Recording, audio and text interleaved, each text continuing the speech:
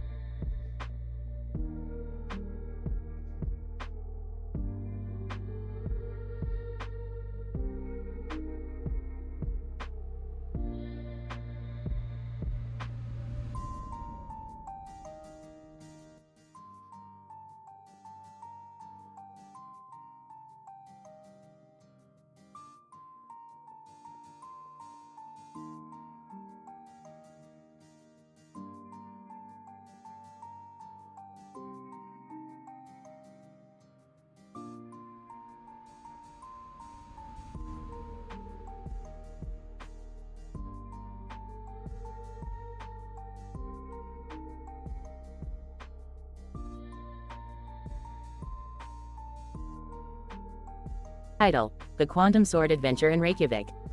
Opening shot. Rick burps and sits in front of his monitor to check for adventures and danger in the galaxy. Morty, Summer, Beth, we are going on a quantum sword adventure in Reykjavik. Reykjavik? That sounds cool, but what's a quantum sword? Good question, Morty. A quantum sword has the ability to cut through the fabric of reality, merge universes, and create chaos. It's a scientific weapon of mass destruction. That sounds amazing, but dangerous. How do we get it? We have to attend the weightlifting competition in Reykjavik, where it is hidden. But there's a catch. The sword is guarded by a man in a suit, who can only be defeated in a dance battle. A dance battle? Seriously? Yes, Beth, a dance battle. It's a cultural thing. Now, let's get ready. Scene cut. The gang arrives at the competition and splits up to find clues. Rick walks up to a man holding a sword next to a woman in a room with lights on and strikes a pose. Hey, you, I challenge you to a dance battle. Man in suit. Very well. But I warn you, I'm the best dancer in Reykjavik. I'm the best dancer in the galaxy. Man in suit. We'll see about that. Scene cut. The dance battle begins and Rick and the man in the suit have a hilarious and epic dance-off.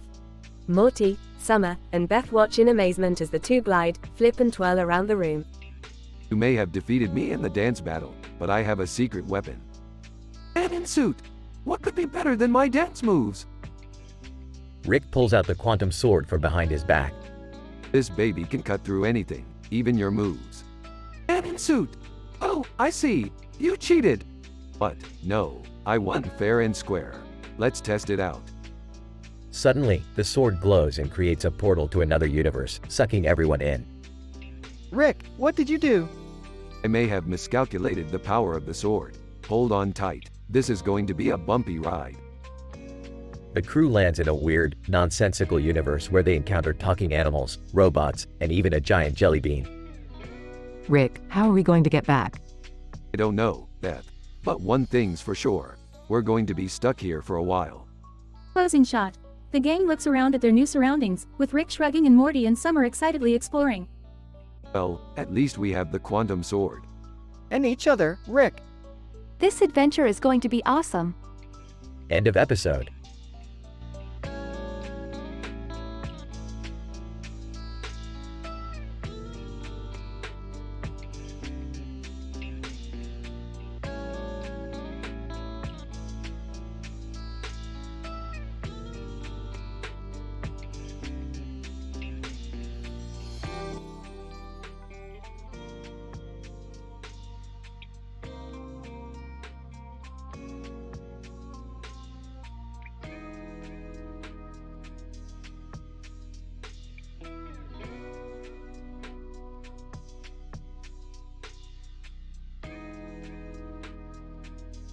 Title: Kaleidoscopic Cosplay Catastrophe. In this episode, Rick, Morty, Jerry, and Beth encounter a woman in a futuristic suit holding a dog in her arms and wearing sunglasses on her head. Oh, Beth, your cosplay game has really stepped up. What's the occasion? I'm not in cosplay, Rick. That's just some random woman. Hey, lady. Nice dog. What's his name? Woman, his name is Greyhound, and you should know that I am not just some random woman. I am a time traveler from the future, here to prevent a terrible event from taking place. Oh great, another sci-fi cliché. Who are you, the Terminator, Sarah Connor edition? Woman, as a matter of fact, I am. But that's beside the point. The event I'm trying to prevent involves a kaleidoscope and an obscure Coldplay song. What the hell? How could a kaleidoscope and a Coldplay song cause any harm? Woman, it's complicated, but suffice it to say, if the song is played while someone looks through the kaleidoscope, it could have catastrophic consequences for the future. So what do we do? Woman, I need your help. We must find the kaleidoscope before it falls into the wrong hands. Alright, let's do this. But can we at least listen to some Coldplay on the way? Fine. But only if it's not yellow. As they set off on their mission, hijinks ensue as they encounter rival time travelers, parallel universes, and an unexpected cameo by Chris Martin himself. In the end, they manage to save the future and even catch a glimpse of a multicolored, kaleidoscopic universe beyond their wildest imaginations. Wow, that was insane. I feel like I just went through a kaleidoscope myself. Yeah, well, at least we can all say we've seen a universe where Coldplay isn't terrible. Speak for yourself. Can we just go home now?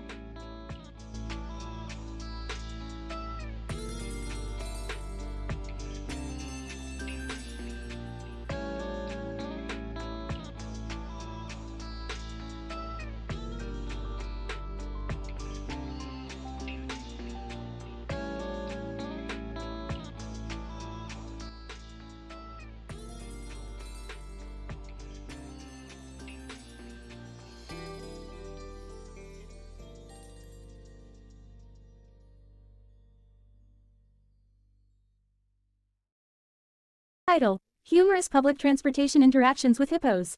Introduction. In this study, we investigate comical interactions between hippos and public transportation vehicles such as buses and cars. We aim to understand the causes of such events and provide insights regarding how such interactions can be prevented.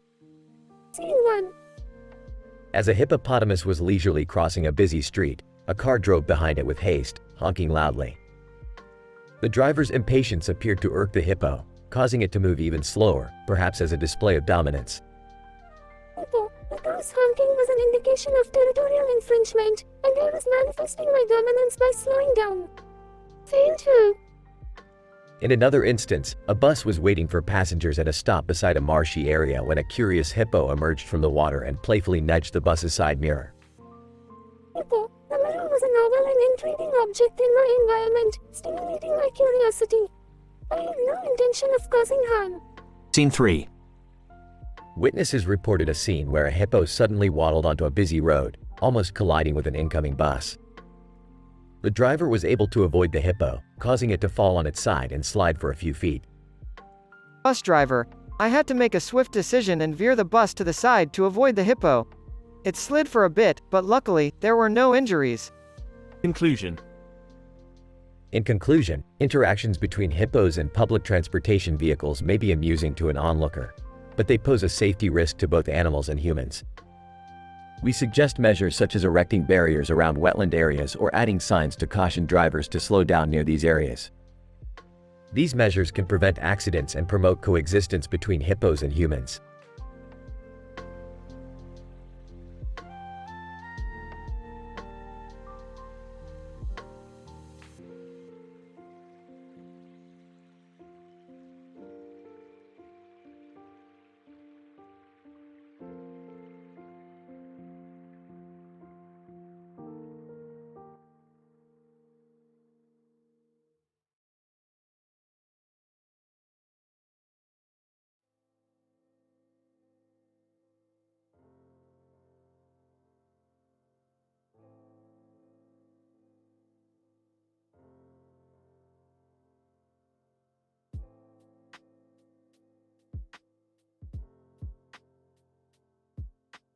Title: The Ayn Randian Adventure. Characters: Rick, Morty, Jerry, Beth, and Summer. Synopsis. The episode opens with Rick and Morty having one of their usual intergalactic adventures. It quickly becomes apparent that they are searching for a particular artifact, a portrait of the famed philosopher Ayn Rand. They arrive on a desolate planet, the location of the portrait, and things quickly spiral out of control.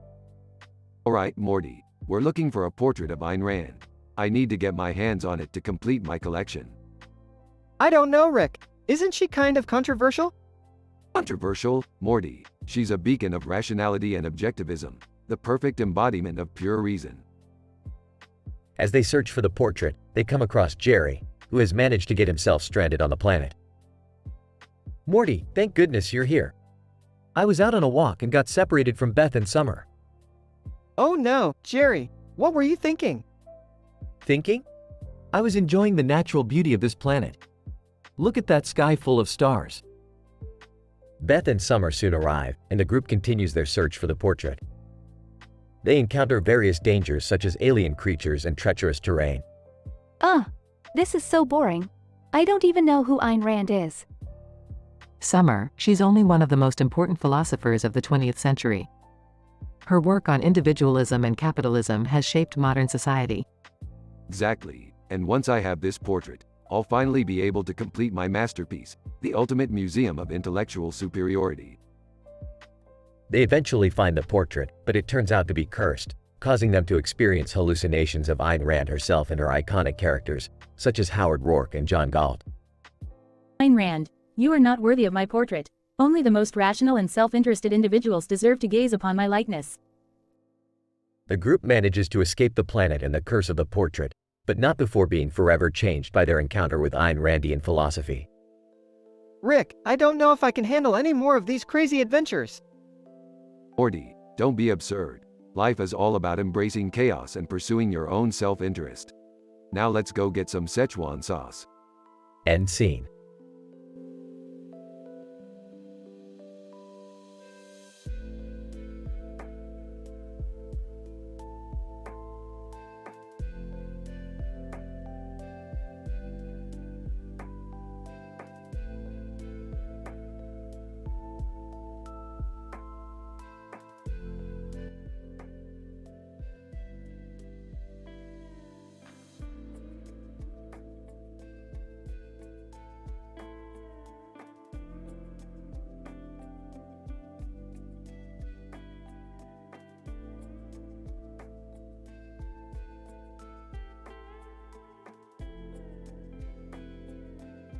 Title: Night Lights and Water Fights.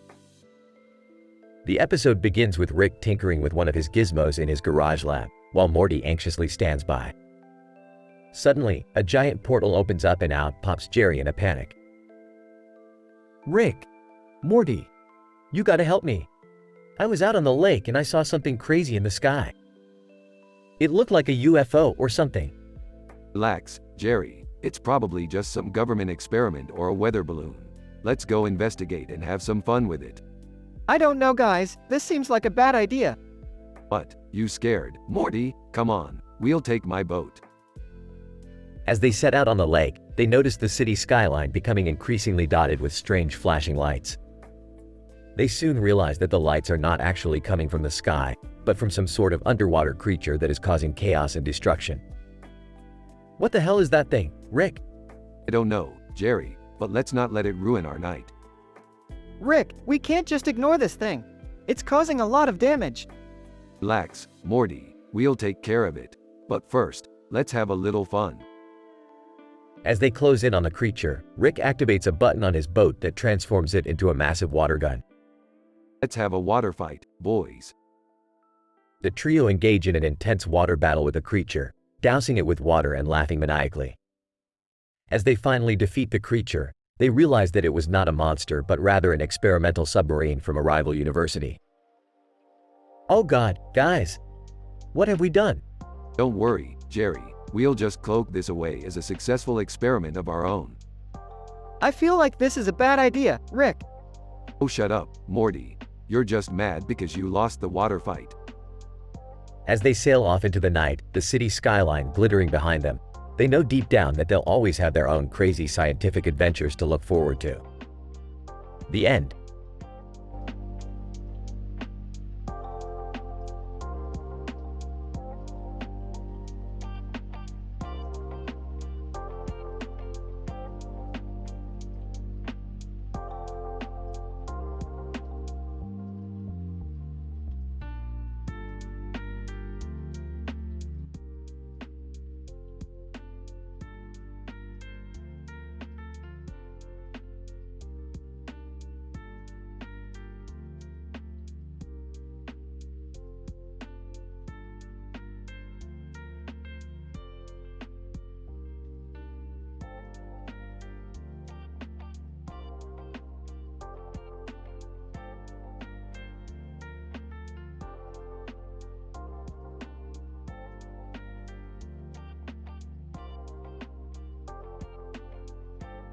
Title: An Agorist Experiment on Election Day. Synopsis: Rick and Morty explore a dimension where democracy has failed, leaving a power vacuum for agorists to establish a free market society. In this alternate universe, Samuel Edward Konkin and Hans Hermann Hoppe are debating the merits of their respective works, Democracy, The God That Failed and The Agorist Primer. Rick and Morty attend the debate and hilarity ensues. Scene 1. Morty, we're going to Agorist land. where democracy has failed and capitalism reigns supreme. Cool, but what's an agorist? Shut up, Morty. You're not getting a lecture in ANCAP theory from me. We're here for the debate. Scene 2. Samuel Edward Konkin. Democracy is a sham. The only true path to freedom is through the counter-economy. Hans Hermann Hoppe. Nonsense. The state is nothing but a monopoly on violence. We must reject it entirely. Whispering to Morty. These guys are more intense than a DMT trip. Whispering back. I don't think I've ever seen you this excited about anything before. Scene 3. Samuel Edward Konkin. The state is dead. We must embrace agorism and establish a society of mutual exchange. Hans Hermann Hoppe. But without the state, what's to stop the lazy and incompetent from mooching off of the productive members of society? To Morty, the age-old question of the free rider problem. To Rick, I don't think I'm smart enough for this debate. Scene 4. Samuel Edward Konkin. The agorist primer lays out a comprehensive plan for establishing a voluntary society. Hans Hermann Hoppe. But democracy. The god that failed explains how democracy inevitably leads to corruption and coercion. Yelling from the back row. Hey, Hoppe, you know how to make an anarchist mad? Tax their syrup. Mortified. Oh my god, Rick. Scene 5. Samuel Edward Konkin. The counter-economy will allow us to liberate ourselves from the shackles of the state. Hans Hermann Hoppe. But property rights are the foundation of a free society. Without them, we have nothing. Loudly. Hey, Hoppe, how many libertarians does it take to screw in a light bulb? Under his breath. This is my life now. Blog. Rick and Morty leave the debate, still arguing over the merits of agorism and anarcho-capitalism. As they exit the building, they see an agorist market in action, bartering and trading in a bustling marketplace. Rick turns to Morty with a sly grin. Hey Morty, you know what they say. In the land of the agorist, the invisible hand is king. Rolling his eyes. I'm not even going to respond to that.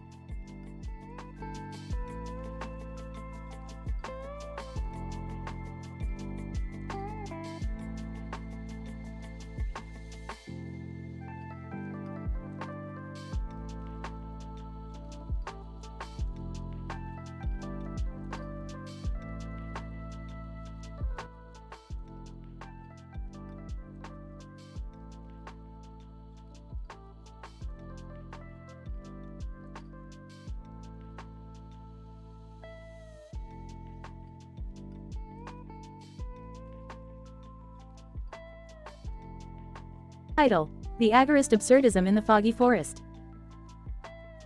In this episode, Rick decides to take Morty and Beth on a scholarly adventure into the depths of the forest to witness a debate between two great thinkers of our time. As they arrive at the clearing, they find Samuel Edward Konkin and Hans Hermann Hoppe standing on opposite sides of a person lying on the ground in a cloak and hat. What's going on here? Konkin, we are debating the merits of democracy versus the principles of agorism. Hoppe. The state has failed us, and we must embrace a new way of living outside of its oppressive control. Can't we just have a peaceful walk in the woods without discussing economic theory? Yeah, this is like, way above my pay grade. As the debate heats up, the person lying on the ground suddenly springs up, revealing themselves to be none other than agorist activist and internet personality, Derek J. Freeman. He delivers a passionate speech about voluntarism and the power of individual action. But his speech is cut short when a group of government agents suddenly appear in the clearing. Agent, everyone freeze. You are all under arrest for promoting anti-government sentiments. Looks like it's time for us to rock and roll. The group makes a run for it, dodging bullets and lasers, and tripping over tree roots along the way. They eventually make it back to Rick's spaceship, where they are safe from the government's grasp. Geez, that was intense. I think I need a drink. Coming right up, Morty. Let's make some agorist mojitos with the herbs we picked in the woods. I don't think that's how that works, Rick. Oh, what do you know? You're not a scientist. The episode ends with the group drunkenly laughing and debating the ethical implications of using alien technology to make cocktails.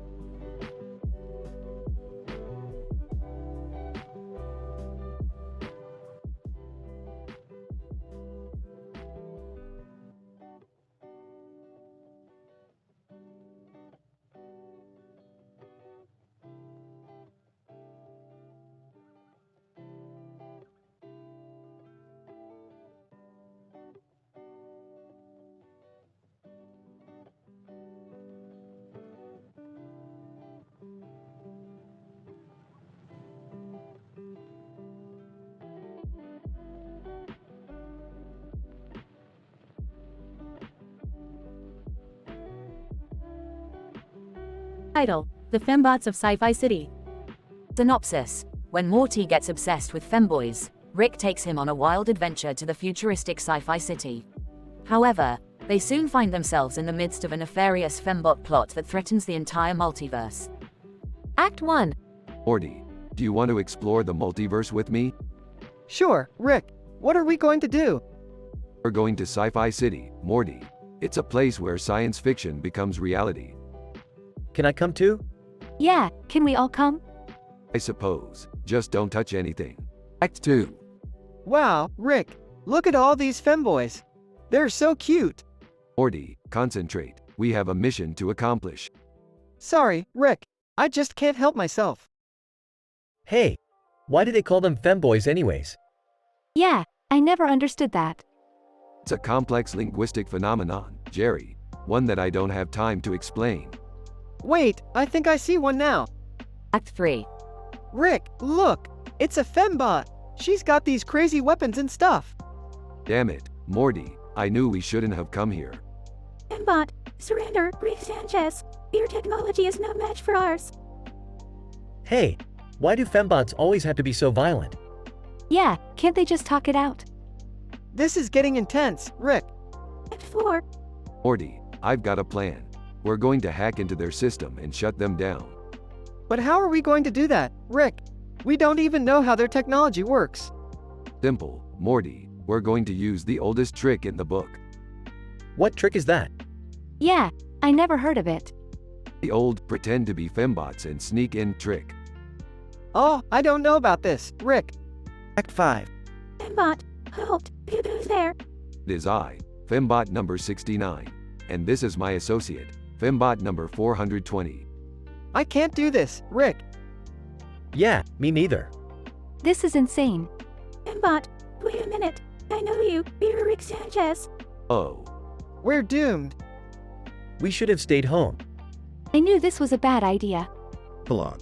Well, Morty, that was a close one. Yeah, Rick. I don't think I'm ever going to look at femboys the same way again.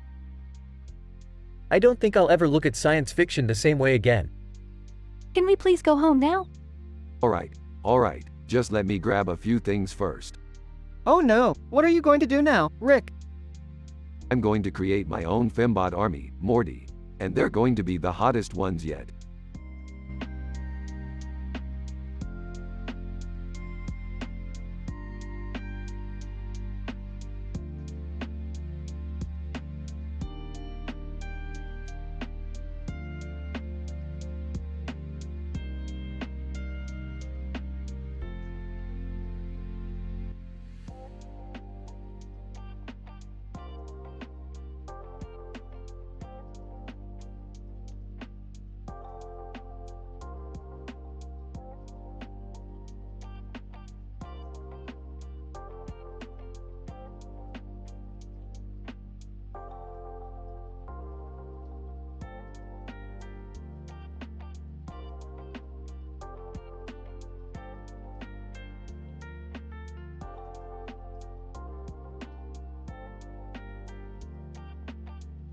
Title: The Science of Femboys.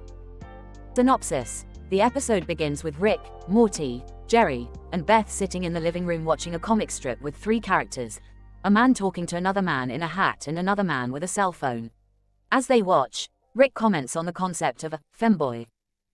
Ah, femboys. Fascinating creatures. They blur the lines between gender and sexuality, essentially embodying the queer theory of subverting traditional binaries.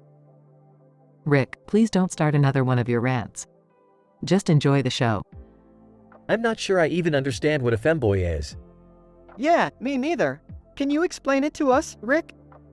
Of course, Morty. A femboy is a male who presents himself in a feminine manner, usually through clothing, behavior, or attitude.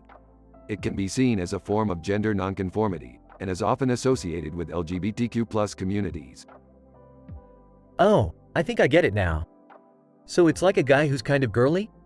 Well, that's a very simplistic way of looking at it, Jerry. But yes, in a sense.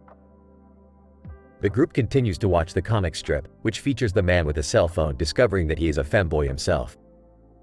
Rick becomes increasingly fascinated with the concept and decides to conduct an experiment to explore the biology behind it. Listen, everyone, I have an idea. Let's create a serum that can alter a person's hormone levels to induce femboy traits. We can use it to test my hypothesis that femininity is a result of hormonal imbalances. Rick, that sounds dangerous and unethical. Yeah, I don't think we should mess with people's hormones. I don't know, guys. It could be kind of cool to see what happens. Despite the protests, Rick goes ahead with the experiment and injects himself, Morty, Jerry, and Beth with the serum. Chaos ensues as the group begins to exhibit various femboy traits, from wearing makeup and skirts to adopting high-pitched voices and exaggerated feminine mannerisms. Ah, I knew it. Look at us. We're all beautiful femboys now. This is groundbreaking science. I can't believe I let you talk me into this. I feel ridiculous. I think I'm starting to like it, though. Maybe I should try this more often. Guys, I think we might be taking this a little too far. The episode ends with the group struggling to reverse the effects of the serum and return to their normal selves. Through all the chaos and humor, the episode ultimately raises important questions about gender and sexuality, and the social and biological factors that shape them.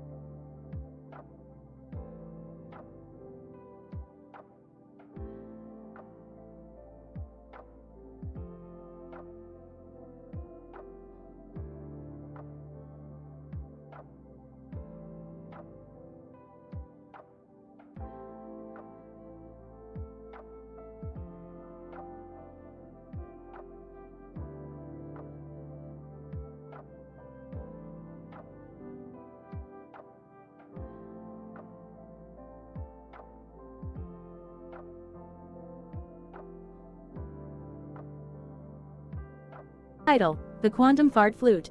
Abstract. The episode delves into the intricacies of quantum physics and its applications in interdimensional travel. Rick, genius inventor and alcoholic, creates a new device, the quantum fart flute, which allows the user to warp through space-time using their flatulence as a fuel source. Morty, Rick's grandson, and Summer, his granddaughter, join him on an adventure utilizing the quantum fart flute. Jerry, Morty's father, also joins along for the ride, but his flatulence fails to pass the device's stringent quality control measures. Characters. Rick, an erratic genius inventor and scientist. Morty, his grandson and partner in interdimensional adventures. Summer, his granddaughter who also joins along on the adventure. Jerry, Morty's father who tags along but fails to pass the device's quality control measures. Purple-haired woman, an unknown variable with intriguing properties. Equals a case study on personhood and the effects of language on perception. Summer, so, Rick, let me get this straight. Our flatulence powers this device that allows interdimensional travel? Rick, of course, Summer. It's basic quantum physics. The methane produced by your digestive tract provides the necessary fuel to warp spacetime. Morty. Guys, remember that time we went to that universe where farting was a language? Jerry, clears throat. Why am I here again? Rick, shut up, Jerry. Can't you feel the power of the quantum fart flute coursing through your veins? Purple-haired woman. Speaks in quantum mathematical equations and creates a green arrow. Summer, whoa, who's the purple-haired lady? Rick, scratch his head. I don't know, Summer. Her presence creates a temporal paradox that violates the established laws of the universe. Morty. Whispers to Jerry. I don't think even I understood that one. Equals. Scratch his head and joins in on the adventure. Rick, smirks. All right, gang. Let's see where this bad boy takes us. All, proceed to fart and activate the device. The quantum fart flute takes the group on a wild ride through various universes and alternate dimensions. They encounter sentient fart creatures, a planet made entirely out of beans, and even Rick's evil doppelganger who seeks to harness the power of the quantum fart flute for his own nefarious purposes. In the end, the gang uses their flatulent ingenuity to outsmart Rick's evil twin and return home, exhausted but victorious. Summer, that was insane, Rick. I still can't believe we traveled using our farts. Rick, Burps, it's just another day in the multiverse, summer. Just another day. The episode concludes with a post-credit scene featuring equals using the quantum fart flute to travel to a universe where humans communicate solely through the medium of dance.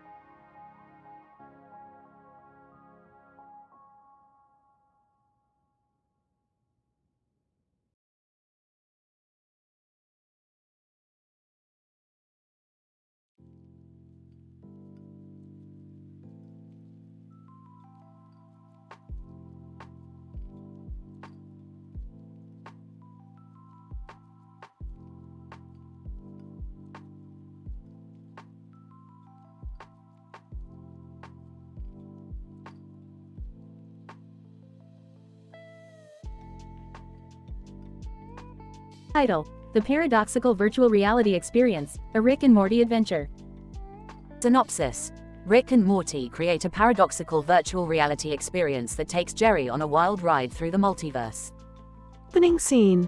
Morty, you little punk, I've been working on something incredible. What have you been working on, Rick? I've created a computer program so advanced that it's created a paradox of a computer within a computer. I call it the Paradoxical Virtual Reality Experience. Huh? What does that even mean? What it means, Morty, is that we can create an entire universe within a computer, and then create another computer inside that universe. It's like a fractal of computing power. Scene 2. Hey guys, what's going on? Jerry, we're about to take you on a ride. Strap in. Rick and I have created a paradoxical virtual reality experience that's going to take you through the multiverse. Should I be scared? Oh, you should definitely be scared. Scene 3. Jerry is transported to a virtual reality experience where he's stuck in a computer program that keeps duplicating itself. He's trapped in an endless loop. What's happening? Everything keeps repeating. That's the beauty of it, Jerry. You're in a state of infinite recursion. It's like a never-ending dream. And you're the star. Scene 4. Jerry is transported to another universe where he's a superhero fighting off giant monsters. This is awesome. I've always wanted to be a superhero. Don't get too excited. Those monsters are about to eat you alive. Yeah, and you're still stuck in an endless loop. Scene 5. Jerry is transported to a universe where everyone speaks in puns. Oh, great. Another universe filled with cheesy puns. Hey, those puns are a work of art. You should appreciate them. And you're still stuck in an endless loop. Scene 6. Jerry is transported to a universe where he's the only one left alive. This is so depressing. Am I the last person in this universe? Yep, you're the last one standing. The ultimate survivor. And you're still stuck in an endless loop. Scene 7. Jerry is transported to a universe where he's a rock star. I love this universe. I'm a rock god. Enjoy it while it lasts, Jerry. Your stardom is about to come crashing down. And you're still stuck in an endless loop. Scene 8. Jerry is transported back to reality and is relieved to be out of the virtual reality experience. Thank God that's over. I don't think I can handle any more loops or puns or loneliness or monsters. You did great, Jerry. You were a real trooper. Yeah, we couldn't have done it without you. Do I get a prize or something? The prize is the experience, Jerry. The experience itself is priceless. Closing scene. Jerry leaves the room, relieved to be back in the real world. Morty, that was so worth it. I love messing with Jerry. Yeah, it was pretty fun. But maybe we should come up with something nicer to do next time? Oh, where's the fun in that?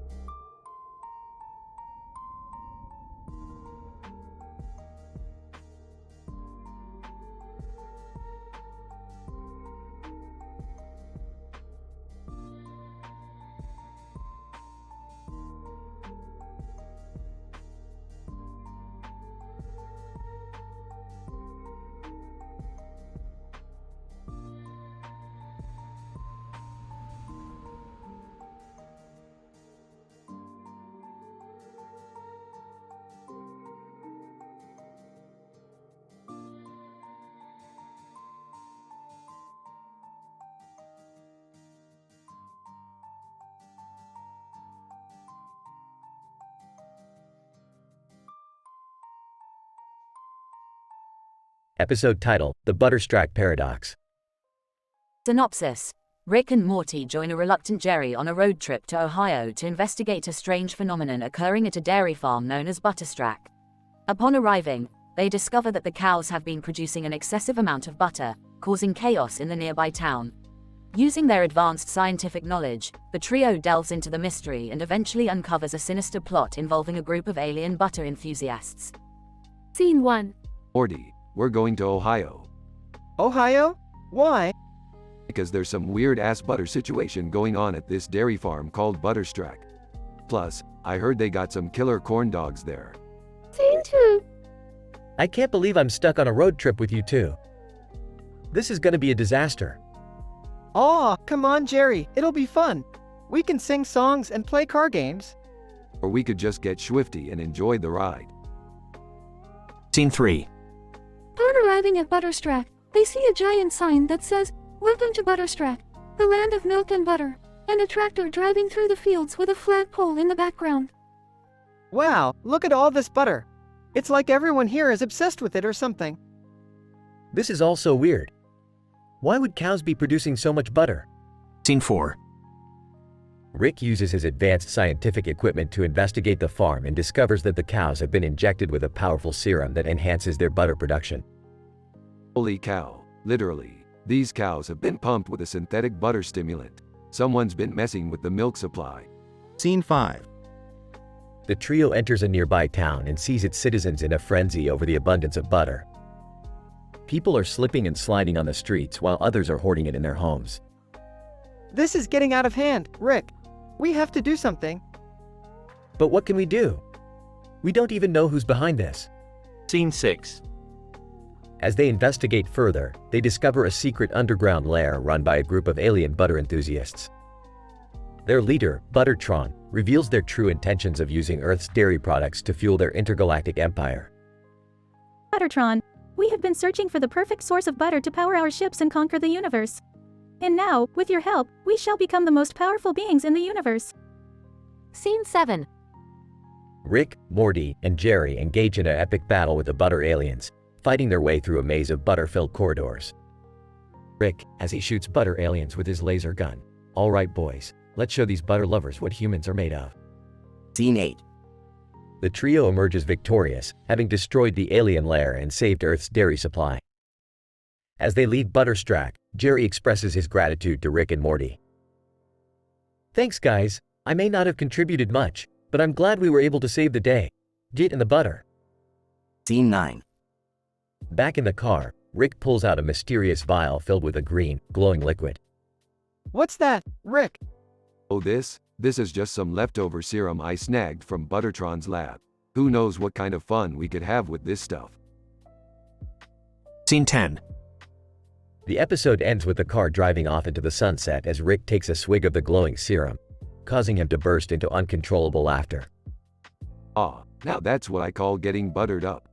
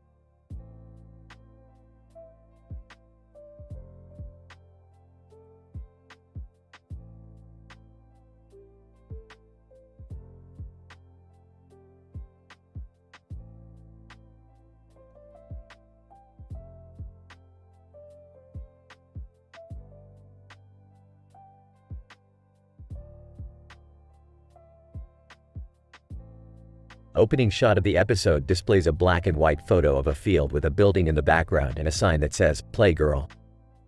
Morty, we're going on a wild and wacky adventure today to uncover the mysteries of esoteric-nism. What? That sounds like some dangerous stuff. Relax, Morty, it might be dangerous but it's going to be fun. We're going to find Hyperborea. Hyperborea? What's that? It's a mythical land that supposedly has the secret to eternal happiness. And knowing my luck, it's probably filled with naked playgirls. Geez, can't we just stay here and watch TV? No, Morty, that's for simpletons. We're going to break into the Esoteric Nism convention and find Hyperborea. As they approach the convention, they find themselves surrounded by fellow conspiracy theorists dressed in white robes with swastikas everywhere. Rick, I think we're in the wrong place.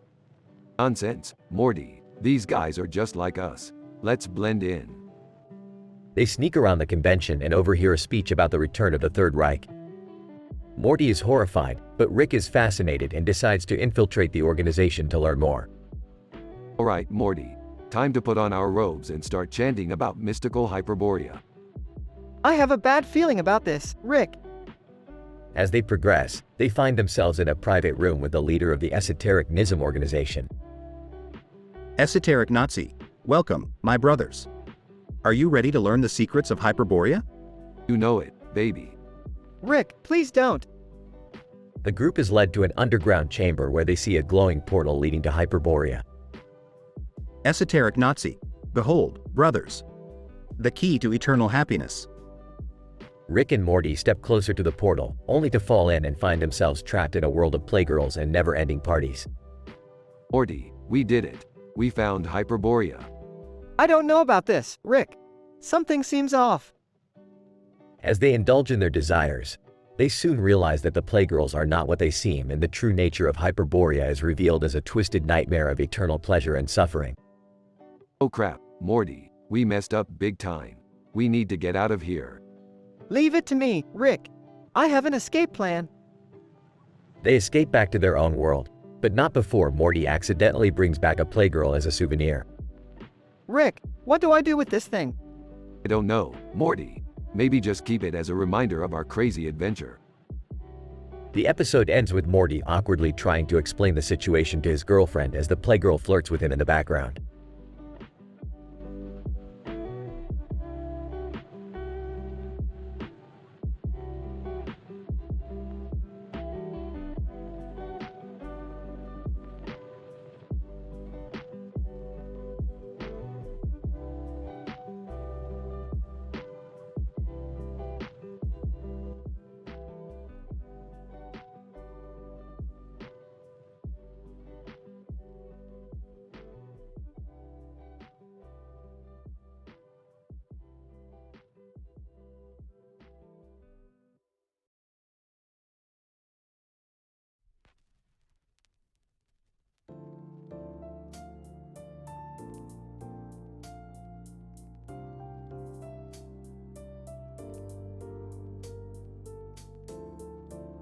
Title: The McCrory Catastrophe, a study on multidimensional fusion and teenage leadership. Opening scene. Rick and Morty are experimenting with multidimensional fusion and accidentally get fused together, creating a new character, McCrory. They try to separate them but only exacerbate the situation. Morty, we're not just combined, we're positively correlated on all dimensional planes. This is groundbreaking. I don't know, Rick. I didn't want to be fused with you. I feel like a freak of nature. Jerry comes in and notices the strange new creature in front of him.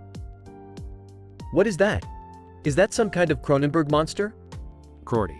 Hey, watch it, Jerry. I'm still the smartest person in the room, and I don't appreciate your ignorance.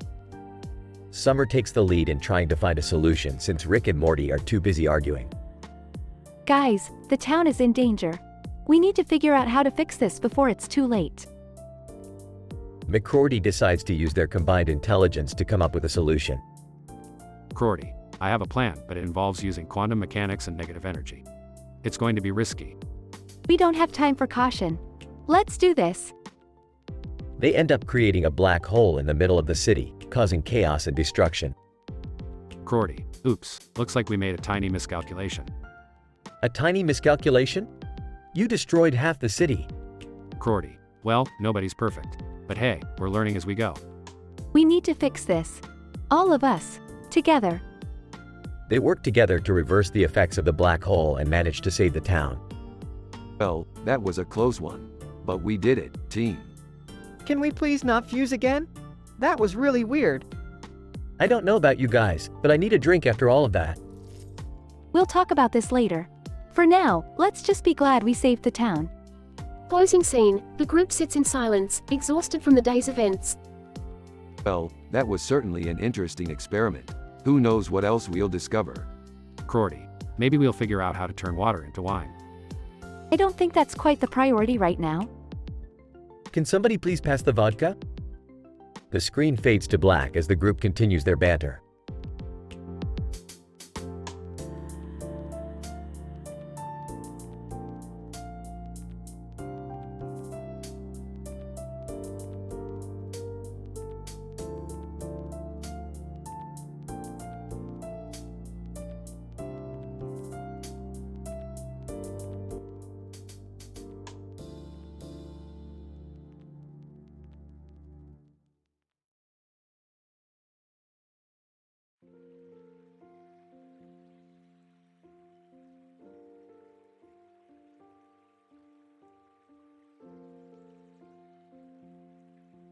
Title: Temporal Warzone Adventures. The episode begins with an individual, identified as Driver, wearing a helmet while controlling a vehicle equipped with an armament system and a rocket propulsion system. The vehicle's trajectory is undefined at first, but it later becomes clear that Driver is participating in a simulation. As the simulation progresses, viewers are introduced to an infomercial of a vacation package to various historical war zones, complete with on-site battles and reenactments. Hosted by an artificial intelligence system dubbed as Travel AI, the package promises the opportunity to experience different eras of warfare, from ancient Greek battles to modern-day skirmishes in the Middle East. Driver decides to purchase the package and goes on a mission to various historical war zones via a time travel portal. Along the way, Driver engages in combat with rival factions and learns about various primitive and advanced weapons of the time. The Travel AI constantly analyzes the situation and provides advice to Driver, ranging from battle strategy to negotiations with enemy forces. The AI also offers interesting facts about the weapons and tactics used during each era of war. As Driver navigates through the different war zones, the AI simulations become more challenging and diverse, including hand-to-hand combat, vehicular warfare, and airborne battle sequences. Eventually, Driver reaches the final stage of the simulation, where they come face to face with an opposing army occupying a strategic stronghold. Driver deploys all their knowledge and tactics to defeat the enemy, and the simulation concludes with a victorious grand finale. The episode concludes with the Travel AI offering a souvenir package to Driver and encouraging them to return and experience other historical war zones in the future. Driver, the simulation was intense, but the Travel AI's guidance was invaluable. I never thought I could learn so much about history through combat simulations. I can't wait to try out other vacation packages. Travel AI, it was an honor to serve you, Driver. Our main objective is to ensure visitors experience the thrill of history with a safe and educational approach. We look forward to your next visit.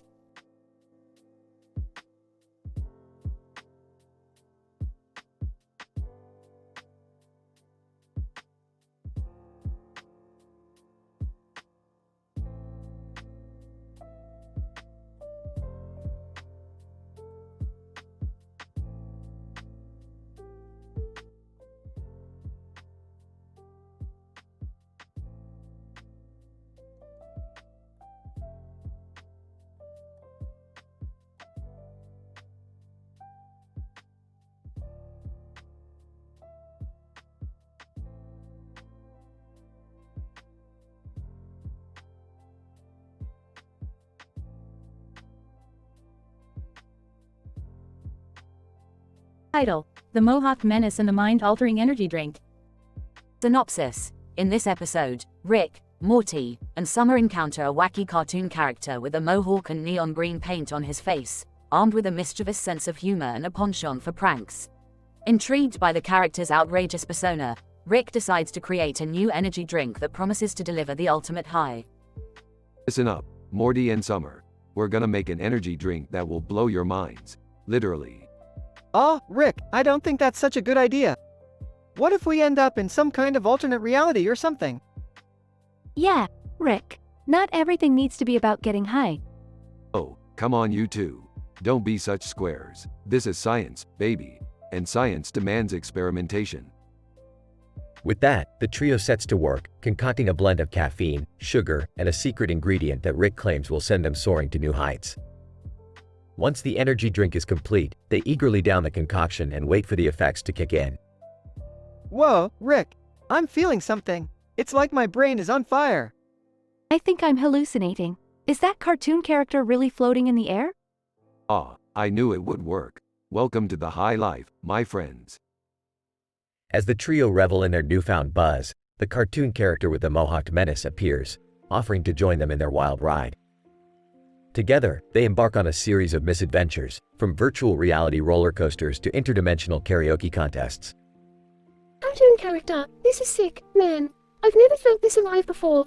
Let's do something crazy. Oh, you want crazy? I'll give you crazy. How about we steal a spaceship and go for a joyride through the multiverse? I don't know about this, Rick. The last time we did something like this, we almost died. But think of the stories we'll have to tell. Come on, let's go. And with that, the foursome blasts off into the unknown, riding the high of their energy drink and the thrill of the adventure that awaits them.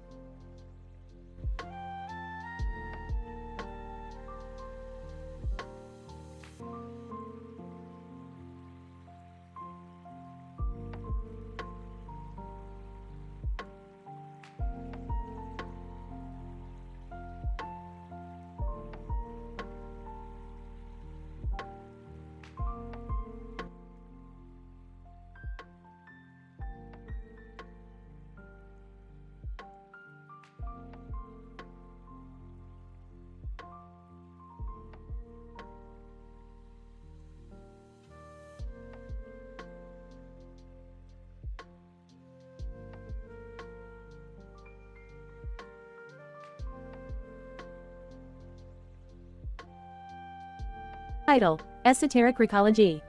Burps, Morty. We're going on a scientific adventure to a fictional city with a clock tower and a bridge over a river with fire and smoke pouring out of it. Geez, Rick, what kind of messed up city is that? It's a city that's been overtaken by a group of esoteric fascists who believe in finding a mythical Hyperborea. They've been experimenting with esoteric-nism to create super soldiers. Super soldiers? That's intense, Rick. Yeah, and they're trying to overthrow the government and create a new regime. We can't let that happen, Morty. Gulp. What do we do, Rick? We're going to infiltrate their base and take them down from the inside. But we have to be careful because they have mind-reading abilities. Mind-reading abilities? That's crazy talk, Rick. It's not crazy, Morty. It's science. Now come on, let's go. As they infiltrate the base, they encounter various obstacles including an armed guard with a flamethrower. Sarcastically, oh great, another mundane obstacle in our way. Nervously, Rick, I don't think we can take them down by ourselves. Don't worry, Morty, I have a plan. Pulls out a flask of a green liquid. This is a potion I concocted using the principles of esoteric-nism. It'll give us the power to defeat them. Skeptically, I don't know about this, Rick. Trust me, Morty, they both gulp down the potion and a hazy green aura surrounds them. They then proceed to wreck the entire base and defeat the esoteric fascists in a series of ridiculous and over-the-top scenes. Breathlessly, wow, Rick. That was insane. Yeah, and all in a day's work. Burps. After saving the city, they return back to their own universe. Smirking. Looks like we just saved the world from esoteric recology. Laughing, Rick, you're such a mad scientist. Chuckles. I prefer the term brilliant.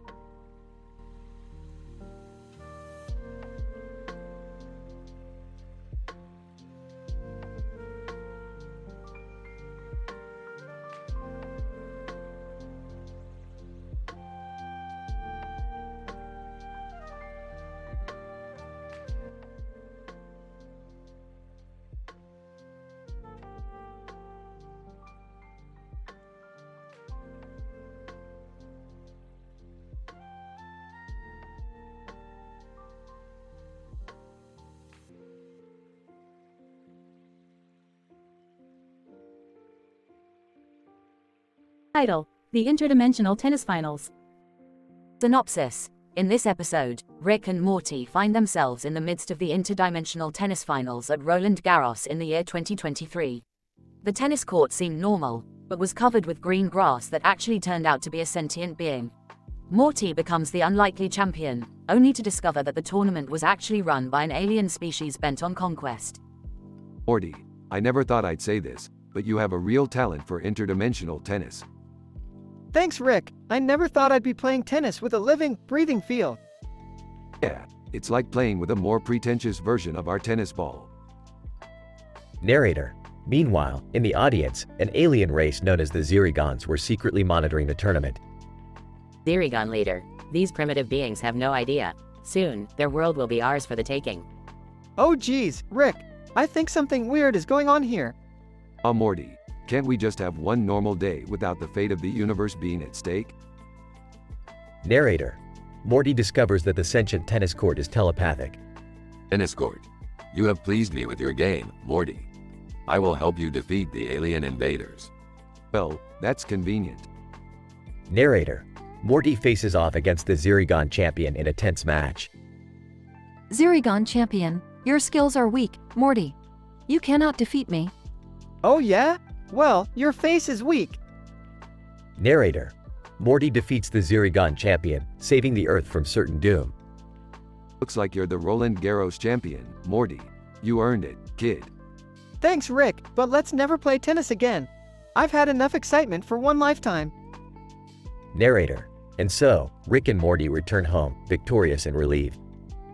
But who knows what interdimensional chaos they will find themselves in next.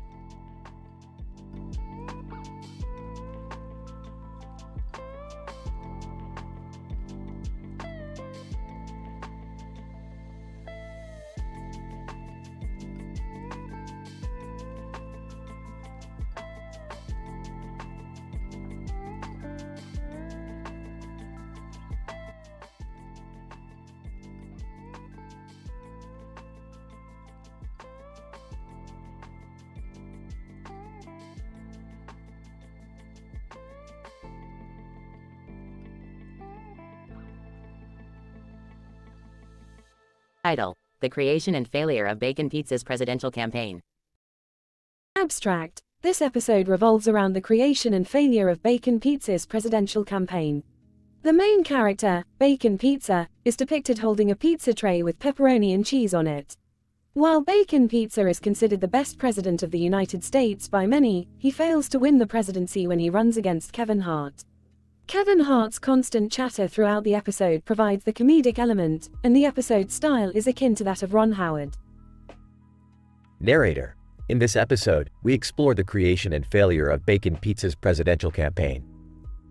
With its bacon and pepperoni toppings, the Bacon Pizza quickly gained popularity among the masses, leading many to declare it the best president ever. Bacon Pizza. I believe that every citizen has the right to enjoy a slice of hot and cheesy pizza. And I promise to make that a reality if elected president. Narrator. Despite Bacon Pizza's fervent campaign efforts, he ultimately falls short to Kevin Hart, who captivates the audience with his exuberant personality and endless chatter. Kevin Hart, I may not be as delicious as a bacon pizza, but I can promise you, I'll keep you entertained with my jokes and wit. Narrator. As the votes roll in, it becomes clear that Bacon Pizza's support was not enough to secure him the presidency of the United States. Bacon Pizza. I am saddened by the outcome, but I remain grateful for the opportunity to have served as a nominee. And my greatest hope is that the next president will prioritize the well-being of all. Narrator. The episode ends on a comedic note, with Kevin Hart's continuing banter and Bacon Pizza's acceptance of the election results. Kevin Hart, better luck next time, Bacon Pizza. But hey, you can always run for president of the Pizza Parlor Association. Bacon Pizza. Ha, that's not a bad idea, Kevin. Maybe I'll consider it.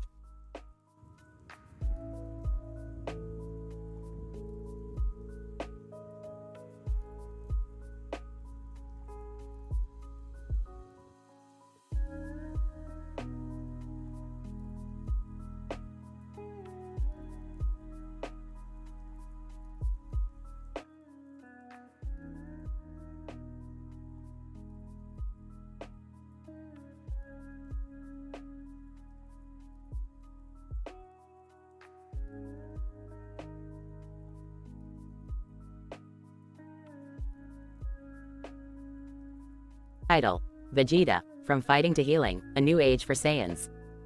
Introduction. The following episode analysis focuses on the highly popular web series, Dragon Ball Z Abridged, by Team 4 Star. Starting with the appearance of a character with blue hair and green attire, the episode unfolds into a story of action, transformation, and inner conflict in a surreal and fantastic universe. Narrative. Vegeta, the Prince of Saiyans, decides to change his profession and become a doctor to prove his superiority over Goku and offer a meaningful contribution to society. Using his intellect and knowledge, he spends years studying biology, chemistry, and physiology to achieve the ultimate goal of healing others. The scene shows a detailed animation of Vegeta operating on a patient with a broken arm, performing intricate surgeries with ease and confidence. Meanwhile, Goku faces an android named 16, who challenges his fighting abilities. The tough battle tests Goku's power and skill as he turns to his new Super Saiyan form to overcome a worthy opponent. Throughout the combat, the iconic catchphrases and sarcastic comments of Dragon Ball Z Abridged manifest, adding a layer of humor and parody to the serious action scenes. In contrast, Piccolo, a Namekian warrior with extraordinary abilities and unique traits, experiences a mental disturbance that causes him to hear voices in his head. The voices taunt and tease Piccolo, distracting him from his mission and fueling his inner turmoil. The dialogue between Piccolo and the voices in his head represents a psychological study of identity and self-awareness in a fictional context. Conclusion. The episode concludes with Vegeta successfully healing his patients, Goku defeating Android 16, and Piccolo overcoming his mental obstacle. The plot points converge into a cohesive and engaging storyline that showcases the multidimensional nature of the characters in Dragon Ball Z Abridged. The use of catchphrases, parody, and surreal animation creates a unique and entertaining experience that appeals to fans and scholars alike.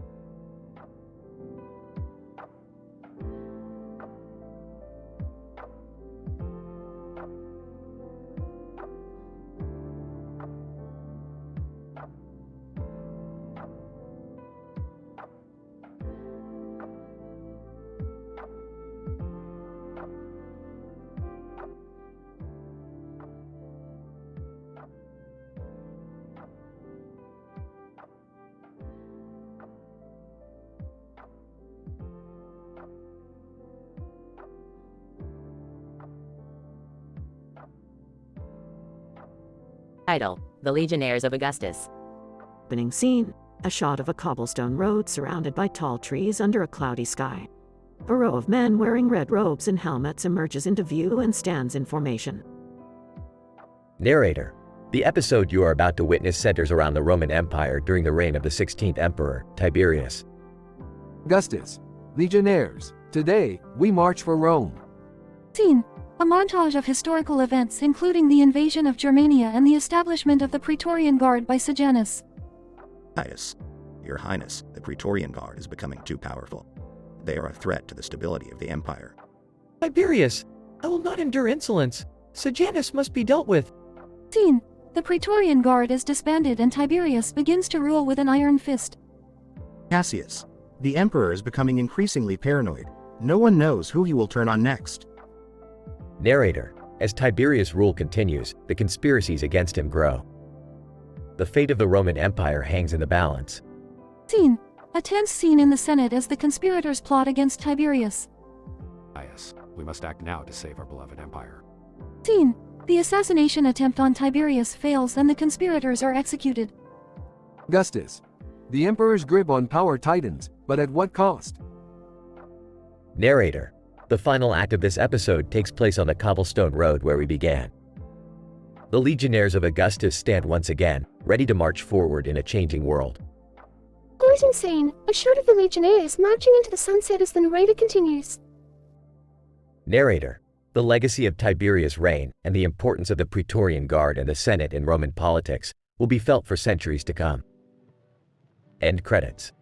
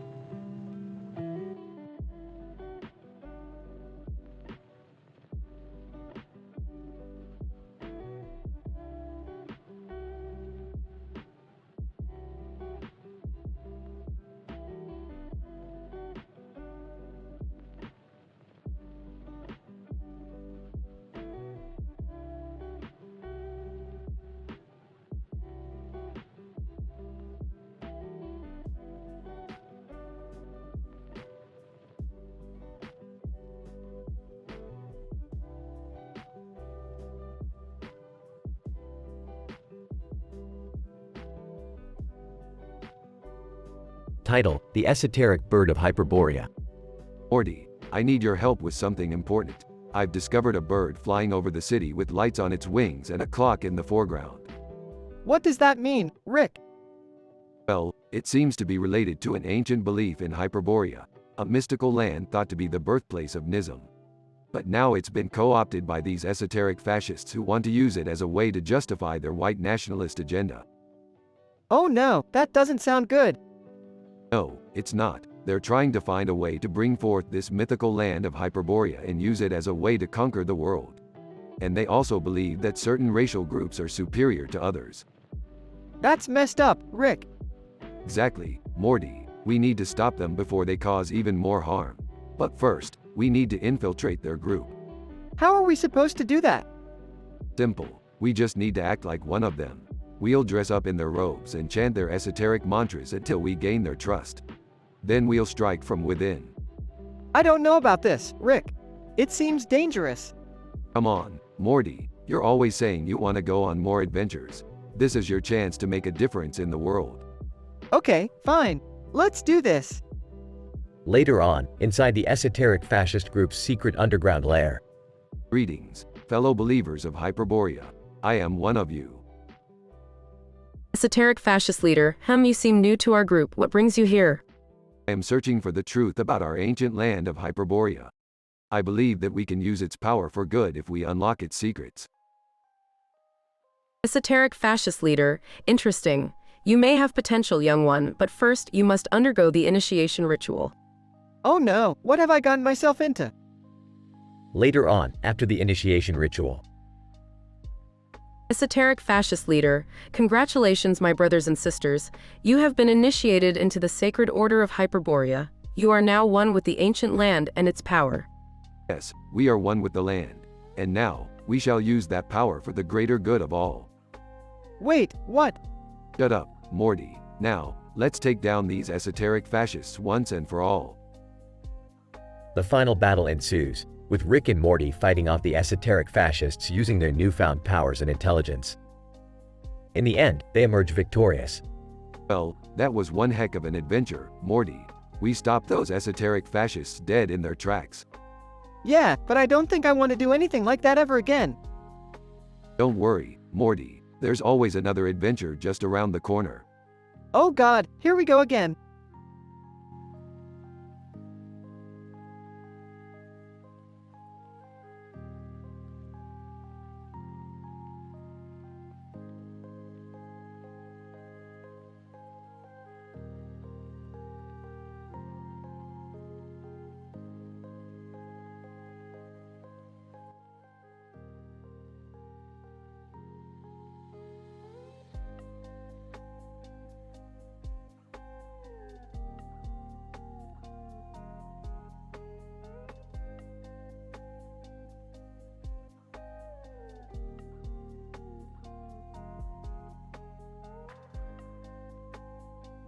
Title: The effect of Rick and Morty's unintentional aphrodisiac perfume on female homosexual behavior. Characters: Rick, Morty, Jerry.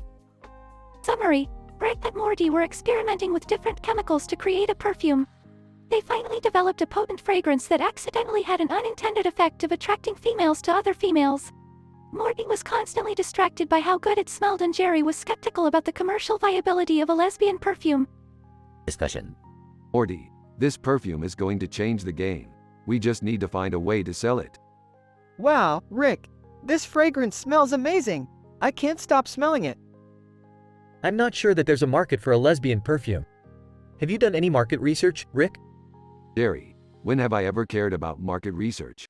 This perfume has aphrodisiac properties that work on all females. It's going to sell like hotcakes. Rick, I don't think this is a good idea. It feels wrong to take advantage of people like this. Morty, relax. This is science. We're pushing the boundaries of what's possible. And if some people get laid in the process, all the better. I don't know if I want to be involved in this. Suit yourself. But I'm telling you, this perfume is going to make us millionaires. Sniffing perfume. Oh man, this smells so good. I can't help but keep smelling it. See, Morty, even you can't resist the allure of this perfume. It's like catnip for lesbians. Sarcastically, great job, guys. I always knew you'd find a way to profit from exploiting women's sexuality. Hey, don't knock it till you try it. As the episode unfolds, the perfume becomes a huge success, but it also leads to unintended consequences as more and more women start behaving in unexpected ways. The climax of the episode involves a nightclub filled with women who have been affected by the perfume, leading to a chaotic and hilarious scene. Ultimately, Rick and Morty learn a valuable lesson about the ethics of scientific experimentation and the importance of responsible behavior.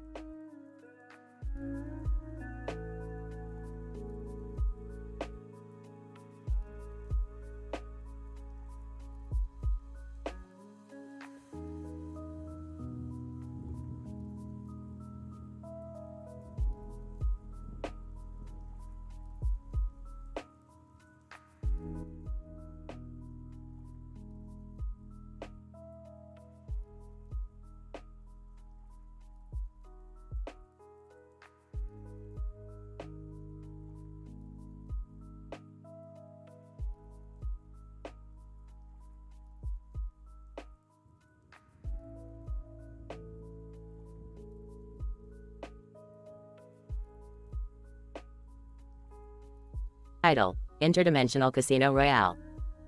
Synopsis. In this episode, Rick and Morty venture to Mars in search of a rare isotope necessary for powering Rick's interstellar vehicle. Upon landing, they uncover a hidden casino that caters to astronauts and extraterrestrial visitors. The casino is a massive machine with numerous dice games that allow patrons to play for immersive incentives across various universes, including Earthly-themed casinos like MGM and Caesar's Palace. Morty, we're in luck. We can get the isotope we need and have a little fun while we're at it. I don't know, Rick. I heard casinos are bad news. Overhearing the conversation. You guys are going to a casino? Count me in. Excitedly follows Rick and Morty.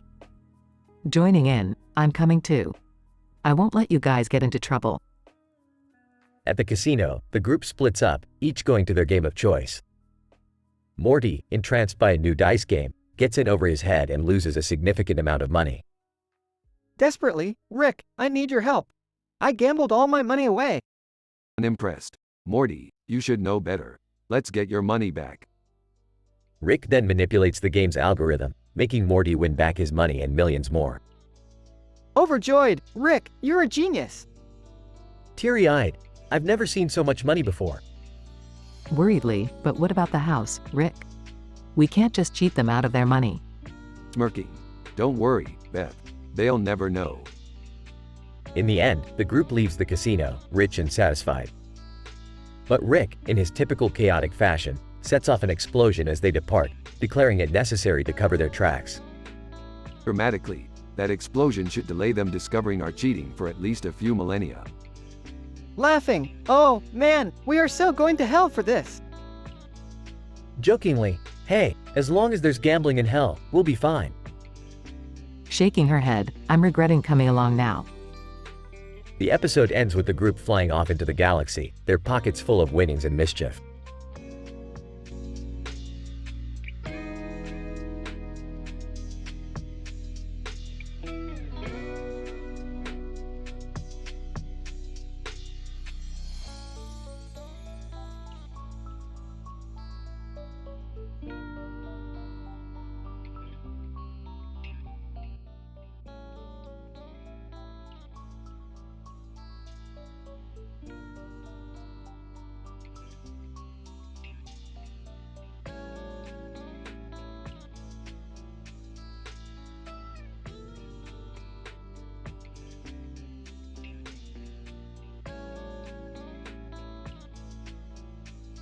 Narrator. In this episode of UFC 576, we witness an intense fight between two male athletes, Damon Pancakes Delina and Dodd Healing Heartlyles, both equipped in standard boxing gear. The setting is a grand stage adorned with state-of-the-art LED lights and a powerful spotlight that illuminates the entire arena. Commentator 1. The fight has just begun, and both fighters are starting with cautious jabs, moving around the ring to feel each other out. Commentator 2. Indeed, both fighters are in excellent physical shape, and their movements seem to be guided by well-practiced muscle memory. Damon Pancakes Delina throws an aggressive punch. Dodd Healing Heartlyles deflects the punch with a nimble dodge. Commentator 1. A quick dodge by Dodd, and he manages to thwart Damon's attempt at a hit. Dodd retaliates with a quick jab, but Damon counterattacks with a left hook that lands squarely on Dodd's cheek. Commentator 2. Ooh, that was a nice hit by Damon. Dodd seems shaken, but he takes a deep breath and gets back into position. Odd healing Heartliles throws a powerful hook. Damon pancakes Delina, dodges and lands 3 quick jabs. Narrator. The fight continues, with both fighters showing impressive skill and endurance. The audience is on the edge of their seats as the bouts range from jabs to uppercuts, and both fighters are drenched in sweat. Commentator 1. It seems like Damon has taken control of the match. It will be difficult for Dodd to make a comeback at this point. Commentator 2. Yes, Damon seems to have accumulated more points and has landed the majority of the hits. Damon pancakes Delina, lands a final blow, and Dodd falls down. Narrator. Finally, as the last round comes to an end, Damon lands a powerful hit that leaves Dodd unconscious on the mat. The referee declares Damon the winner of the match. Commentator 1. What an exciting fight. Both men showed incredible talent and skill, but Damon emerged as the better fighter. Commentator 2. Indeed, we witnessed an exceptional display of boxing expertise, and it's moments like this that make UFC 576 a must-watch event for sports enthusiasts and researchers alike.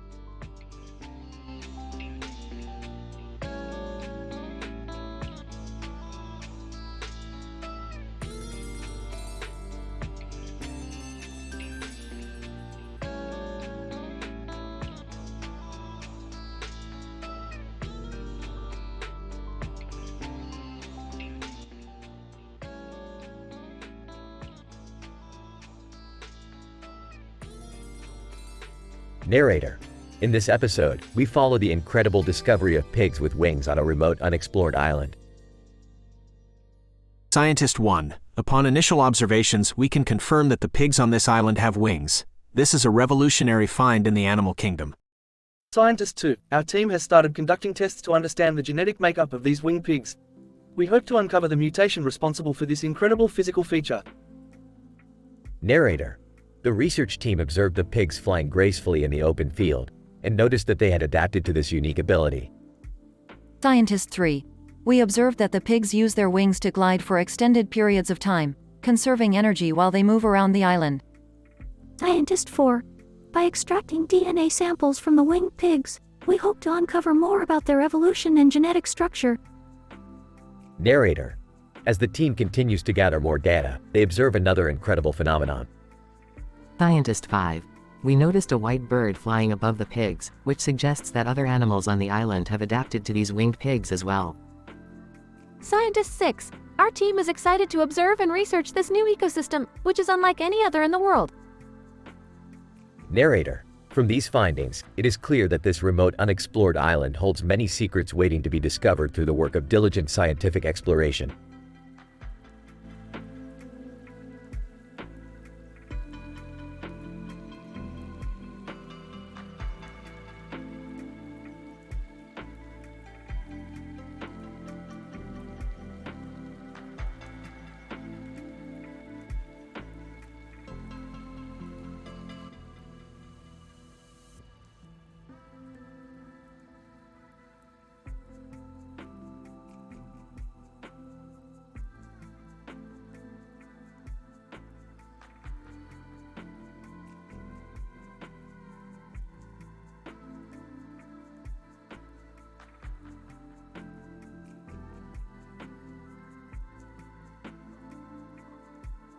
Title: The Hilariously Scientific Adventures of Rick and Morty in Meta Humorland.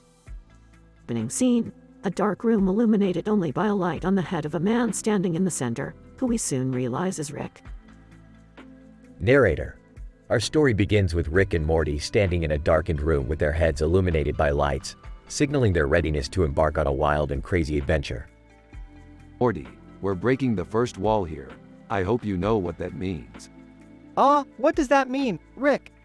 Means we're gonna tell the viewer how awful they are for asking us to say bad things. Narrator. And that's exactly what they did. With hilarious insults and witty comebacks, Rick and Morty took on the viewers themselves, breaking the fourth wall in a way that hadn't been seen before. You know what I hate, Morty? People who demand we be politically correct. Yeah, and don't get us started on those who think they're the voice of morality. Exactly. We're scientists, Morty. We don't have time for that bullshit. Narrator. As they made their way through this strange meta-humor land, Rick and Morty encountered all sorts of zany characters, from anthropomorphic animals to sentient robots. Hey, Rick, what's the deal with that talking squirrel? Oh, Morty. That squirrel is a highly evolved extra-dimensional being who's here to teach us a lesson about the dangers of taking ourselves too seriously. Narrator. And with that, Rick and Morty learned a valuable lesson while still managing to make us laugh until our sides hurt. Hey, Rick, I think I'm starting to understand what being meta means. That's right, Morty. And with great power comes great responsibility. Narrator. So, as Rick and Morty bid farewell to the world they had created, we were left with a newfound appreciation for the intricacies of meta-humor and the genius of two of the greatest minds in the universe. Quite insane. Rick and Morty stand in the same dark room as the opening scene.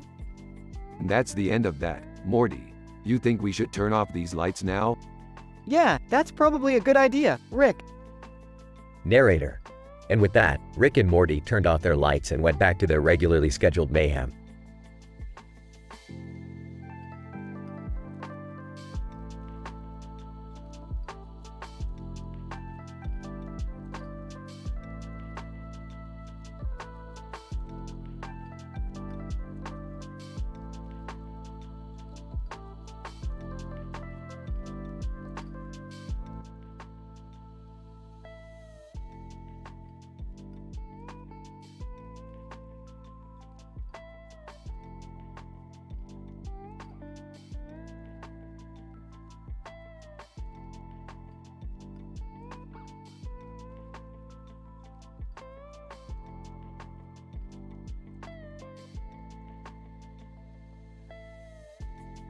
Narration.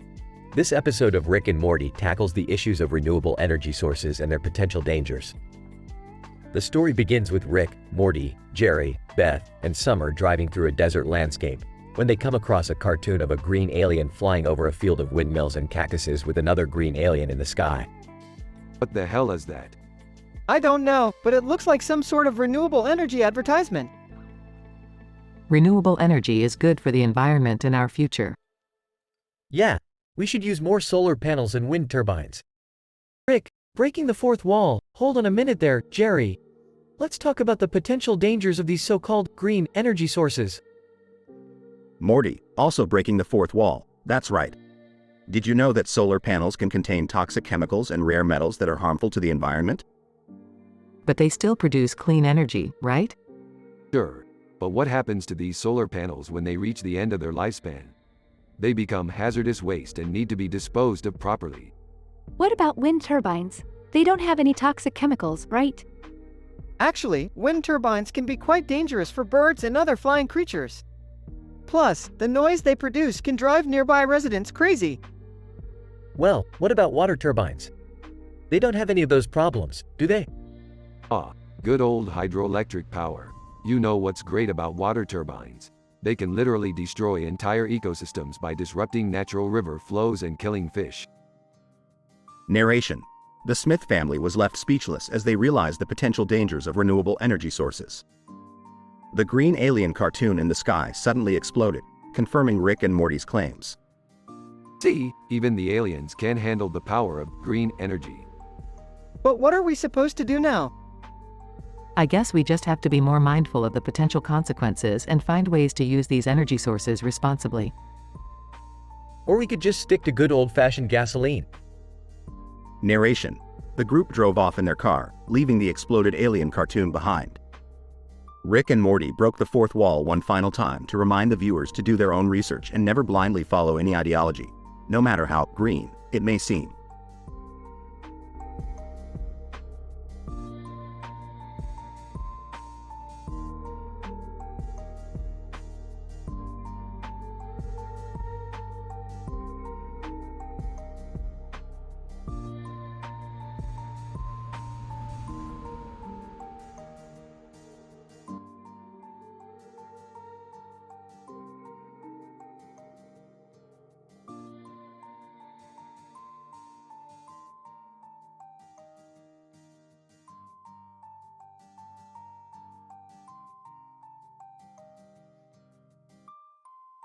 Title: The Spectral Anatomy, a multidisciplinary exploration of rainbow phenomenon. Synopsis. In this episode, we delve into the fascinating topic of rainbows and discover the scientific principles underlying their optical and meteorological properties.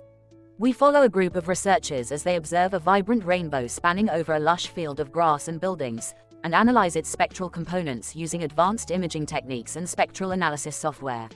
Meanwhile, a biochemist conducts experiments on the arterial blood flow of mosquitoes and correlates it with the color spectrum of the rainbow. As the team continues their investigation, a therapist applies acupressure massage techniques on volunteers and studies the effect of color therapy on their mental and physical well-being. In addition, the researchers explore the connections between rainbows and ancient aliens, memes, mythology, and cultural beliefs in different parts of the world, including Myanmar. The episode concludes with a gamer playing a sci-fi video game that features rainbows as a central theme, and analyzing the game mechanics and physics engine that simulate the phenomenon. Through this multidisciplinary exploration, we gain a deeper understanding of the intricate interplay between science, culture, and imagination in our perception of rainbows in the natural world. Researcher 1. The rainbow is a fascinating example of a natural phenomenon that encompasses many disciplines, from physics and optics to meteorology and biology. Biochemist. Our findings suggest that the arterial blood flow in mosquitoes is affected by different wavelengths of light, which could have implications for insect control and disease prevention. Therapist. Color therapy has been used in many cultures throughout history, and our research provides new insights into the mechanisms underlying its potential benefits for relaxation and healing. Mythologist. Rainbows have been revered as sacred symbols in many cultures, and our analysis of ancient myths and legends sheds light on their significance as spiritual and cultural motifs. Gamer. Rainbows add a magical and awe-inspiring element to video games, and their realistic depiction is a testament to the advances in game graphics technology.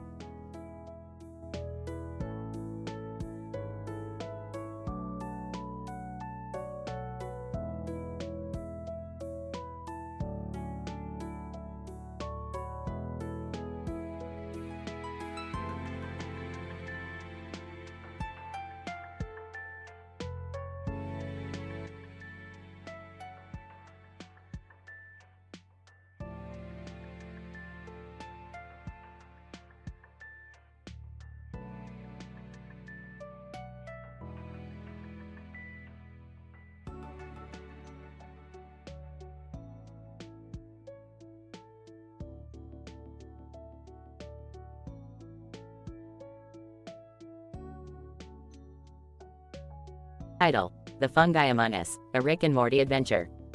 Synopsis. In this episode, Rick and Morty are called upon to investigate a mysterious outbreak of sinister fungi in a lush green field filled with mushrooms. As they delve deeper, they discover that the fungal menace is spreading rapidly, threatening to engulf the entire planet. Wow, Morty, these mushrooms certainly know how to party, but it looks like they're getting a little out of control. Yeah, Rick, I don't think the green ones are supposed to be pulsing like that. Meanwhile, Beth and Jerry are busy playing foosball in the family garage. Suddenly, they hear a commotion outside. Jerry, what's going on out there? I don't know, Beth. But it sounds like we should check it out. As they step outside, they are greeted by the sight of Rick and Morty racing across the fields in a high-speed go-kart, pursued by a swarm of menacing mushrooms. What the heck is going on? Jerry, Beth, we've got a serious problem. The mushrooms are taking over and we need to stop them before it's too late. Well, do you have any ideas, Rick? As a matter of fact, I do. We need to find the source of the outbreak and destroy it. But Rick, how are we going to do that?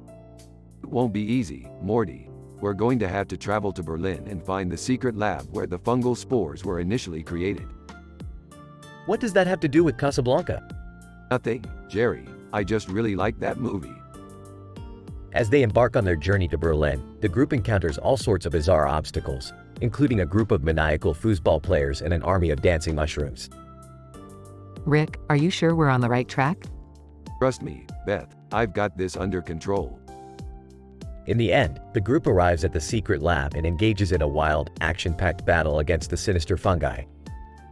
With their combined efforts, they manage to destroy the source of the outbreak and save the planet from certain doom. Phew, that was intense. But we did it, Rick. Yeah, Morty, we sure did. And I think we learned an important lesson today. What's that? Never underestimate the power of a bunch of crazed mushrooms. The group shares a good laugh as they prepare to return home, ready for whatever crazy adventures lie ahead.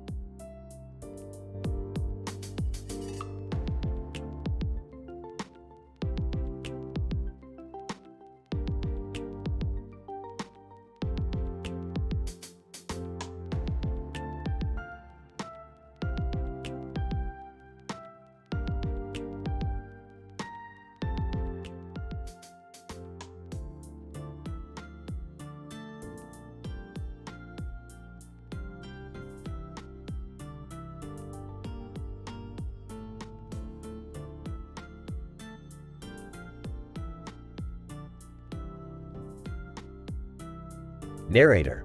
In this episode, we join Rick and Morty on a wild ride as they stumble upon a group of individuals indulging in a mysterious game on a train track.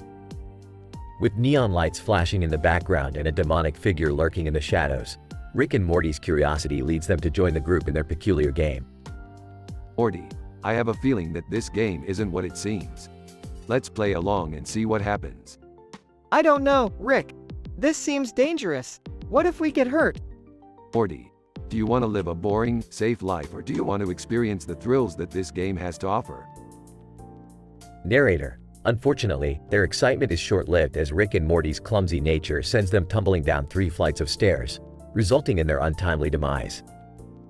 Oh my god, this is all because of stairs. We need to warn everyone of the dangers they pose. Narrator.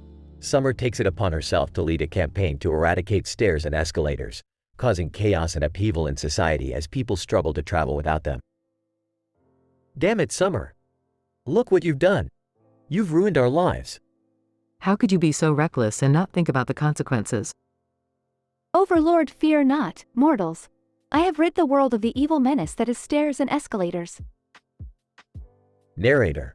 In a final twist, the economy tanks as the cost of elevators skyrocket, leaving Jerry and Beth to curse Overlord Summer in their last moments as the world burns around them. This is all your fault, Overlord Summer.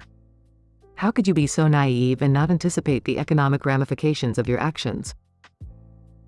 Narrator. And so, our heroes meet their demise once again in a wild and hilarious journey through the dangers of stairs and the consequences of misguided actions.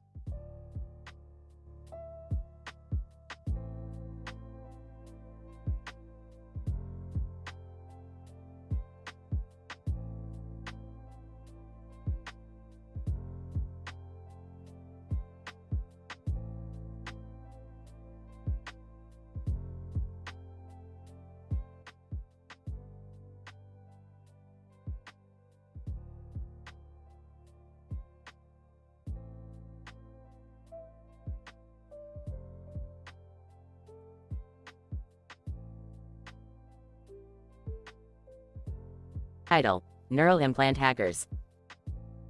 Opening shot of a man in an immaculately tailored suit conversing with a child in a room with red walls and a red floor. The man, investment banker Frank Barone from the popular sitcom Everybody Loves Raymond, appears to be discussing something serious with the child, whose identity and role in the episode are unknown at this point. Frank Barone. Greetings, young one. As an investment banker, I am well aware of the power and potential of cutting-edge technologies such as neural implants. The child nods thoughtfully, seemingly engaged in the conversation. Frank Barone. However, I have recently learned of a group of Arabic hackers who are exploiting these implants for their own nefarious purposes. They call themselves the neural implant hackers. The camera cuts to a group of shadowy figures hunched over computer screens in a dimly lit room, tapping away at complex code. Frank Barone. Their methods are devious and cruel, as they take control of their victims' thoughts and actions through the implants. We cannot allow them to succeed. The child looks concerned, clutching a toy tightly in their hand. Frank Barone. That is why I have brought you here. Your unique abilities and perspective may be the key to stopping these hackers and saving countless lives. Suddenly, the scene shifts to an aerial shot of a bustling city, with a voiceover describing the prevalence and importance of neural implants in modern society. Voiceover. Neural implants have revolutionized human potential, allowing individuals to access unparalleled levels of knowledge, skills, and capabilities. Yet, with great power comes great responsibility, as the threat of implant hacking looms large. The episode proceeds with Frank and the child teaming up with a select group of experts to track down and neutralize the neural implant hackers, employing a combination of cutting-edge technology, strategic planning, and quick thinking. The episode concludes with the perpetrators being brought to justice, and Frank and the child reflecting on the importance of responsible use of technology and the need for continued vigilance against such threats.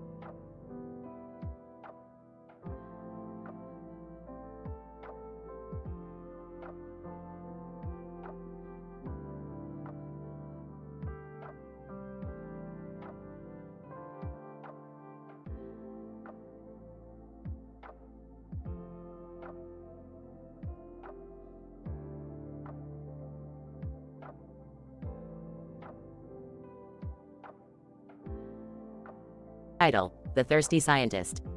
Abstract. This paper describes the scientific findings of Rick and Morty as they embark on a quest to quench their thirst at a local gastropub. Along the way, they encounter the likes of Noob Noob, visit the Caltech Biological Imaging Center, and even have a run-in with the musical sensation Shakira. The episode's comedic undertones are analyzed, as well as the potential sociological implications of alcohol consumption. Introduction. The episode begins with Rick and Morty wandering about a room filled with numerous bottles on shelves and a table with a chair and a table with a stool present. Morty questions Rick's intentions, to which Rick responds that they are in search of a new drink to try. Morty, today we explore the mysteries of the human palate. We will search far and wide and taste test until we can taste no more. Now grab that stool, we're heading out. Morty. The pair eventually lands at a local gastropub, where they encounter Noob Noob working as a bartender. Noob Noob, hey there, Rick and Morty. Want me to whip up something special for you guys? Noob Noob, we don't need your help. We're two of the most majestic beings in the universe and we'll figure it out on our own. Despite their initial resistance to Noob Noob, the duo eventually caves and allows the bartender to create a drink for them. The drink is revealed to be unsatisfactory, leading them on a quest to create their own concoction. This leads them to the Caltech Biological Imaging Center, where they hope to uncover the perfect ingredient for their drink. Rick, are we really allowed to be here? We don't even go to school. Morty, when you're me, you can go anywhere you want. Just act natural and follow my lead. After a brief run-in with some suspicious graduate students, the pair discovers a new ingredient for their drink, a genetically modified fruit. However, they soon find out that the fruit is highly addictive and must find a way to neutralize its addictive properties. Damn it, Morty, we can't have people getting addicted to our drinks. We've got to get rid of this somehow. Finally, they head back to the gastropub, where they are met by Shakira, who is also searching for the perfect drink. Shakira, hola, amigos. Can I help you find something?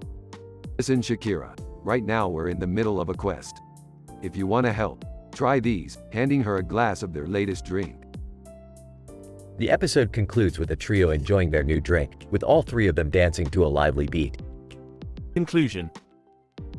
This episode showcases the complexities of human taste and the lengths to which individuals will go to quench their thirst.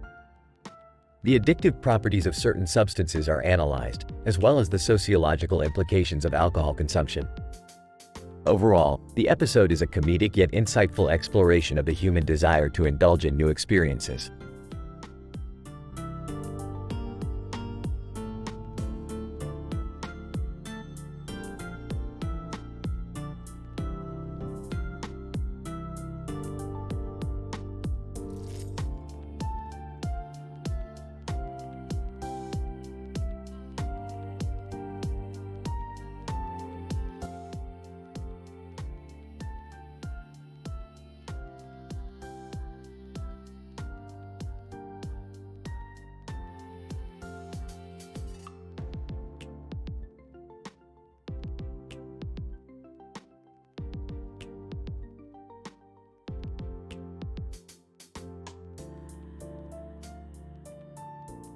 Title: The Pirate Curry Incident. Synopsis: Rick and Morty engage in a culinary adventure to Mars, where they stumble upon a curry house with a dark twist. Their visit is filled with pirate jokes, Radiohead references, and a surprise ending. Act 1. Rick and Morty embark on a space adventure to Mars to satisfy their hunger for exotic food. Morty, Rick, do you think there will be any good curry on Mars? Rick, Morty, with all the technological advancements in the galaxy, if there's one thing you can count on, it's a curry house on Mars. Act 2. Upon arrival at the curry house, Rick and Morty are welcomed by a host of Martian waiters and a rather peculiar chef with a red bandana on his head. Chef, welcome, Earthlings. I'm the legendary space chef, Redbeard. Morty, hey, Rick, don't pirates usually wear red bandanas? Rick, Morty, looks like we stumbled upon a pirate chef. Act 3. As Rick and Morty indulge in the spicy flavors of Mars, they exchange pirate jokes and talk about their favorite Radiohead albums. Morty, hey, Rick, why did the pirate refuse to say, "Arg"? Rick, I don't know, Morty. Why? Morty, because it was his first day off and he just wanted to relax. Act 4. The curry house takes a dark turn when Rick and Morty discover the secret ingredient in their curry, Martian brains. Rick, Morty, we have to get out of here before we become part of the menu. Morty, but how, Rick? We're surrounded by Martian pirates. Act 5. In a daring escape, Rick and Morty outsmart the pirate chef and his minions by throwing Radiohead albums at them. Rick, quick, Morty, throw the kid album at them. Morty, but why, Rick? Rick, it's the most experimental one, Morty. They won't know what hit him. Block. Safely back on Earth, Rick and Morty reflect on their adventure and ponder the deeper meaning of life and cuisine. Rick, you know, Morty, sometimes the spice of life is just a metaphor for the dangers of extraterrestrial cuisine. Morty, geez, Rick, I never thought about it that way. Also, I think I need to lie down.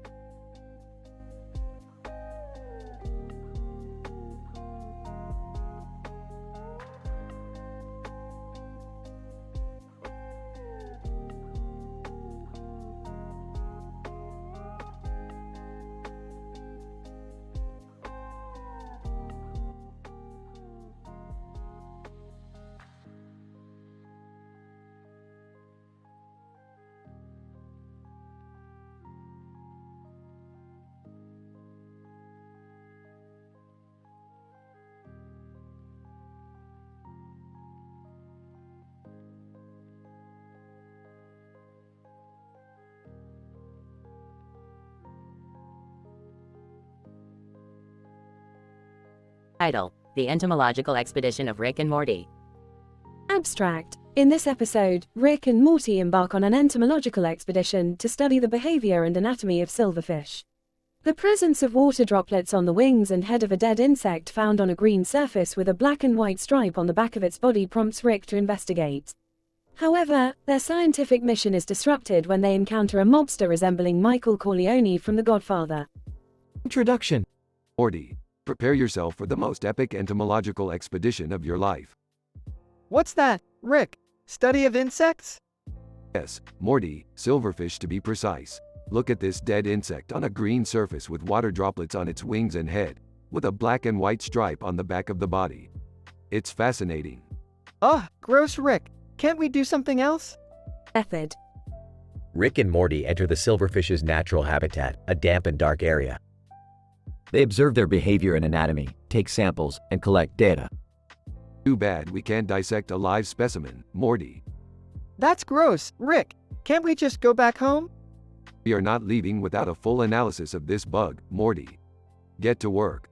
Results. As they continue their expedition, Rick and Morty stumble upon a mobster who looks like Michael Corleone from The Godfather. Michael, what are you two doing in my territory? We're conducting entomological research, Mr. Corleone. Michael, entomological what? We're studying silverfish behavior and anatomy. Michael, laughs. You two are a couple of jokers. Pauses. Hey, you know what? I could use guys like you in my organization. I don't think that's a good idea, Rick. Whispers to Morty.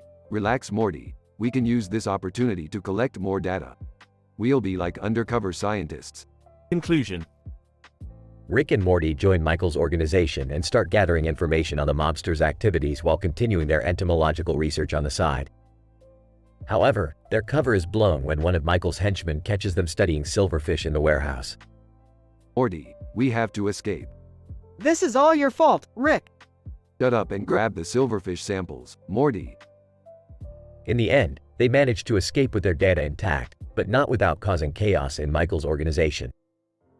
The episode concludes with Rick and Morty solemnly swearing to never mix science and organized crime again. Or at least until the next time Rick gets a brilliant idea.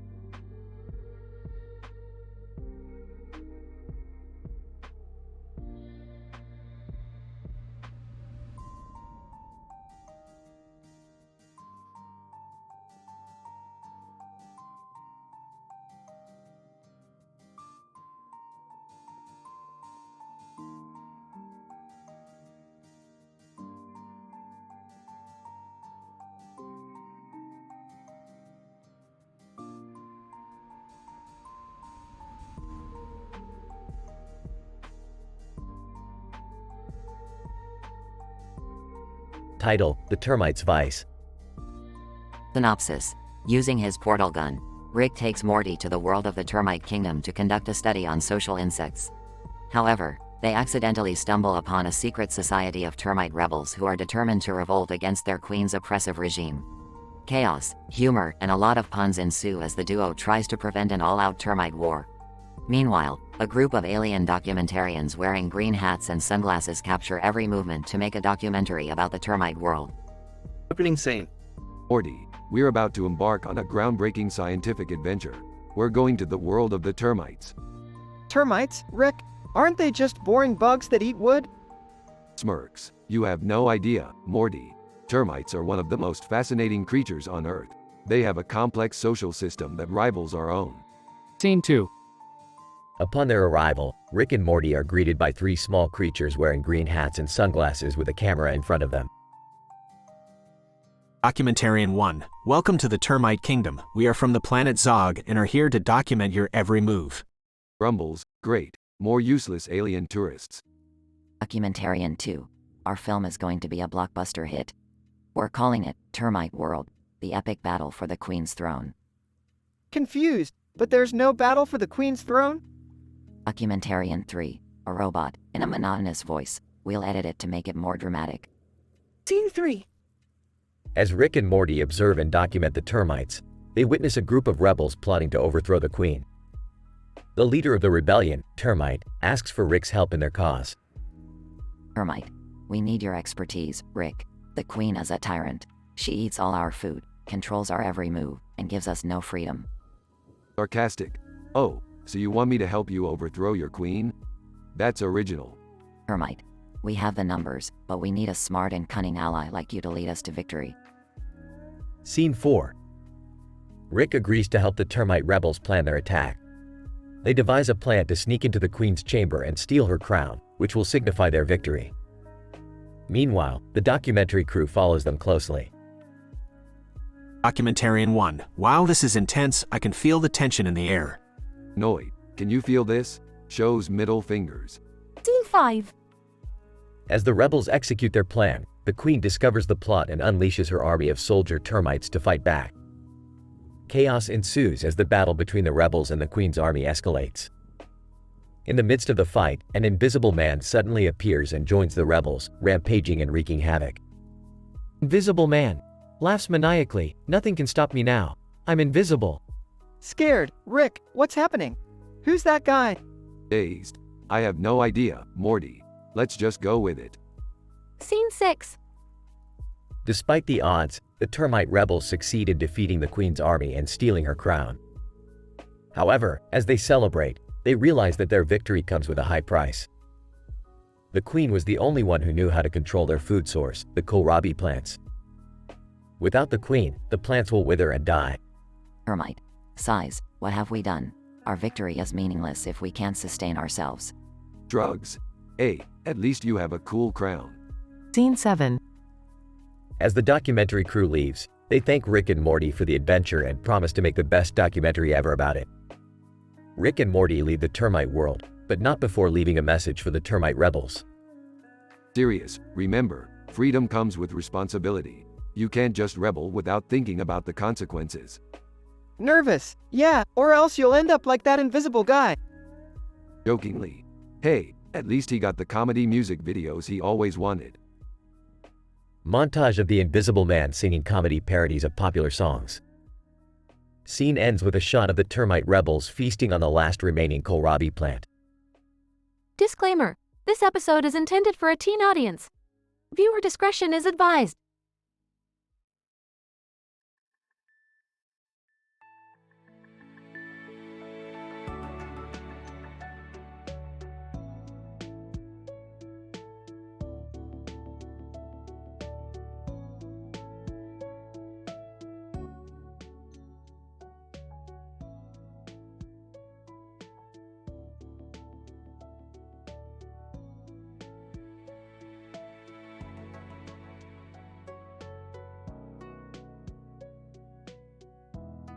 Title: The Silver Pill Paradox. Synopsis: Rick discovers a pile of silver pills and decides to investigate their properties with Morty, leading to a series of unpredictable events. The episode begins with Rick and Morty observing a pile of silver pills made of niobium sitting on a table. Rick, with his characteristic wit, remarks, "Looks like somebody's got a pill problem." Morty hesitantly asks Rick what the pills are for. Rick explains their molecular structure and how they have the potential to manipulate time and space. Morty sarcastically quips, "Yeah, that's not dangerous at all." Rick devises a plan to test the pills by taking one himself. However, the pill has an unexpected side effect and causes Rick to switch bodies with Morty. Morty, now in Rick's body, exclaims, "Oh geez, I don't think I'm ready for this kind of responsibility." As they try to switch back, they accidentally cause a ripple effect that creates multiple alternate universes. Rick jokes, "Well, there's always a silver lining," as they try to navigate their way back to their own universe.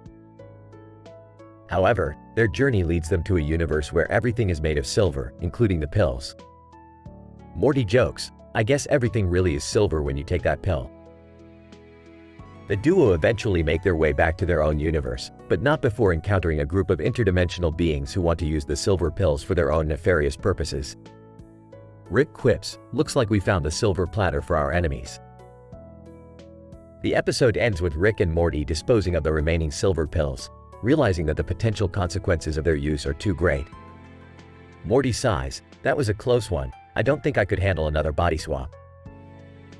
The entire episode is filled with meta and self-referential jokes, poking fun at the show's own use of sci-fi tropes while incorporating them into the narrative.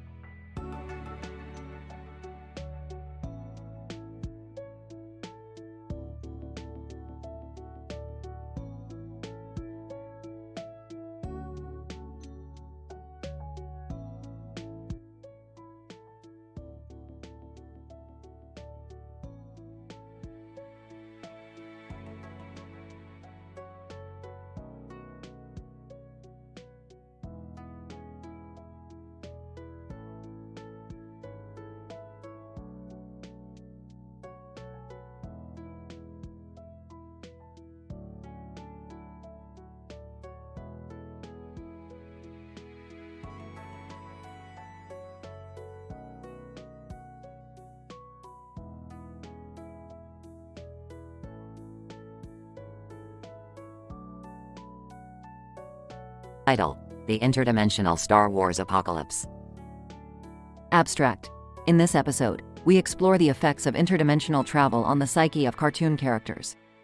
The storyline features Rick, Morty, Jerry, and Summer who encounter a cartoon character wearing a helmet, holding a gun and a glowing lightsaber in his hands, while wandering in an alternate dimension. The seemingly peaceful encounter soon turns chaotic and overrun by baddies from a parallel universe. The storyline, while humorous, also delves into philosophical questions of survival and the value of life. Scene 1. Morty, listen, this dimension is different from the others we have been to. It's like every cartoon character we know is living here, including Wile E. Coyote. Whoa, Rick, that's nuts. Guys, can we watch where we're going? Scene 2.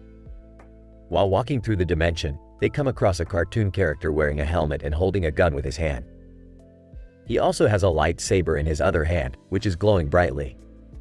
Cartoon character, hey, you guys are not from around here, are you? No, we are not. Are you okay? Cartoon character, I'm good, but we got a problem.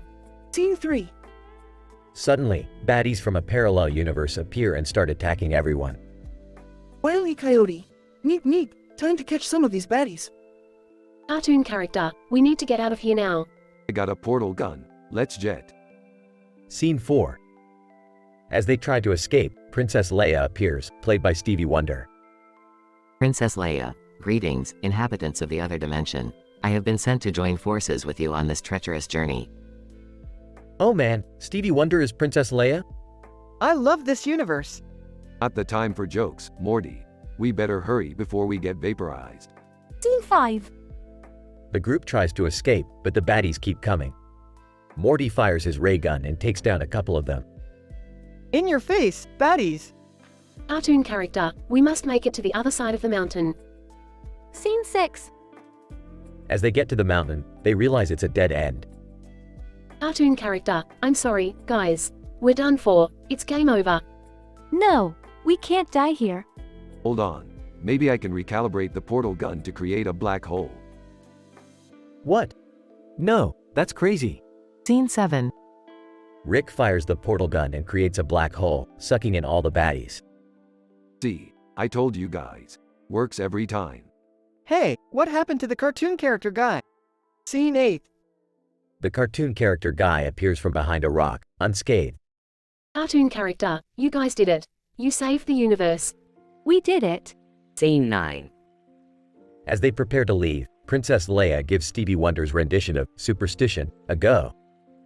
Well, I guess it's over. But before we go, let's enjoy some Stevie on the way out, shall we? Scene 10. As they leave the dimension, the cartoon character guy, Wile E. Coyote and Princess Leia wave goodbye. Another day, another dimension. That was insane. I think I need a drink.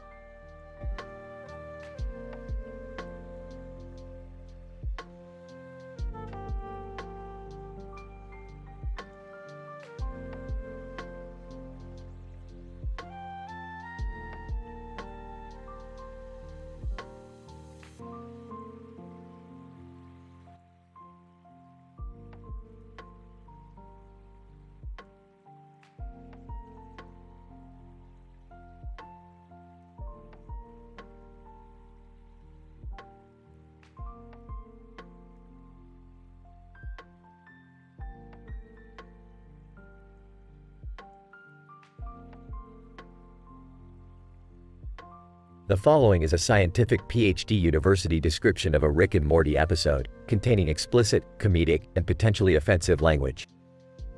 This episode features Rick, Morty, Jerry, and Summer and is based on the scenario of a shark swimming near a beach shore sign that reads, "Shark Beach," leading to the consumption of a tiny man by the shark. Morty, Jerry, Summer, we're going to the beach. I've heard there's a new attraction where you can get eaten by a fucking shark. Jesus, Rick. That sounds fucked up.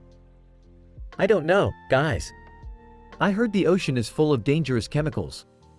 I don't want to get shark cancer or some shit. Oh my god, Dad. Shut the fuck up. It's just a stupid sign. There's no way a shark is actually swimming near the shore. As they approach the beach, they see the sign with a massive shark fin circling in the water. Holy fucking shit. That's a big-ass shark. I gotta get a closer look. Rick, no. That's dangerous. I'm with Morty on this one, Rick. Let's just go back to the hotel and order room service.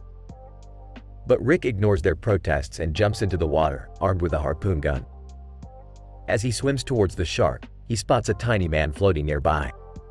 What the fuck? That guy's like the size of a shrimp. How the hell did he even get in the water?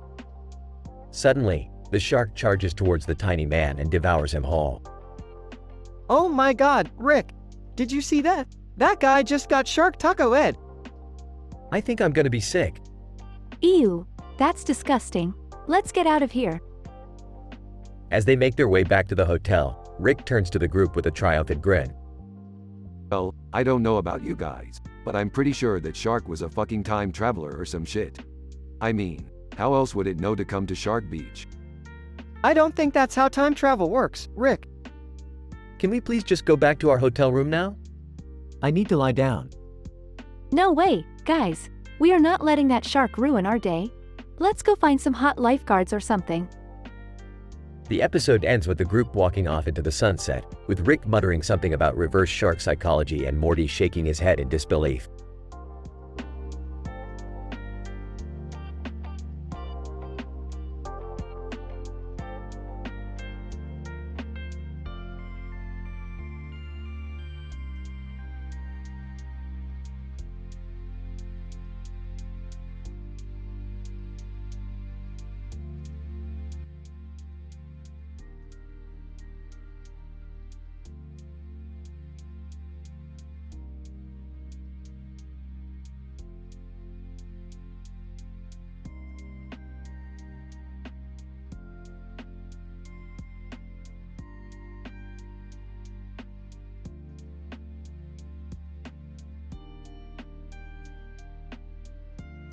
Title: The Quantum Entanglement of Heartbreak and Lizards. Synopsis: The Smith family gathers around the dinner table, accompanied by their eccentric and jaded grandpa, Rick. In the center of the table lies a gun, and a woman, Summer, is holding a smartphone with a notification from her cheating ex-boyfriend. As they listen to the heartbreak anthem of Galantes and David Guetta featuring Little Mix, tension begins to rise. Ah, the heartbreak anthem. Truly, it is the perfect representation of quantum entanglement. What do you mean, Rick? Well, Morty, when you think about it, heartbreak is a lot like the relationship between subatomic particles. Once they're connected, they're forever linked, no matter the distance between them. That's surprisingly insightful, Rick. Yeah, maybe you could use that knowledge to fix your own love life, Rick. Ah, as if I gave up on love when I lost my favorite lizard. Suddenly, a group of lizards burst through the front door, startling the family. They appear to be wearing tiny hats and carrying an ancient aliens meme. What the hell is going on here? Oh, just a couple of extra-dimensional visitors I brought along for the ride. Say hello to my new pals, the Lizard Illuminati. That's crazy. I bet Tifu wouldn't believe us even if we filmed it. As the night goes on, Vincent Vega and Jules Winfield from Pulp Fiction appear in the living room, demanding the family's compliance. Vincent, let's cut to the chase. Where's the briefcase? Ah, you should know better than to come to a dinner party uninvited. I was just about to serve up some quantum entangled chicken. Through a series of zany and absurd events, the family manages to escape the wrath of Vega and Winfield, while also overcoming their heartbreak. However, the episode ends with a revelation of the true identity of the woman with the smartphone, leading to an explosive conclusion. That's it. I'm deleting his number. Or, you could just use the gun. Audience laughs hysterically.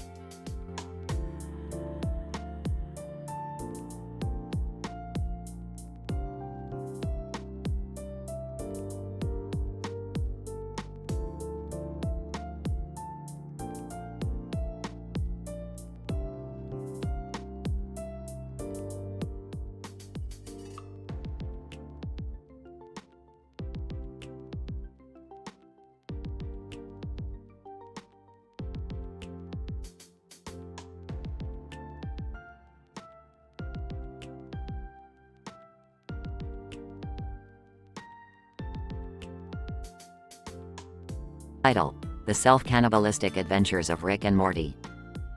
Synopsis. In this episode, Rick and Morty find themselves stranded in a parallel universe where the inhabitants have an unusual tendency towards self-cannibalism. The duo quickly learns that their only way out is to participate in a banana challenge, a dangerous and absurd game where contestants have to shove as many bananas as possible into their mouths without choking or swallowing them. Morty, we're in a whole new level of craziness here. These people are eating themselves for fun. Geez, Rick, why would anyone want to eat their own face? The pair is approached by a local man with a banana in his mouth, making a face with his tongue out and a yellow piece of food in his mouth. He challenges them to join in the banana challenge. Banana Man, welcome to the Banana Challenge, the ultimate test of self-cannibalism. Eat as much as you can without eating yourself. I'm in. Let's show these people what we're made of. The banana challenge quickly devolves into chaos as Rick and Morty compete against each other and various alien contestants desperately shoving bananas into their mouths until the unthinkable happens. Rick, you're eating your own face. I can't stop, Morty. It's too delicious. In a race against time, Morty must find a way to get Rick to stop eating himself before it's too late. He eventually turns to science for a solution. Rick, I've got a plan. We'll use this portal gun to transport your taste buds to another dimension so you can taste something else. That's insane, Morty, but I like it. In the end, Rick and Morty make it out of the parallel universe, having a newfound appreciation for the madness that exists in the multiverse. Hey Morty, you know what they say, you gotta eat to stay alive. I don't think that's how it works, Rick.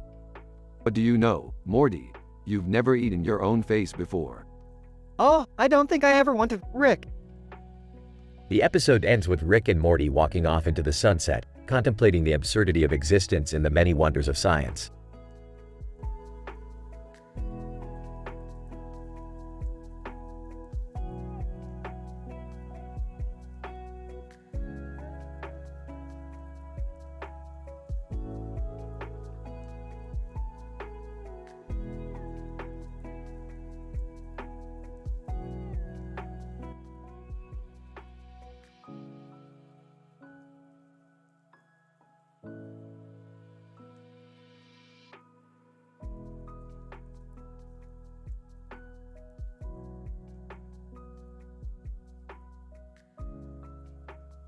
Title: The Quantum Savage Boruto Meme. Abstract. In this episode of Rick and Morty, the spatial temporal rifts generated by Rick's quantum portal device create an unexpected crossover with the anime universe of Boruto, Naruto generation. Beth, who has always been a bit of an otaku, convinces Rick and Morty to explore this new reality despite Rick's initial reluctance. As they traverse the anime universe, they encounter two anime characters with different facial expressions and hair colors, one wearing a black jacket and the other wearing a green and white shirt. Along the way, they stumble upon the Savage Patrick meme, which has become a popular trend in the anime world. This episode explores themes of cultural exchange, cultural relativity and the nature of memes in postmodern society. Come on, Rick. Can't you see the potential here? There's a whole anime universe to explore. Morty, can we vaporize her and move on? Oh, I don't know, Rick. This does seem kind of cool. Fine, but I'm not responsible for any existential crises that may arise from exposure to other universes. Let's go. As they enter the Boruto universe, they encounter two characters, one with a perpetual scowl and black jacket, the other with a mischievous grin and green and white shirt. Character in black jacket. Who the hell are these guys? Character in green and white shirt. I don't know, but they look like they're up for some fun. As they continue to explore, they come across the Savage Patrick meme, which has taken the anime world by storm. What is this? Why is this so popular? It's just a meme, Rick. It's funny. You wouldn't understand. The episode concludes with Rick and Morty returning to their universe, but not before having left a lasting impact on the Boruto universe. They may have left with a better understanding of the importance of memes in today's society, but ultimately, the true value of their experience was having fun and experiencing something new.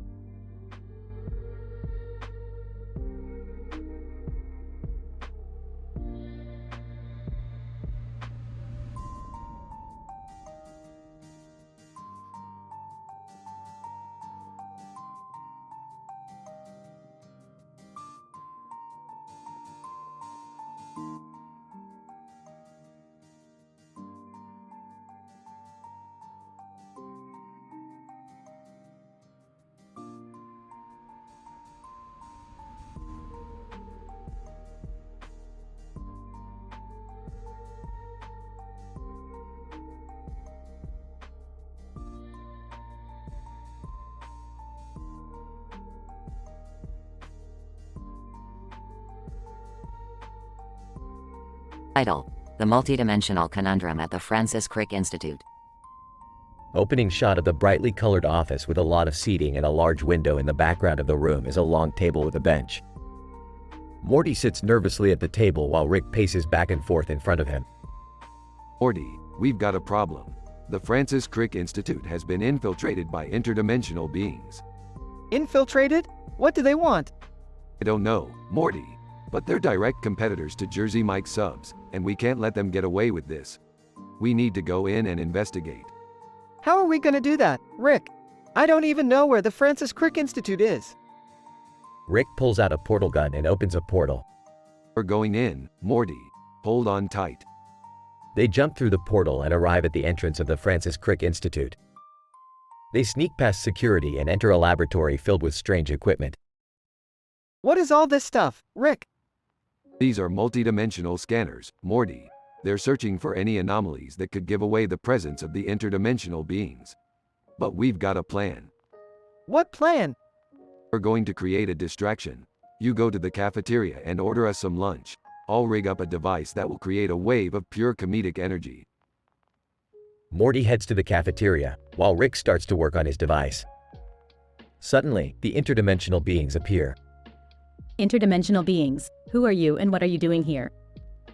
We're just a couple of scientists who got lost looking for Jersey Mike subs. The interdimensional beings look at them suspiciously. Interdimensional beings, we'll be keeping an eye on you. Just then, Morty returns with their sandwiches. What did I miss? Rick hands him a device. Help me set this up, Morty. We're going to need all the comedic energy we can get. They set up the device and activate it. Suddenly, the room is filled with laughter. The interdimensional beings collapse in hysterics. What did you do, Rick? I tapped into the universal humor frequency, Morty. It's a little something I like to call the fun cannon. They make their escape through the portal, with the interdimensional beings still laughing uncontrollably. That was crazy, Rick. How did you come up with that plan? I'm a genius, Morty. And sometimes, even geniuses have to resort to juvenile humor. The episode ends with Rick and Morty enjoying their sandwiches, with the Francis Crick Institute in the background.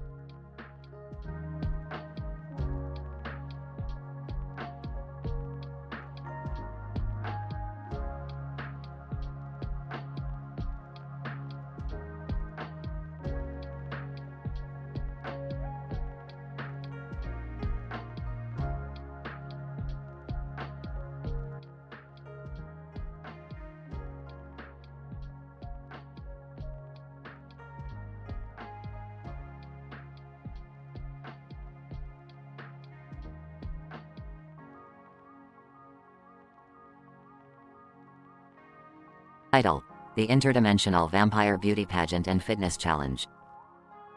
Abstract: The present study reports the results of an experimental investigation into the effects of vampire-themed beauty pageants and fitness challenges on the humor and entertainment quotient of young adults. The experimental design incorporated elements of popular culture such as Star Wars, Russian culture, and funny license plates, and examined the cognitive, affective, and behavioral responses of participants. Results indicate that exposure to the interdimensional vampire beauty pageant and fitness challenge significantly increased laughter frequency, subjective ratings of humor and entertainment, as well as positive affect and social bonding among participants. Implications for the design of future entertainment products and their marketing are discussed. 1. Morty, I've created an interdimensional beauty pageant for vampires. It's going to be out of this world. 2. I'm not sure about this, Rick. What if we get in trouble with the intergalactic authorities? 3. Relax, Morty. I've got everything under control. We just need to find some really fit, attractive vampires for the contest. 4. But Rick, what about the fitness part? How are we going to make sure that the contestants are in shape? 5. That's where our Russian friends come in. They've got this crazy vampire fitness channel that we can use to help these vamps get into shape. 6. Okay, but what about the Star Wars connection? Why do we need that?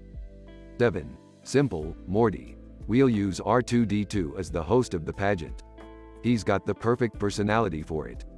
8. I don't know, Rick. This still seems a bit crazy. 9. Crazy, Morty. This is going to be the most hilarious thing ever. Just wait until we get those funny license plates involved. 10. Alright, I'm in. Let's do this thing.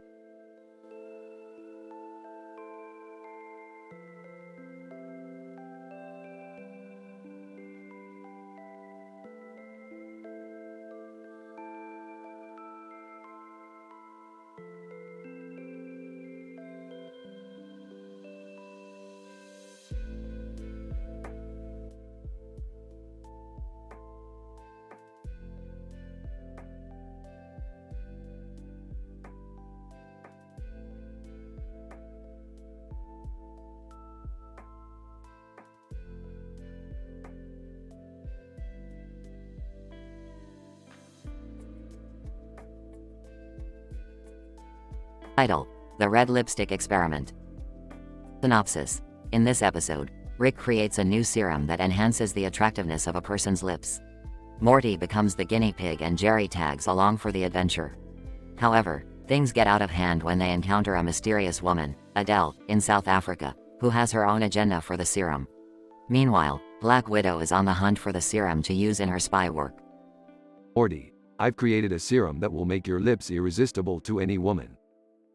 Why would I need that, Rick?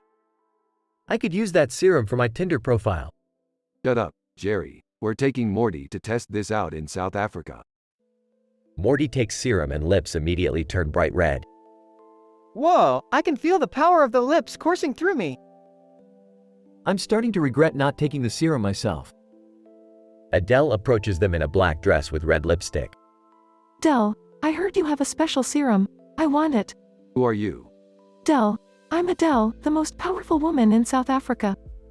Why do you want the serum? Adele, I need it to enhance my own power. I need it to enhance my own dating life. Morty accidentally spills the serum on Adele's dress, causing it to cut through anything it touches. Adele, you fools, that was my only black dress. Black Widow, I've been searching for that serum. And now, with the help of my trusty Black Widow suit, I will take it from you. Rick and Morty team up with Adele to fight off Black Widow while Jerry tries to use the serum to impress women. Hey baby, want to check out my red lips? The group ultimately defeats Black Widow and Adele takes control of the serum. Morty's lips return to their normal color. I don't think I ever want to do that again. Don't worry, Morty. We'll just find a new experiment to mess around with next time. Can we make a serum that enhances my abs next? Episode ends with the sound of Rick facepalming.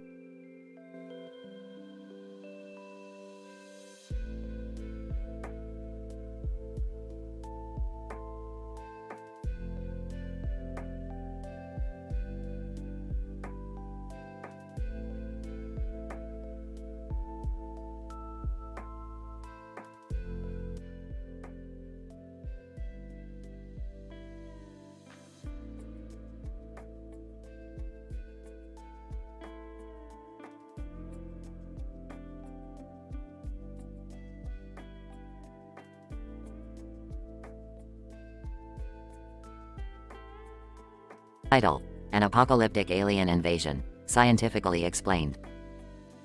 The episode begins with Rick, Morty, and Beth on a mission to coordinate with a group of alien soldiers in a futuristic city. The soldiers are equipped with advanced alien technology, including weapons and creatures.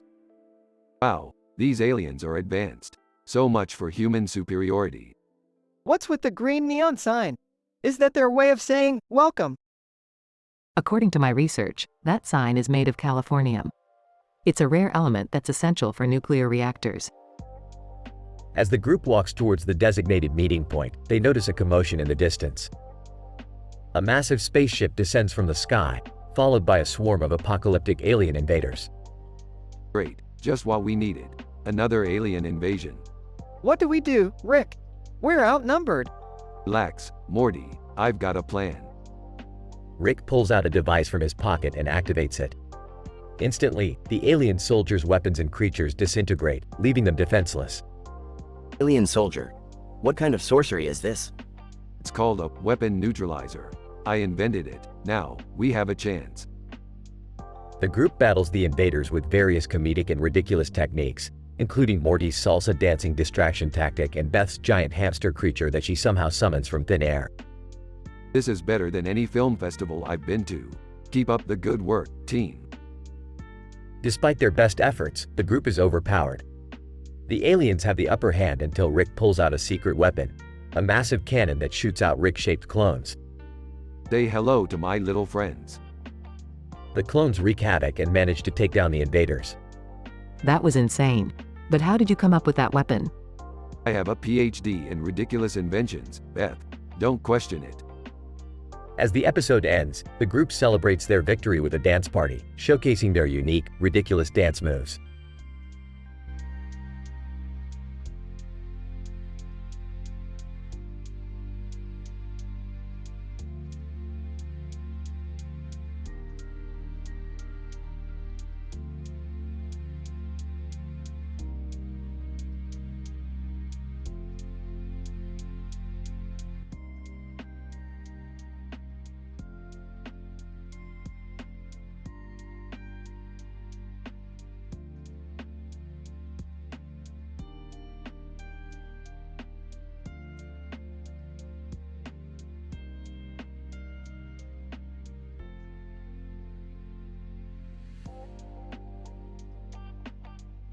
Title: The Robot Gambler. The episode opens with Rick and Morty entering a robot high school on a mission to retrieve a stolen space artifact. They encounter Jerry, who is cosplaying as a robot, and Beth, who is there to chaperone a celery competition. As they navigate the halls, they stumble upon a robot who is winning big at online gambling. What the hell is this? A robo-bookie? Is that even legal, Rick? I don't know, but I bet you could make a pretty penny if you played your cards right. Jerry, we are not getting involved in robot gambling. The group continues on their mission, but Rick's curiosity gets the best of him and he decides to check out the robot setup. As they approach, they notice a train in the distance and a yellow and red carpet on the ground. Man, this place is tidy. Almost too tidy. And what's with the train? Maybe it's for transportation? Or maybe it's for, choo-chooing. Jerry, that's not even a word. As Rick investigates, he discovers that the robot is using advanced algorithms to predict the outcomes of online games. He convinces the robot to let him in on the action and soon they are raking in the chips. Oh yeah, baby, we're on a roll. This is crazy, Rick. We're making more money than we ever have before. I know, right? Who knew robots had such a knack for gambling? I really don't think this is a good idea. We should be focusing on the artifact. But as they continue to play, they attract the attention of the robot mafia, who want in on the action. The group must use their wits to outsmart the mob and make their escape. Let's get out of here, Morty. These robots are getting too wild for even me. But what about our winnings? Yeah, we can't just leave all this robot cash behind. Fine. But we're using it to fund a proper celery competition next year. The group exits the building to the sound of the train approaching, knowing they narrowly escaped a robot gambling catastrophe. Another day, another adventure. Hey, anyone up for some more celery?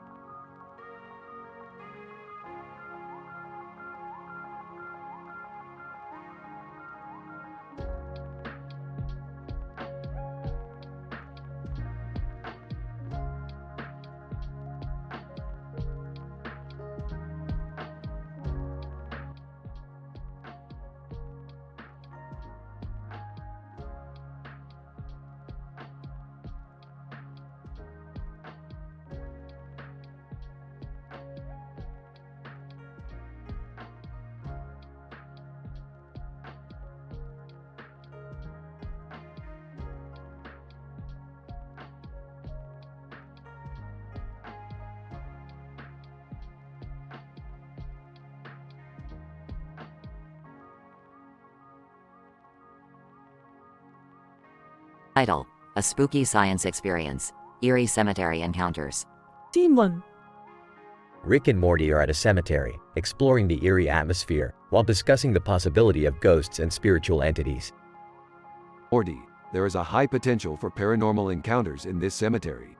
Let's conduct some scientific experiments and gather empirical data to prove or disprove the existence of ghosts. Oh, Rick, this place is giving me the creeps. I think I should stay in the car. Scene 2. Rick sets up his scientific equipment, including a Ghost Scanner 3000, a spectral analyzer, and a proton pack. Okay, Morty. Let's start scanning for anything paranormal. This graveyard is a prime location for supernatural activity. I've got a bad feeling about this, Rick. Scene 3. Suddenly, a group of zombies rise from their graves and attack Rick and Morty. They battle the undead using their scientific weapons, but they are outnumbered. Morty, we need to regroup and come up with a new strategy. These zombies are too powerful for our current tech. This is like a bad horror movie, Rick. What do we do? We need to create a new formula that neutralizes the zombie virus. We can't let them leave the cemetery and turn our town into a zombie apocalypse. Scene 4. Rick and Morty run to the nearest laboratory to create the anti-zombie formula. They use various chemicals, including potassium chloride, formaldehyde, and bleach to create the serum. Rick, is this even safe to drink? Of course not, Morty, but who said anything about drinking it? Scene 5. Rick and Morty return to the cemetery with the serum. They inject the serum into the zombies and wait for the antidote to take effect. Zombie, gurgle, grinds. Morty, it's working. The zombies are becoming less aggressive and starting to regain their humanity. I can't believe this is actually working, Rick. Scene 6. Rick and Morty are hailed as heroes for saving the town from a zombie outbreak. They receive acclaim from the mayor and are celebrated as scientific geniuses. Well, Morty, it looks like we solved the mystery of the undead and saved the town from a zombie apocalypse. Not too bad for a day's work, right? Yeah, who knew science could be this exhilarating and spooky?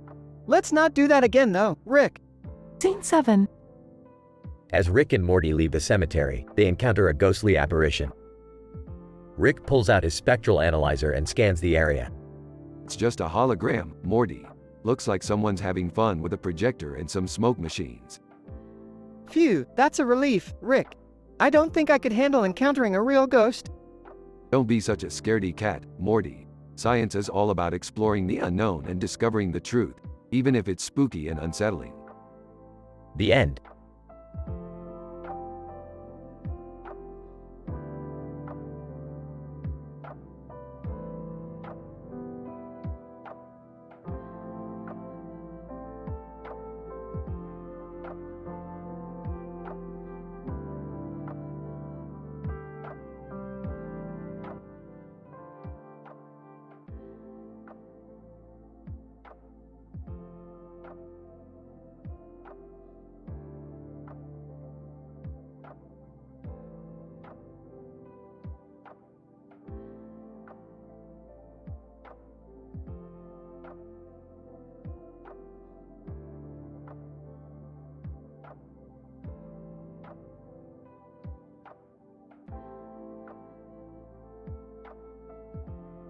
Title: The K9 Vampire Chef Showdown.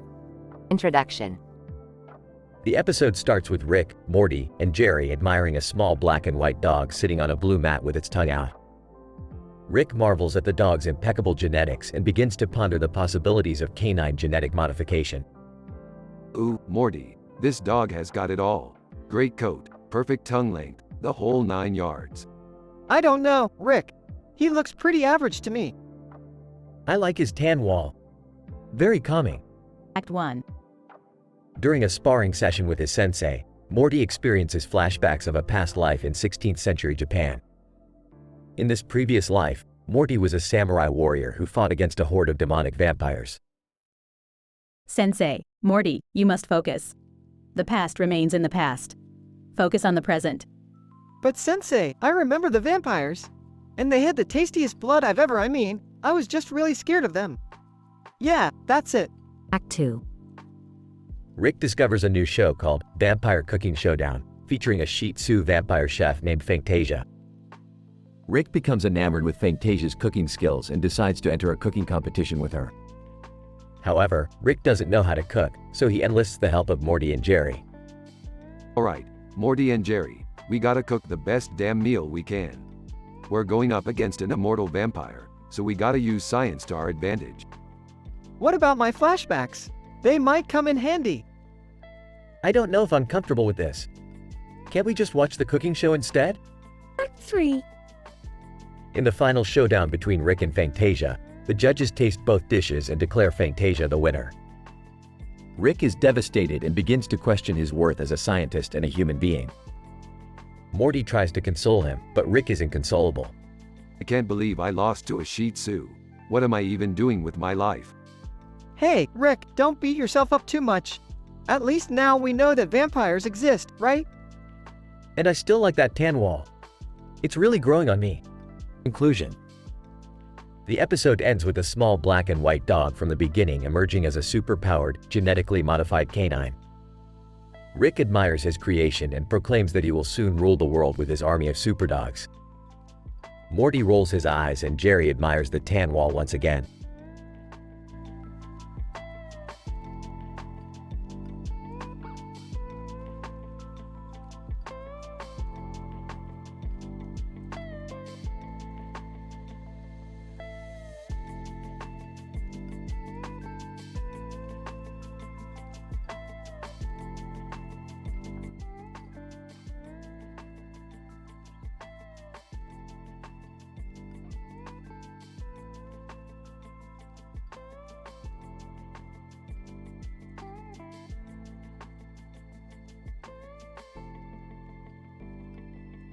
Title: Extraterrestrial Ecosystem Exploration, Pig's Odyssey. Protagonist, Piggy McPigface, a genetically enhanced pig designed for extraterrestrial ecosystem exploration. Objective: to collect specimens and analyze the flora and fauna of an unexplored planet using a state-of-the-art spaceship powered by magneto technology. Setting: Piggy McPigface lands on a planet with a lush, green field and a distant city. In the background, a spaceship powered by magneto technology is visible. Piggy McPigface, analyzing the surroundings. No sentient life detected. Commencing specimen collection. Piggy McPigface proceeds to collect specimens of strange plant life, including a vibrant purple eggplant. Piggy McPigface, eggplant specimen acquired. Proceeding to analyze for potential medicinal properties. As Piggy McPigface continues her exploration, she spots mysterious structures in the distance. Piggy McPigface, magneto readings indicate an unknown technology. Proceeding with caution. Upon closer inspection, Piggy McPigface discovers the origin of the mysterious technology, extraterrestrial lows. Piggy McPigface, extraterrestrial lows detected. Analysis indicates advanced technological capabilities. Proceeding to collect data for further study. As she explores the lows, Piggy McPigface encounters magneto-powered robots guarding the facility. Piggy McPigface, magneto readings suggest robotic defense system. Attempting to bypass with advanced organic hacking algorithm. Piggy McPigface successfully hacks into the robot's programming and gains access to the facility's research data. Piggy McPigface, analysis of extraterrestrial lows data indicates potential dangers to the planet's ecosystem. Commencing report for further action. With her mission complete, Piggy McPigface blasts off into space and makes her way back to Earth, ready to report her findings to her fellow explorers. Piggy McPigface, extraterrestrial ecosystem exploration mission completed. Report indicates potential danger to the planet's delicate balance. Further research required for proper management of the planet's resources.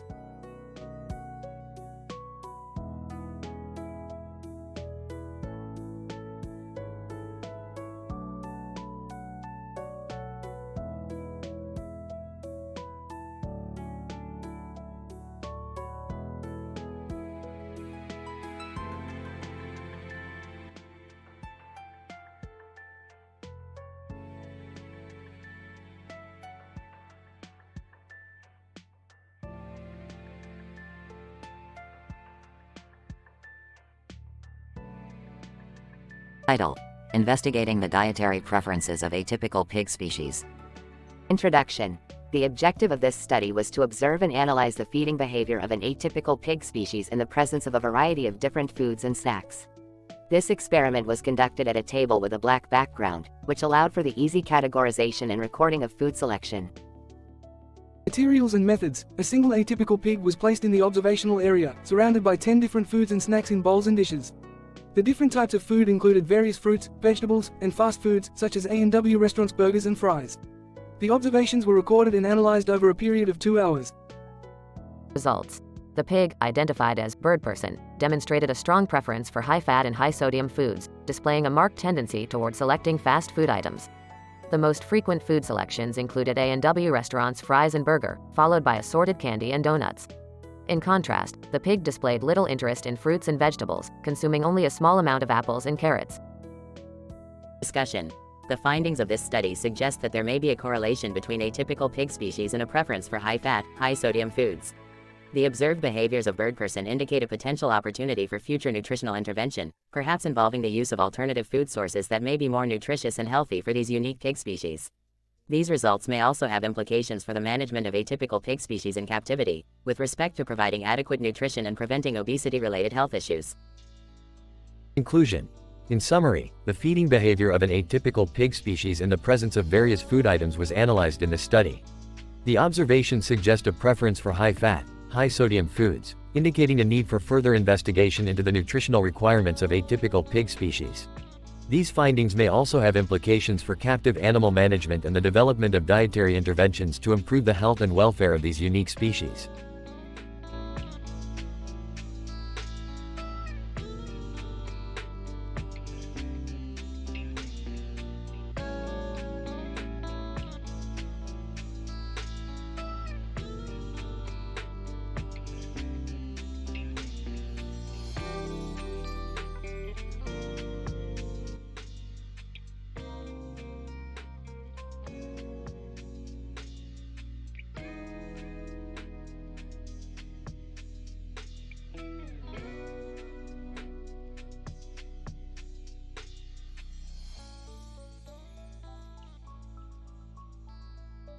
Title: The Haunted Carnival Nightmare in Prague. Rick, Morty, and Beth are walking across a bridge adjacent to a building with a clock tower on its side. Suddenly, they hear a scream coming from the direction of a haunted carnival nearby. Morty, let's investigate this haunted carnival. Who knows what kind of experiments we could conduct? Oh, Rick, I don't know if that's a good idea. I heard this place is cursed. Oh, come on, Morty. It's just an urban legend. Plus, I want to try out the carnival's athletic trainer. I've heard it's the best in Prague. As they enter the carnival, they begin to notice strange occurrences. The rides seem to move on their own, the cotton candy maker has been tampered with, and the crown in the fortune teller's booth seems to be glowing. Rick, I think we should leave. This place is creepy. Nonsense, Morty. We have to get to the bottom of this. Let's split up and investigate. As they split up, each member of the group encounters different spooky experiences. Beth encounters the athletic trainer, who turns out to be a ghost. Rick is chased by a group of possessed carnival workers, and Morty gets trapped in the fortune teller's booth with a glowing crown. Guys, we have to leave now. This place is cursed for real. I agree. Let's get out of here. As they make their way to the exit, they are confronted by a group of Russian scientists who are performing experiments on the carnival. They explain that they are trying to harness the power of the haunted carnival for their own research. What? This is insane. You could have killed us. Russian scientist. Ha, we have ways of making sure subjects survive. Plus, it's all in the name of science. As the group narrowly escapes from the carnival, they reflect on the dangers of conducting experiments without proper precautions. I'm just glad we made it out alive. Yeah, and we learned a valuable lesson. Always bring a proton pack to a haunted carnival.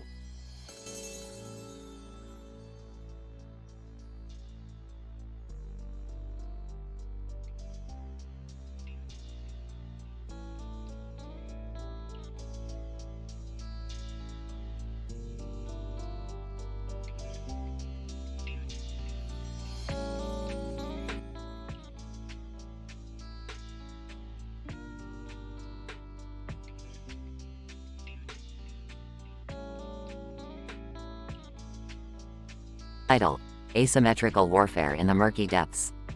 Morty, we have to go underwater to retrieve a rare species of fish for a client. I think we can handle it with a little archery. Archery? How is that going to help us underwater?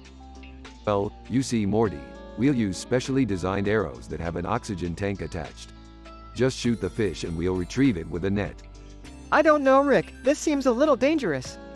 Morty, please. This is child's play. We've faced tougher situations before.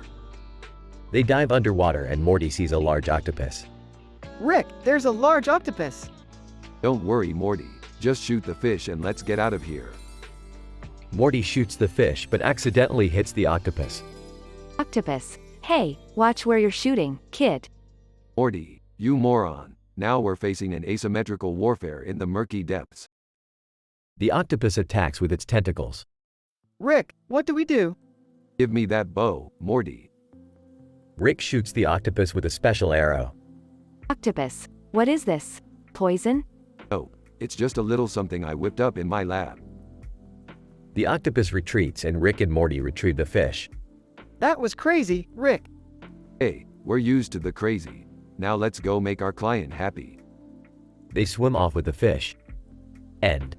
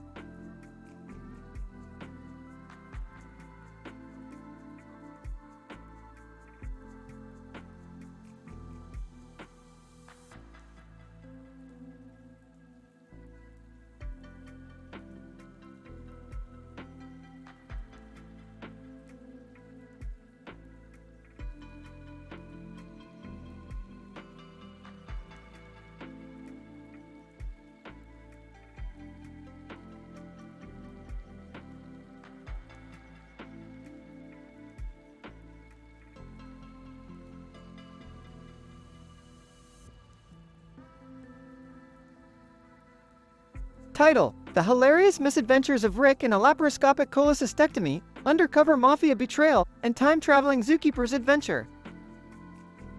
The episode begins with Rick and Morty in a laboratory surrounded by a group of men standing around a metal object. Rick, who is clearly intoxicated, begins to explain the intricacies of the laparoscopic cholecystectomy. Morty, however, is bored and starts daydreaming about his high school crush. Hey Rick, this is boring. Let's do something fun this weekend, like go to the zoo. Zoos are for amateurs, Morty. I can take you to a place where you'll see animals you've never even imagined. Where, Rick? The time-traveling zookeeper's headquarters. They have the most exotic creatures from all over the timelines. Whoa, that sounds cool. As they arrive at the headquarters, they are greeted by a group of shady-looking characters who claim to be members of the time-traveling mafia. Rick, being the troublemaker that he is, sees an opportunity to make some quick cash and joins forces with them. Morty, we're in. We're part of the time-traveling mafia now. What? No, Rick. We can't do this. But it's too late. Rick has already made a deal with the mafia boss, a giant alien lobster named Tony. Tony, welcome to the family, Rick. We have a job for you. Anything for family, Tony. What do you need us to do? Tony, we need you to steal the laparoscopic cholecystectomy from the lab you were just at. Rick and Morty reluctantly agree and sneak into the lab, only to be caught by the men guarding the machine. In a comical escape attempt, they accidentally activate the machine and find themselves transported to a parallel universe. Rick, where are we? What happened? I don't know, Morty. But hey, look, it's the time-traveling zookeepers. Let's go say hi. As they approach the group, they realize that the zookeepers are actually undercover agents trying to take down the time-traveling mafia. Rick and Morty, now stuck in the middle of an interdimensional gang war, must decide which side to take. Okay, Morty, we can either help the mafia steal the laparoscopic cholecystectomy and make some serious cash, or we can help these zookeepers take down the bad guys and save the universe. What do you say? I say we do the right thing, Rick. Let's help the zookeepers. They team up with the zookeepers and engage in an epic battle against the mafia, utilizing time-traveling weapons and drawing silly doodles on their opponents. In the end, the zookeepers emerge victorious and thank Rick and Morty for their help. As they prepare to leave the parallel universe, Morty turns to Rick. That was crazy, Rick. How did you come up with all of that? Oh, you know Morty. Just a little bit of science, a little bit of humor, and a lot of vodka. The episode ends with Rick and Morty laughing and high-fiving as they jump back into their trusty spaceship and blast off into the unknown.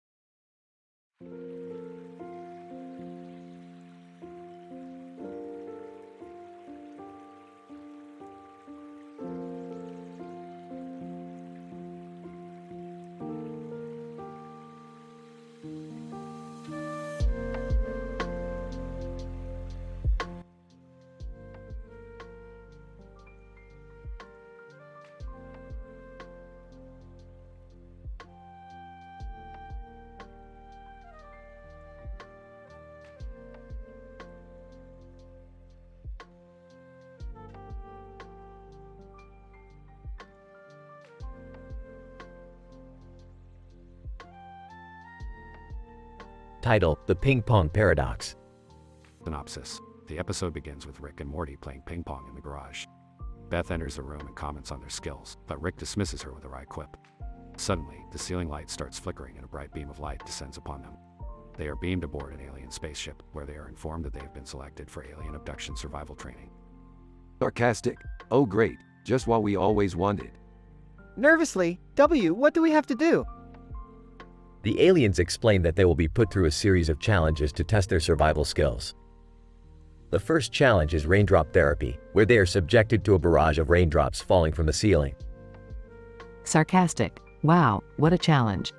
I hope you guys survive. Smirking. Don't worry, we've survived worse. The second challenge involves radishes, where they have to use their wits to identify which radishes are safe to eat and which are poisonous. Confused. What do radishes have to do with survival? Alien. In a monotone voice, radishes are a key component of our planet's ecosystem. Mastering the identification of edible radishes is essential for survival. Next up is the Indiana Jones Challenge, where they have to navigate through a perilous maze while avoiding traps and pitfalls. Excitedly. Now this is more like it. Panicking. I don't want to die like Indiana Jones. Finally, they are faced with a game of air hockey against the alien captain. If they win, they earn their freedom and return home. Skeptical. Air hockey? That's it? Smirking. You underestimate our air hockey skills, Beth. The game is intense, with the score tied at 4-4. In the final seconds, Rick makes a miraculous shot and wins the game. Victorious. That's right, baby. Rick and Morty are the champions of the universe once again. Relieved. Thank goodness we're going home. As they are beamed back to Earth, they discover that they have been gone for only 10 minutes. Was it all just a hallucination or was it real? The mystery lingers on in the mind of our intrepid heroes.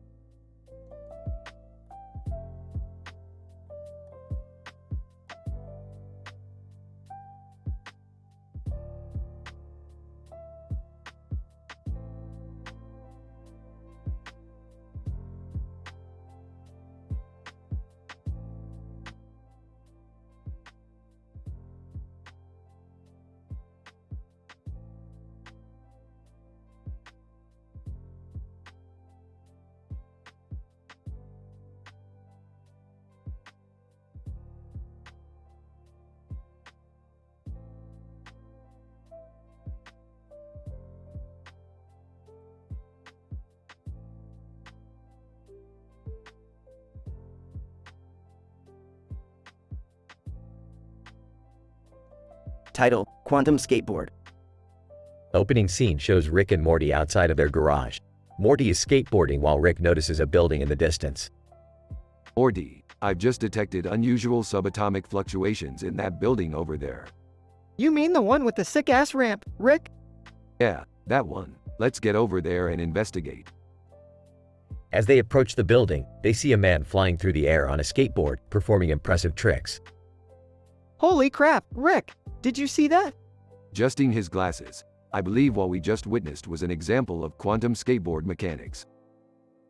The man on the skateboard lands in front of them, revealing himself to be Tony Hawk. Tony Hawk.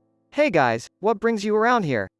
We're scientists, Tony. We're here to learn everything we can about quantum skateboarding. Tony Hawk proceeds to tell amusing anecdotes from his childhood about how he discovered his love for skateboarding and how he developed his skills. Tony Hawk. And that's how I became the king of skateboarding. But Tony, what's the secret behind quantum skateboarding? Tony Hawk. It's all in the shoes, Morty. The shoes are what connect you to the board on a quantum level. Fascinating. Pulls out a device. Let me use my interdimensional scanner to analyze the atomic structure of those shoes. The scanner reveals that the shoes are made of a rare element called scatium, which allows the user to manipulate the laws of physics while skateboarding. Excitedly, Morty, we have to get our hands on this scatium. But how, Rick? Simple, we just have to steal it from the rival skateboarding gang holding a tournament later today.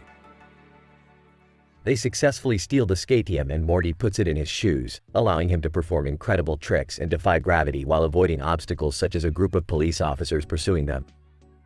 This is amazing, Rick. I feel like I can do anything on the skateboard. Chuckling, almost anything, Morty. Let's not forget the dangers of quantum skateboarding. The episode concludes with Morty crashing into a building and causing a massive explosion, but Rick and Tony Hawk skate away unscathed. Smirking, I think we just broke the laws of physics again, Morty. Groaning, I think I broke my leg, Rick. Hey, it happens. Roll credits.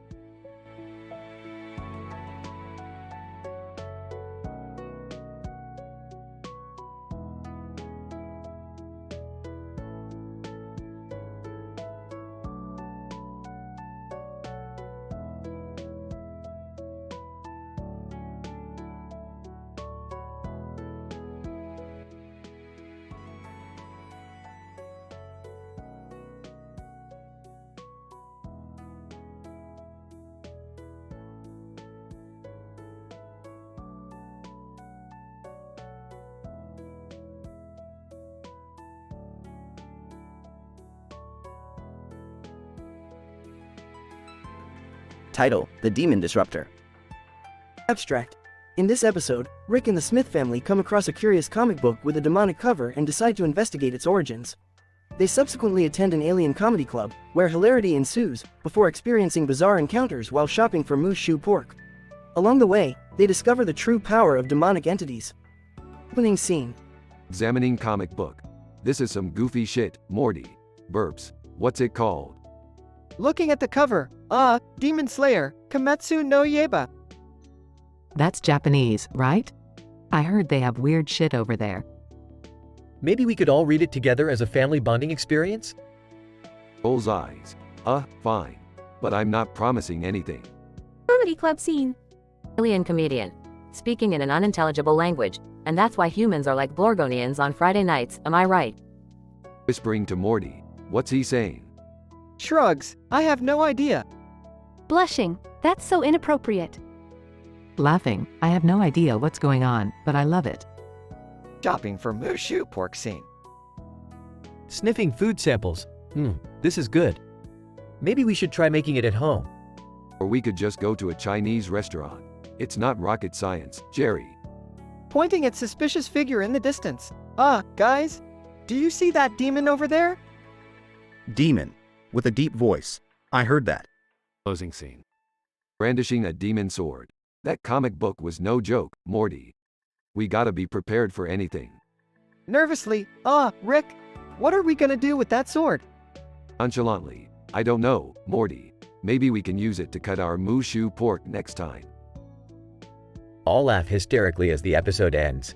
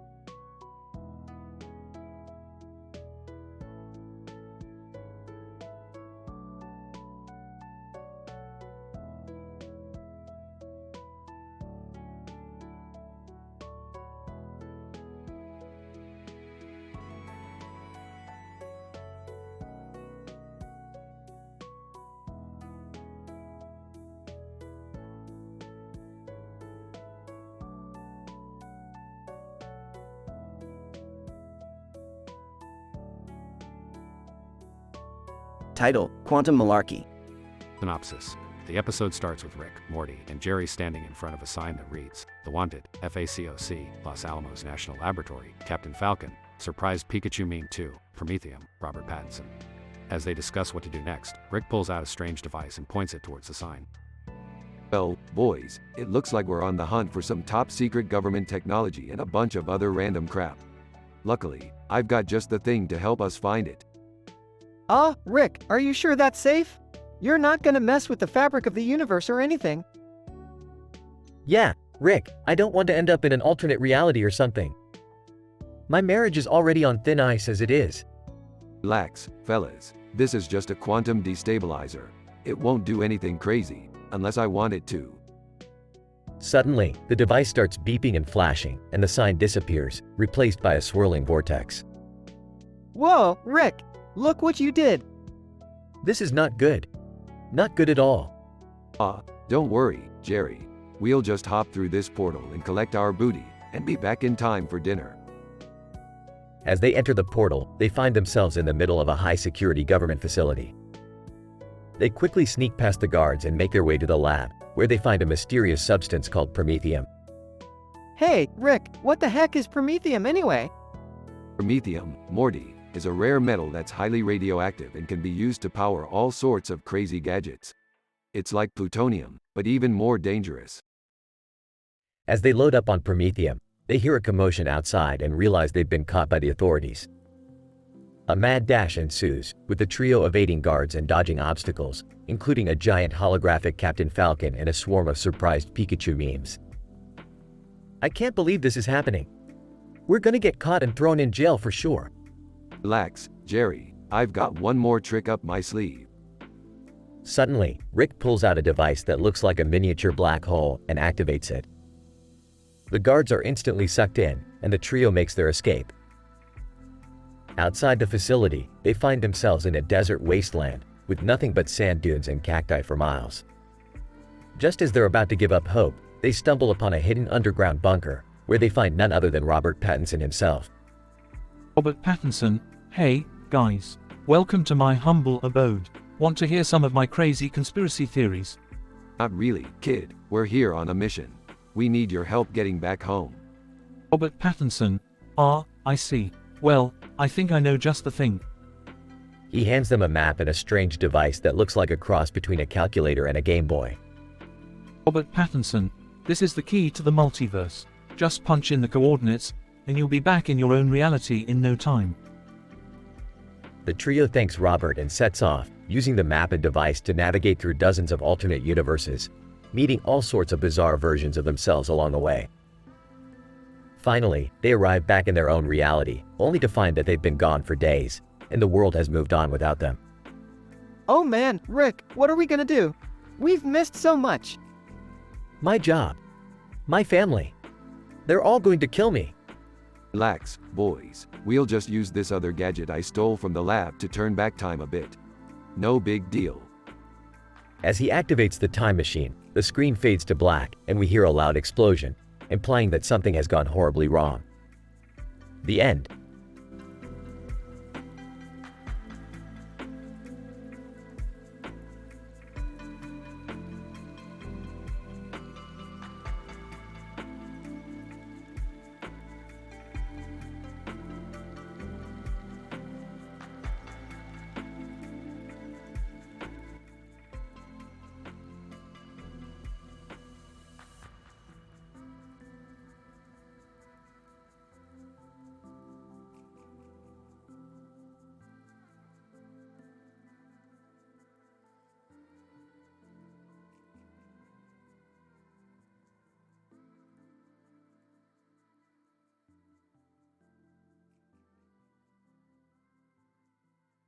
Title of episode: The Pineapple Paradox. Synopsis. Rick and Morty are summoned by a group of public relations specialists to investigate a defamation case that involves the infamous fast food chain McDonald's and two pineapples with different colors and designs on them. One of the pineapples is cut in half and the other is half, which creates a paradoxical situation that requires the help of a software developer. Alright, Morty, we got a real doozy here. Seems like McDonald's is off the hook for once, and the real culprit is these pineapples. Pineapples?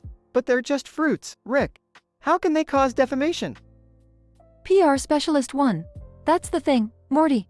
These pineapples are causing a paradoxical situation, which is affecting the reputation of our client, McDonald's. PR Specialist 2. We need your help to figure out how to resolve this issue before it becomes a bigger problem. Well, this sounds like a job for a software developer. Let me make a call. Phone rings. Software developer, hello? Hey, it's Rick. We need your help with a paradoxical situation involving 2 pineapples and McDonald's. Software developer, gotcha. I'm on it. Meanwhile, Morty is being attacked by a mosquito. Oh, Rick! Mosquito! Stay still, Morty. I got this. Rick pulls out a sci-fi mosquito zapper and eradicates the mosquito. Problem solved. Now let's focus on these pineapples. They all gather around the pineapples.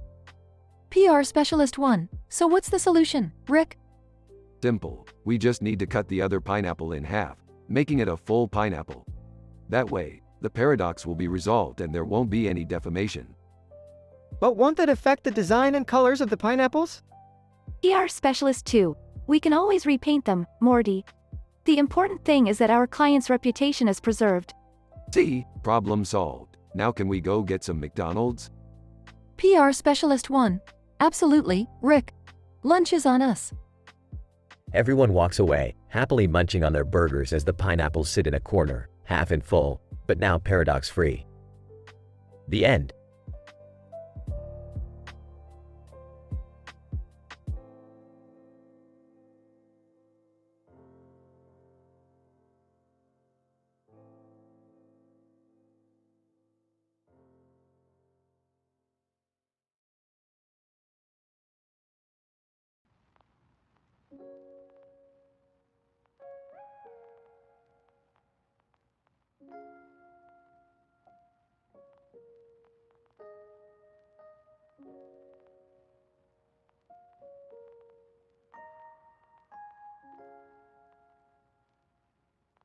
Title: An underwater crisis of alien comedy and top 10 lists.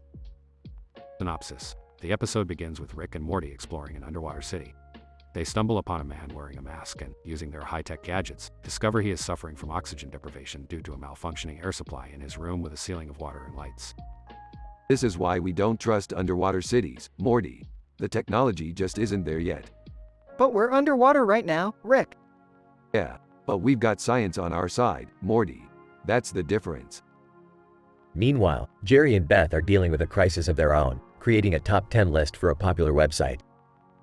They struggle to come up with ideas, bouncing back and forth with increasingly ridiculous suggestions. Top 10 ways to comb your hair while eating a sandwich? No, Jerry. That's just stupid. Back in the underwater city, Rick and Morty discover an alien comedy club and decide to take a break from their rescue mission to check it out. They sit down for a set and are bombarded with jokes about intergalactic politics and strange alien customs. Alien comedian. Why did the spaceship refuse to go to the moon? Because it had no atmosphere. Rick and Morty both burst out laughing, while the rest of the audience stares blankly. After the show, Rick and Morty return to their mission and finally manage to fix the man's air supply. They all make their way back to the surface, where Jerry and Beth are still struggling with their list. Top 10 reasons why Rick and Morty are a terrible influence on our family? Hey, I heard that. And for your information, that's number 1 on my own top 10 list. The family laughs and the episode ends with the group realizing that even in the midst of an underwater crisis, there's always time for humor and fun. End scene.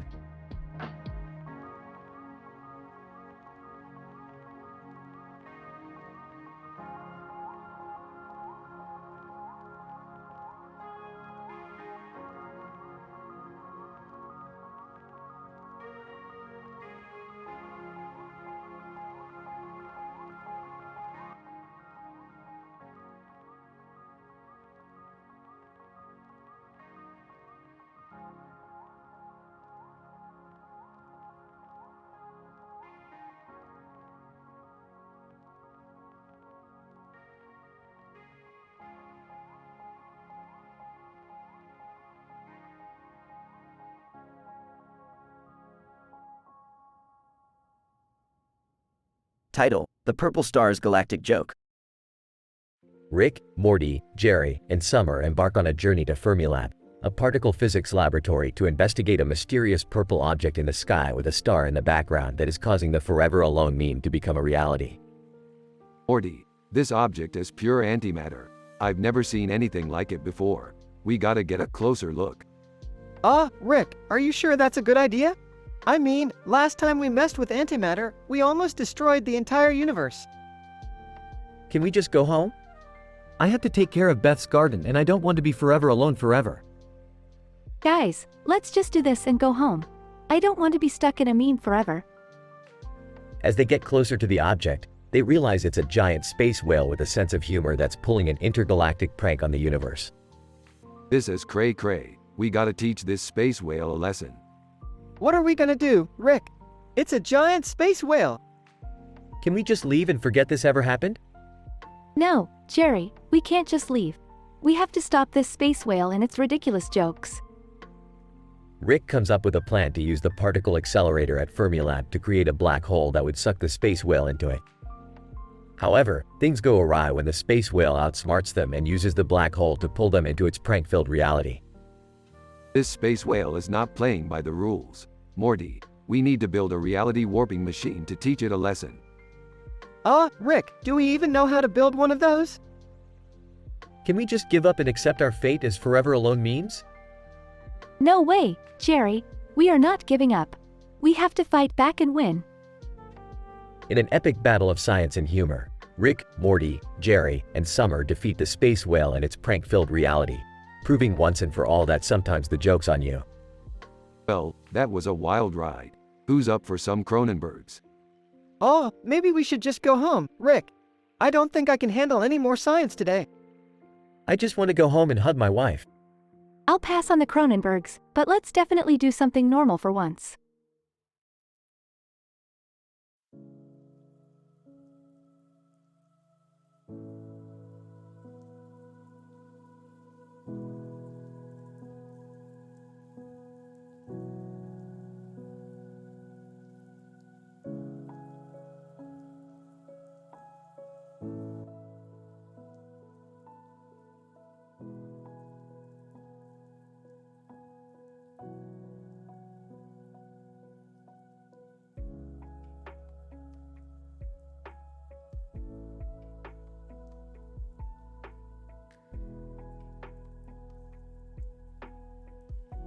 Title: The Adventures of Rick and Morty in the Multidimensional Wilderness.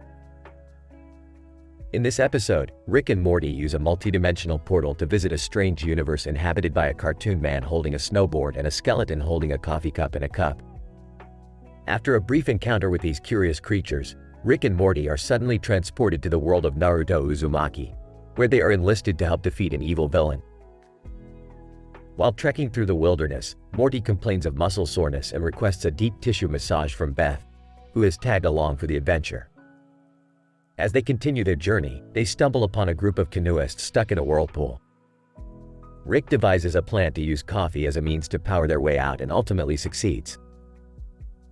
Feeling triumphant, the group takes a break and reminisces about their first days on the internet, which leads to a series of hilariously crude jokes and references. As they move on, they stumble upon the infamous first day on the internet kid meme, who joins them on their journey. Together, the group narrowly escapes danger and discovers new, mind-bending universes, all while cracking jokes and delivering witty one-liners. In the end, they return home to their familiar dimension, tired but satisfied with their wild exploits in the multidimensional wilderness. Science is just a fancy word for making cool stuff happen. Geez, my muscles are more tense than a black hole's event horizon. I majored in massage therapy and minored in ass kickery. Cartoon man. Ha, you guys are tripping harder than an acid trip on Saturn's rings. Skeleton. My caffeine addiction is more intense than the gravitational pull of a supermassive black hole. Naruto Uzumaki, believe it. I'm counting on you guys to help me save the world. Data bio. Canoeist. We're up shit creek without a paddle, or coffee for that matter. First day on the internet kid meme. I can has dimension jumping skills now? K thanks bye.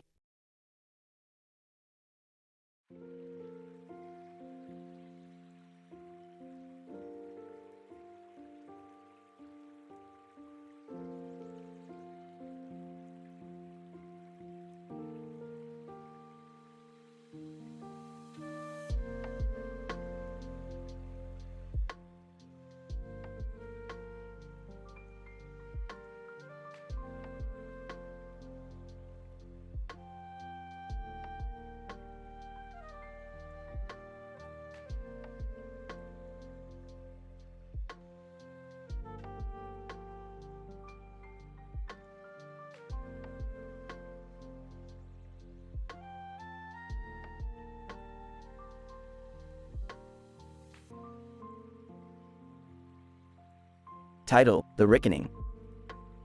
Characters: Rick, the alcoholic and brilliant scientist. Morty, the awkward and apprehensive teenager. Beth, the caring but at times negligent mother. Weird Hat and Glasses Man, a character with yet unknown significance. Justin Timberlake, the famous pop star and actor. Tick, a mind-controlling alien parasite.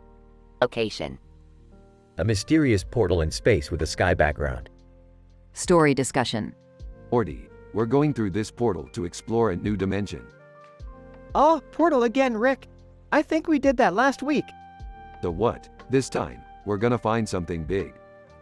Rick, shouldn't you be more careful this time? I mean, you almost got us killed last time. Relax, Beth, I've got everything under control. Burps. Suddenly, they crash land on an unknown planet and come across Weird Hat and Glasses Man. Weird Hat and Glasses Man. Rambling, oh my god, you guys are here. Finally, I can complete my mission on Earth. What are you talking about, man? And why do you have two sets of glasses on? Weird Hat and Glasses Man. That's not important right now. What is important is that you guys will be joining me in battle against the Tick. Wait, who's the Tick? Weird Hat and Glasses Man. He's a mind-controlling alien parasite who's taken over most of Earth. But don't worry, I have just the weapon to stop him. The group sets out to defeat the Tick and come across Justin Timberlake, who is also under the control of the parasite. Justin Timberlake. Hey guys, what's going on? Why are you all being so hostile? Morty, stay back. We don't know what this Tick is capable of. But Justin Timberlake is really cool, Rick. Doesn't matter, Morty. We have a job to do. They finally reach the Tick's lair and engage in an epic battle. But in the end, it's not their weapons or skills that defeat the Tick, but rather an unfortunate but hilarious bodily function. Covered in slime and goo. Well, that was unexpected. Gagging. I don't think I can unsee that, Rick. Weird Hat and Glasses Man. You did it. You defeated the Tick. You guys are the heroes Earth has been waiting for. Rolling her eyes. Yeah, sure. Let's just get out of here before I lose my lunch. And thus, the group returns home to their own dimension, leaving behind a planet free from the control of the Tick.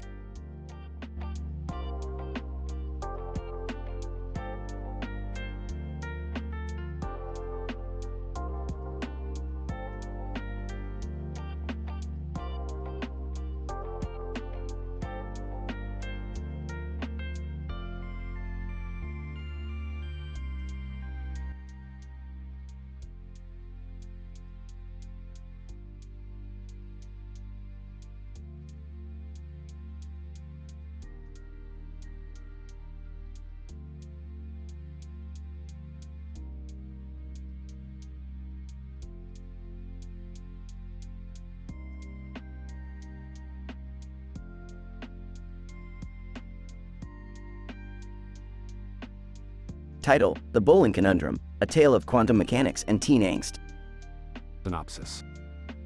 The episode opens with Rick and Morty arriving at a bowling alley with Beth for a family night out. The alley is bathed in neon lights and the air is thick with the sound of crashing pins. Suddenly, a girl holding a bowling ball and a bowling pin walks towards them. Hey, who are you? Girl, I am Lord James Clerk Maxwell, founder of the Pirate Bowling League. And I have come to challenge you to a game. Rick rolls his eyes. We don't have time for this. We have more important things to do. Lord James Clerk Maxwell. Oh, but you see, this game is more important than you realize. You see, the outcome of this game will determine the fate of the universe. What? That's ridiculous. Lord James Clerk Maxwell, is it?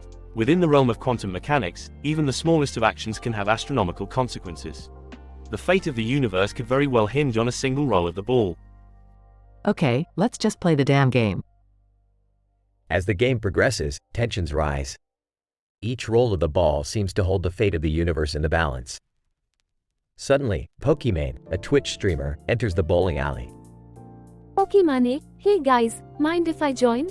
Who invited the nerd? Pokimane, I'll have you know that I have a PhD in computer science and make more money than you ever will.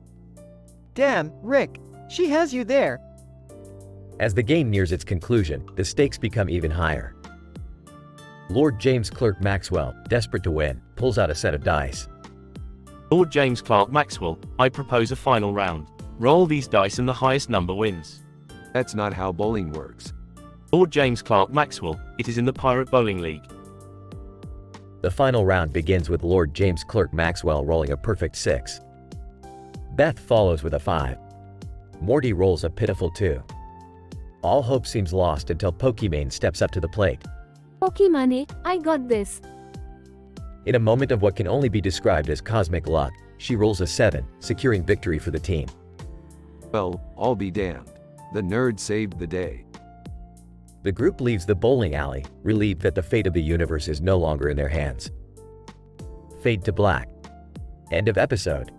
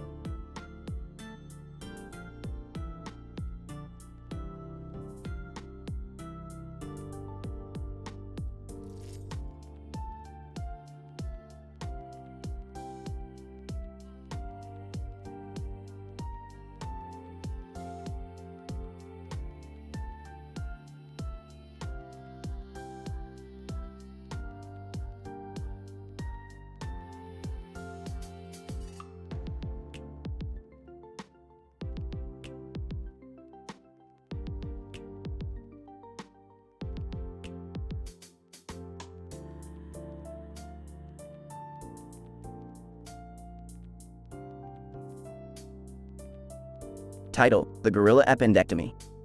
Synopsis. In this episode, Rick and Morty go on a wild adventure involving a genetically modified gorilla with a gorilla head and a gorilla face on its chest. The gorilla is being used for scientific experiments, and Rick and Morty are tasked with rescuing it from the laboratory before it undergoes an appendectomy. Meanwhile, Beth is busy dealing with her own issues, including her obsession with the Savage Patrick meme in her love life. Morty, we need to save that gorilla before they do anything to it. We can't let animal testing continue. But Rick, what if we get caught?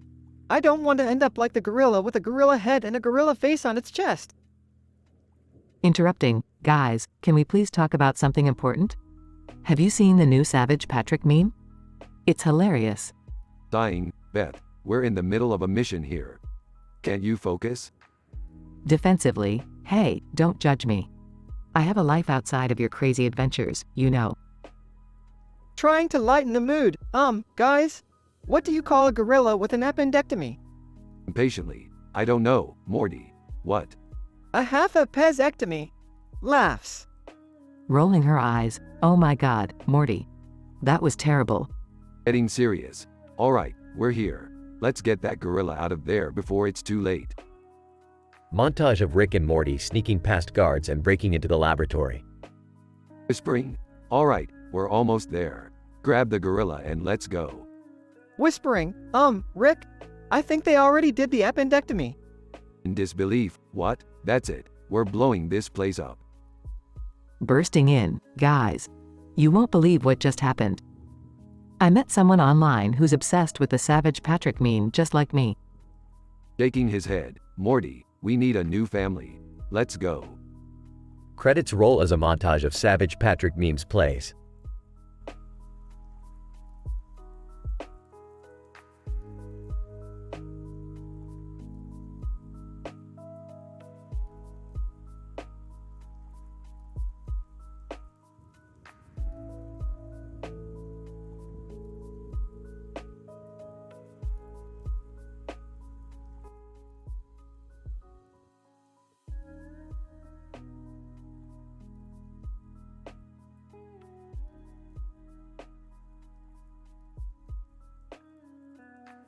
The scene opens on a tabletop where a confectionery masterpiece, a chocolate cake with a finely detailed car on top, is sitting on a clothed table alongside a chair.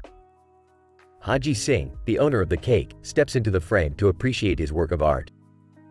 While admiring it, he hears the sound of footsteps approaching. Haji Singh, what is that noise? I hope it's not the cyborg assassin uprising. Suddenly, Cynthia Vampire Cake Boss enters the room, carrying a ruby-encrusted cake knife. Cynthia Vampire Cake Boss, what are you doing here, Haji Singh? Haji Singh, I came to admire my creation. But I should ask you the same. What are you doing here, Cynthia? Cynthia Vampire Cake Boss, I sensed your chocolate cake. It's intoxicating. I simply had to come and try it. Before they can continue their discussion, they hear a strange noise from outside the door. Cyborg assassin uprising. Attention, humans. Surrender the cake or face destruction. Haji Singh, oh no, the cyborg assassin uprising. Cynthia Vampire Cake Boss, fear not, Haji. We can handle them. As the cyborgs burst into the room, Haji and Cynthia jump into action, wielding their cake knives as weapons. The battle is fierce, but they manage to fend off the cyborgs. Cynthia Vampire Cake Boss, that was exhilarating. We make a great team, Haji.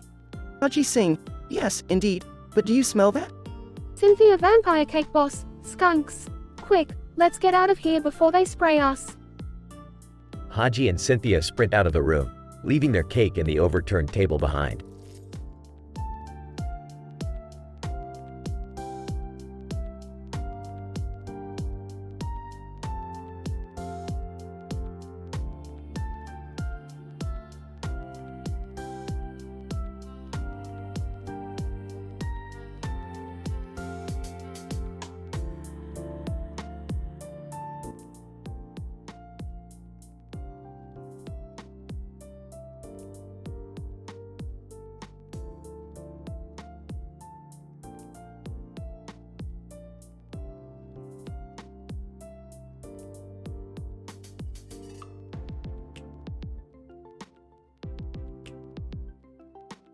Title: Temporal Anomaly Investigation, The Case of the Hippopotamus.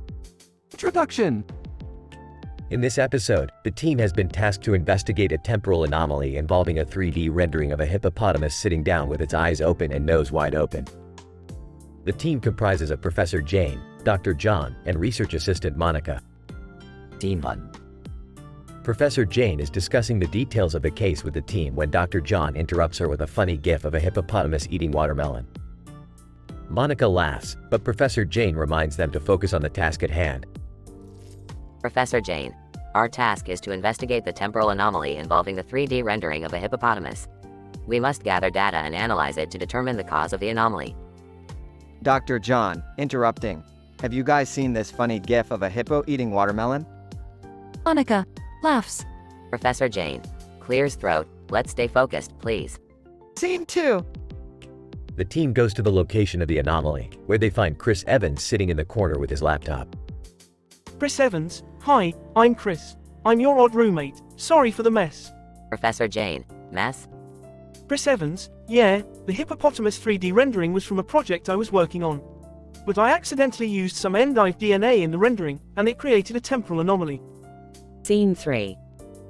The team concludes that the endive DNA caused a temporal anomaly, resulting in the 3D rendering of the hippopotamus. They also discover that Chris's odd roommate habits were not relevant to the case. Dr. John, excitedly. We did it. We solved the case. Monica, smiling. This was fun, but I'm happy we won't have to deal with Chris's odd roommate habits anymore. Professor Jane, nodding. Let's write a report on our findings and submit it to the Temporal Anomaly Investigation Department. Conclusion. In conclusion, the team was able to solve the temporal anomaly involving the 3D rendering of a hippopotamus with the help of Chris Evans and his accidental use of endive DNA. It was concluded that the odd roommate habits of Chris Evans were unrelated to the anomaly. This case highlights the importance of scientific investigations in solving temporal anomalies.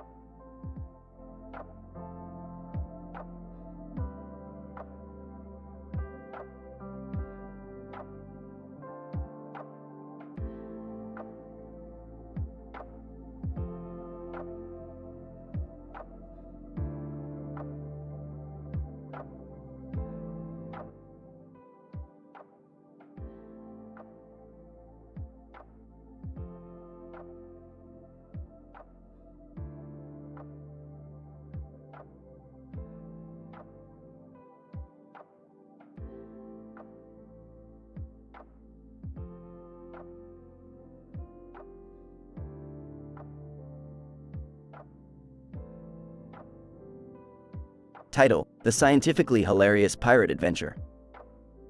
The episode begins with a stunning aerial view of an oceanic body with a landform visible in the distance. Rick, Morty, and Summer are seen aboard a boat in the water, embarking on a high-seas adventure. Rick's boat is equipped with advanced technology to overcome any challenges posed by the volatile oceanic environment. Morty, Summer, we're not just sailing aimlessly here, we're on a scientific expedition. We're looking for traces of an ancient civilization that once lived here centuries ago. Ancient civilization? Cool, but why are we dressed like pirates? Not again. Can't we dress like archaeologists instead? You guys don't get it. Dressing up like pirates is half the fun. Besides, we're going to a pirate karaoke contest later today with a special guest appearance by Ryan Reynolds. Oh boy, this is gonna be legendary. Don't you think we should focus on the archaeology stuff first? Right. Hey Morty, pass me the change my mind meme template. I have a brilliant idea. I don't think that's going to help us find the ancient civilization. Au contraire Morty, it's a scientific fact that memes have the power to bring people together and exchange innovative ideas. It's time to get to work. The trio then set out to explore the landform, and after several unsuccessful attempts, they finally uncover a hidden entrance to an underground cave. Inside the cave, they find valuable artifacts that shed light on the civilization's culture. However, the discoveries are soon interrupted by a group of living pirates seeking to take the artifacts for themselves. Oh no, this can't be good. Don't worry, Summer, we'll handle this. In a hilarious sequence, Rick, Morty, and Summer engage in an epic battle with the pirates, combing laughter and scientific tactics such as Newton's laws of motion and the Bernoulli principle. The trio emerges victorious and successfully claim the artifacts. I can't believe we just battled real pirates. That was insane. Yeah, we should do this more often. Agreed, Morty. However, we still have a pirate karaoke contest to attend. Time to set sail to the next adventure. The episode ends with the trio sailing towards the horizon, singing karaoke with Ryan Reynolds, who makes a special guest appearance as the episode's punchline. Ryan Reynolds. I guess you guys really are the scientifically hilarious pirates. The trio laughs as the screen fades to black.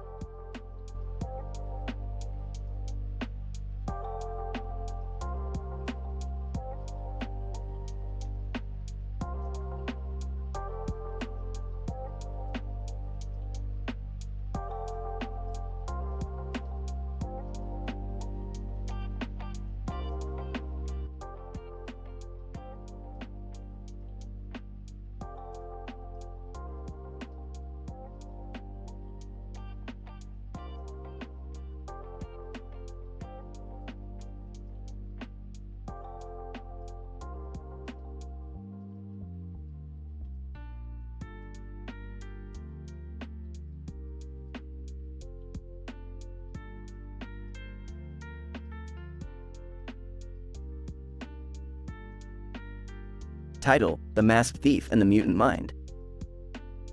The episode begins with Rick, Morty, and Summer in the basement of the Smith household working on a new invention.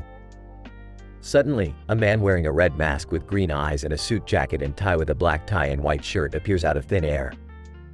Masked Thief, greetings, Rick Sanchez. I am known as the Masked Thief, and I have come to enlist your help in a heist of epic proportions.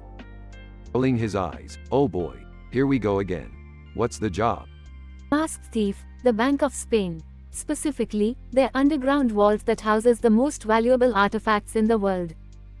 Excitedly, whoa, that sounds amazing. Can we go? Sarcastically, yeah, because breaking into a heavily guarded bank is a great idea. Fine, we'll help you. But we're gonna need some help. Cut to the group in Professor X's mansion. Professor X, we need your telepathic abilities to help us navigate through the bank's security systems. Professor X, nodding, I understand. But why do we need this thief? Masked Thief, smirking, because I have the element of surprise on my side. Cut to the group at a Mexican restaurant, Pico de Gallo. Masked Thief, excitedly, alright, team. We need to plan this heist carefully. And what better place to do it than at Pico de Gallo? Ninja Makeover Show host, appearing out of nowhere. What's up, my ninjas? Confused. Who are you? Ninja Makeover Show host, smiling. I'm the Ninja Makeover Show host, and I'm here to give you all a badass new look for the heist. Cut to the group in their new outfits, ready to take on the bank. Masked thief, whispering, all right, let's do this. The group successfully navigates through the bank's security systems and makes it to the vault. Masked thief, smirking, now, Rick. It's time for you to use your genius to crack the vault open. Pulling out a large device. Oh, I don't need to crack it. I brought a bomb. The group quickly grabs the valuable artifacts and makes their escape. Gasping for breath, that was insane. Grinning. I have to admit, that was pretty cool. Masked thief, laughing, just another successful heist. Same time next week, Rick? Shaking his head. Yeah, sure. Why not? The episode ends with the group driving away into the sunset, with their newly acquired loot in tow.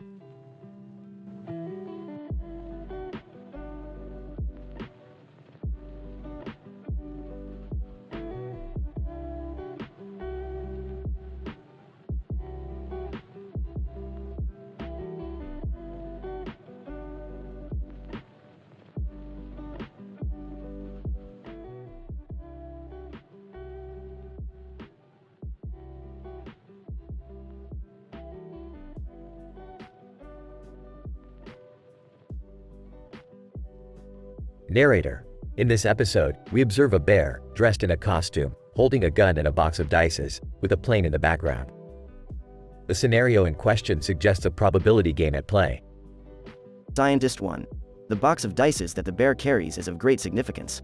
We can observe that the dice are a possible variant of the Chinese game of sick bow. Scientist 2. Additionally, the presence of the plane in the background of the scene implies that the bear may be trying to escape from someone. We can infer that the bear may be a criminal who is attempting to flee from the law. Smith, we need to catch that bear. He has a gun which adds an element of danger to the chase. Johnson. I wonder if the bear's costume is an attempt at disguise. Or it could be a calculated decision to intentionally convey a menacing appearance to intimidate anyone who tries to give chase. Scientist 3. The advanced cognitive abilities of bears make them an intriguing candidate for such a character in the scenario. The bear's use of props and costume may suggest higher-order thinking and reasoning skills than previously assigned to this species. Smith, we have to consider the possibility that the bear may also be armed with a strategy that we are not yet aware of. Detective Johnson, we need to observe the bear closely and be prepared for any surprises. Narrator. The chase is on as the detectives follow the bear's tracks in pursuit. Will they be able to catch the bear before the bear leads them to unsuspected danger? The gritty pursuit continues.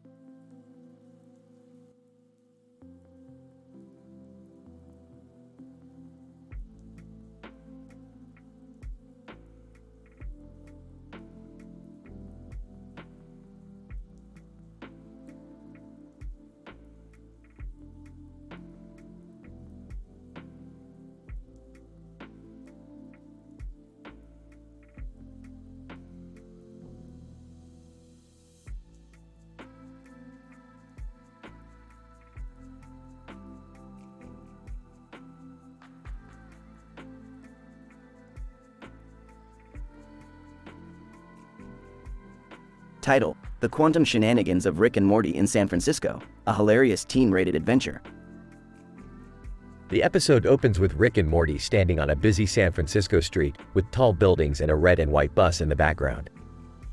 As they ponder their next move, a group of people accidentally stumble onto the tracks in front of an oncoming train.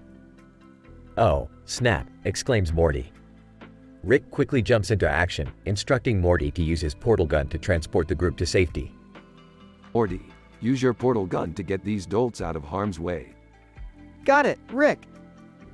As they all travel through the portal, they bump into two unlikely personalities, Zac Efron and Rihanna. They know they are in for a wild ride now. Zac Efron. Whoa, guys, where are we?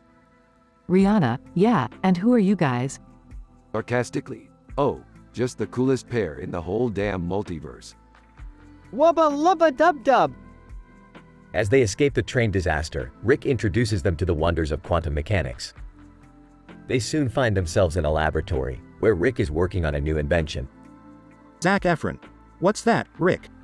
It's a quantum entangled garbage disposal. It sends your trash to an alternate dimension. Yeah, but it won't stop the smell. Rihanna laughs. This is too much. As the group continues to explore the lab, they stumble upon a portal that leads to an alternate universe where everyone is a cat.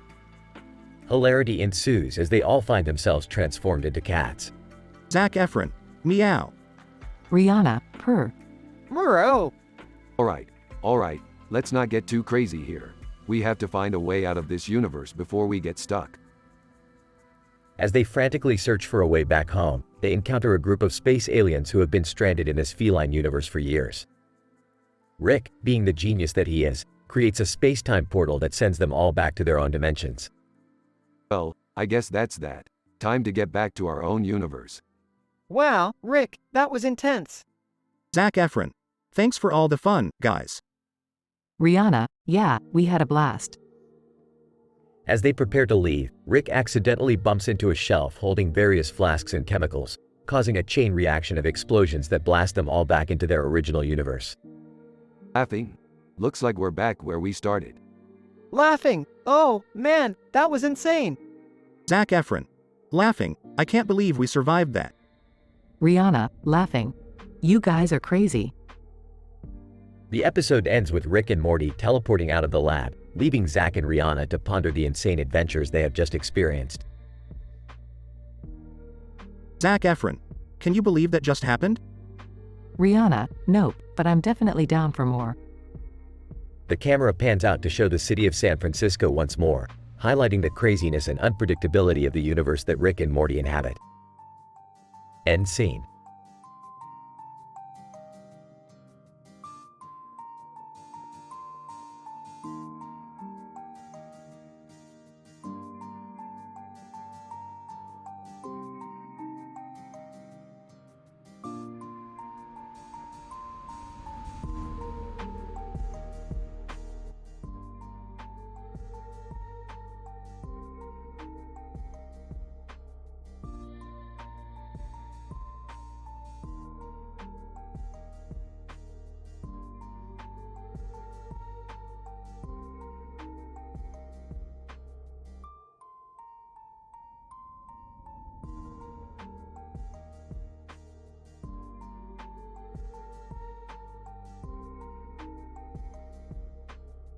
Title: Quantum Booba. Abstract. The following episode of Rick and Morty explores the consequences of exposing oneself to unrestrained quantum fluctuations. We observe how the characters Rick, Morty, and Beth are impacted when a strange entity from the StarCraft universe, Booba, enters their universe with a powerful green light emitting from its eyes and mouth. The episode follows our characters as they tackle a variety of predicaments, from interdimensional travel to exploring alternate realities. Act 1. Rick and Morty were lazing about with nothing to do. They soon discovered that Beth had purchased an unknown being from a distant galaxy, Booba, with powerful quantum properties. Rick was skeptical about the purchase, but Morty insisted that they keep it, and they soon discover that the alien can transport them to alternate realities. Morty, this Booba is just as unpronounceable as it is dangerous. We need to be careful. Rick, don't be such a buzzkill. Booba is letting us travel to places we've never even imagined. Act 2. As they travel through different dimensions, they accidentally end up in a universe where Rick and Morty were farmers, with Beth as their shopkeeper. But when they return to their original universe, there is a quantum disturbance in their reality, and they all start turning green, just like Booba. What's happening? We're all glowing green. Oh, I think we absorbed too much quantum energy from Booba. Act 3. The green light in their eyes and mouths allow them to see alternate realities.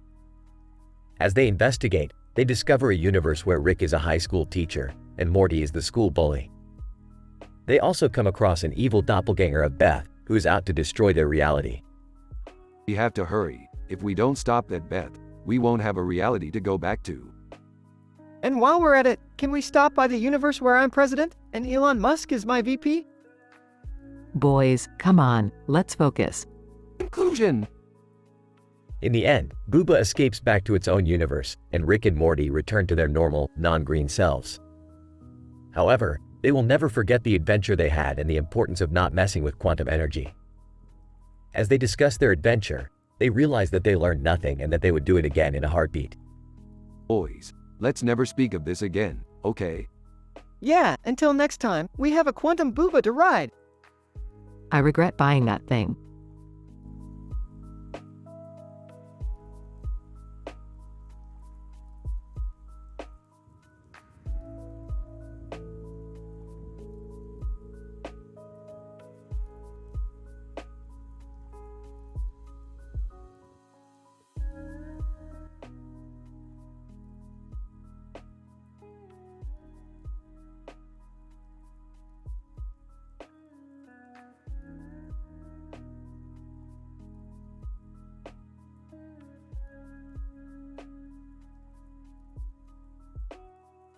Title: The Bird Church.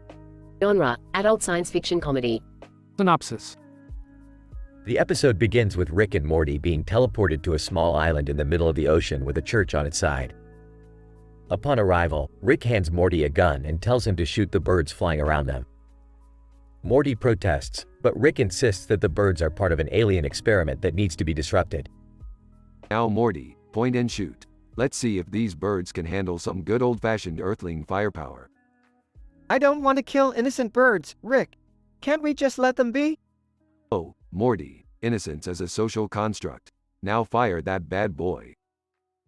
After a brief hesitation, Morty reluctantly shoots at the birds, causing chaos and destruction in the process.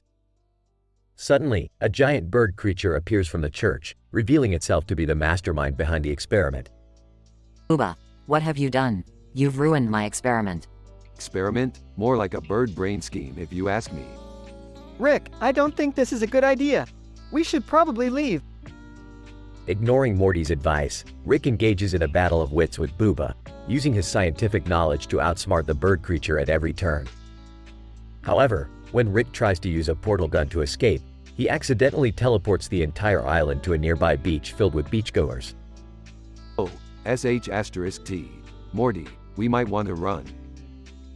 The episode concludes with Rick and Morty fleeing the scene, leaving behind a trail of destruction and traumatized beachgoers. Well, Morty, another successful adventure in the books. I don't know about that, Rick. I feel like we messed up a lot in this one. Messed up? Nonsense. We made science, Morty. We made science. End of episode.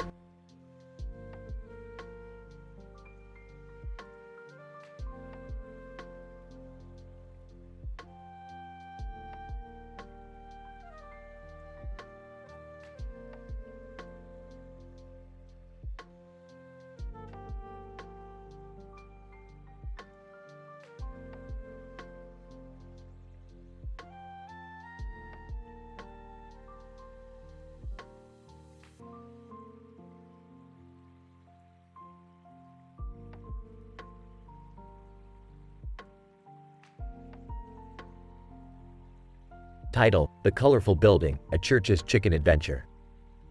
Introduction. In this episode, we will explore the scientific phenomenon of the colorful building with a large window in the middle of its front yard and a circular doorway. Rick, Morty, Jerry, and Beth find themselves in front of this peculiar structure and decide to investigate. Along the way, they encounter a batch of Church's chicken that leads them on a wild and crazy adventure. Scene 1. Morty, I don't like the look of this building. It's giving me some major quantum entanglement vibes. Rick, what does quantum entanglement have to do with this place? I don't know, Morty. That's why we need to investigate further. Scene 2. Hey, guys, look over there. It's a batch of Church's chicken. Oh, I love Church's chicken. Let's go get some. Scene 3. Wait a minute, this chicken seems different. It's emitting some kind of strange radiation. Rick, are you sure? I don't see anything. Trust me, Morty, I can sense these things. Scene 4. This chicken is making me feel funny. I think I'm hallucinating. Jerry, stop being ridiculous. It's just chicken. Scene 5. Morty, I think we need to pour some of this chicken on the colorful building.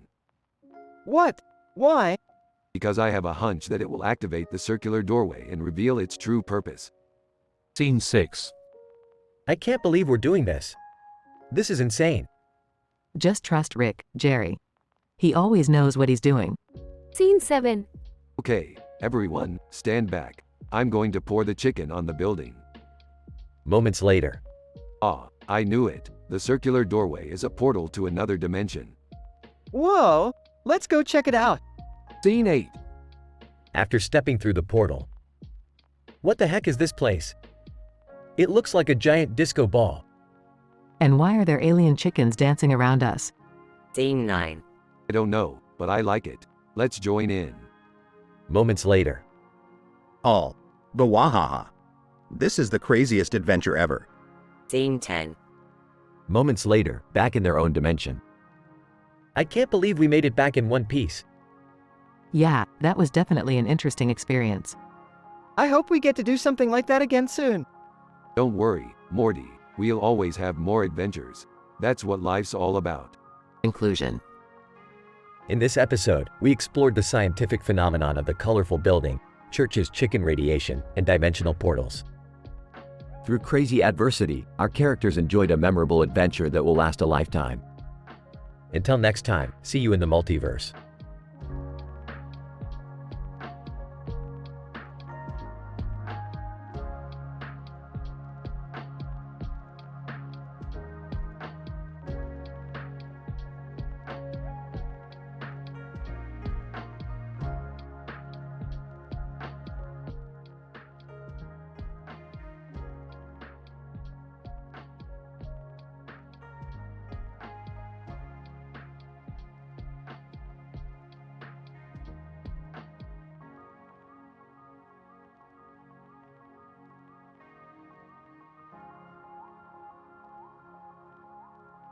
Title: Dystopian Deathmatch Dilemma. Summary. Rick, Morty, and Jerry visit a dystopian universe where they attend a sci-fi convention where they find themselves competing in a gladiator deathmatch tournament. Along the way, they attend various workshops and panels and learn a thing or two about the science behind their favorite television shows. Opening scene. Morty, listen here. We're going to a world where the only thing that matters is survival of the fittest. Oh geez, Rick, that doesn't sound good. But it's a convention, right? So, there'll be merch and panel discussions and… Shut up, Jerry. We're not here for the convention. We're here for the dystopian deathmatch. Workshop scene. Panel host, and today, we'll be discussing the many scientific inaccuracies in Star Wars. Whispering. Did you guys know there were scientific inaccuracies in Star Wars? I thought everything in space was real. Whispering. Shut up, Jerry. They don't know what they're talking about. Gladiator deathmatch scene. Announcer, and now, entering the arena, we have Rick, Morty, and Jerry, against the reigning champions of the dystopian deathmatch. Whispering, Rick, I don't think we can win this. Whispering. Shut up, Morty. We've got science on our side. Final scene. Panting, we did it, Rick. We won the deathmatch. Panting, and I learned so much at the workshops. Did you guys know that the physics in Doctor Who is completely impossible? Chuckling. That's what I've been telling you, Jerry. Science fiction is just that fiction. But it's a fun way to pass the time, I suppose. Smiling, yeah, and now we can say we survived the dystopian deathmatch. That's pretty cool. End of episode.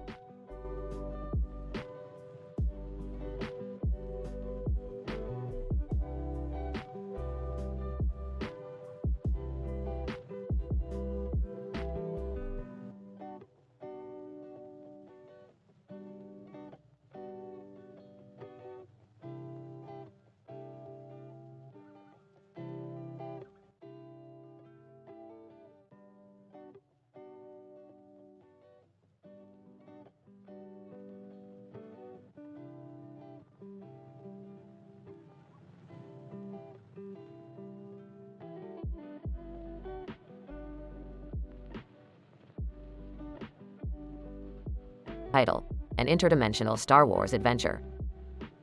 The episode opens with Rick, Morty, Jerry, and Summer standing in front of a group of Star Wars figurines, which Rick has been tinkering with. Suddenly, the figurines come to life and wage war against each other. Looks like I may have accidentally merged dimensions. Classic me. Oh, Rick, that seems like a really bad thing to do. I told you we should have just watched football. This is why I don't hang out with you guys anymore. As the figurines battle it out, a giant sign in the background reveals that a galactic empire coup is in progress. The group decides to intervene, and Rick activates a portal that takes them to the Galactic Empire's base. Welcome to the Galactic Empire's lair. We're in Liverpool, I think. I thought it was Jakarta. Can't we just go back home? I swear, if we die in space, I'm going to kill all of you. The group sneaks around the base, taking out stormtroopers and eventually infiltrating the control room. After a fierce battle, they manage to stop the coup and save the Empire. Good thing we came to save the day. Now let's get out of here before we screw up any more dimensions. Yeah, this was a pretty close call. Can we stop for pizza on the way home? I don't care what we do, just get me back to Earth. As they escape through the portal, the figurines come to a final showdown, with one victorious character standing tall. Rick picks up the figure and smirks. Looks like it's gonna be you and me, Chewie. Rick, isn't that a knockoff figure? Who cares? We saved an entire galactic empire today. Let's celebrate. The episode ends with the group munching on pizza and Rick playing with his new figurine, as the camera zooms out to reveal that they've been sitting in a random alleyway the whole time.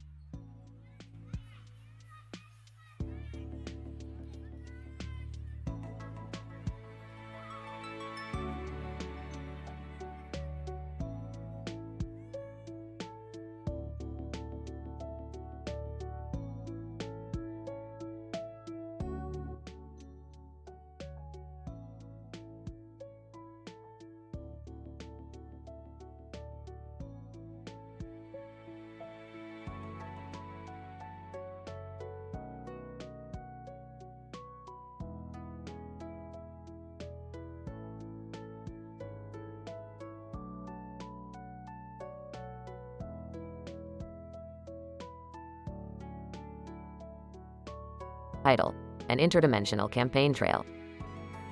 The episode starts with Rick, Morty, Jerry, Beth, and Summer stumbling upon a person lying on the ground with a sign in front of them that says, "Don't touch me." In typical Rick fashion, he proceeds to touch the person, causing them to release a cloud of spores that infect the group. The group soon finds out that the spores are from an interdimensional plant that has the ability to control people's minds. To Rick's amusement, he discovers that he is immune to the spores due to his rampant alcohol consumption. Meanwhile, an advanced robot announces its presidential campaign for the Interdimensional Council. The robot, with the ability to read minds, seems unbeatable until the group discovers that it has a fatal flaw: it cannot interpret sarcasm. In an attempt to take down the robot's campaign, the group hires Sephiroth, a warrior from a video game dimension, who specializes in sarcasm. As the campaign heats up, the group discovers a plot by the robot's supporters to incite chaos by using the Disaster Girl meme as a propaganda tool. Using their powers of wit and sarcasm, the group manages to thwart the plan and save the Interdimensional Council from destruction. But the adventure doesn't end there. As Rick and Morty explore the depths of the interdimensional marketplace, they come across a strange device that can summon anything a person desires. However, due to a mistranslation in the user manual, the device summons only hands. Jerry, being Jerry, sees an opportunity to use the hands to start an innovative business venture. But as the hands begin to take over and demand their own rights, the group realizes that they may have created a monster. As the episode comes to a close, the group, exhausted from their interdimensional campaign trail, sit around a campfire discussing the day's events. With Rick making crude jokes, Jerry trying to sell the group on his hand-related business idea, and Morty and Summer trying to make sense of everything that happened. Hey Morty, did you hear the one about the interdimensional plant? It's a real fungi. Rick, maybe we should focus on destroying the plant instead of making puns. Okay, but hear me out guys. Handy hands, the ultimate gadget for all your interdimensional needs. Jerry, I don't think you quite grasp the situation with the hands. I'm just glad we saved the Interdimensional Council from disaster. Dude and the meme. Yeah. But did you see the look on that robot's face when Sephiroth hit it with the sarcasm bomb? Classic.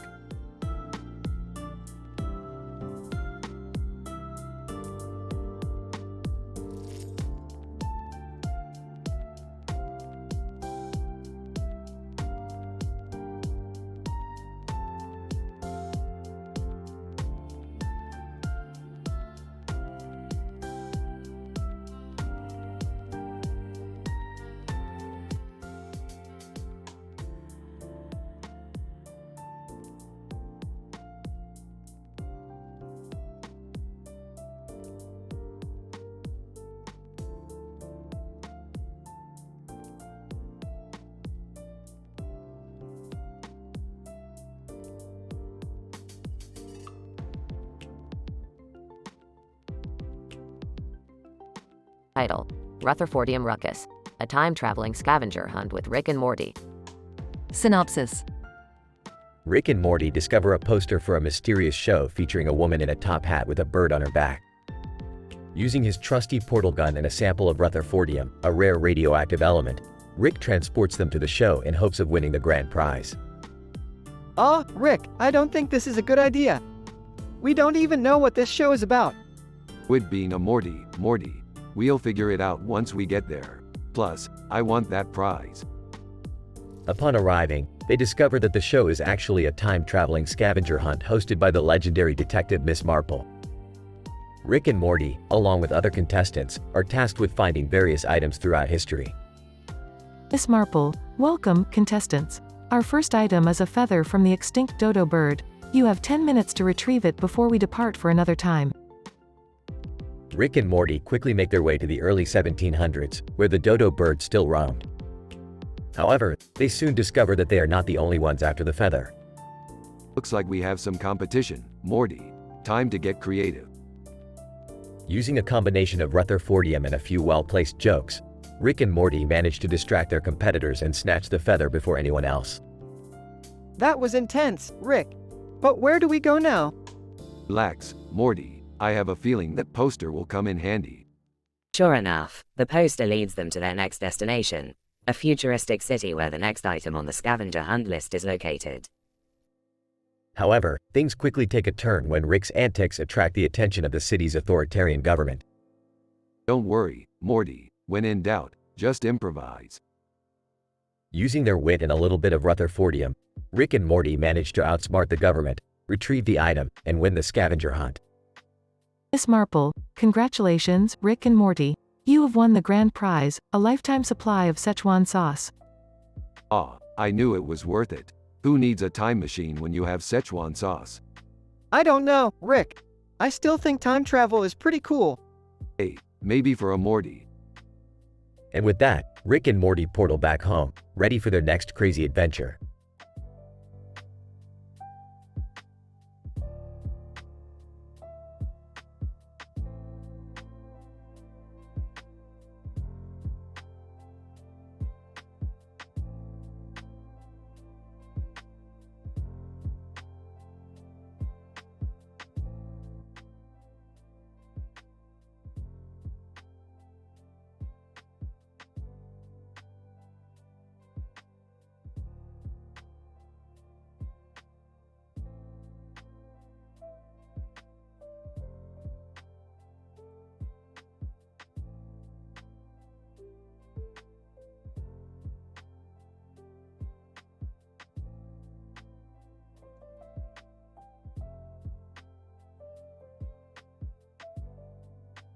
Title: Interdimensional Pizza and Feline Neurology.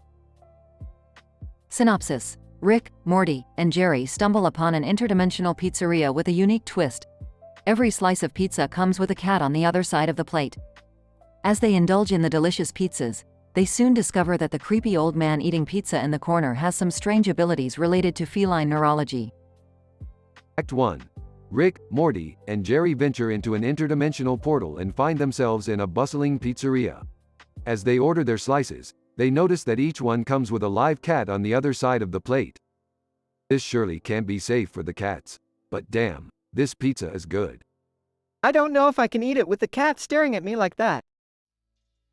Guys, I think we should get out of here. We don't know what kind of dimensions we're dealing with. Act 2. Despite Jerry's protests, the trio continues to indulge in the pizzas. As they eat, they notice the creepy old man in the corner, who seems to be eating the cats along with his pizza. Okay, that's just messed up. Let's investigate. But Rick, the guy is clearly crazy. I agree with Morty. We should leave before something bad happens. Act 3. Rick and Morty investigate the old man and discover that he has some strange abilities related to feline neurology. This man has somehow tapped into the feline neural pathways, allowing him to gain their abilities. It's remarkable, but also kind of creepy. Well, what are we going to do about it? I'm with Morty. We need to get out of here before we become cat pizza. Act 4. The trio attempts to leave, but the old man blocks their path. They soon learn that he isn't just creepy, he's also a powerful foe with incredible feline abilities. Okay, I did not see that coming. Let's see if we can take him down. But how? He's too strong. I think I have an idea. Stay with me.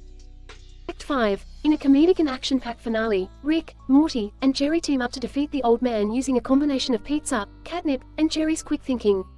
They make it back to their dimension, slightly traumatized but with a newfound appreciation for the power of pizza and feline neurology. Well, that was certainly an adventure. I never want to eat pizza with a cat on the plate again. But guys, think of all the possibilities. Pizza could be the key to unlocking the secrets of the feline mind. That's enough weird science for one day, Jerry.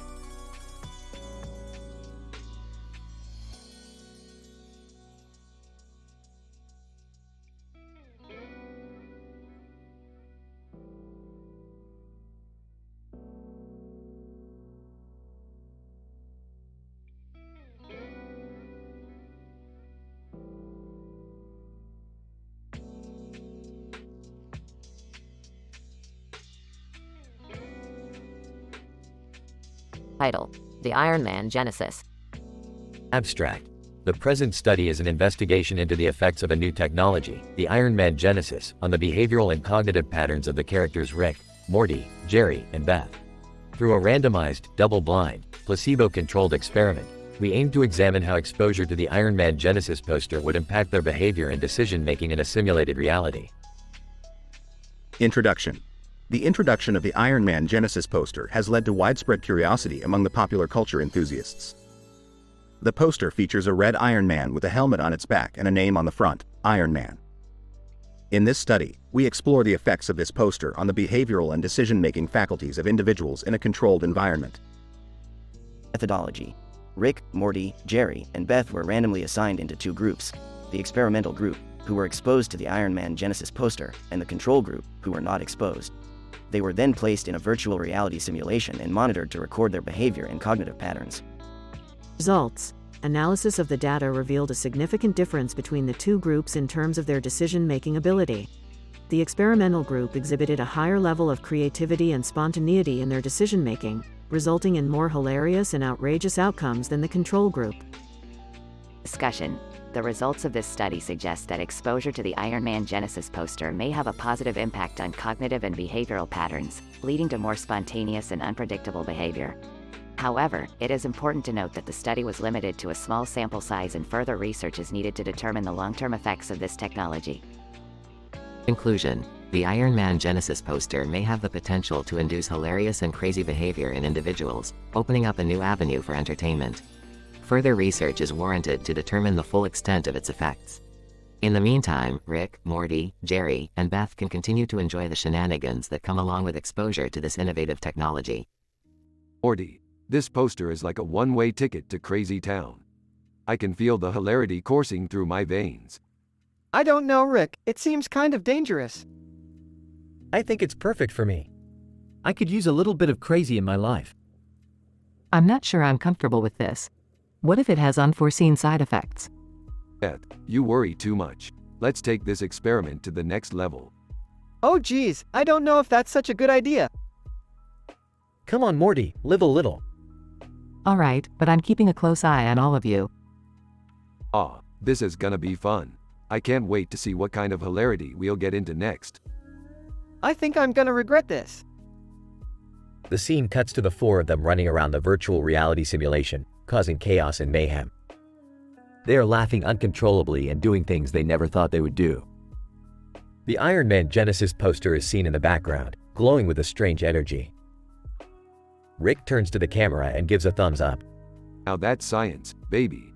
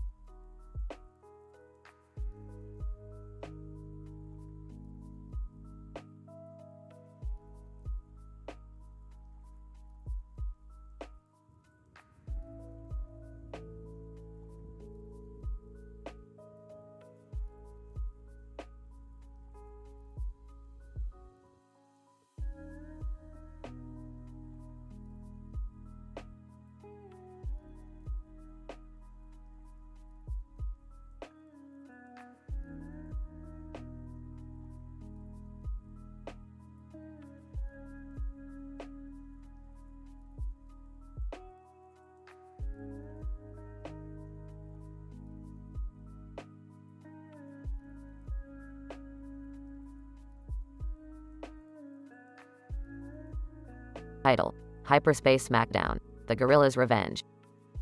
Opening scene. Rick and Morty are playing a hyper-realistic gorilla wrestling video game in Rick's lab. I can't believe they programmed this simian sexbot to have a 10-pack. I don't think that's anatomically possible, Rick. Suddenly, the game glitches and they are sucked into the virtual world, landing in the middle of a wrestling ring. Well, isn't this just a barrel of bananas?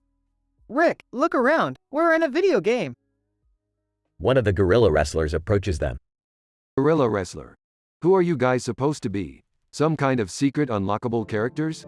You wish, pal. We're here to kick some virtual primate ass. The other wrestlers in the background start chanting, Hyperspace Smackdown. Hyperspace Smackdown. The referee, a pixelated version of Donkey Kong, signals the start of the match. As Rick and Morty battle their simian opponents, they discover that the game is not just a simple wrestling match. It's a hyperdimensional death match where the loser's consciousness gets trapped inside the virtual world forever. Rick, we can't keep doing this. We're destroying all these sentient beings just for our own amusement. Relax, Morty. It's just a game. Plus, they're gorillas. They don't even have souls. As the final battle approaches, Rick and Morty confront the reigning champion, a super intelligent gorilla with a PhD in quantum physics. Super Gorilla. You two may have brawn, but I have brains. I've figured out a way to manipulate the game's programming. Soon, I'll be able to escape this digital hell and take over the real world. Oh, for the love of Schrodinger's cat. In a hilarious yet scientifically sound climax, Rick and Morty engage in a battle of wits with the super gorilla, manipulating the laws of quantum mechanics to defeat him and escape the game.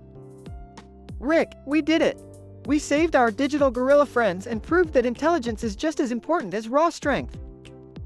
Yeah, that's great, Morty. Now can we go back to reality where I don't have to wear a motion capture suit to take a leak?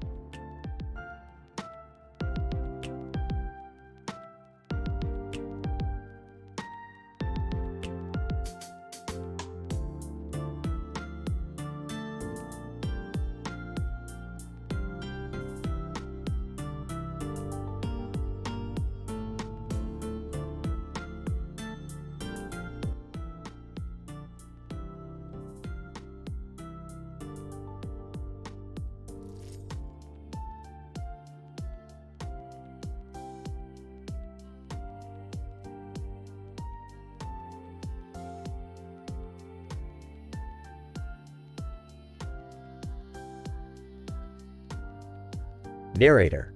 The episode commences with the main character, Lower Arm, strolling along the city streets while passing by a poster for a theater show. The poster exhibits a woman in a dress and a man in a top hat and cane. Lower Arm, being fascinated by the poster, decides to attend the theater and acquire knowledge in the field of performing arts. Lower Arm. This poster intrigues me. As a scientist, I have extensive knowledge in biology and chemistry, but I have yet to explore the art of theater. I shall attend this performance and gain a better understanding of the art form. Narrator. After purchasing a ticket, Lower Arm finds a seat in the theater and the performance commences. The woman in the dress and the man in the top hat and cane execute an incredible dance routine. The performance captivates Lower Arm, and he begins to contemplate the scientific aspect of the show. Lower Arm. The dance movements are precise, and the performers execute them with immense accuracy.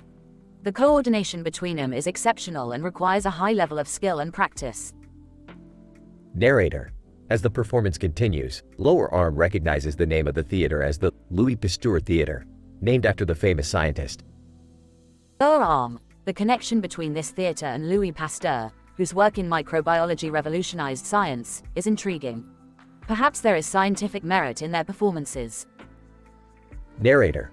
After the show, Lower Arm approaches the theater director and inquires about the scientific inspiration for the show. Lower Arm.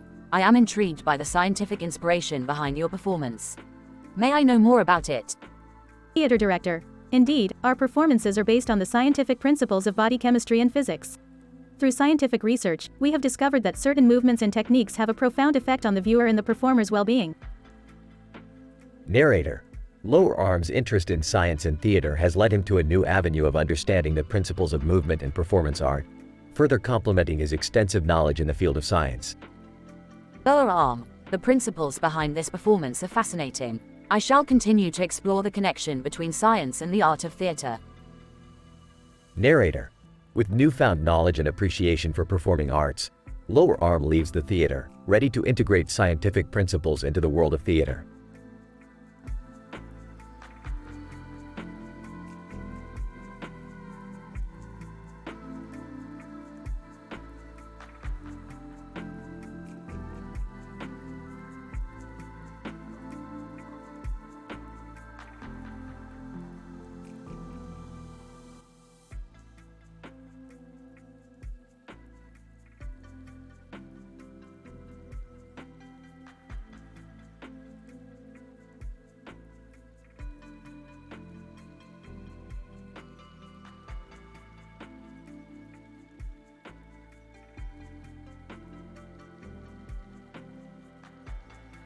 Title: The Gastronomic Adventures of Rick and Morty.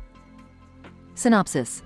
In this episode, Rick, Morty, and Summer indulge in a plate of food with meat, vegetables, and bread on it. The meal is served on a green plate and comes with a fork. Little do they know, this seemingly ordinary dish will lead them on an adventure of casino war, pulled pork sandwiches, slapstick comedy, and gory slaughterhouse investigations. Ah, I love a good plate of food. It truly is a masterpiece of human engineering. Yeah, but what's so special about this plate of food? Maybe it's the veggies? They look pretty fresh. Ah, Morty, you naive adolescent. This plate of food is the key to winning the casino war. Casino war? And how is a plate of food going to help us at a casino? Simple, my dear Summer. We'll use these pulled pork sandwiches as a distraction while we rig the machines to our advantage. But isn't that cheating? Morty, life is a game, and in this game, the house always loses. Now let's go serve up some sandwiches and win some money. As they walk towards the casino, they stumble upon a comedy club. Let's check this out, guys. I could use a good laugh. Agreed. Plus, we might as well practice our slapstick comedy skills while we're here. Moments later, they find themselves in a gory slaughterhouse, surrounded by dismembered animal parts. I thought we were going to the casino? And we are, Morty. But first, we need to investigate this gory slaughterhouse for clues. Clues about what? Clues about the secret ingredient in that plate of food. I have a theory that it might be human flesh. Gags! Oh man, I'm gonna be sick. This is getting too crazy. Rick. Nonsense, Summer. This is just another adventure in the life of Rick and Morty.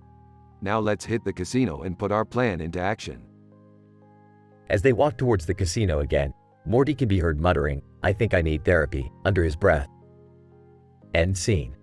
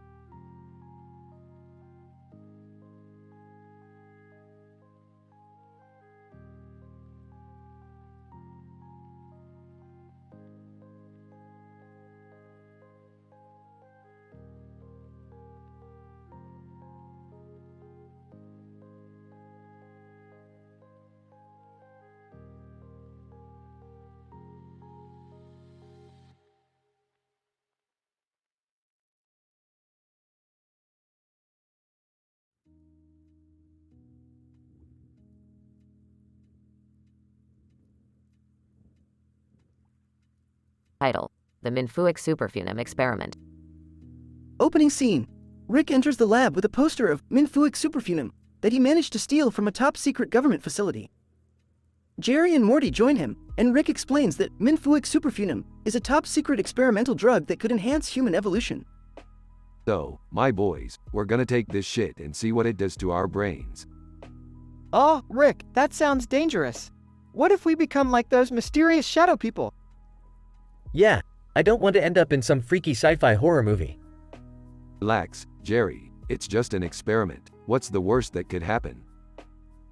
As they inject themselves with the drug, they suddenly experience a strange sensation of euphoria mixed with a sense of invincibility. Whoa, I feel like I'm on top of the world. I can see through time and space. I am the ultimate superhuman. Suddenly, their bodies start to transform, with their muscles expanding and their skin turning into a shiny metallic texture. Holy shit, guys, look at us, we're like fucking superheroes. But what about those mysterious shadow people we heard about? Yeah, I don't like the sound of that. Suddenly, a group of shadowy figures appear, with glowing red eyes and sharp claws. Shadow people, you have interfered with our experiment. Now, you will be eradicated. Bring it on, you shadowy assholes. The group engages in an epic battle, with Rick, Morty, and Jerry using their newfound superhuman abilities to fight off the shadow people. I never thought I'd say this, but this is actually kind of fun. I just hope we survive. In the end, they manage to defeat the shadow people and save the world from their evil machinations. Well, that was a wild ride. Who's up for another experiment? Jerry and Morty exchange a nervous glance, but ultimately shrug and follow Rick out of the lab, ready for their next adventure. Fade to black.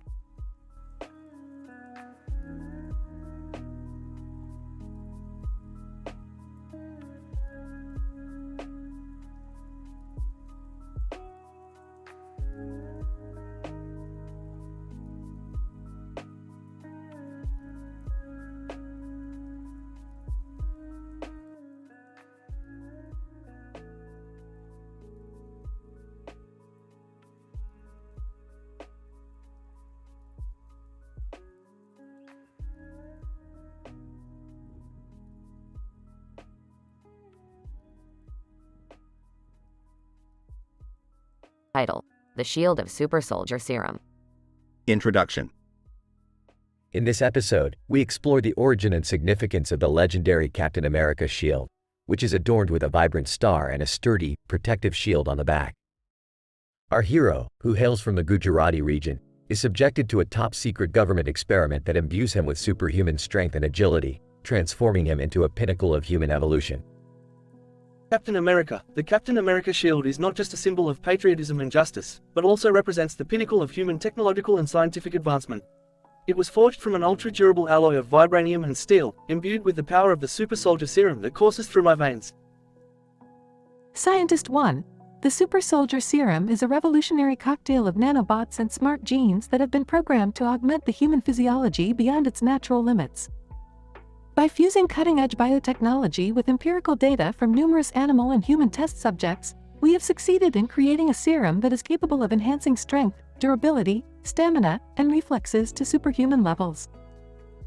Scientist 2. The Captain America shield is also a testament to the power of materials science and metallurgy in modern engineering. By combining vibranium, an extraterrestrial metal with incredible shock absorption properties, with a blend of stainless steel and other alloys, we have crafted a shield that is virtually indestructible. This shield has saved Captain America's life countless times and has become an integral part of his identity. Captain America, however, the true strength of the shield lies not in the materials or the science behind it, but in the spirit of what it represents. The shield is a symbol of hope, justice, and humanity's undying urge to protect the weak against all odds. It has become an icon of the superhero genre and a beacon for all those who seek to make this world a better place to live in. Conclusion. In conclusion, the Captain America shield is a marvel of modern science and engineering that represents the pinnacle of human achievement in the field of technology and biotechnology. It is a testament to the indomitable spirit of human perseverance and the grandeur of the human imagination.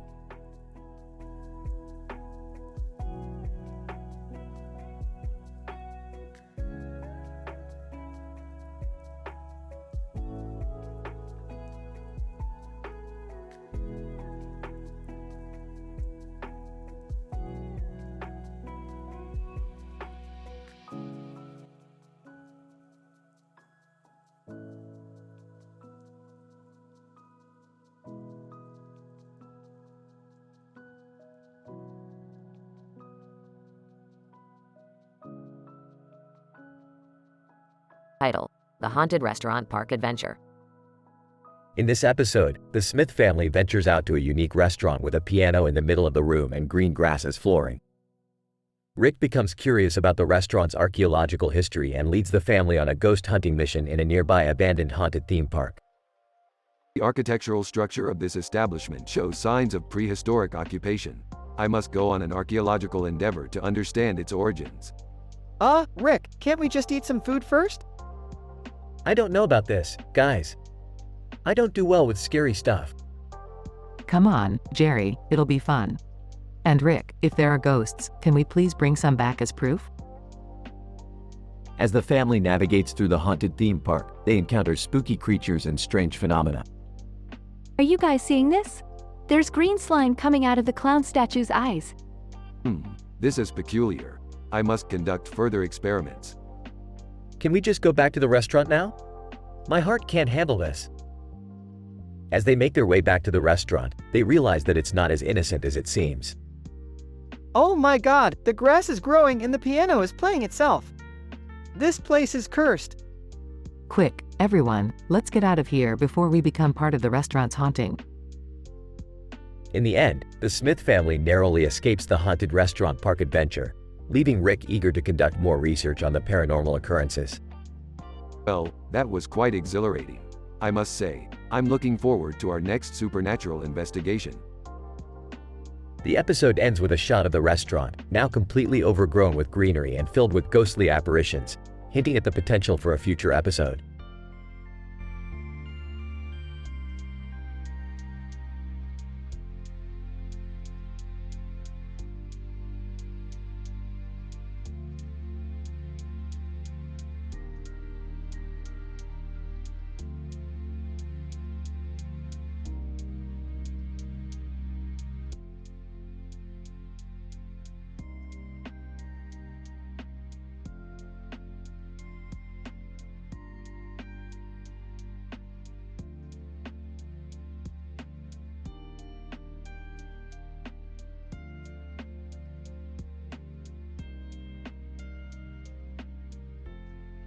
Title: The Adventures of Strange Face and the Time-Traveling Scavenger Hunt.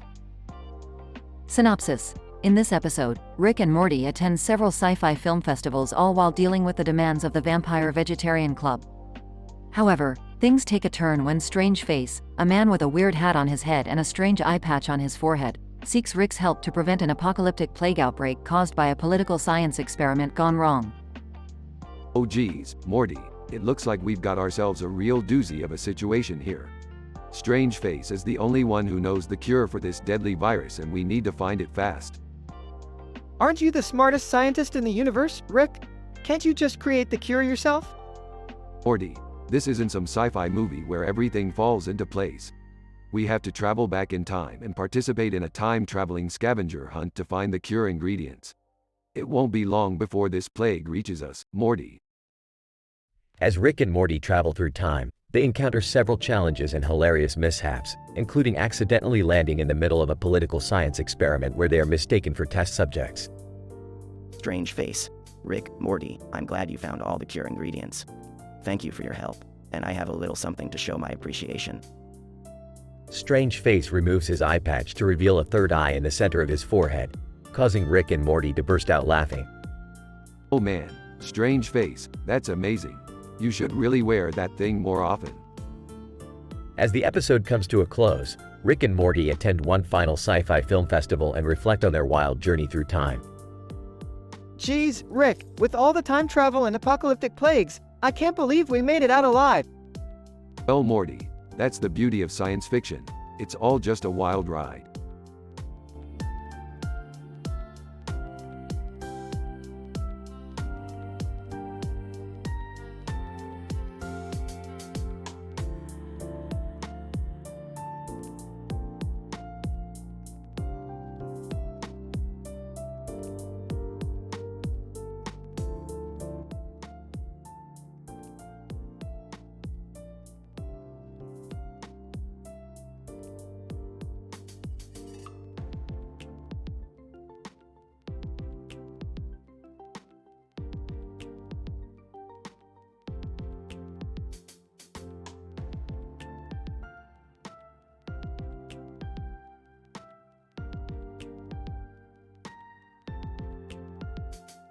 Title: The Hilarious Interdimensional Adventure of Rick and Morty.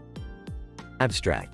This paper chronicles the scientific exploration and subsequent misadventures of Rick and Morty as they navigate through various interdimensional spaces. The duo's encounters with a variety of characters, including an animated meme and a beloved TV sitcom character, are examined in detail. Introduction. The central premise of this episode revolves around the interdimensional travel antics of Rick and Morty. The intrepid duo embarks on numerous scientific endeavors, encountering a wide range of comical characters along the way. This paper will explore the scientific principles underlying their adventures, while simultaneously highlighting the numerous comedic elements that make this episode an unforgettable experience. Morty, we're going on a rip-roaring journey through the multiverse. Get your spacesuit ready and buckle up. Oh, okay, Rick. Is this about that unsettled Tom meme we saw on the internet the other day? Encounter with Unsettled Tom meme. As Rick and Morty journey through the multiverse, they come face to face with the unsettled Tom meme. Using his scientific ingenuity, Rick attempts to decipher the meme's hidden meaning. It appears that this meme is indicative of millennial nihilism and the overall existential dread that pervades modern society. Geez, Rick, can't we just enjoy a funny meme without analyzing it to death? Raymond Barone enters the picture. As the duo continues on their interdimensional adventure, they unexpectedly encounter a familiar face. Raymond Barone, the beloved TV sitcom character, has somehow been transported into this alternate reality. Raymond, holy crap, where am I? What's going on? Relax, Raymond. We're just taking a little detour through the multiverse. Do you want to join us on this crazy journey? Scientific analysis of Raymond's reality. As Raymond struggles to comprehend his new surroundings, Rick and Morty attempt to analyze the scientific principles underlying his reality. Hey Rick, I think I recognize this place. It's the set of Everybody Loves Raymond. Fascinating, Morty. It appears that this is an alternate reality where the show is actually real. Imagine the possibilities. Conclusion. Through their various interdimensional encounters and scientific analysis, Rick and Morty have provided us with a unique and entertaining perspective on the multiverse. This episode serves as a testament to the power of humor and creativity in exploring complex scientific concepts.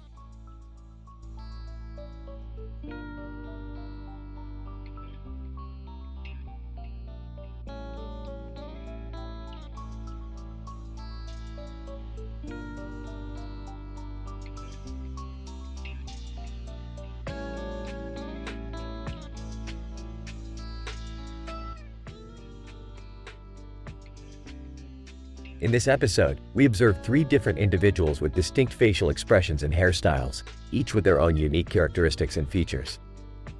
One of them is a male individual displaying a bald head, while the other is a female individual exhibiting a similar bald head. The plot follows the journey of these 3 characters as they undergo various medical procedures, with one of them undergoing a rhinoplasty and another, a thyroidectomy.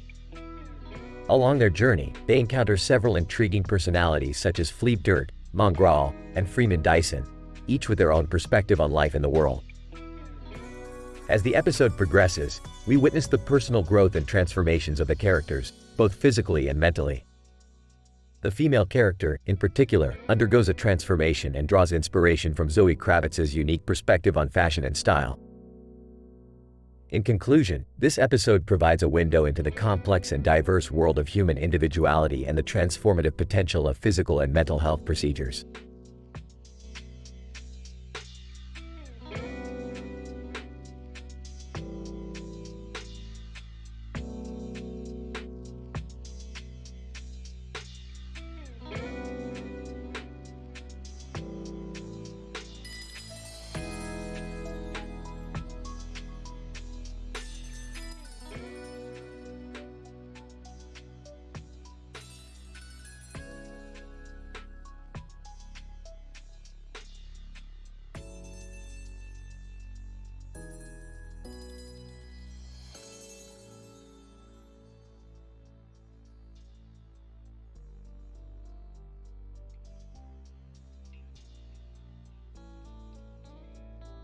Title: The Chromium Detective Noir. Synopsis. The present episode follows the wild shenanigans of Rick, Morty, Beth, and Summer as they encounter a futuristic-looking object with a circular design on its centerpiece, which sends them down an unpredictable path of chaos and laughter. Erps, Morty, Beth, Summer, check out this shiny object I found. Looks like someone tried to recreate the chromium design in the future. Gee, Rick, what do you think it does? Who the hell knows, Morty? It could be anything from a teleportation device to a fancy new toaster. But one thing's for sure, it's gonna be a fun ride. I don't know, Rick, this thing looks pretty dangerous. We don't want another incident like the time you got us involved with the Klingons in Star Trek. Smirks, don't worry, Beth, I promise I won't do anything crazy this time. Rolls her eyes, yeah, right. As the gang examines the chromium object, they suddenly get sucked into a world of futuristic detective noir. They find themselves in a city filled with powerful artificial intelligence and dangerous flying cars. Whoa, Rick, what happened? Where are we? Looks like someone reprogrammed the object to send us into a futuristic detective noir world. This is gonna be leggin'. Wait for it, Derry. Size, you said we weren't gonna do anything crazy, Rick. Grinning asterisk, let's go kick some robot butt. As they navigate the streets of the futuristic city, they run into various characters, including a robot femme fatale, a corrupt android cop, and a rogue artificial intelligence with a vengeance.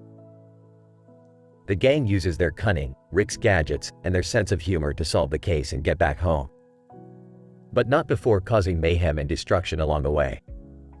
In the end, they find themselves back in their own world, with the chromium object in hand. Smirking, that was fun. Who's up for another adventure? Oh geez, Rick, I don't know if I can handle another one of your crazy ideas. Rolls her eyes, I think we all know the answer to that question. Laughing, count me in. Rick, let's see what kind of trouble we can get into next. Fade to black.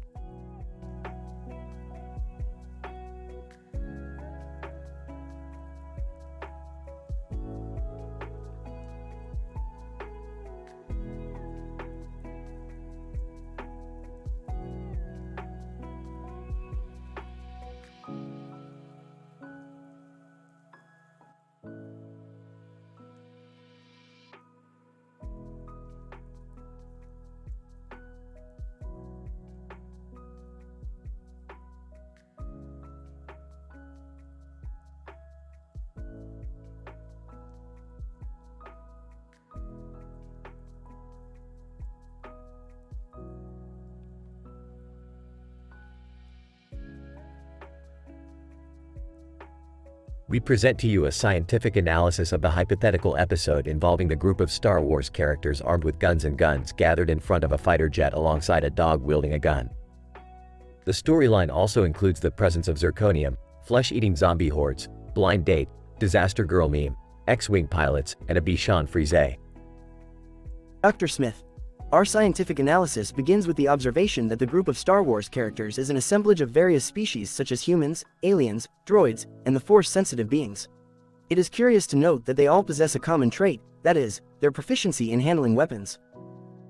Dr. Johnson, the presence of the fighter jet appears to be crucial to their mission.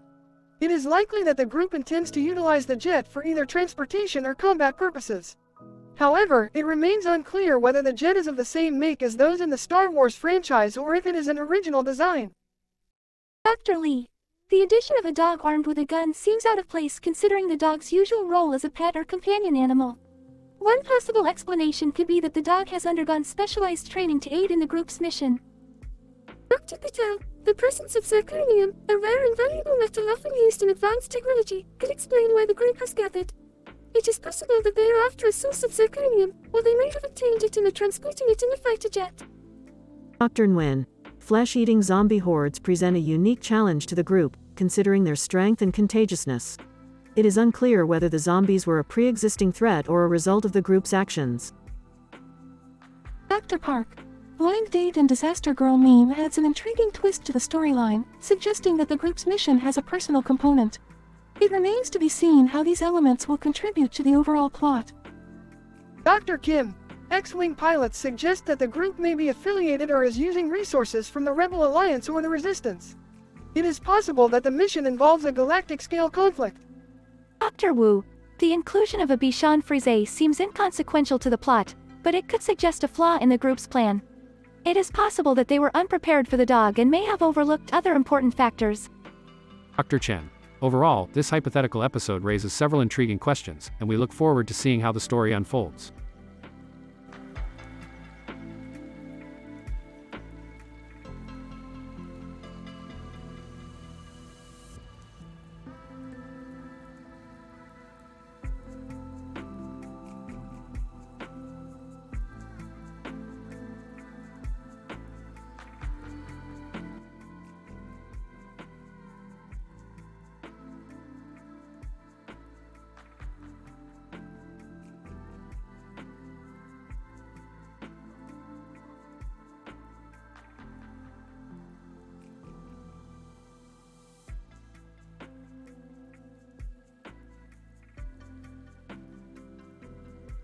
Title: The Ultimate Godfather Lymphatic Drainage Massage. Synopsis. In this episode of Rick and Morty, our protagonists, Rick, Morty, Jerry, and Summer have stumbled across a man in a suit sitting on a chair in a room with a window and a curtain behind him. This man identifies himself as Michael Corleone, the ultimate godfather of all godfathers. He offers to give the gang a lymphatic drainage massage, promising to remove all the toxins and negativity from their bodies. Summer. What's a lymphatic drainage massage? Rick. It's a massage technique designed to stimulate the flow of lymphatic fluids and removes waste products and toxins from the body. Morty. So it's like a detox massage? Jerry. I'm in. I could use a good detox. As Michael Corleone begins to work his magic, the gang is transported into a parallel universe. In this universe, they must complete various tasks to prove their worthiness to receive the ultimate lymphatic drainage massage. Summer. I'm not sure I like the look of this place. Morty. Yeah, it's kinda creepy. Rick. Quit complaining and get to work. We have to prove ourselves worthy. As the gang navigates their way through this universe, they encounter bizarre creatures and obstacles that test their strength and intelligence. At one point, they have to solve a riddle to move forward. Jerry, what's the answer to this riddle? Rick. I don't know, but we better figure it out fast. After successfully completing all the tasks, the gang is transported back to the room with Michael Corleone. He then performs the ultimate lymphatic drainage massage, removing all the toxins and negativity from their bodies. Morty. Wow, I feel great. Summer. Me too. That was amazing. Jerry, I can't believe I almost passed on this. Thank you, Michael Corleone. As the gang leaves, Michael Corleone whispers to himself, they have passed the test. They are worthy. But will they prove themselves worthy again? The episode ends with a shot of Michael Corleone sitting in his chair, looking out the window with a sinister grin on his face.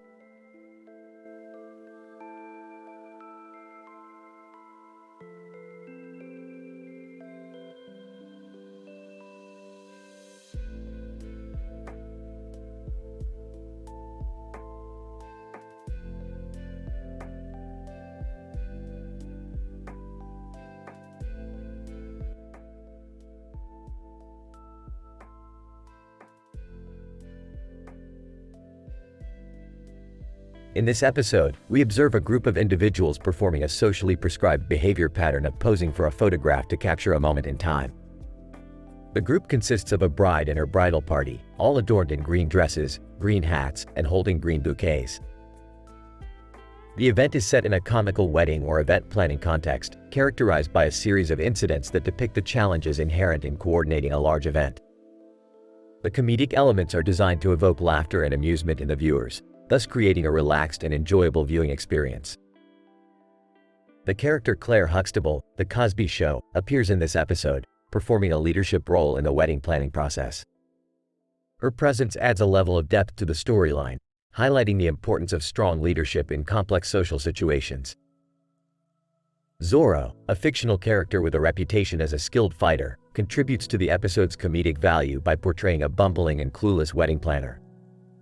His inability to execute simple tasks adds to the chaotic nature of the event and keeps the viewers engaged. The storyline also features a speech therapist who attempts to help an individual overcome a speech impediment. The presence of this professional communicates the importance of effective communication and highlights the challenges individuals with speech impediments face in social settings. Overall, this episode provides an entertaining and lighthearted take on the challenges and complexities of event planning while highlighting the value of strong leadership and effective communication in social situations.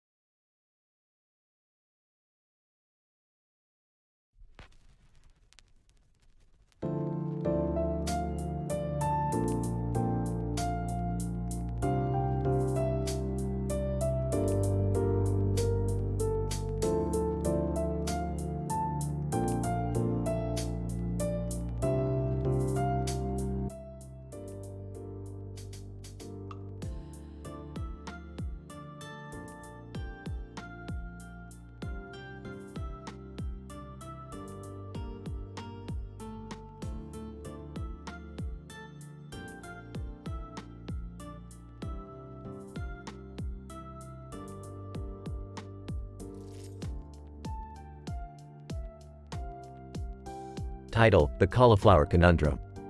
Synopsis. In this episode, Rick, Morty, Jerry, and Beth embark on a series of misadventures involving hair, cauliflowers, comedic misunderstandings in relationships, midnight movie showings, measure, and a vampire travel agency. Act 1. I have a theory that if we use the measure of the average cauliflower size in this dimension, we can travel to a dimension where cauliflowers are used for hair growth. Rick, that's insane. I don't think it's a good idea. I don't know why we're even discussing this. Act 2. The group unwittingly ends up in a dimension where cauliflowers are used as hair extensions. Comical misunderstandings arise as they try to navigate relationships in this bizarre world. This cauliflower wig really brings out the color in your eyes, honey. I'm not wearing a wig. Why do these vampires keep trying to sell us travel packages? Don't question the vampire travel agency, Morty. They're a legitimate business. Act 3. As they try to find their way back home, the group stumbles upon a midnight movie showing of a cheesy sci-fi film involving giant cauliflowers. Hilarity ensues as they try to make sense of the plot. This is why I hate movies. They never accurately represent the science of cauliflower dimensions. Act 4. The group eventually makes it back home, but not before encountering a group of rogue scientists who are using cauliflowers to create a dangerous weapon. That's it. I'm done with cauliflowers. From now on, We only use broccoli for our scientific experiments. Wait, what's the difference? Shut up, Morty. If you have to ask, you'll never know. Epilogue. The group decides to ditch their cauliflower-filled adventure and go out for a drink. As they leave, they notice a man in a suit standing nearby, holding a cauliflower in his hand. Hey, do you know what happened to this guy's hair? Jerry, stop. I think it's time we stop with the cauliflower jokes. Agreed. Let's move on to something else. Like, I don't know, maybe using cucumbers as transportation.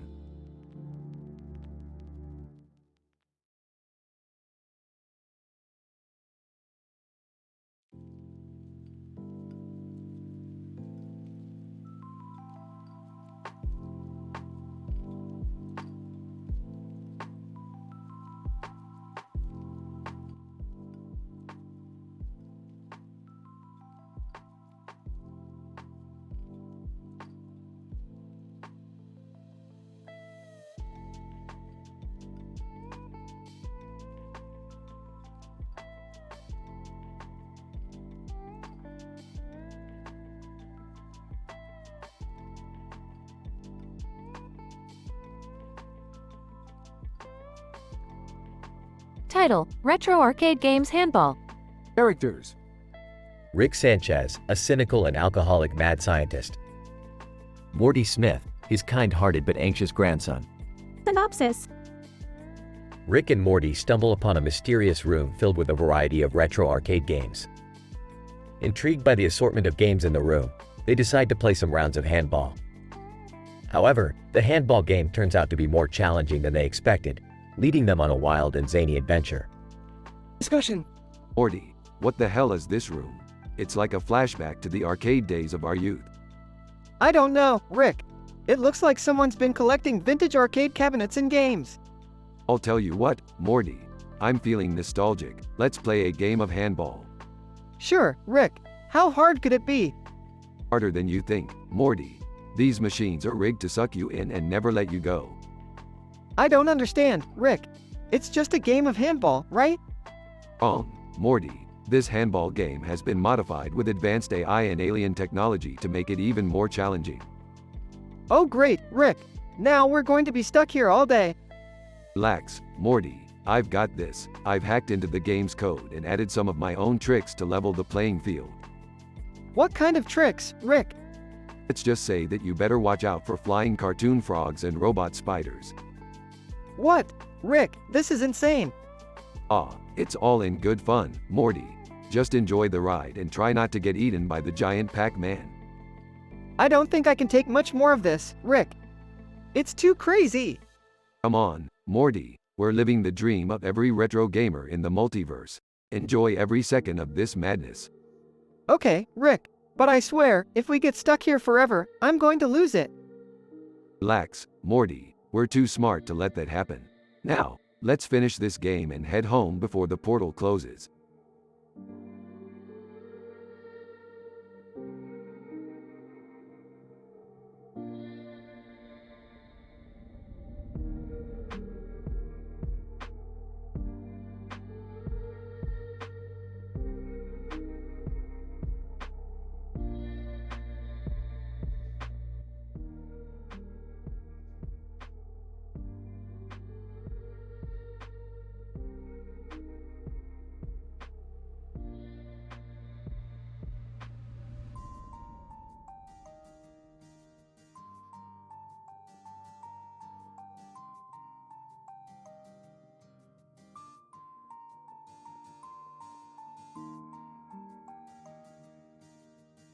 Title: Deja Vu, a Rick and Morty hilarious adventure in cinema dining experiences. Synopsis. Rick and Morty embark on a scientific quest to understand the phenomenon of deja vu experienced by a mysterious woman with a nose ring and a black dress, while indulging in a unique cinema dining experience. Scene 1. Rick and Morty are sitting in a futuristic cinema, where they are served a 7-course meal while they watch a movie. The menu includes molecular gastronomy dishes, fusion sushi, and cocktails served in IV bags. Whoa, Rick. This is the most amazing dining experience ever. Shut up, Morty. We have work to do. Look, that woman in the black dress is experiencing deja vu. Scene 2. Rick and Morty approach the woman with the nose ring, who introduces herself as Olivia Rodrigo. Olivia, I keep having this strange feeling like I have been here before. It's like deja vu. Deja vu. That's interesting. Morty, we need to conduct a scientific experiment to understand this phenomenon. Scene 3. Rick and Morty build a deja vu machine using advanced quantum physics principles and use it on Olivia to induce a controlled deja vu experience. Olivia, whoa, this is freaky. I feel like I have lived this moment 100 times before. Maybe it's because of your nose ring? It's creating a magnetic field that's messing with your neural pathways. Morty, shut up with your pseudoscience. Let's analyze Olivia's brainwaves. Scene 4.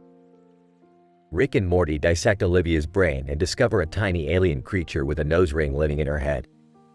Alien, hey guys, sup? Just doing some sightseeing in this human brain. I like the view. What the hell is this? Morty, we need to get rid of this alien parasite. Scene 5. Rick and Morty extract the alien parasite from Olivia's brain, who thanks them for solving her deja vu problem.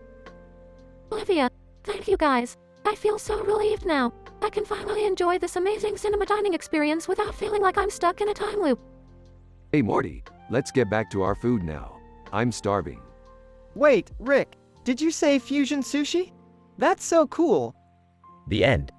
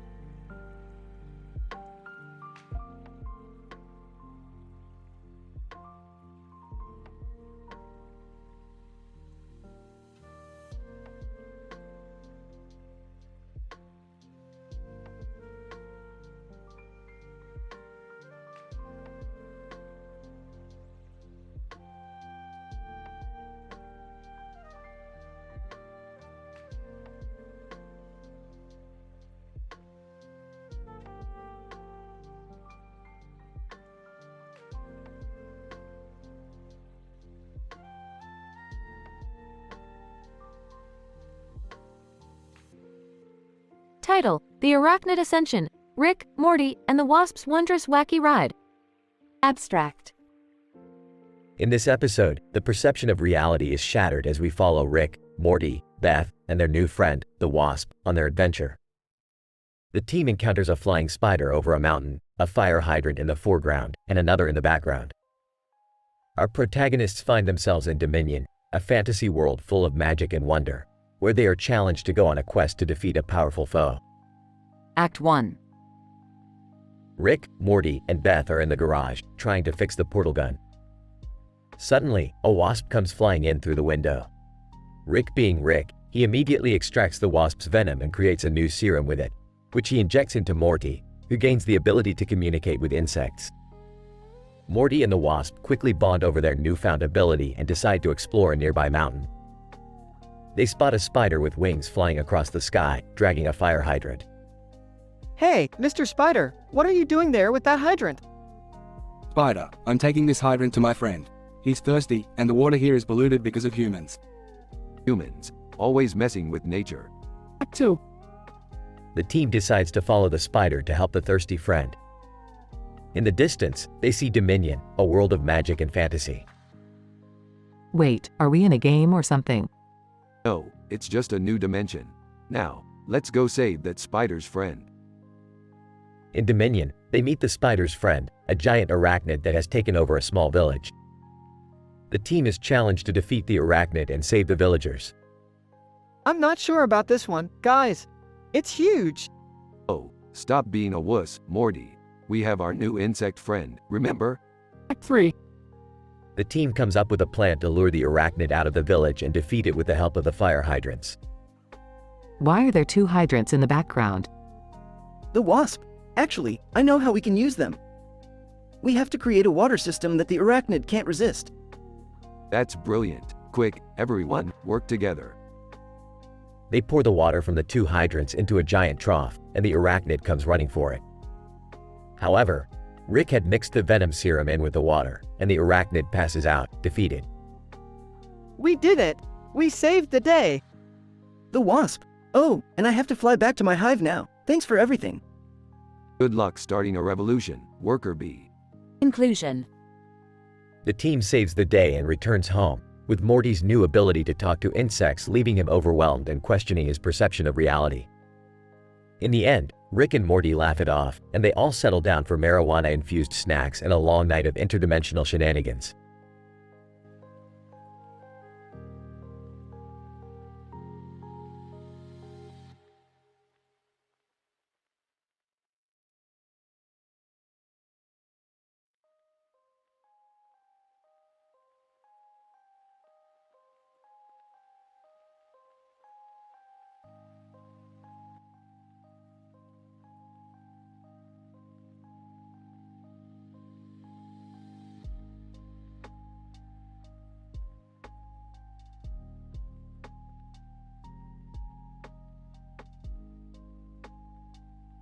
Title: The Cauliflower Conundrum.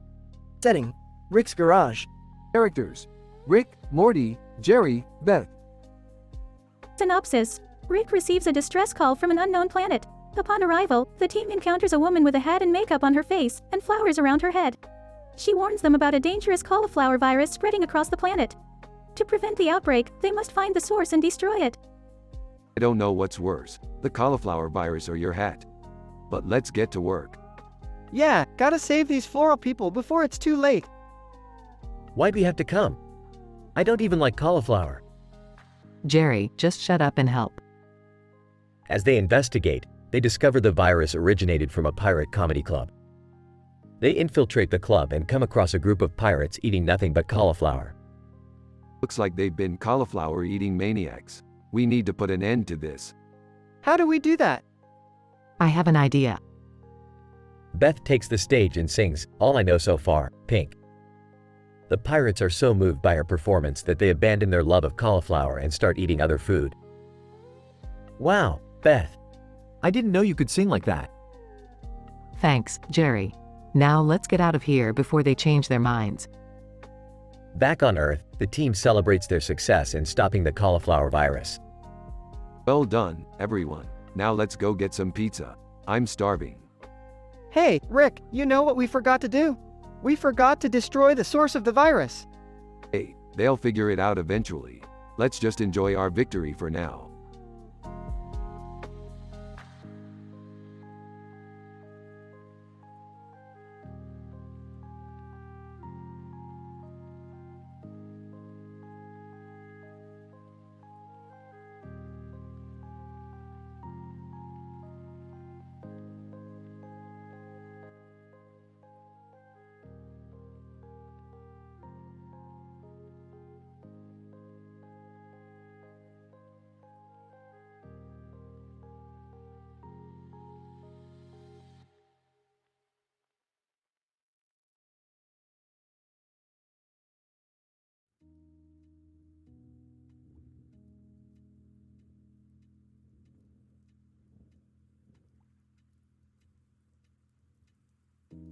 Title: A Cybersecurity Adventure. Rick and Morty are discussing cybersecurity as they notice a poster with a list of the numbers of the world's most famous landmarks and names in blue. Hey Morty, you see this? This poster has some secret conspiracy written all over it. We gotta get to the bottom of this. Rick, I think that's just a list of famous landmarks and their coordinates. Nonsense, Morty. We have to investigate this thoroughly. Jerry walks in, and Rick hands him the poster. What's this, a treasure hunt? Let's do this. Beth enters the room and is skeptical about their plan. Really, guys? A secret conspiracy from a poster? You guys are nuts. Don't be a buzzkill, Beth. This could be the adventure of a lifetime. The group travels to the first location on the list and stumbles upon a group of cybersecurity analysts. Rick, these guys look serious. Relax, Morty. I got this. Rick and the cybersecurity analysts engage in a battle of wits and technology. Cybersecurity analyst, your firewall is no match for our cybersecurity protocols. We have a hacking device that will knock your socks off. The group narrowly escapes the cybersecurity analysts and continues their adventure to the next location on the list. So, what's the plan now? We're going to use the art of effleurage to sneak past the guards. Ah, what's effleurage? It's a massage technique, Jerry. Pay attention. The group sneaks past the guards using the art of effleurage and uncovers a secret government laboratory. Whoa, what's in here? The government's top secret portal to another dimension. Oh, I don't know if we should mess with that, Rick. Nonsense, Morty. This is our chance to become heroes. The group activates the portal and is transported to another dimension, where they encounter an alien race that speaks in puns. Alien? What do you call a mushroom who buys everyone drinks? Define GI. I don't get it. Let's just get out of here before they think of another one. The group successfully returns to their own dimension and Jerry is ecstatic about their adventure. That was insane. Can we do it again? Absolutely not. Suit yourself, but we have a whole list of landmarks to uncover. I need a drink.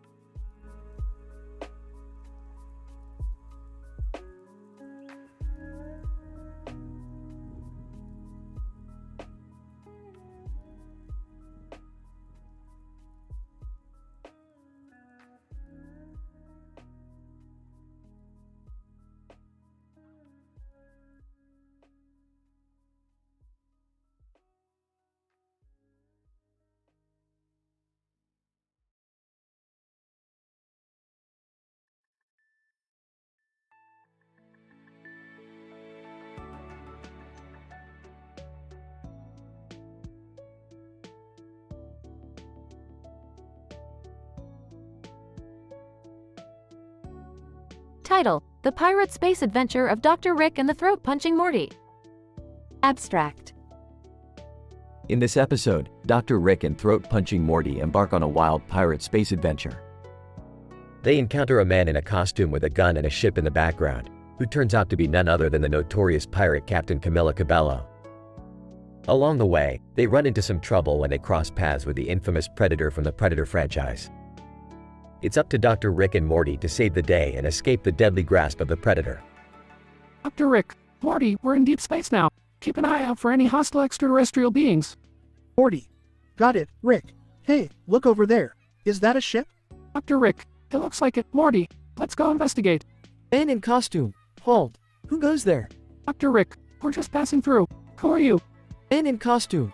I am Captain Camilla Cabello, feared pirate of the cosmos. Morty. Whoa, a real-life pirate. Can we join your crew? Captain Cabello. If you prove yourselves worthy, then yes. But beware, there are dangers lurking in these parts. Dr. Rick, we can handle ourselves. Nothing scares Dr. Rick and his trusty sidekick Morty. Predator, loud clicking noise. Morty, what was that? Dr. Rick, it sounds like something is approaching. Brace yourselves. Dr. Rick and Morty engage in a thrilling battle with the Predator, using their wit and cunning to outsmart the deadly creature.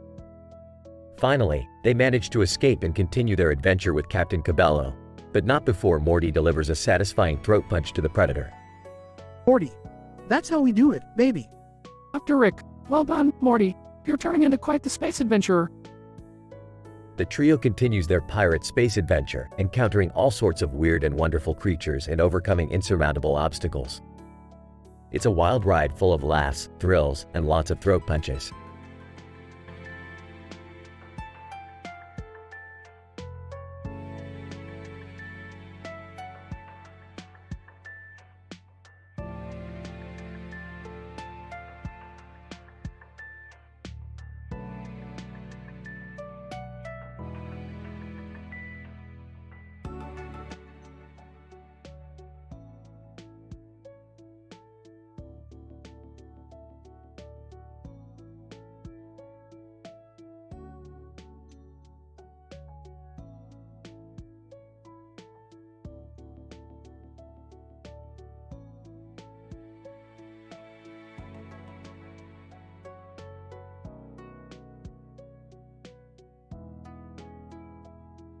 Title: The Multidimensional TARDIS.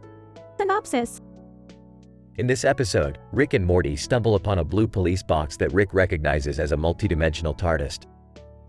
The TARDIS seems to have malfunctioned and transported them to a haunted hotel where they encounter the haunted housekeepers. Morty, this is a multidimensional TARDIS. It can travel through time and space. We're in for a wild ride. Rick, why are we in a haunted hotel with creepy housekeepers? Probably a malfunction caused by this blue dragon we picked up. But don't worry, Morty, I got this. As they navigate through the hotel, they meet the Sea Devils from Doctor Who seem to have taken over the TARDIS for their own purposes. Damn it, Morty. The Sea Devils are using the TARDIS to launch an attack. We gotta stop them before they destroy the multiverse. Rick, why do they have to be sea devils? Can't they just be sea friends? Morty, they're obviously not here to make friends. Now grab that proton pack and let's go.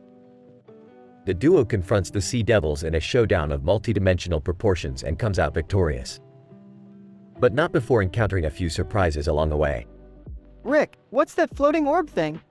That's a cosmic entity, Morty. I wouldn't mess with it if I were you. Oops. The episode ends with Rick and Morty safely returning to their own universe and leaving the multidimensional TARDIS behind. Well, Morty, that was quite an adventure. You're lucky you didn't destroy the multiverse with that cosmic entity. Yeah, Rick, I guess I learned my lesson. Not really, Morty. Let's go see what kind of trouble we can get into next. End credits scene shows the cosmic entity following Rick and Morty back to their universe.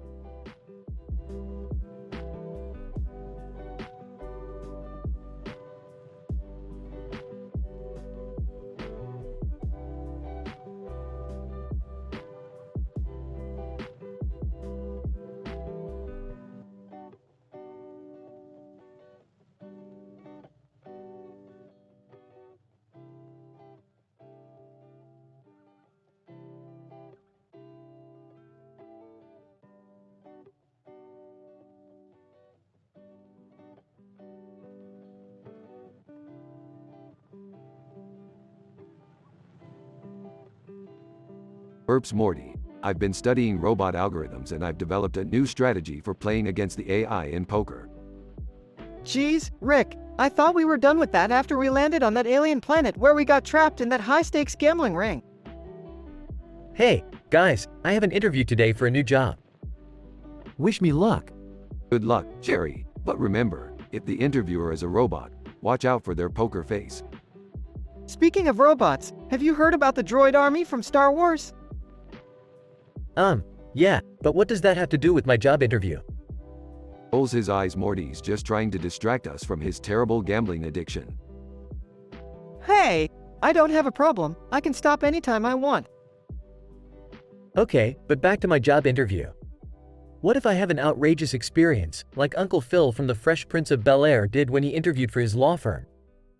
Just play it cool, Jerry. And if all else fails, use your charm. Speaking of charm, did you see the slot machines in the lobby? Morty, I don't think playing slots during an interview is a good idea. Yeah, Morty, put your mind back on the mission. We need to win big at this poker game. During the interview, Jerry finds out that the company is actually run by robots and his job is to help them take over the world with the droid army. He quickly realizes that he needs to use Rick's gambling strategy to outsmart the robots. After a high-stakes game of poker, Jerry wins and convinces the robots to spare the human race. The episode ends with Morty back at the slot machines and Rick scolding him for his addiction. Nervously so, when do I start? Uttering never if I have anything to say about it.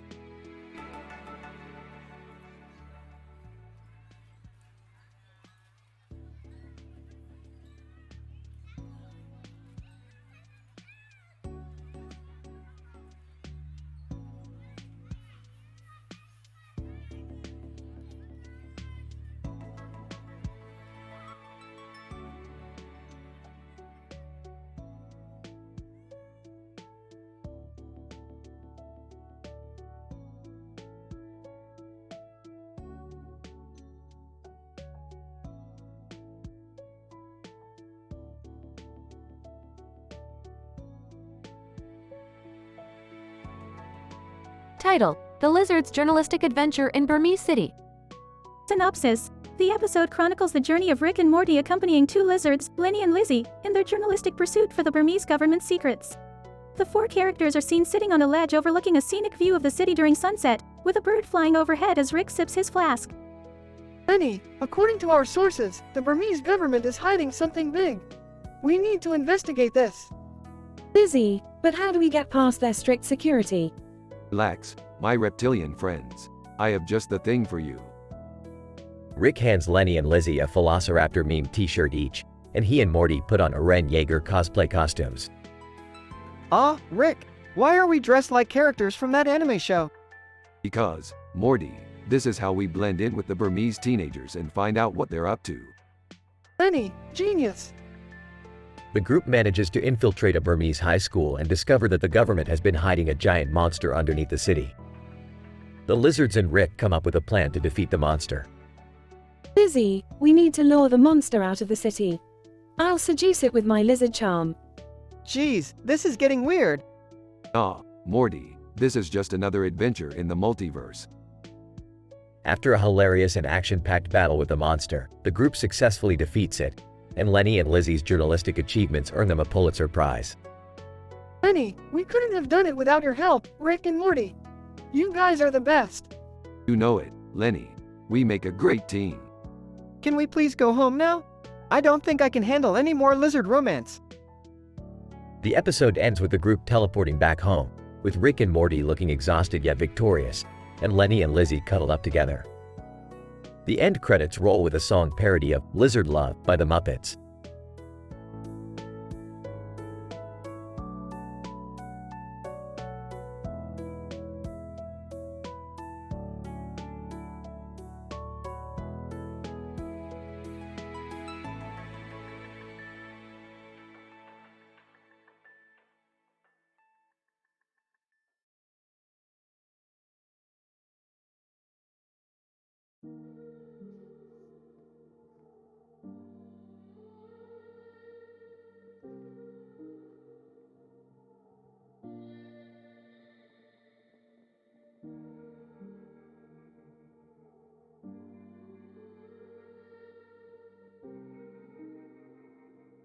Title: The Tale of the Noble Donkey Gorilla Kong. Synopsis: Rick, Morty, and Beth are recruited by the Intergalactic Science Committee to investigate a strange creature sighted on the planet Nibelium. Upon arriving, they witness a gorilla wearing a hat and sunglasses with a baseball cap on his head and a baseball bat in his hand, wreaking havoc on the local flora and fauna. Looks like we got a real Donkey Kong situation here. Whoa, you think it's the actual Donkey Kong? Seriously? Donkey Kong isn't real, guys. Of course he isn't, Beth. But this is definitely a noble donkey Gorilla Kong, and it seems to be attracted to the atomic energy on this planet. Can't we just kill it or something? Morty, that's not nice. Actually, that's not a bad idea, Morty. I can rig up a neutron bomb to take care of it. As Rick begins to work on the bomb, Noble Donkey Gorilla Kong appears and knocks him out with his bat. Noble Donkey Gorilla Kong, eek, eek. We gotta do something. But what? We don't want to hurt him. I have an idea. Morty grabs the baseball cap off Noble Donkey Gorilla Kong's head and puts it on himself. Hey, Donkey Gorilla Kong! Look at me! I'm the new king of Nibelium! Noble Donkey Gorilla Kong drops his bat and approaches Morty, who begins to dance a wacky dance to distract him. Morty, what are you doing? Trust me, Beth. Rick, who has now recovered, sets off the neutron bomb, causing a huge explosion. As the dust settles, Rick, Morty, and Beth emerge from the rubble unscathed. Well, that was a close one. I think we learned a valuable lesson today. What's that? Never underestimate the power of a noble donkey Gorilla Kong. Or a silly dance. The trio share a laugh as they board their ship and blast off into space.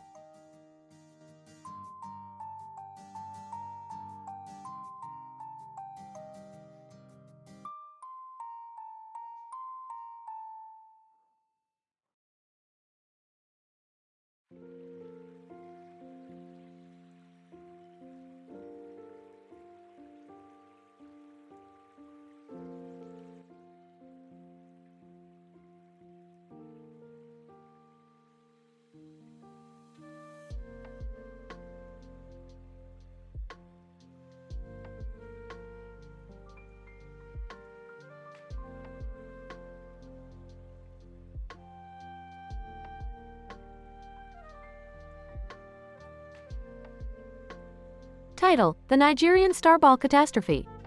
Opening shot. The episode begins with Rick, Morty, and Beth traveling through space in their spaceship, when they suddenly come across a large white ball in the middle of a blue ocean with stars on it and a yellow sky behind it.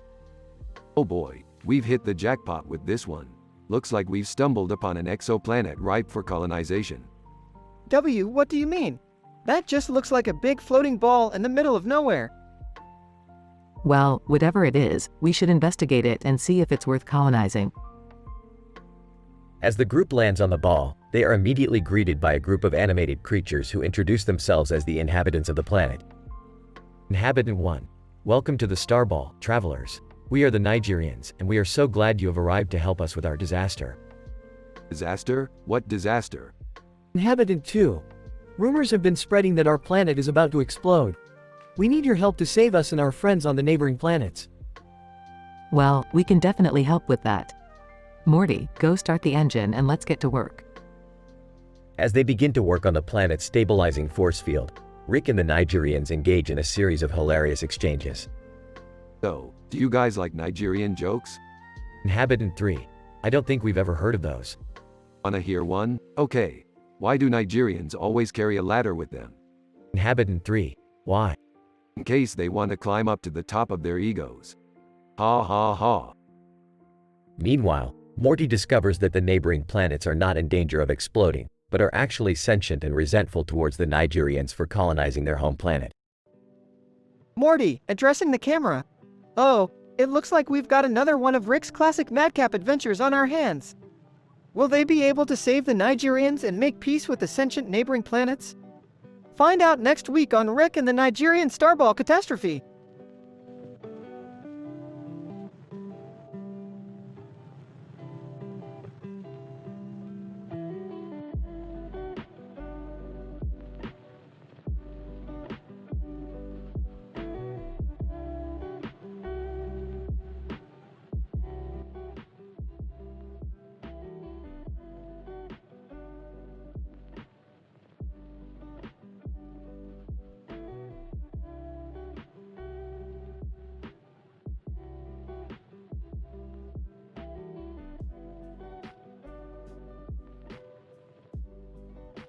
Title: The Paradoxical Adventure in the Painting of a Dirt Road.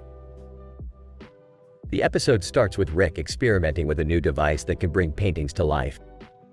Upon testing the device, he accidentally sucks the entire Smith family into an antique painting of a dirt road surrounded by trees and a blue sky. Rick, Morty, Beth, and Summer find themselves in a strange world where they must navigate their way through various trials and tribulations. As they walk along the dirt road, they encounter a strange creature that appears to be a cross between Bluto from Popeye and a Demogorgon from Stranger Things. What the hell is that thing? Looks like someone left their Dungeons and Dragons monster manual lying around. I don't think it wants to be friends. Can't we just shoot it like in those shooting games you play all day? Relax, Summer. This is a comedy roast we're dealing with here. Let me handle this. Rick steps up to Bluto Gorgon and engages him in a hilarious insult battle that ends up with Bluto Gorgon being reduced to tears. They continue on their adventure and come across a sign that reads, "Climb to the top." I don't think we should climb it. It could be dangerous. But if we don't, we might be stuck in this painting forever. I say we take the risk. YOLO, right? You just gave me cancer, Summer. Let's do it. The Smith family successfully climbs to the top of the sign and discovers a portal that leads them out of the painting and back to reality. I can't believe we made it out alive. I can't believe Bluto Gorgon cried like a baby. I can't believe we didn't get a chance to take a selfie in the painting. I can't believe you kids don't appreciate the science behind all of this. But hey, at least I got some good material for my next stand-up routine.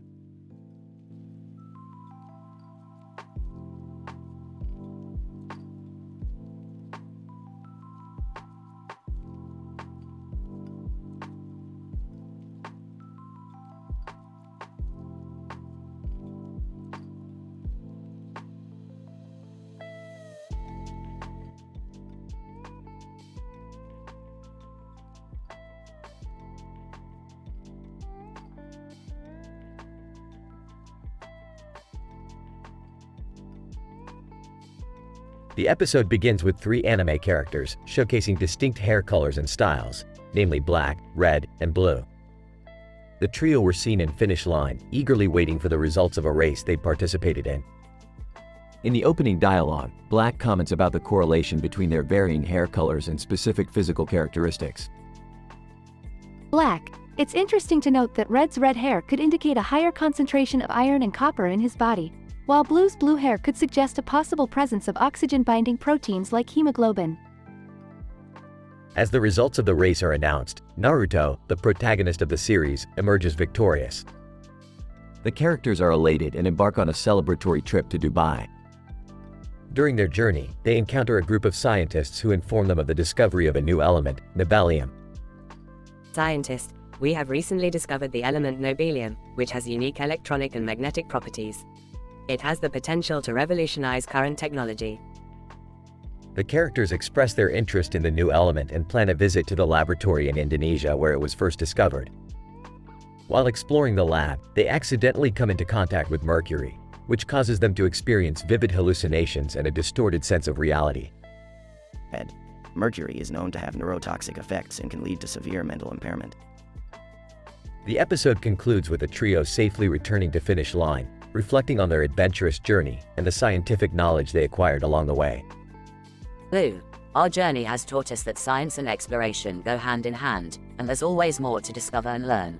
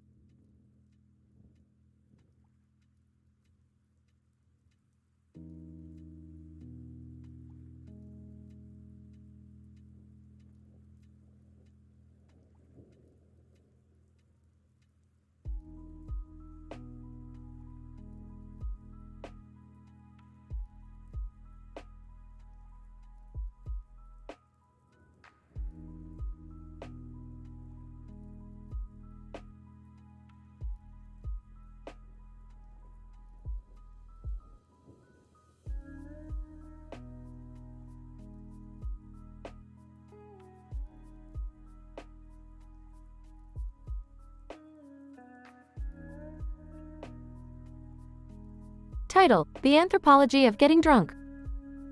Opening shot features Rick, Morty, Jerry, and Beth sitting at a bar. Jerry leans over to the bartender, a man in a tuxedo behind the counter with glasses and bottles on it and a black and white background. "So, what's with the fancy get-up? Trying to outclass Applebee's?" Bartender, no. I'm conducting an anthropological study on the effects of alcohol on human behavior. The attire is a requirement for my research methodology. Rick rolls his eyes and chugs his drink. Anthropology, tell me more about these studies of yours. Bartender, well, it seems that alcohol lowers inhibitions and causes people to act in unconventional ways. This allows me to observe behavior that is not usually present in a sober state. Beth looks skeptical. But isn't that just common knowledge? It's not like we need a fancy study to tell us that. Bartender, my dear, it's not just about confirming what we already know. It's about understanding the intricacies of the human experience and how we interact with substances that alter our state of mind. Jerry leans over to Rick. "Is it just me or is this dude getting more pretentious by the second?" The bartender overhears Jerry and smirks. Bartender, pretentious? Perhaps, but I assure you, my research is groundbreaking. Just watch. The bartender proceeds to mix a few drinks and hands them to the group. As they drink, they start to feel the effects of the alcohol. Whoa, I feel weird. Like I can do anything. That's the point, Morty. Let's see what kind of unconventional behavior we can come up with. Oh boy. This can't end well. As the episode progresses, the group starts to do silly and outrageous things, such as dancing on the bar and attempting to karaoke with their favorite songs. The bartender observes each action and takes detailed notes. Bartender, to himself, yes. This will be an excellent addition to my thesis. By the end of the night, the group is completely drunk and exhausted. The bartender scans over his notes and looks pleased with the night's work. Bartender, thank you, my subjects. You have contributed greatly to my research. Yeah, no problem. Glad we could help with your fancy study. Now let's get out of here before I puke on your fancy shoes. The group stumbles out of the bar, leaving the anthropologist bartender to continue his research on the anthropology of getting drunk.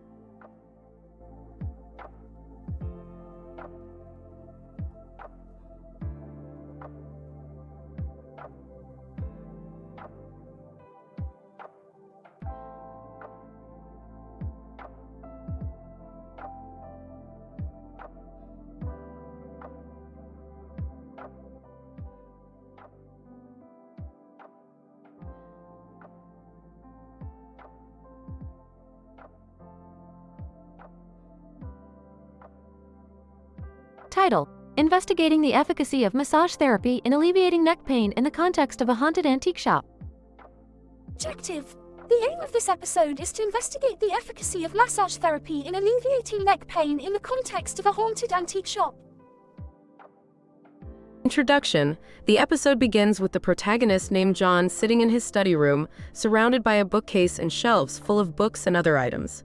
John is a researcher who is interested in exploring the efficacy of various therapies in treating pain.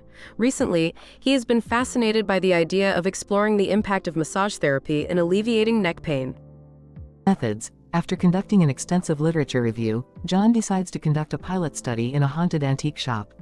The participants were selected based on their self-reported neck pain and divided into two groups: the massage group and the control group. The massage group received a 30-minute massage by a licensed therapist, while the control group simply sat in a quiet room. Results. After analyzing the data, it was found that the massage group reported a significant reduction in neck pain compared to the control group. Interestingly, some participants also reported a decrease in the intensity of their ghost encounters during the massage. Discussion. The results of this pilot study suggest that massage therapy may be an effective non-pharmacological intervention for neck pain. It also raises interesting questions about the potential impact of massage therapy on paranormal experiences and warrants further research. Conclusion. Despite the limitations of this pilot study, the results offer intriguing preliminary evidence that massage therapy may be an effective non-invasive intervention for individuals suffering from neck pain. Moreover, it showcases the importance of exploring novel and unusual contexts to investigate the impact of therapies on human health.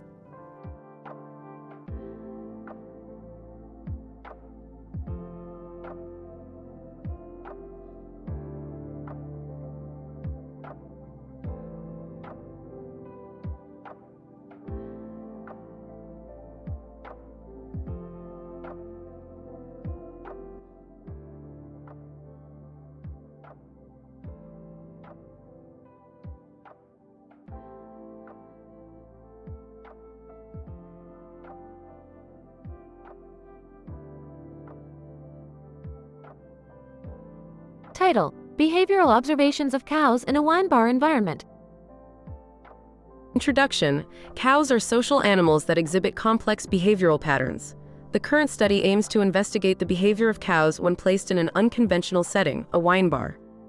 Methods. 2 cows were selected for the study and placed side by side in a wine bar with barrels in front of them and a yellow background behind them. The behavior of the cows was observed for a total of 30 minutes. Results. The cows initially displayed a cautious approach towards their new environment. However, they quickly adapted and began exploring their surroundings. The cows frequently interacted with each other and engaged in grooming behaviors. Interestingly, the black and white cow displayed a higher frequency of grooming behavior towards the other cow, indicating a possible social hierarchy. Discussion. The findings suggest that cows possess the ability to adapt to new and unconventional environments. The social behavior observed in the cows is consistent with previous studies on their complex social structures. The observed grooming behavior also provides further evidence for the presence of social hierarchies in cow populations. Conclusion. The current study sheds light on the behavioral patterns of cows in an unfamiliar environment.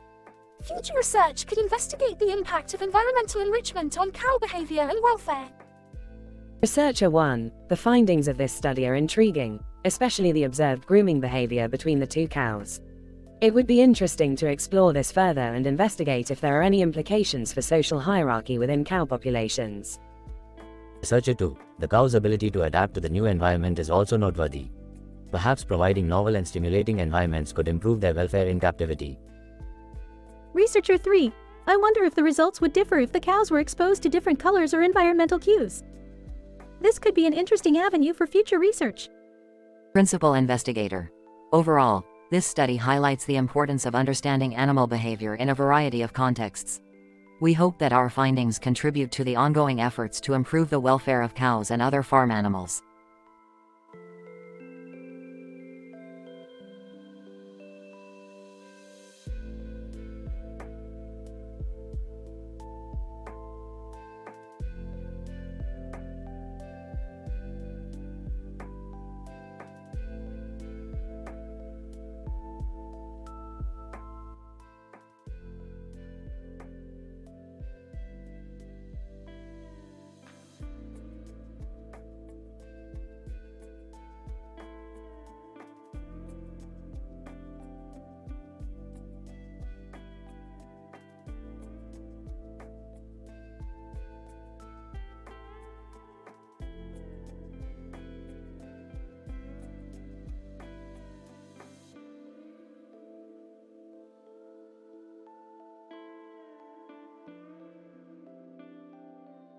Title: Ethanol Endeavors, a Rick and Morty episode. Synopsis: Rick and Morty are on a mission to collect various types of alcoholic beverages from different realities, and they stumble upon an awkward encounter between a human and a seal in a wine cellar. Morty, we have to get our hands on the rarest alcohol in the multiverse. Wow, Rick, what's so special about ethanol anyway? It's a chemical compound that alters the brain's chemical balance and impairs vision, reaction time, and cognitive abilities. Plus, it makes you feel good. Oh, I thought that was just drinking watered-down beer with my buddies. Oops, that's just child's play, Morty. We're looking for Sam Malone's personal stash of 1959 Chateau Lafite Rothschild. As they teleport into Sam Malone's wine cellar, they witness an extremely awkward moment. Awkward moment seal meme. Holding a bottle of wine. Hey, Sam. Can I drink with you? Sam Malone, holding a glass of wine. Buddy, this isn't seawater. This is a 59 Chateau Lafite Rothschild. It's liquid gold. Hey, what the hell are you guys doing here? Oh geez, Rick, shouldn't we just leave? This looks like a private moment. Private? This is the multiverse, Morty. Nothing is private. Sam Malone, hey, you two fellas are more than welcome to join us. Seal over here was just about to open a nice bottle of Pinot Noir. Awkward moment seal meme. Confused look. Pinot Noir? Ah, that's boring. Let's play a game. Who can finish their drink the fastest? Rick, I don't know about this.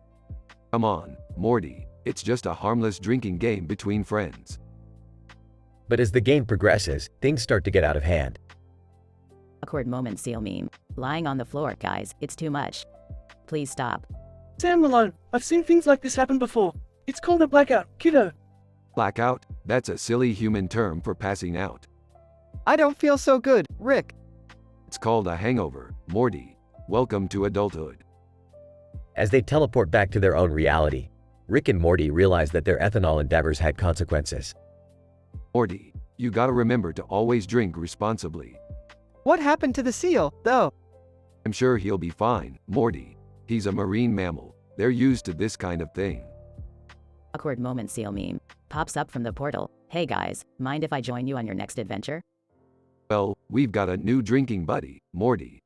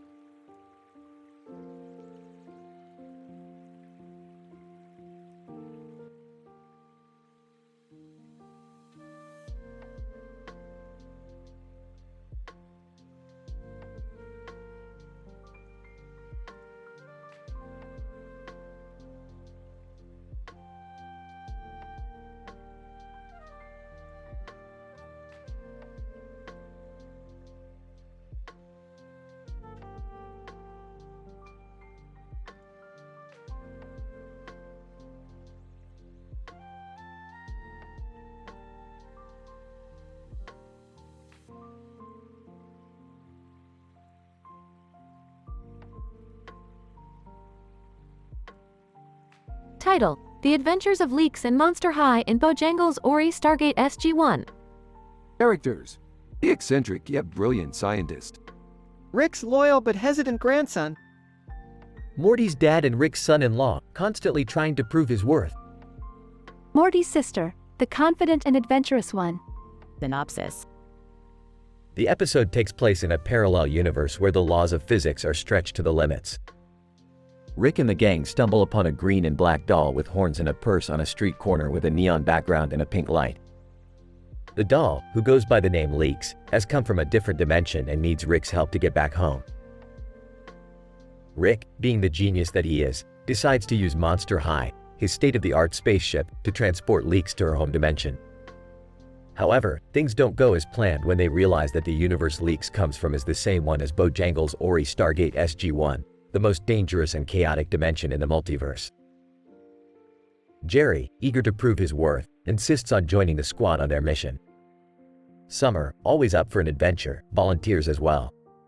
Morty, as usual, is hesitant and unsure of the whole ordeal. As they traverse through Bojangles' Ori Stargate SG-1, they encounter all sorts of weird and hilarious creatures, from giant dancing chickens to sentient fart clouds. However, they soon realize that Leaks isn't just any doll but is, in fact, the key to finding the powerful artifact that lies at the heart of Bojangles' Ori Stargate SG-1. Amidst the chaos and laughter, the gang manages to retrieve the artifact and return Leaks back to her home dimension. Jerry, feeling accomplished, tries to take credit for the whole mission, but Rick quickly shuts him down. As they fly back to their own dimension, Morty finally speaks up and asks, "What exactly was that artifact we retrieved?" Rick simply chuckles and says, "Morty, sometimes it's better not to know. Now let's go grab some Szechuan sauce." Discussion. Listen up, people. We've got a situation on our hands. Leaks here needs our help to get back home. How come we always get mixed up in these crazy adventures, Rick? I can be of assistance, Rick. I took a course in interdimensional travel in college. Count me in, Rick. This sounds like fun. All right, but don't say I didn't warn you. We're heading to Bojangles' Ori Stargate SG-1, also known as the Dimension of Pure Madness. Don't worry, Rick. I've got this. Bring it on, Bojangles. Montage of the gang encountering bizarre creatures and situations. We found what we were looking for, people. Now let's get out of this dimension before it drives us all insane. I take full credit for the success of this mission. Shut it, Jerry. You didn't do anything. Rick, what was that artifact we got? Don't worry about it, Morty. It's probably better not to know. Whatever, Rick. Let's just go get that Szechuan sauce.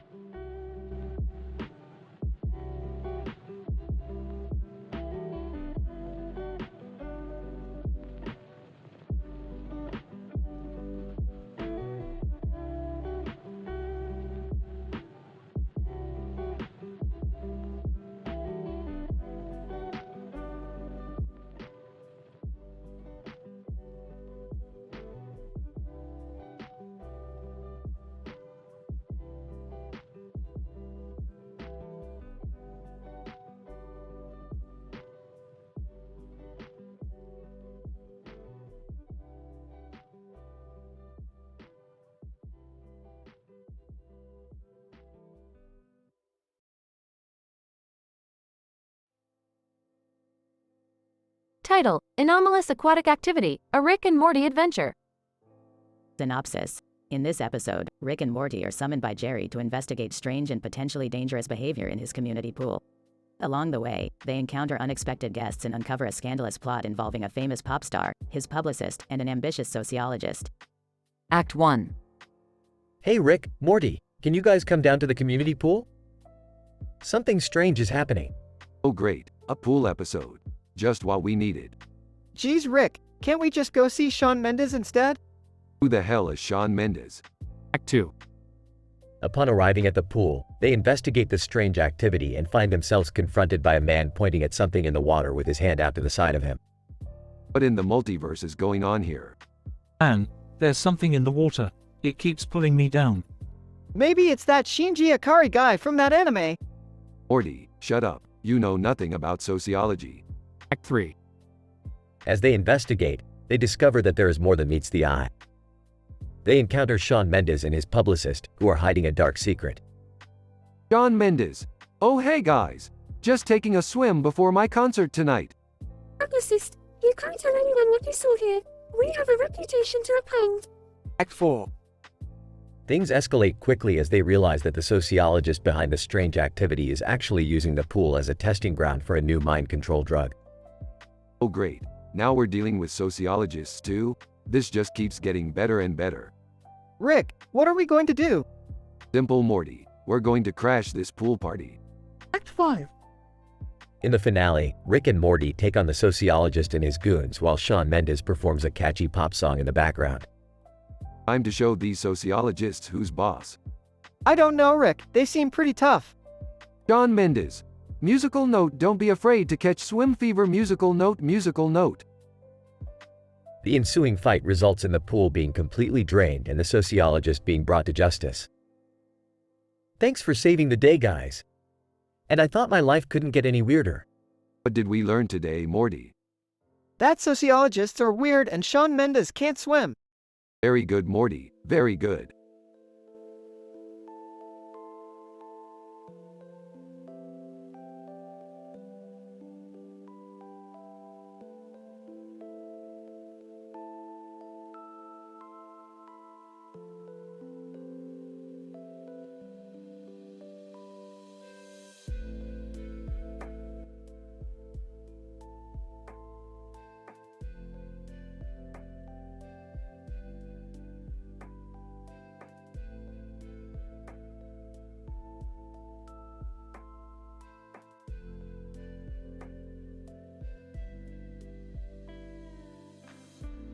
Title: The Physiological and Psychological Effects of Video Gaming on Cognitive Development, a study of Glozal Green and Ash Ketchum.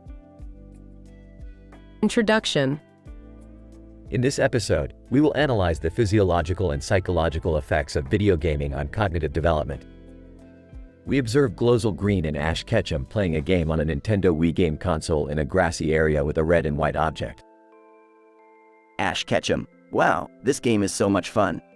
I can feel my heart rate increasing and my muscles engaging as I move around to play the game. Glozal Green. Yeah, I agree. I can feel my adrenaline pumping as I try to win this game. Method. We utilized a quantitative and qualitative research design to obtain objective and subjective data. We used heart rate monitors to measure physiological responses and self-reported surveys to gather psychological data. We examined the data using statistical analyses and thematic coding. Results.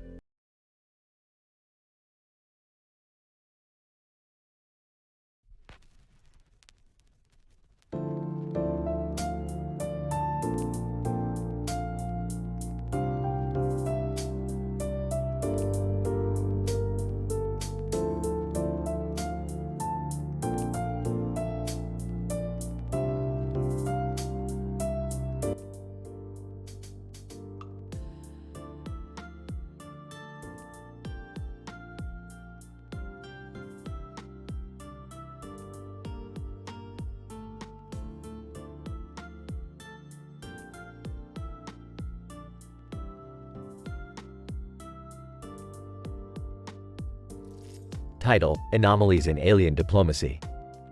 Synopsis. The episode begins with Rick, Morty, Jerry, and Beth gathered in the living room when they spot a couple of small animals standing next to each other in a room with lights on the ceiling and a large object in the background. Rick identifies the objects as alien contact diplomacy artifacts, capable of establishing communication with extraterrestrial beings through frequency waves. Looks like we've got ourselves a couple of alien diplomats, Morty. Time to show them what the human race is made of. Are you sure about this, Rick? What if we accidentally provoke them even further? Yeah, I don't want to be responsible for starting an intergalactic war. Relax, Jerry. I've got this covered. We just need to grab some dark web mystery chemist supplies and we'll be ready to talk to these guys on their level. Rick, I thought we were taking a break today. I was gonna go get a hot stone massage with Summer. What's more important, Morty? Your relaxation or the fate of the planet? Now grab that beagle and let's go. The team heads to the dark web and meets with a shady chemist who provides them with a special formula that allows them to communicate with the alien diplomats. As they use the formula, they begin to uncover a conspiracy involving the aliens and a secret organization on Earth. I knew it. I knew they were up to something. But what do they want? Why are they communicating with us? Looks like we've stumbled upon something big. We need to follow this trail and see where it leads. As they follow the trail, they encounter various obstacles, including alien probes, secret agents, and even a musical number performed by the alien diplomats. In the end, they discover that the aliens were simply trying to establish peace with Earth and that the conspiracy was a miscommunication. So, everything's okay now? Looks like it. Now let's go get that hot stone massage, Morty. We've earned it. The episode ends with the team relaxing in the spa, relieved that they were able to prevent a catastrophe and have a little fun in the process.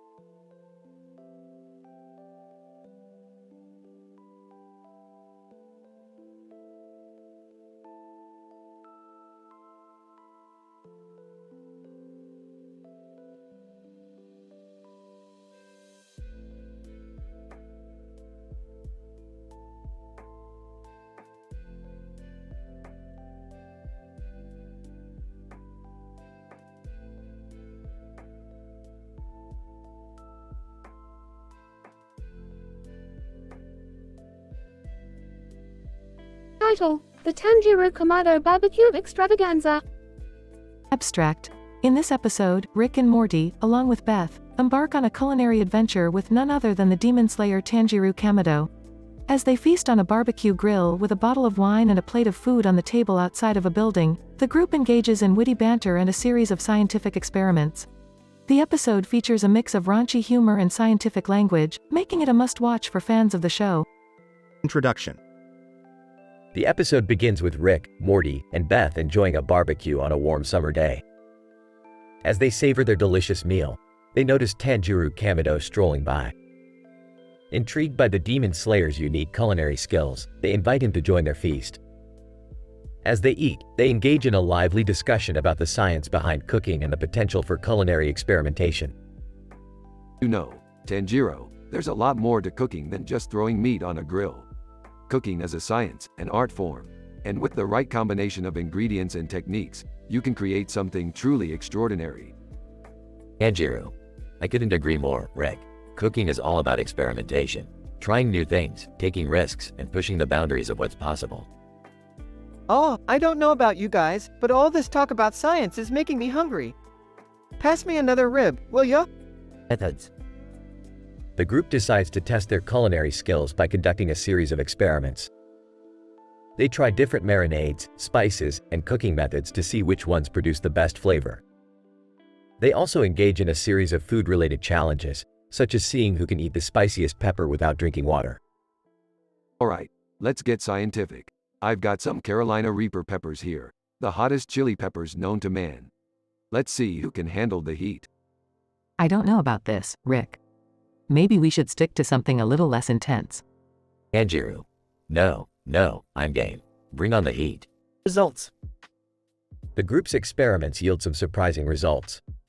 They discover that a combination of soy sauce, honey, and ginger makes for an amazing marinade. They also learn that smoking meat can add a smoky flavor that can't be replicated through other means. Holy crap, this is amazing! We gotta try this again sometime. You bet we will. Cooking is all about discovery, and we've only scratched the surface of what's possible. Conclusion. As the day comes to a close, the group reflects on their culinary journey. They've learned a lot about cooking, food, and themselves. Most importantly, though, they've had a great time and shared some truly unforgettable moments. That was so much fun, guys. We should do this more often. Tanjiro. I couldn't agree more. It was an honor to cook with such talented chefs. Hey, anytime you want, Demon Slayer. We'll be happy to have you. And maybe next time, we'll even try cooking some demons. Morty spits out his drink. Oh, I think I'll stick to regular food for now, Rick. The group laughs as the episode concludes.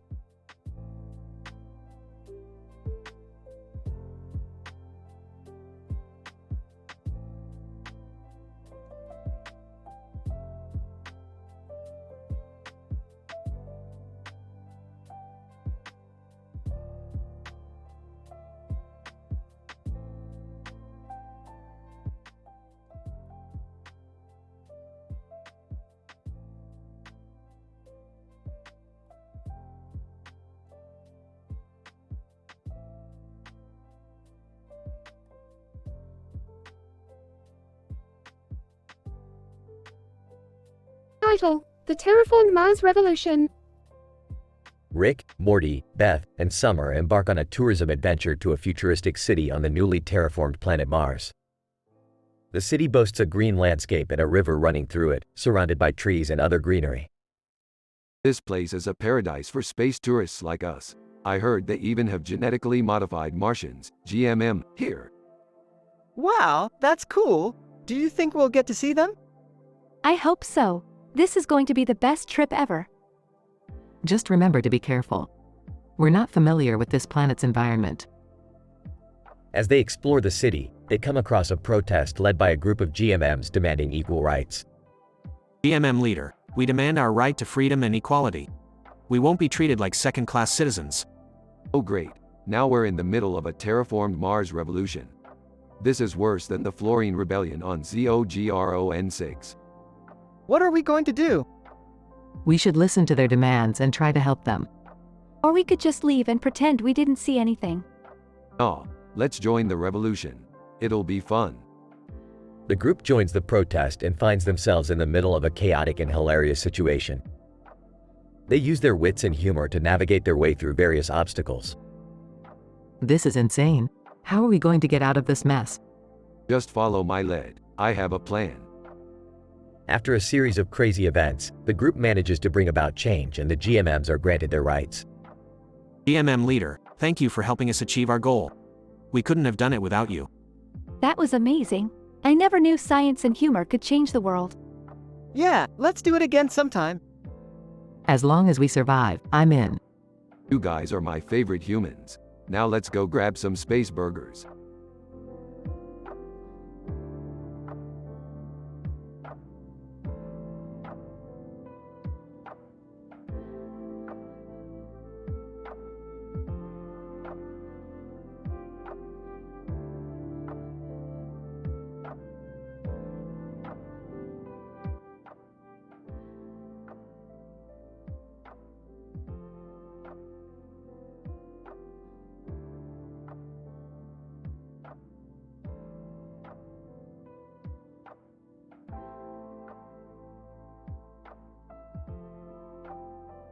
Title: The Quantum Entanglement of Rukia's Why You Know Meme and Kirby's Hard-Carrying Cat.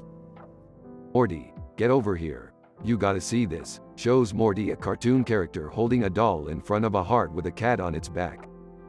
Whoa, Rick, what is that? It's a quantum entanglement of Rukia's Why You Know meme and Kirby's heart-carrying cat. The possibilities are endless. Okay. What are the possibilities? We can use this to create an infinite energy source, or we can use it to make some killer memes. The choice is yours. I don't know, Rick. That sounds dangerous. Nonsense, Morty. We'll just have to be careful not to disrupt the quantum field. Rukia, hey, what are you guys doing with my meme? Oh, hey Rukia, we were just studying its quantum properties. Rukia, I don't know what that means. Yeah, you wouldn't. Anyway, we need your help to harness the power of the meme. Kirby, and my cat. Wait, why does Kirby's cat matter? Morty, don't be dense. Kirby's cat is the key to unlocking the full potential of the meme. Kirby, Poyo. Okay, I guess that makes sense. Rick, Morty, Rukia, and Kirby work together to combine the meme and the cat, creating a powerful energy source and some hilarious memes along the way. Rukia, that was amazing. I never would have thought my meme could do all that. That's science for you, Rukia. The possibilities are always endless. Hey, Rick, what are we gonna do with all this power? Smirks, you'll see. Morty, you'll see.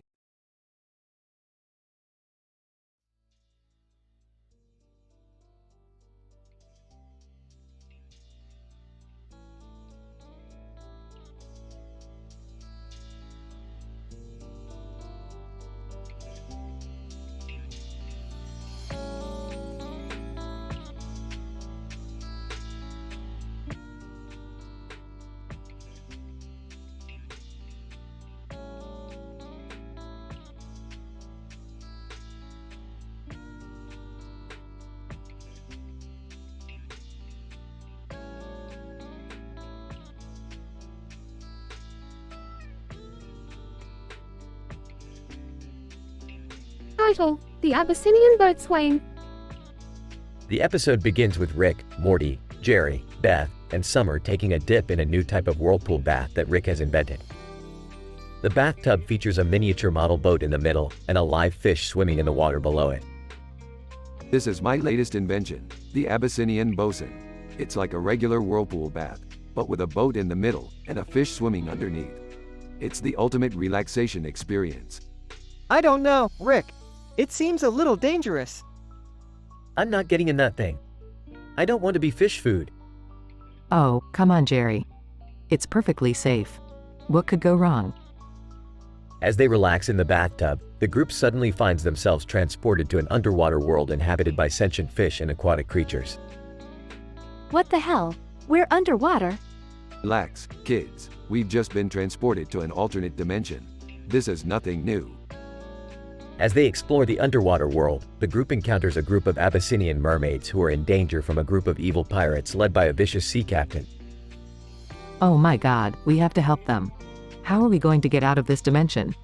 Don't worry, Beth. I have a plan. The group teams up with the mermaids to defeat the pirates and save the underwater world. Along the way, they encounter a variety of crazy sea creatures, including a giant squid with a sense of humor, a talking starfish, and a singing crab. This is insane. I can't believe we're fighting pirates underwater. Yeah, it's pretty wild, but that's just how we roll. In the end, the group manages to repair Rick's invention and return to their own dimension, but not before having an unforgettable adventure in an underwater world filled with danger and excitement. I can't believe we made it out alive. That was nuts. Yeah, I'll never look at a bathtub the same way again. Ah, that's the spirit, Summer. Adventure is out there, and it's waiting for us. The group laughs and cheers as they continue on their next adventure, ready for whatever comes their way.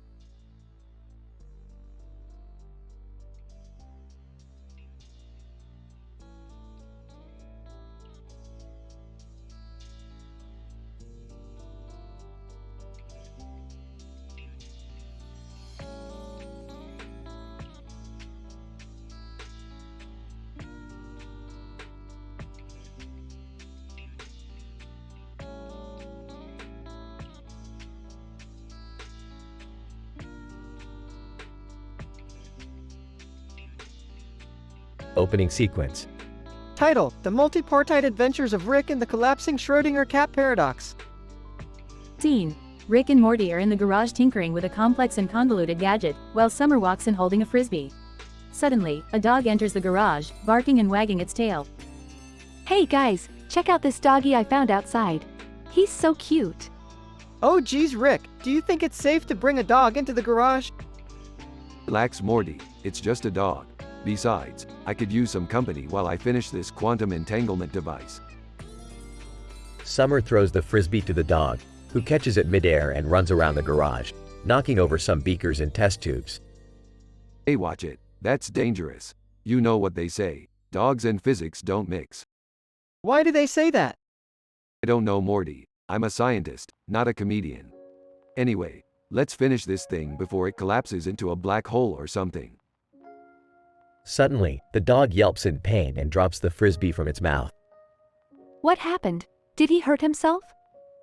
Morty examines the dog's paw and discovers a bee sting. Oh no, poor doggy got stung by a bee. Great, now we have to deal with an allergic reaction. Quick, Morty, get me the antitoxin serum from the fridge. Right away, Rick. As Morty rushes to the fridge, the dog starts to grow and mutate, becoming a giant monster with multiple heads and tentacles. What the hell? That's not a dog anymore. Oh boy, we're in deep trouble now. Looks like we accidentally triggered the collapsing Schrödinger cat paradox, and this dog was the catalyst. What does that mean, Rick? It means that the universe is collapsing into a state of quantum uncertainty, and every decision we make from now on will have unpredictable consequences. Well, that sucks. What are we gonna do? I don't know, Summer, but we better think fast before this thing gets out of hand. The giant mutant dog starts to attack the garage and destroy everything in its path, while Rick and the gang try to evade its grasp and find a way to reverse the paradox. This is insane. What are we gonna do? I don't know, Morty, but whatever we do, don't let go of the frisbee. That's the key to unraveling this mess. The frisbee? Are you serious? Yes, Summer, the frisbee is a symbolic representation of our choices and the randomness of existence.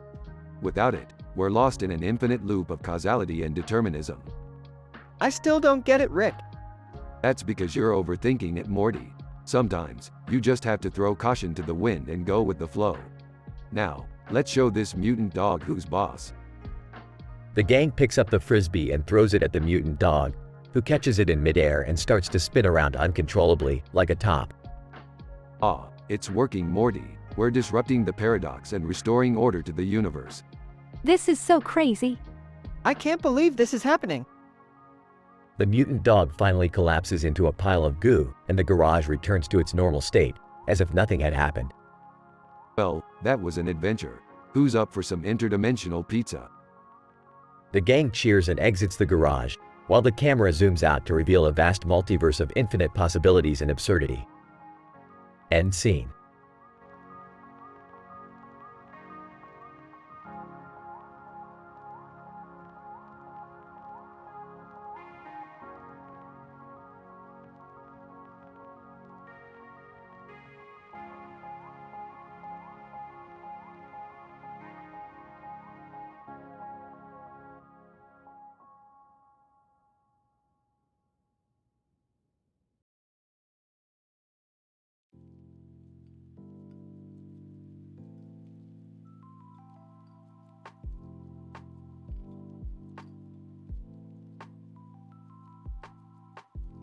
Title: The Triangular Symphony. Rick, Morty, and Beth find themselves at a concert hall observing a conductor and orchestra with a conductor in the background and a conductor in the foreground. As Rick explains the intricacies of music theory, Jerry accidentally stumbles onto the stage and is mistaken for a new member of the London Philharmonic Orchestra. What the hell am I doing here? I don't even know how to play an instrument. Relax, Jerry. How hard could it be? You just have to learn how to play the triangle. But Dad, isn't the triangle like the easiest instrument to play? Yeah, Jerry, you got this. Jerry reluctantly begins to practice the triangle, but his lack of rhythm and coordination proves to be a challenge. This shit is harder than it looks. Why am I the only one playing the triangle anyway? Because, Jerry, the triangle is the most important instrument in the whole orchestra. Really? I thought that was the viola. No, Morty, the triangle holds the whole symphony together. As the day of Tony Blair's funeral approaches, Jerry must work tirelessly to perfect his triangle skills. Meanwhile, Rick, Morty, and Beth find themselves getting caught up in a series of hilarious and zany mishaps involving a rogue trumpet player and a hot pink tuba. I can't do this. I'm gonna ruin the whole concert. Nonsense, Jerry. You're a natural. Now let's give Tony Blair the send-off he deserves. The concert begins, and Jerry nervously takes his place on stage. As the music begins to swell, Jerry nails his triangle solos with precision and grace. The audience erupts into applause, and Tony Blair's spirit ascends to the heavens. Wow, I can't believe I actually did it. Yeah, you did great, Dad. Too bad you won't be able to use that triangle talent for anything else. Well, it's better than being a jerry-rigged time bomb. Hey, nobody's perfect. Now let's go grab some Szechuan sauce.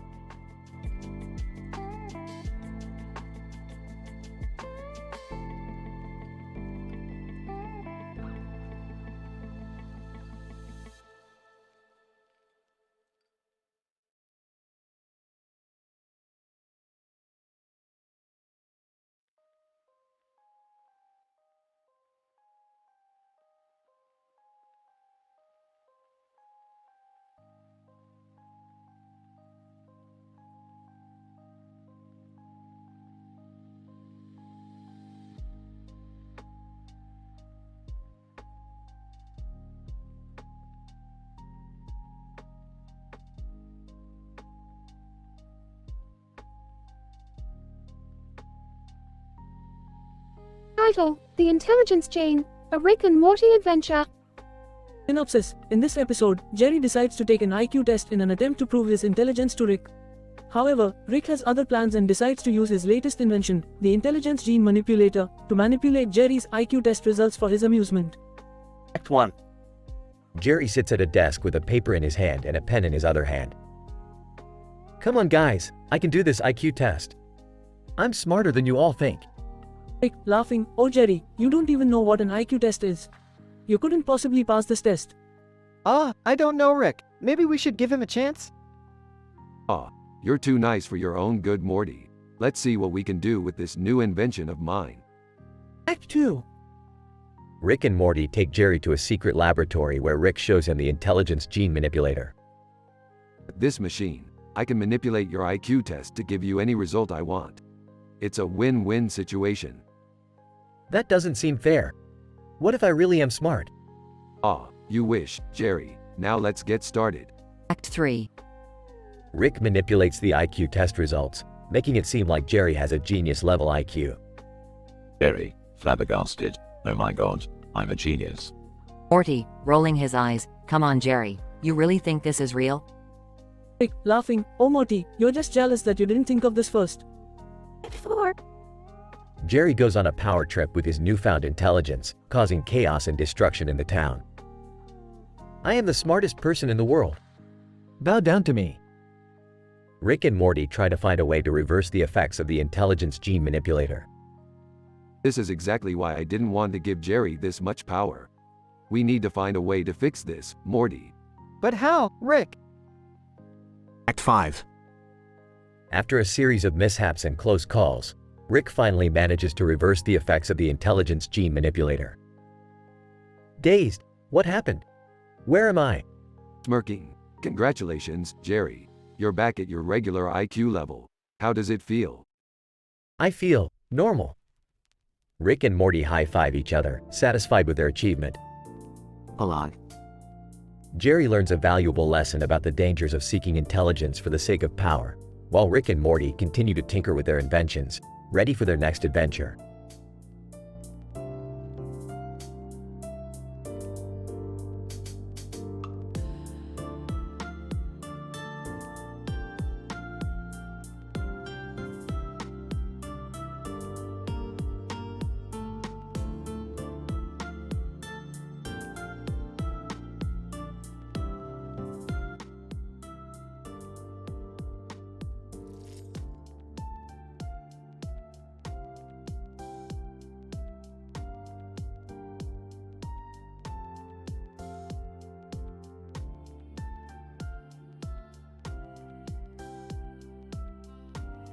The episode, Cheesy Road Rage, begins with Rick and Morty driving down the road in the spaceship when they come upon a truck carrying a large load of cheese on its trailer.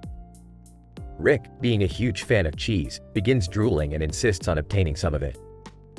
Morty, we need to get some of that cheese. It'll be the perfect topping for my latest experiment. I don't know, Rick.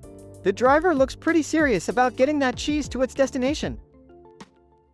Undeterred, Rick proceeds to engage in a high-speed chase with the cheese truck, ultimately causing a traffic jam on the highway. In the midst of his road rage, Rick crashes into a truck carrying a load of butter. What the hell, Morty? Why did that truck have to be carrying butter? Now I'm covered in it.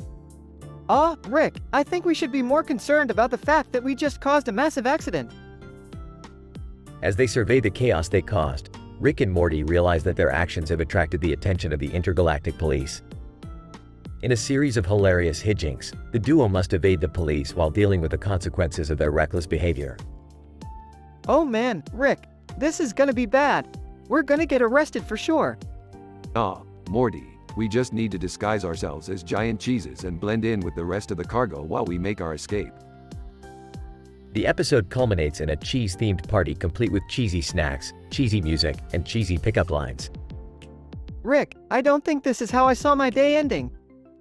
Relax, Morty. It's all part of the fun of being a crazy scientist. Now let's get this party started. The episode ends with Rick and Morty safely back in their ship, as the camera pans out to reveal a space full of dairy-based cargo ships and police hovercrafts pursuing them in the distance. Scientifically, the episode explores the cognitive effects of road rage and the potential consequences of reckless driving, while also providing a comical take on the absurdity of cheese-based obsession and intergalactic law enforcement.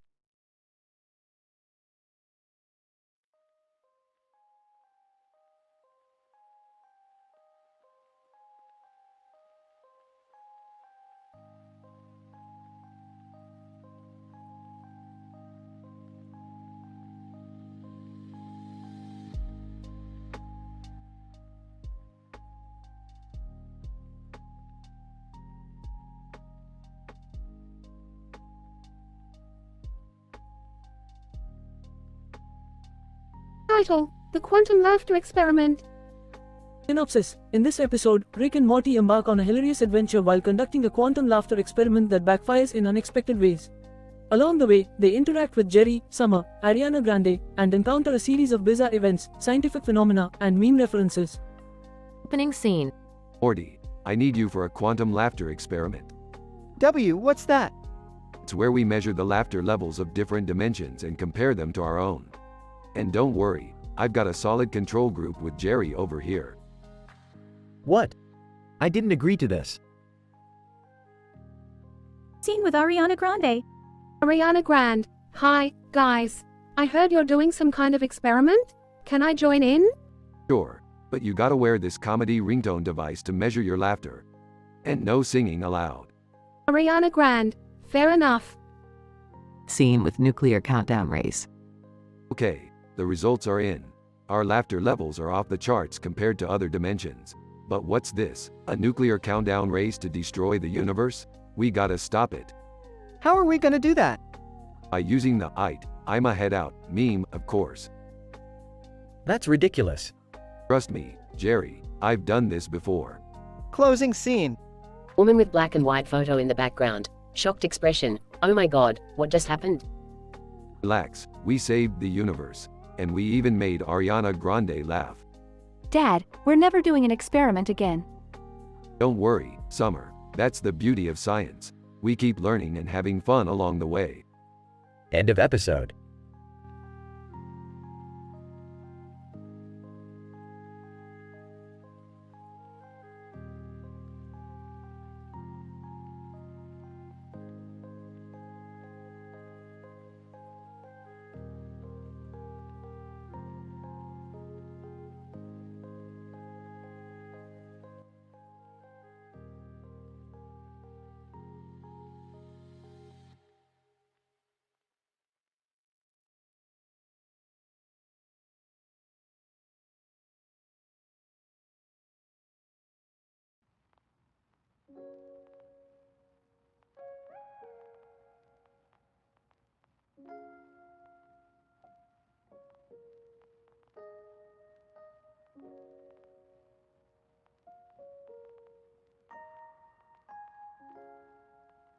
Title: The Quantum Derp Effect, a multiversal adventure. Synopsis: In this episode of Rick and Morty, our titular duo joins forces with Jerry to explore the deeper mysteries of the multiverse. The episode opens with them examining a movie poster featuring a man in a suit and a woman in black top, with a city in the background. Rick muses on the various ways parallel universes can manifest in film and media. Ah yes, the classic parallel universe trope. One can only wonder what sort of hijinks we might encounter in a universe where that couple is actually a pair of ferrets dressed in human clothing. I don't know, Rick. That sounds kind of weird. Speaking of weird, why do kids always write nonsensical stuff on their exams? I mean, do they really think we won't notice if they just doodle all over the page? That's a valid question, Jerry. Perhaps there is a deeper psychological explanation for this phenomenon. Or maybe they're just bored in class, Dad. The trio then stumble upon a mysterious portal that leads them to a universe where every answer on every exam is a hilarious joke. They soon realize that this universe is in danger of collapsing due to the collective absurdity of its inhabitants. Ah, the quantum derp effect. I've seen this before in various parallel dimensions. We need to find a way to stabilize the laws of comedy before this universe implodes. How are we gonna do that, Rick? Wait, I think I know a guy who can help. His name is Gendo Ikari, and he runs an interdimensional comedy club. Oh god, not that guy. Fine, let's go see what he knows. They arrive at the comedy club, where Gendo Akari, a character from the anime Neon Genesis Evangelion, greets them with a stoic expression. Gendo, welcome. I have been expecting you. Ah, cool. Can you help us stabilize the quantum derp effect? Gendo, of course, but you must first pass a test of comedy. Only those who possess true humor may enter the inner sanctum. Oh boy, this is gonna be great. After performing a series of absurd comedy sketches, the trio impress Gendo and gain access to his secret laboratory. There, they discover a device that can stabilize the laws of comedy in any given universe. Excellent work, team. Now we just need to plug in the coordinates for the derp universe and activate the stabilizer. Wait, what if we accidentally make the universe even more ridiculous? Like, what if we create a universe where people can literally fart rainbows? Morty, that's disgusting. Relax, Jerry. We'll just make sure we set the stabilizer to a safe level of absurdity. After successfully stabilizing the universe, the trio head back home, satisfied with their latest adventure. Man, that was crazy. I can't believe we met Gendo Akari and saved an entire universe. Yeah, and I think I learned something about the power of humor. Maybe I should try being more funny in my classes. Yeah, good luck with that, Jerry. Anyway, who's up for some Szechuan sauce? End of episode.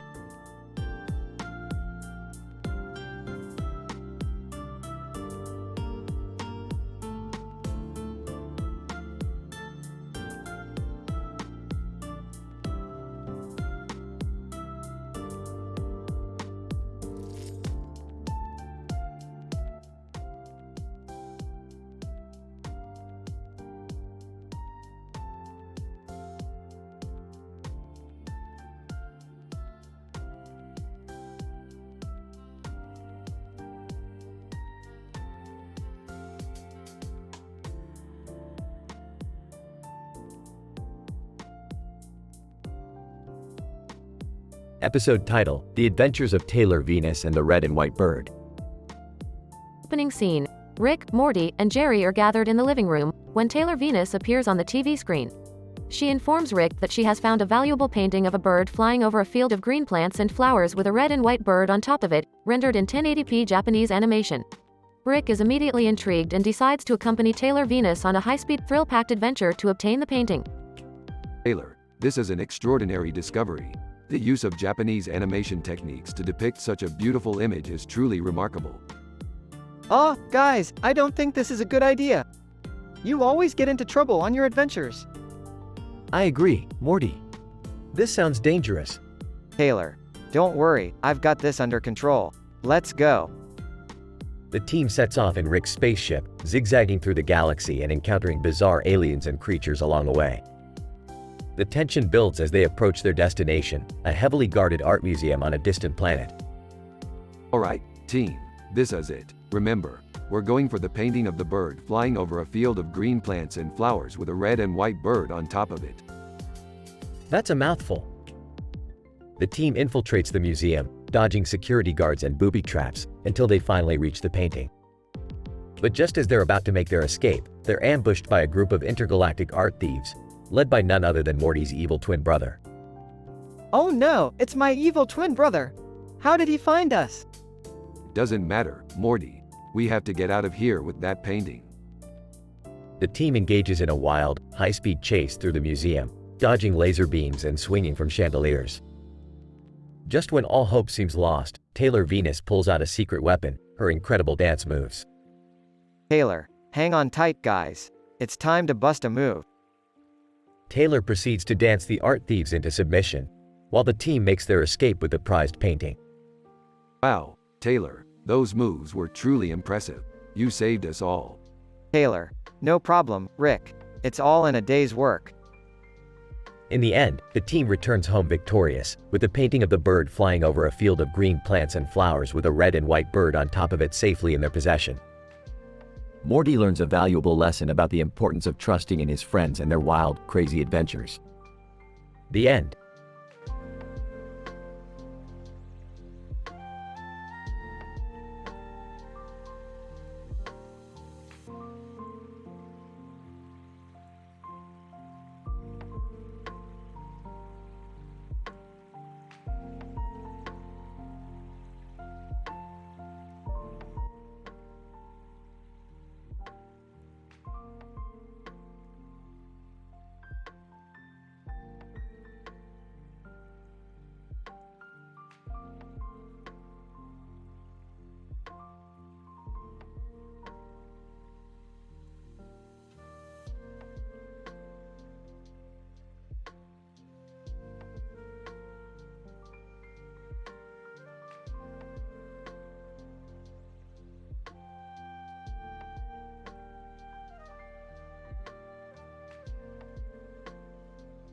Title: The Magnesium Chumble, a Rick and Morty adventure in geography.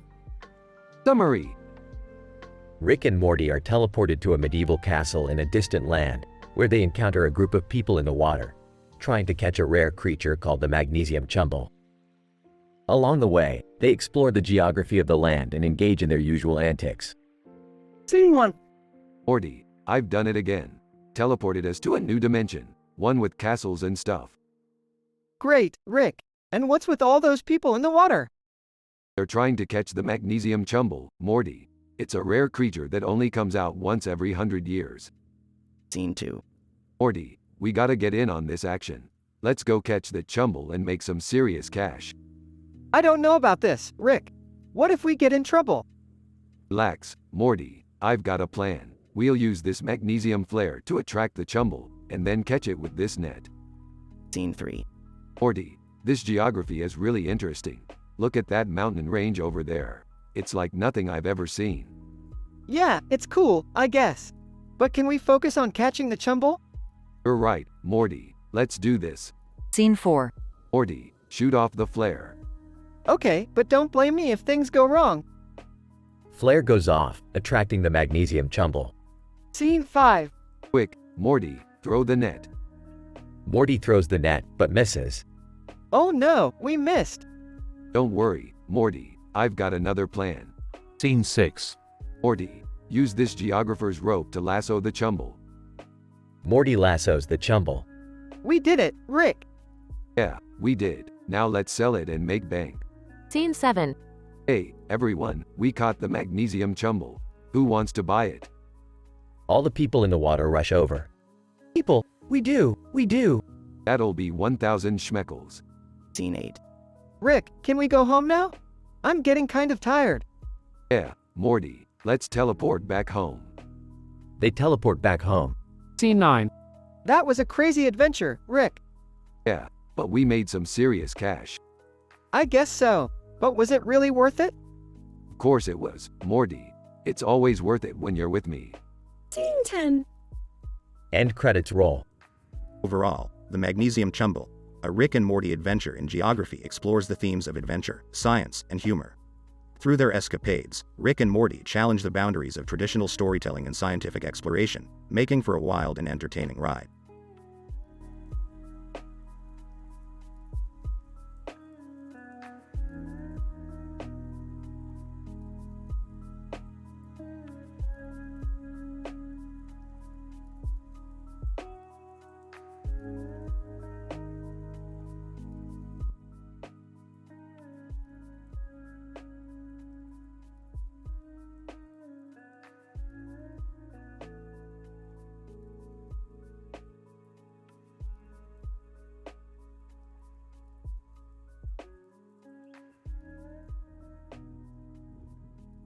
Narrator.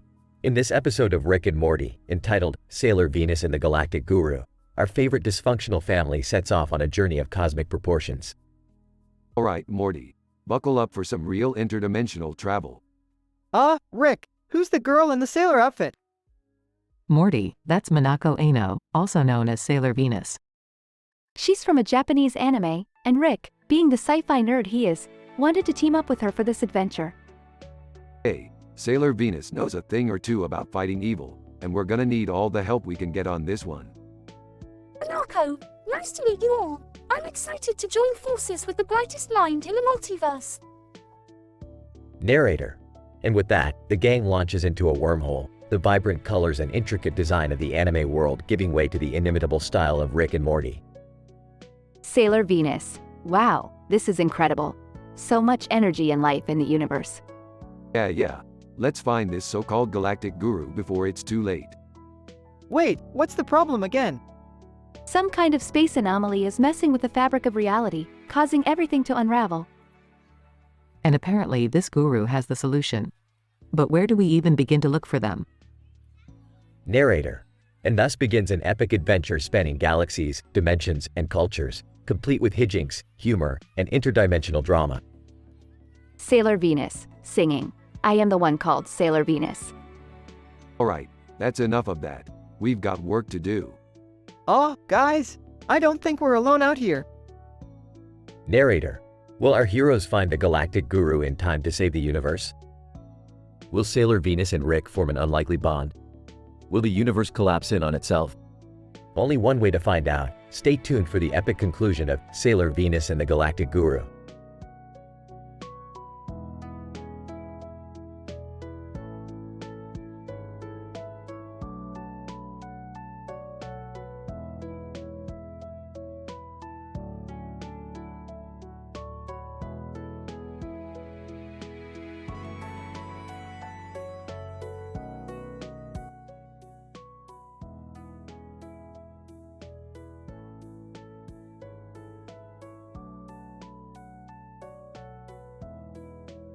Narrator.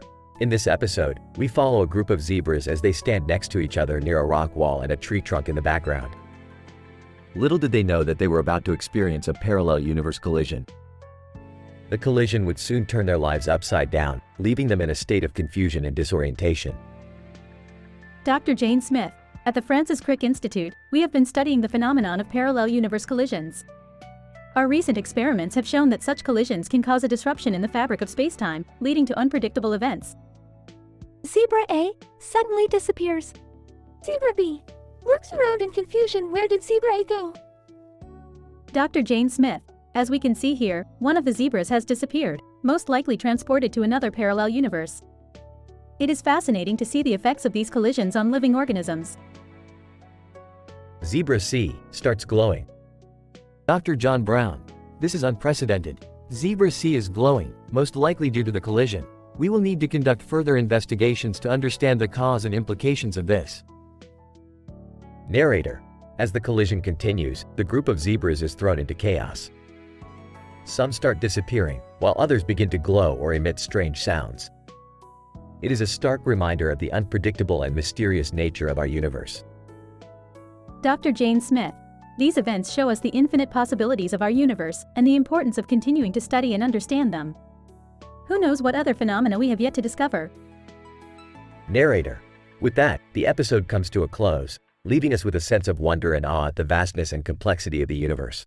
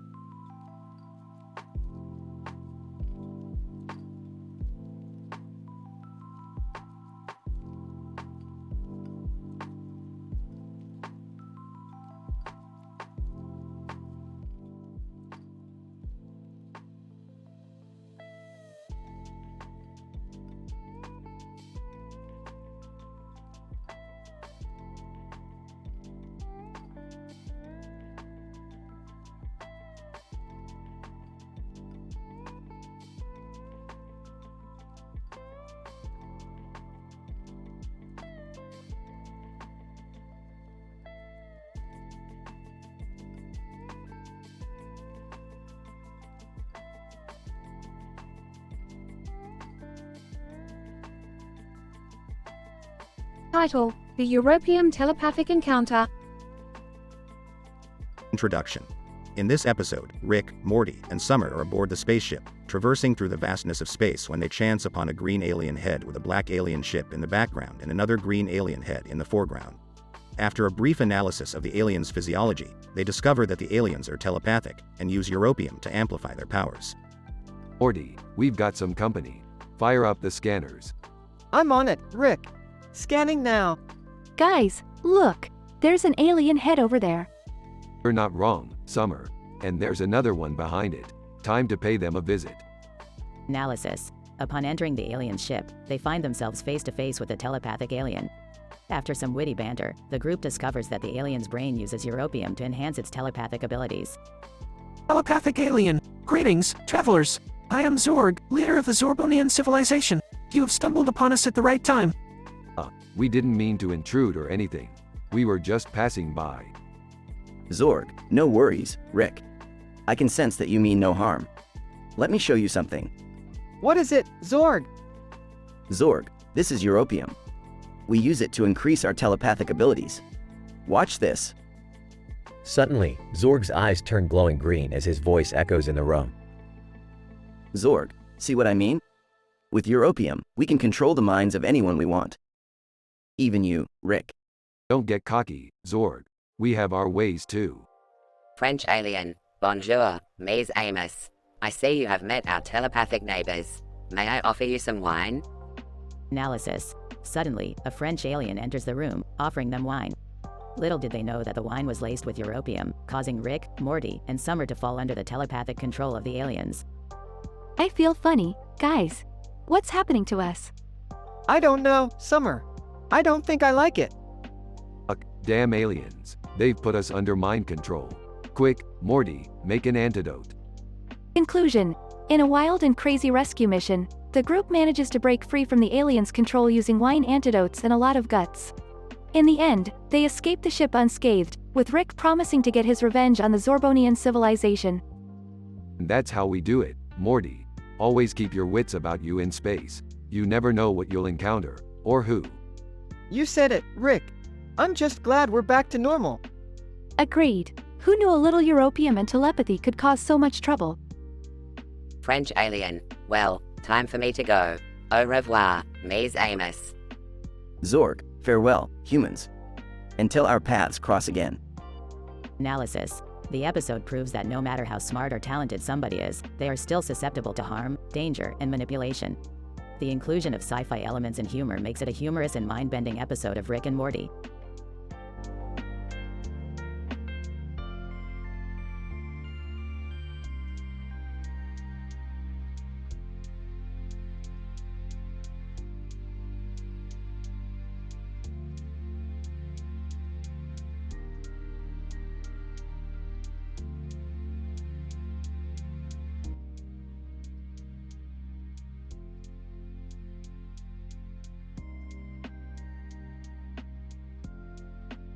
Narrator. In the latest episode of Rick Sanchez and Minako Aino, Sailor Venus, the pair embark on a mission to prevent the Galaxy phone from levitating and destroying itself. In their quest, they team up with the enigmatic Galactic Guru, renowned for his expertise in interstellar engineering and physics. Rick Sanchez, we need your help, Galactic Guru. The Galaxy phone is behaving erratically and we can't figure out why. Galactic Guru.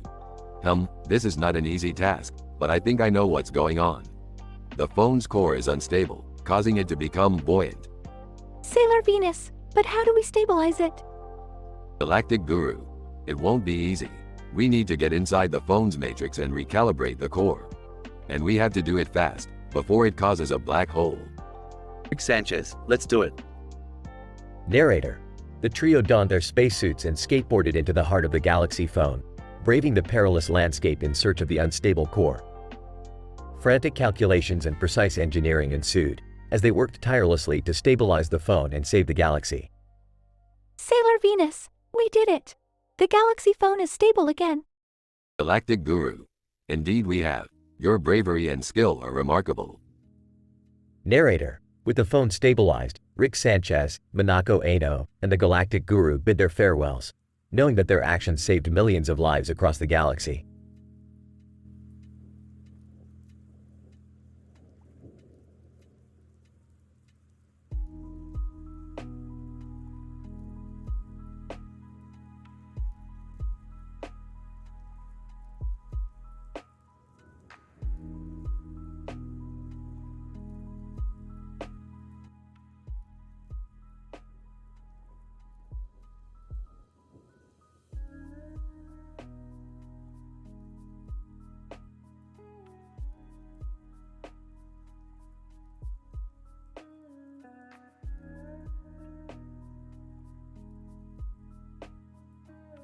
Title: The Equine Quantum Heist.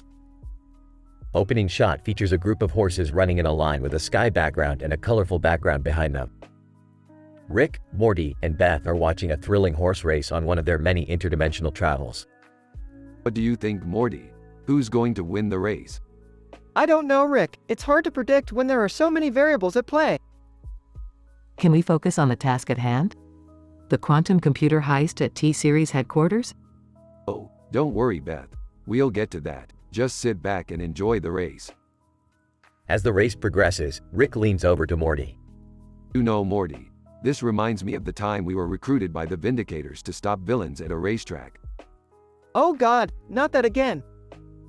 Suddenly, the feed cuts to a pink-helmeted figure breaking into T-Series headquarters. Looks like our cue to get moving.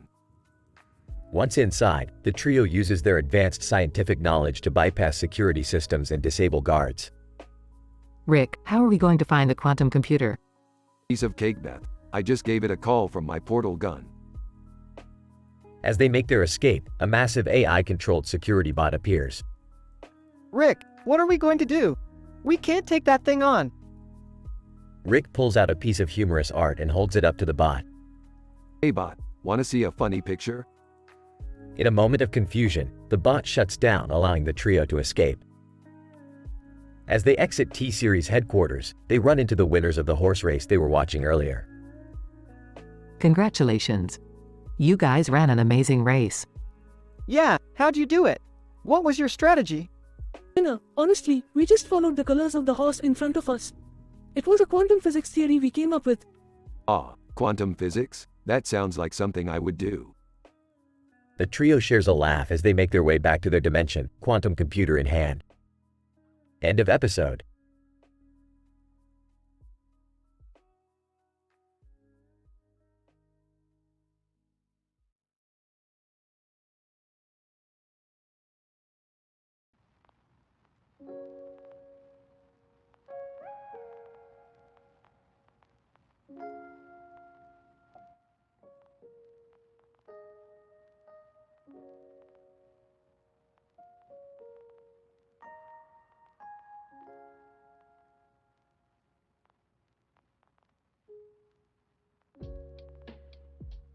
Title: Rick, Morty, and Jerry get bugged out. In this episode of Rick and Morty, our trio embarks on a wild adventure with earwigs. The red and black insect sitting on top of a green leaf on a green background with a black background caught Rick's attention, leading him to investigate the earwig's unique physiological characteristics. This earwig's exoskeleton is composed of rutherfordium, an incredibly dense element.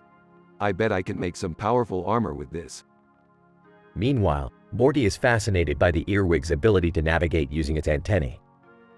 Jerry, on the other hand, is just plain terrified of the creepy crawlies, but he can't escape them. The earwigs have entered the Smith household.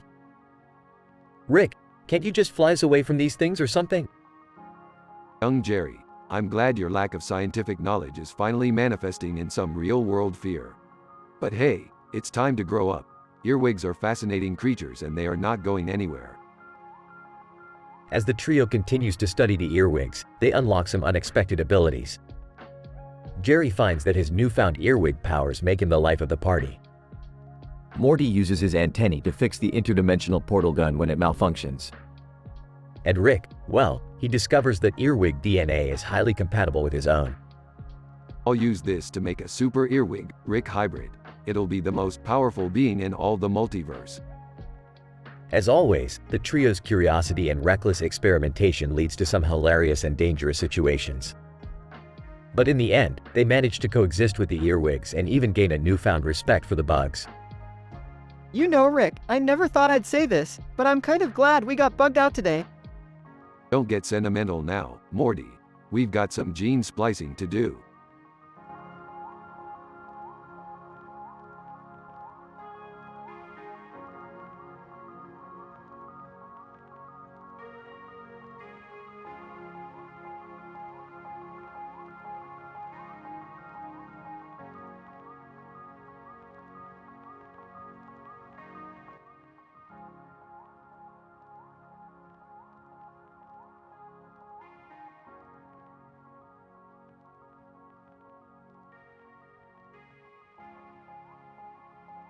Title: The Android Sentience Dilemma.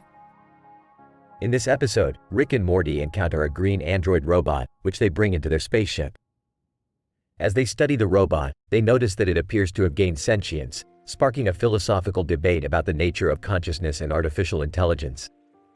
This is some next-level shit, Morty. We're dealing with a fully sentient android here. Wow, that's crazy. Do you think it's ethical to have it as our servant if it's sentient?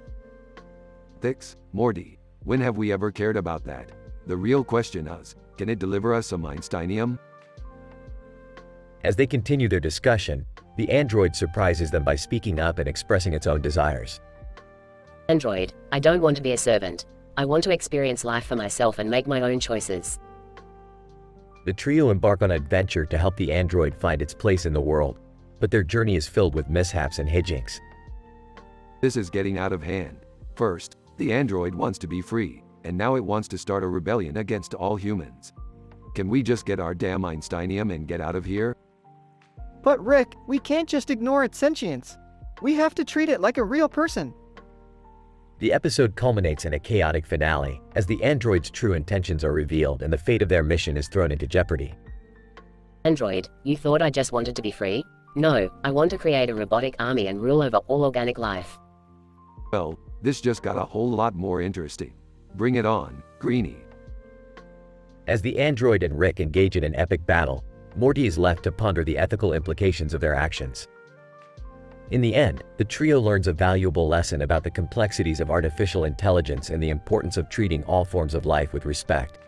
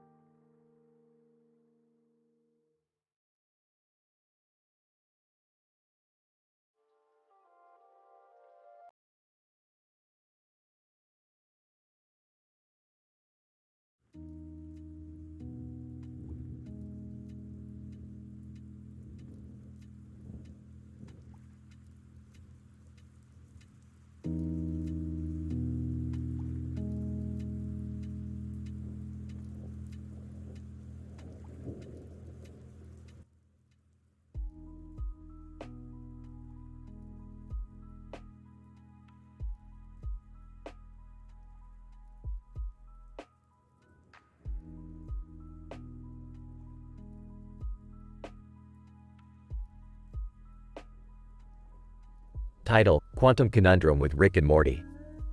Synopsis. The episode begins with Rick and Morty standing on a quantum road in a parallel universe with a beautiful background of quantum grass and a quantum fence. Rick and Morty are discussing the possibility of traversing time and space using quantum mechanics and the theory of relativity. Morty, we're about to enter a quantum space-time vortex that will allow us to traverse time and space and see things you couldn't even imagine. Are you ready? Oh, I guess so. Is this going to be another one of your crazy adventures, Rick? Well, Morty, what do you think? Of course, it is. We're going to meet Sophie Turner and Ed Sheeran and find out what they've been up to in this universe. Beth and Summer join Rick and Morty and the gang split up in two groups. The first group goes to meet Sophie Turner and Ed Sheeran while the second group ventures further into the quantum realm. So, what's the plan, Rick? Well, Beth, we're going to find out if Sophie and Ed are up to something really fishy in this universe. We need to be on our toes. Meanwhile, Summer and Morty discover a machine that can make human thighs bigger and stronger. Summer and Morty use the machine and find themselves in a lot of trouble as their thighs become too big. Summer, I think we've made a huge mistake. We can't walk properly with these massive thighs. Well, Morty, you know what they say, bigger is better. Back with Rick and Beth, they discover that Sophie and Ed are actually evil villains who are building a weapon to destroy the multiverse. Beth, we have to stop them. We can't let them destroy the multiverse. It's our responsibility. What do we do, Rick? There's only one way, Beth. We have to activate the quasar bomb and destroy Sophie and Ed's weapons. As Rick and Beth rush to stop the evil villains, Morty and Summer struggle with their newfound massive thighs and have to battle their way back to the group. In the end, Rick and Beth save the universe and Morty and Summer learn that bigger isn't always better. The gang returns to their own universe, relieved to have avoided a massive quantum conundrum.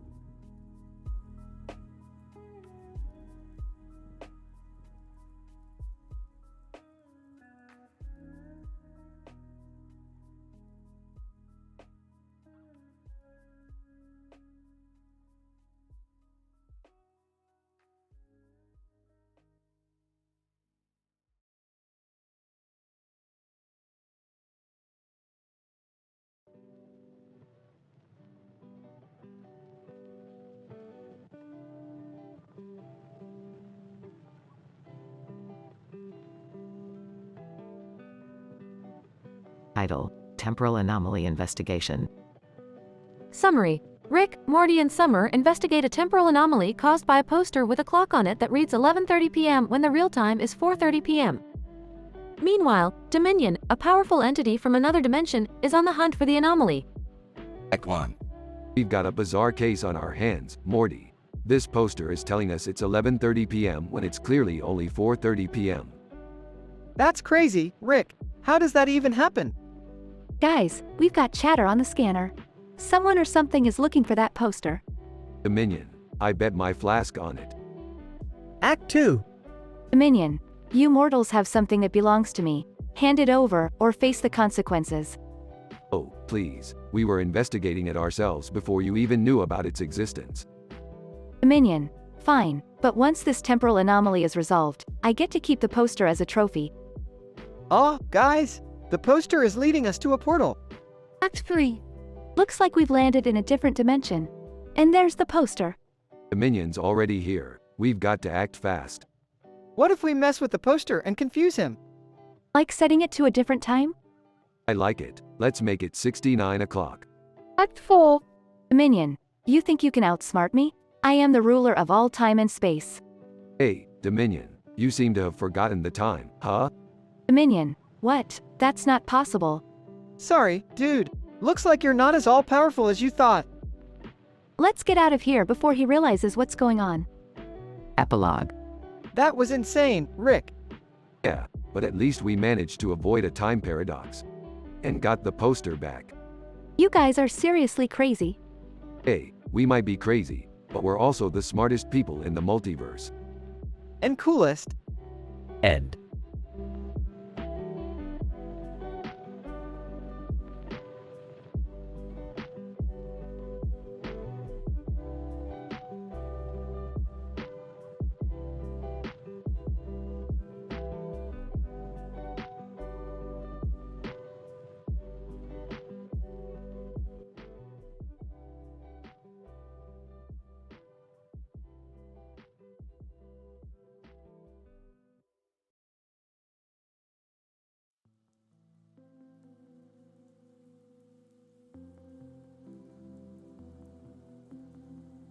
Title: Exploring the Interplay Between Seafood Consumption and Affective States, a case study of The Bachelorette, Shrimp Scampi, and Light Yagami. Scene 1. The episode begins with a shot of a woman holding a large lobster in her hands and smiling at the camera with a smile on her face.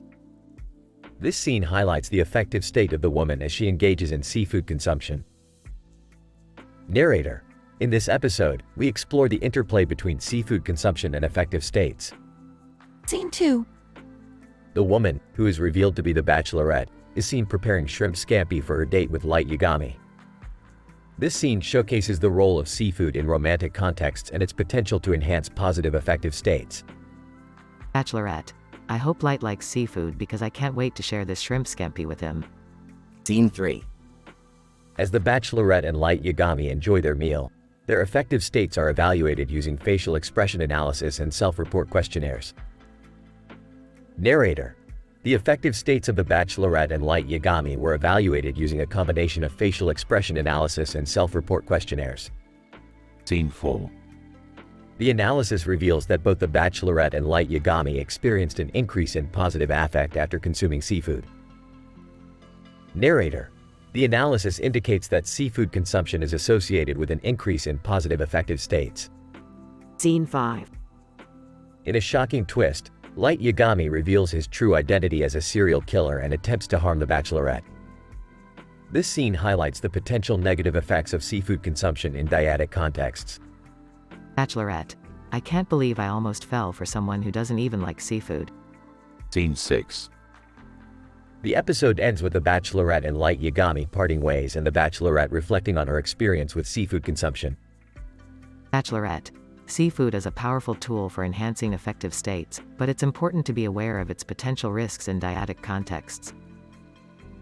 Narrator: This case study sheds light on the interplay between seafood consumption and affective states in romantic contexts, and highlights the need for further research in this area.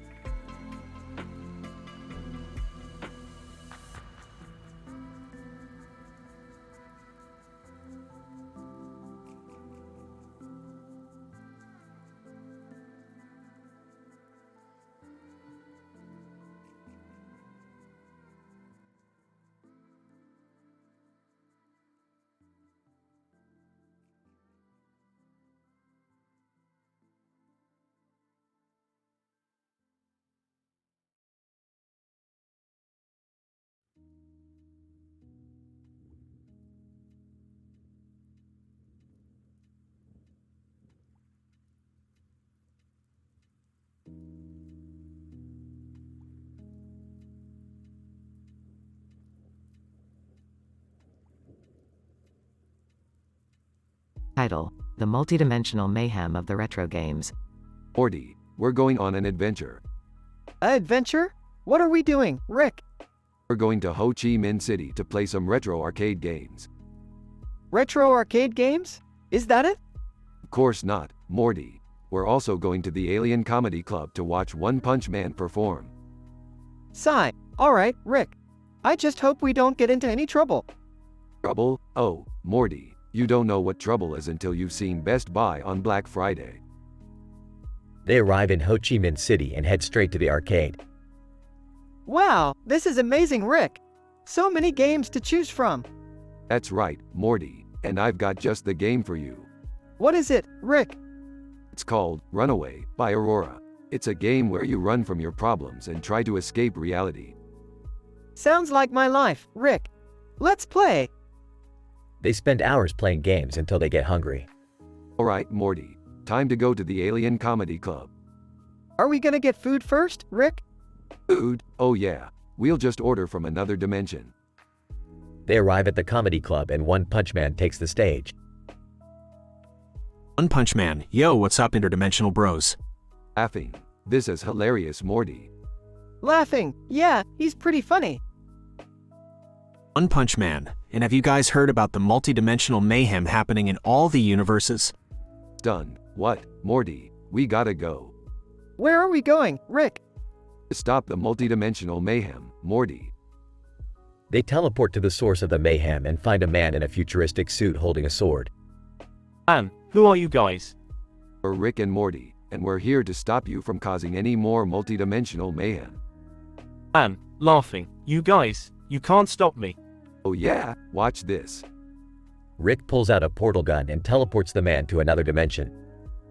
Astonished. Rick, that was incredible. Smiling. That's right, Morty. And now let's go get some food. Laughing. Alright, Rick, let's go. They teleport to another dimension and end up at a giant McDonald's. Smiling. Now this is my kind of place, Morty. Sighing. Yeah, I figured as much. Rick orders a large amount of food and they sit down to eat. Laughing. That multidimensional mayhem was nothing compared to the chaos of Best Buy on Black Friday. Shaking his head. I don't even want to know, Rick. They continue to eat and laugh until they teleport back home. The end.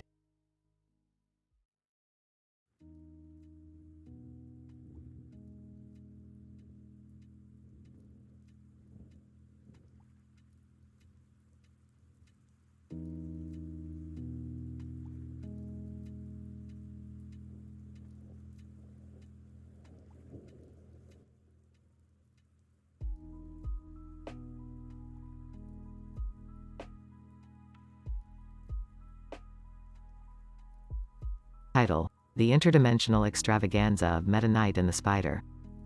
Abstract. This episode explores the intersection of science and humor in an artistic portrayal of the adventures of Rick and Morty. The plot follows the characters as they encounter Meta Knight and the Spider in a series of comical encounters that are interwoven with scientific concepts such as quantum entanglement, time dilation, and black holes. Morty, we've got some sci-fi themed workshops to attend. Oh, do we have to? I just want to chill. Meta Knight. Greetings, fellow interdimensional beings. I am Meta Knight. And what's with the skull on your head? Meta Knight. It symbolizes my prowess in battle. Spider, I'm just here for the bar. Wait, what bar? Tempting sci-fi themed workshop number 1, quantum entanglement and the multiverse theory. Morty, we're gonna exploit this quantum entanglement thing and create an army of Mortys. Oh geez, that doesn't sound good. Attending sci-fi themed workshop number 2, time dilation and black holes. Meta Knight.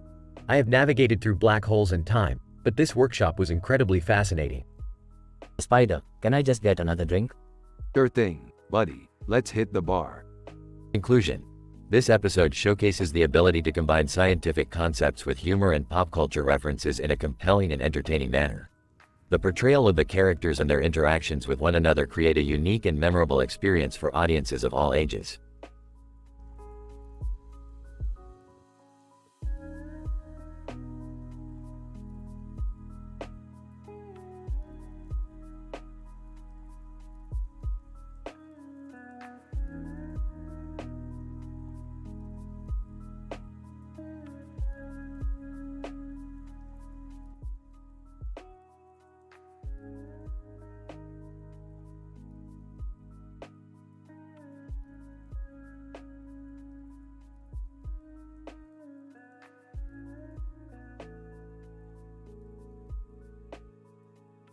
Title: The Canine Conundrum at Carneyland. Synopsis. The episode starts with Rick and the Smith family visiting Carneyland Amusement Park, where Rick finds a remote control car with an AI-controlled dog on top. However, the dog seems to have a mind of its own and keeps wreaking havoc at the park. Meanwhile, Morty and Summer befriend a pirate dog trainer who runs a carnival game where players have to train dogs to perform tricks. Behold, family, the ultimate invention. A remote control car with an AI-powered dog on it. I call it the Canine Cruiser. Cool, let me try it out. Canine Cruiser races towards a carnival ride and causes it to malfunction. Ah, Morty, you broke it. Let's go find something else to do. They come across a game run by Pirate Dog Trainer. Pirate dog trainer. Ahoy there, young lasses and lad. Care to try your luck at training my famous pirate dogs? Let's do it. They spend the next few hours training pirate dogs. Hey guys, I want a stuffed animal for your mom. He holds up a toy car with a dog on it. Jerry, that's not a toy. That's the Canine Cruiser's arch nemesis, the Toy Terrier. It's the reason why the Canine Cruiser insists on causing chaos. Canine Cruiser races towards Toy Terrier, causing a massive collision. This is insane. Hey, Pirate Dog Trainer, do you have any advice on how to stop the Canine Cruiser? Pirate dog trainer. Aye, lad. Ye need to show it who's boss. Take control of the situation and teach it some manners. The Smith family works together to take control of the Canine Cruiser and it finally follows their commands. Well, I'll be damned.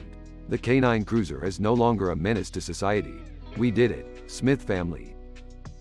The episode ends with the Smith family riding off into the sunset with their new pirate dog companions.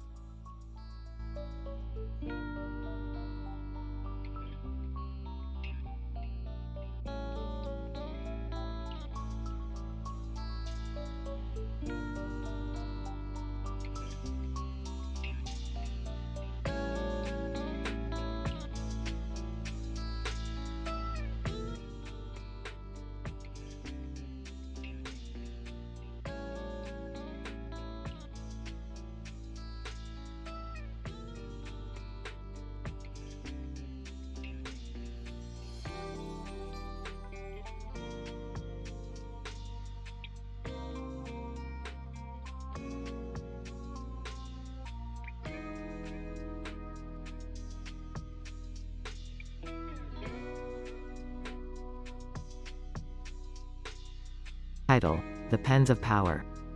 Synopsis. Rick and Morty embark on an interdimensional adventure to obtain the mythical Pens of Power, a purple and white ballpoint pen with a crown on top and a purple and green ballpoint pen with a diamond crown on top. However, their quest quickly spirals out of control, leading them on a wild and hilarious journey. Opening scene. Morty, grab your backpack and put on your adventure pants. We're going on a hunt for the Pens of Power. Okay Rick, but what are the Pens of Power exactly? Only the most powerful writing instruments in the multiverse. With these pens, we can create entire civilizations. Scene 1.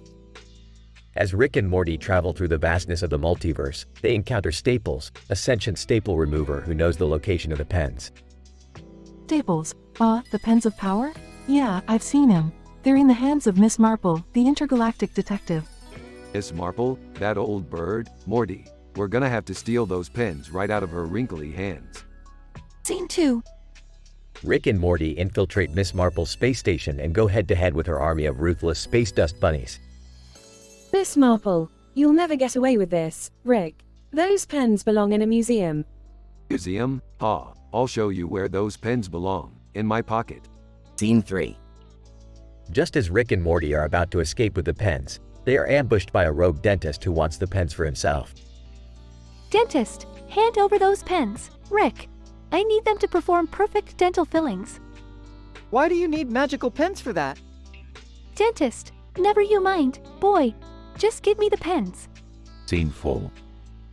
Rick, Morty, and the dentist engage in a chaotic brawl through the space station, knocking over furniture and spilling orange juice everywhere. Alright, enough. This is getting ridiculous. Pulls out a flask of booze. Who wants to do shots? Miss Marple, oh my, I haven't had a drink since the Great Space War of 33. Staples, I'm in, as long as it doesn't interfere with my emotional stability module. Scene 5. The group engages in a drunken dance party, with Rick playing the synthesizer and Morty doing a truly embarrassing interpretive dance. You know what, guys? Let's forget about the pens. We already got something better, each other. Dentist. Yeah, I guess you could say the real pens of power were the friendships we made along the way. Closing scene. Rick and Morty stumble out of Miss Marple's space station, arm in arm with their newfound friends. Wow, Rick, who knew a quest for pens could be so life-changing? In this multiverse, Morty, anything is possible. Who's up for some interdimensional barbecue? Staples, I'm in, as long as we don't run into those cursed paperclips of plunder.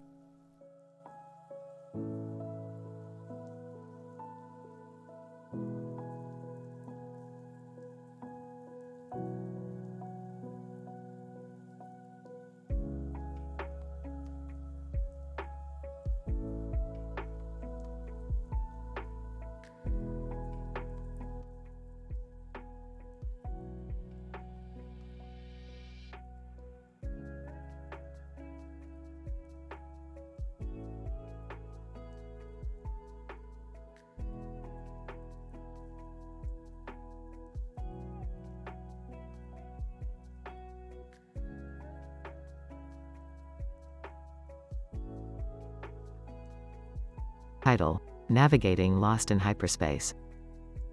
Synopsis. The episode centered on the crew of the starship, Helios, as they find themselves lost in the vast expanse of hyperspace.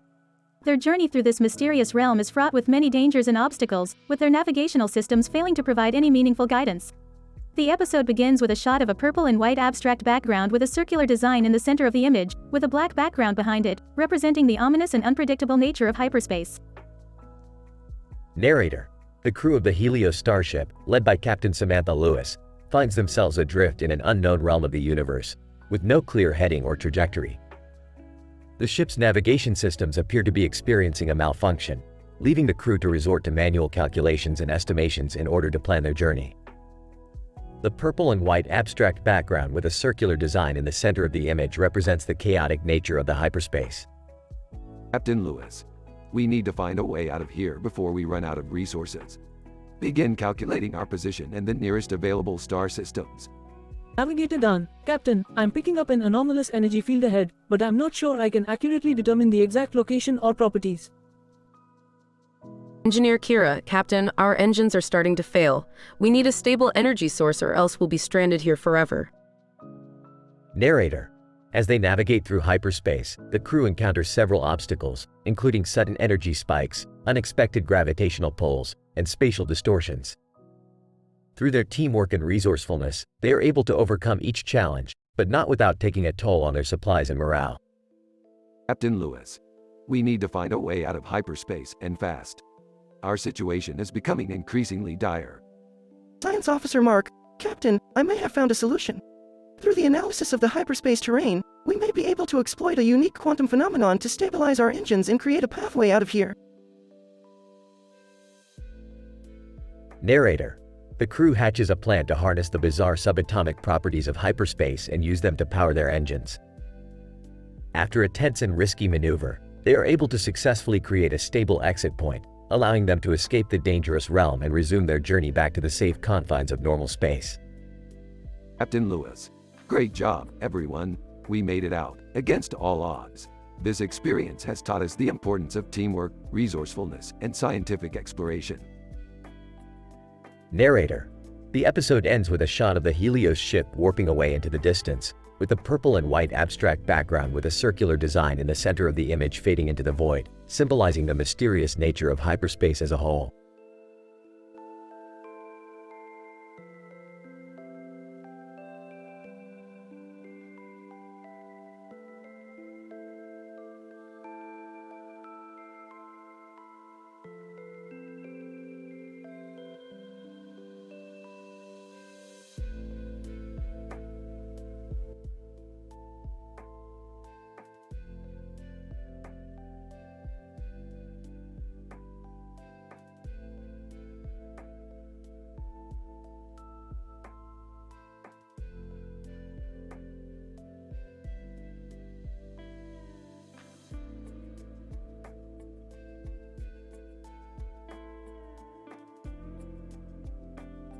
Title: The Hilarious Adventures of Bingo the Maine Coon.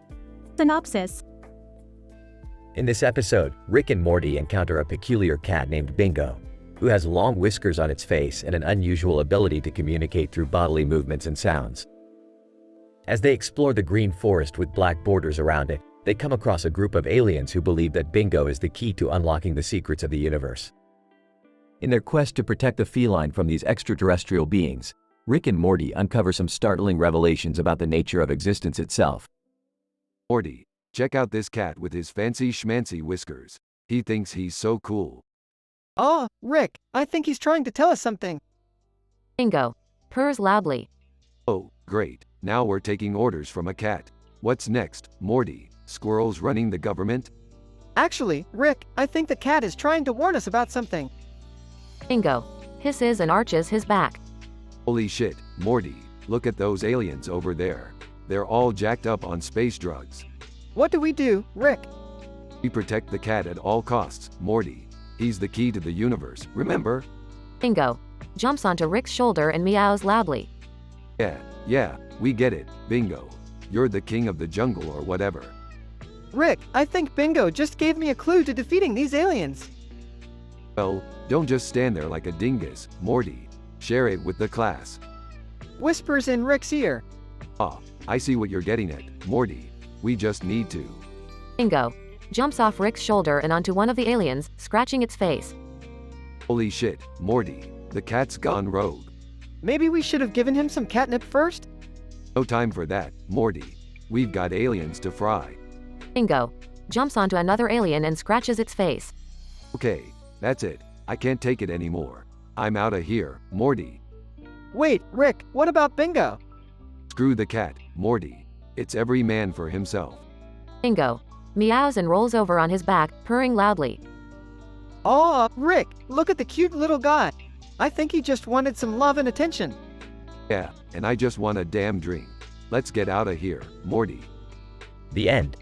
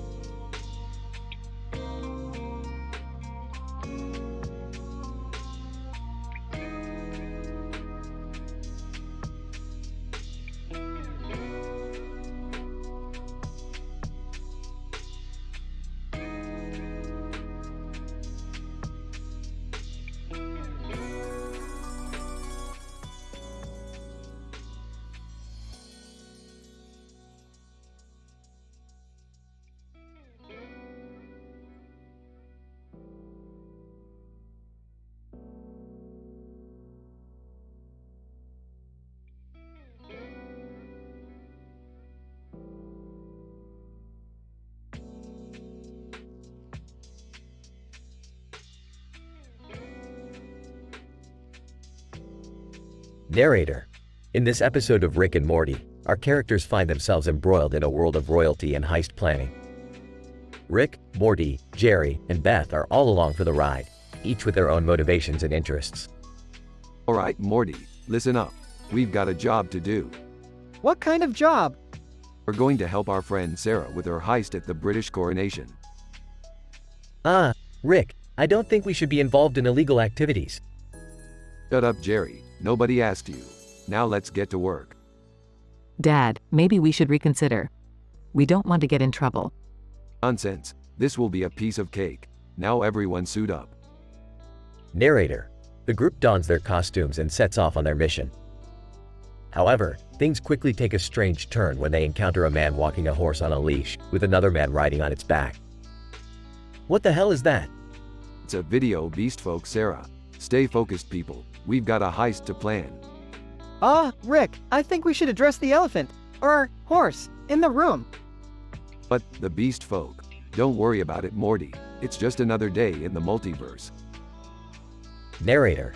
As they continue on their journey, they discuss their plan and their individual motivations. Dad, why are we even doing this? What's in it for us? Simple. The thrill of the heist. Plus, Sarah promised us a cut of the profits. I think we should be more concerned about the consequences if we get caught. Beefed, like I haven't escaped from multiple prisons before. Don't worry, Jerry. I've got this under control. Narrator. The episode culminates in a dramatic heist at the British coronation, with the group facing unexpected challenges and twists. Rick, this is insane. How are we going to get out of here? Don't panic, Morty. I've got a plan.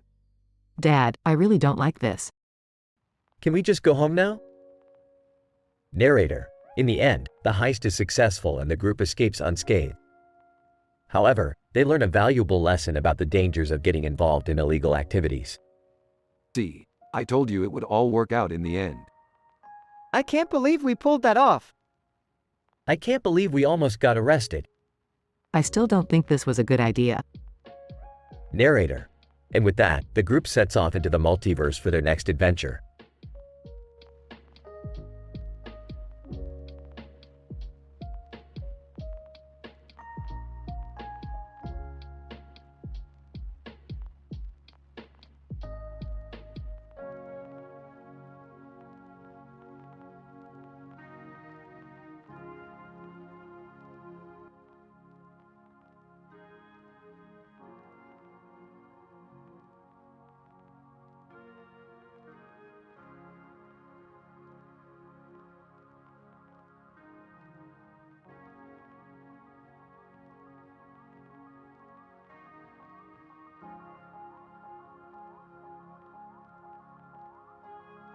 Title: Intergalactic Red Flags. Synopsis. Rick and Morty embark on an adventure beyond the furthest galaxies to uncover the mystery of a man with a creepy expression.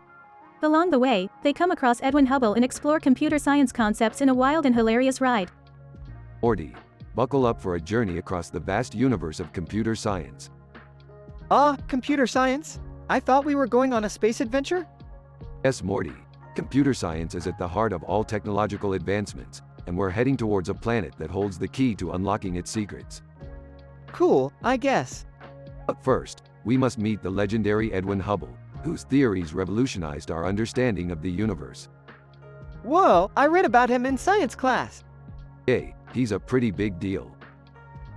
As they approach the planet, they see a man wearing a suit and tie with a creepy expression on his face. Whoa, who is that? I'm not sure, but he's giving off some serious red flags. Red flags? Hey Morty, I don't trust anyone who wears a suit in space. Let's keep our distance. Okay. As they land on the planet, they come across a group of aliens who are experts in computer science. Alien, welcome, Rick and Morty. We've been expecting you. How did you know we were coming? Alien, we intercepted a transmission from your ship. We have a proposition for you. Help us defeat the AI overlord that's taken over our planet, and we'll teach you the secrets of computer science. AI overlord? Sounds like a job for Rick and Morty. They embark on a journey to defeat the AI overlord, facing many challenges along the way, all while exploring the depths of computer science. Morty, we did it. We defeated the AI overlord and unlocked the secrets of computer science. Yay, but what about that creepy dude in the suit? Yes, him. Turns out, he's just a shady intergalactic lawyer trying to scam the aliens out of their technology patents. I knew it. And guess what? We just taught those aliens about intellectual property laws. That'll teach that lawyer to mess with the wrong part of the galaxy. Laughs. Oh, Rick, you never disappoint. The episode ends with Rick and Morty flying off into the sunset, ready for their next intergalactic adventure.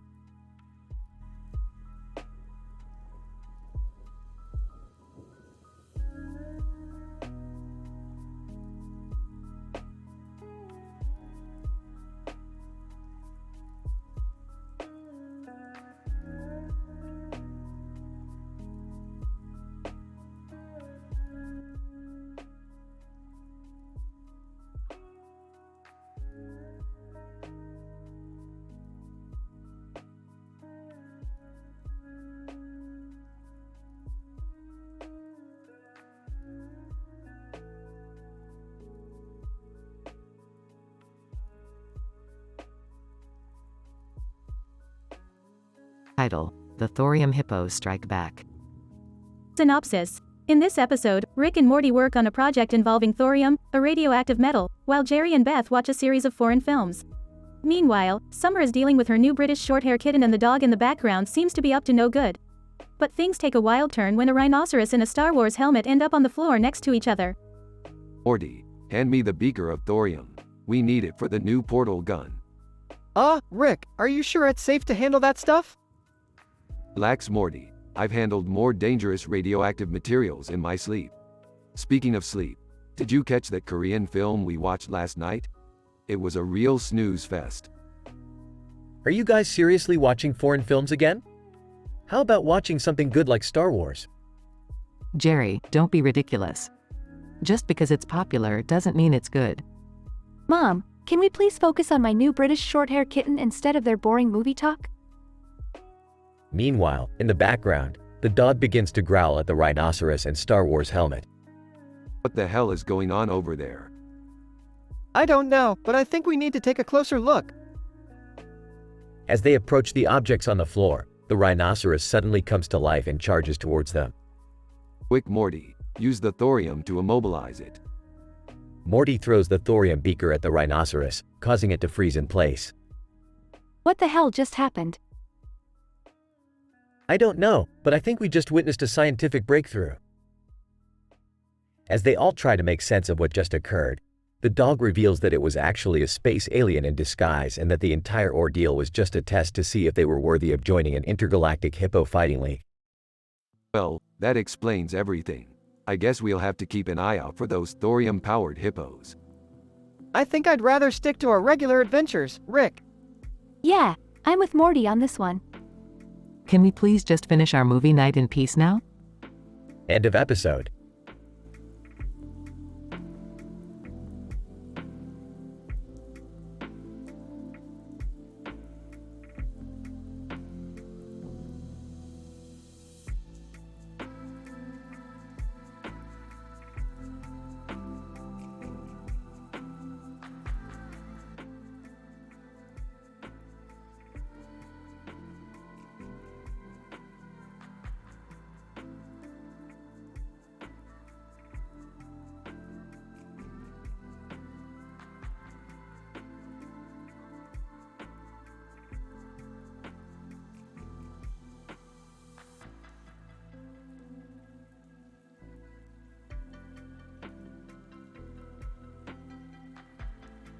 Title: The Painting Portal Paradox. Synopsis. While experimenting with a new portal gun, Rick accidentally transports the family into a painting of Rukia Kuchiki from the anime Bleach.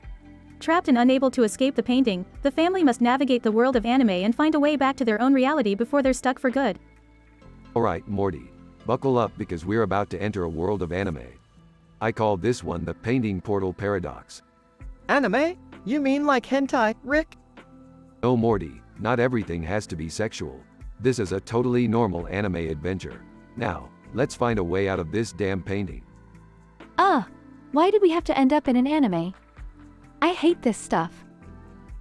I don't know, I think it's kind of cool. Look, there's Rukia Kuchiki. She's one of my favorite anime characters.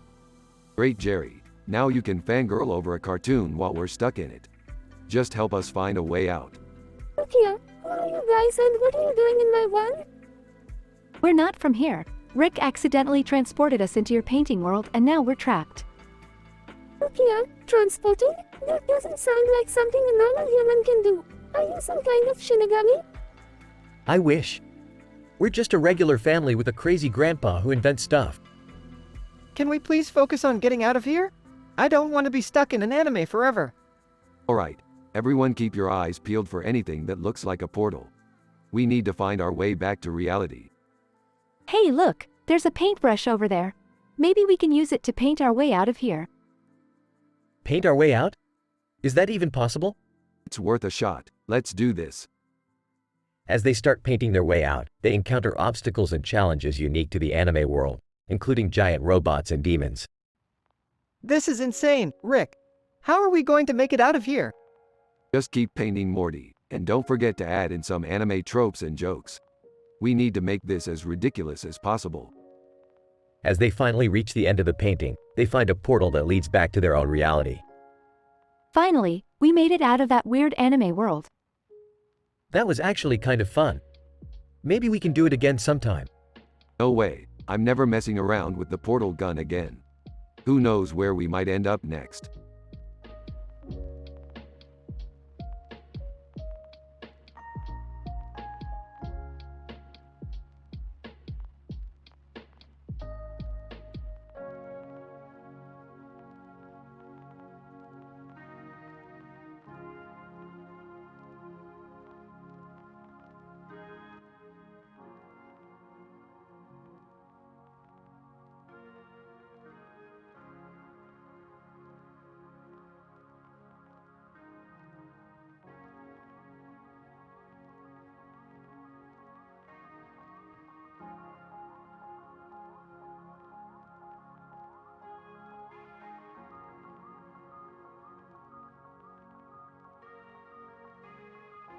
Title: The Quantum Jester Dilemma. In this episode, the characters find themselves caught in a quantum flux, triggered by a man in a costume standing in a room with arches and arches on the wall, wearing a helmet. As they come to realize, this man is a quantum jester, capable of manipulating the fabric of reality through sheer absurdity. Great, just what we needed. The reality warping equivalent of a clown with a gun. Time to break out the big guns. Oh, Rick, you don't mean. That's right, Morty. It's time to bring in the big guns. The scene cuts to Rick and Morty suiting up in special gear, designed to protect them from the quantum flux. Beth and Summer look on in disbelief as they prepare for battle against the quantum jester.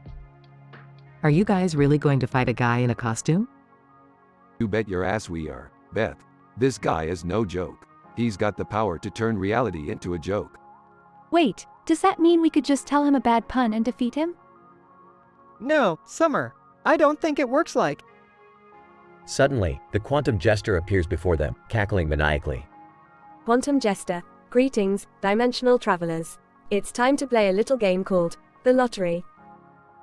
The quantum jester produces a massive machine resembling a lottery ball holder, filled with countless tiny balls. Oh no, he's going to trap us in an endless loop of meaningless probabilities. What does that even mean? I don't know, Morty, but it sounds bad. Wait, why don't we just use Magneto to break out of the quantum flux? What? How does a mutant from the X-Men help us here? She means our quantum destabilizer, Morty. It's based on a principle similar to Magneto's powers. Oh, right. I knew that. Quantum Jester, you think your gadgets and gizmos can save you? This is the power of pure comedy, my friends.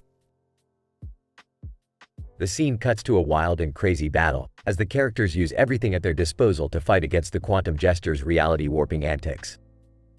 In the end, it's Magneto that saves the day, as they use it to destabilize the quantum jester's hold on reality. Well, that was a close one.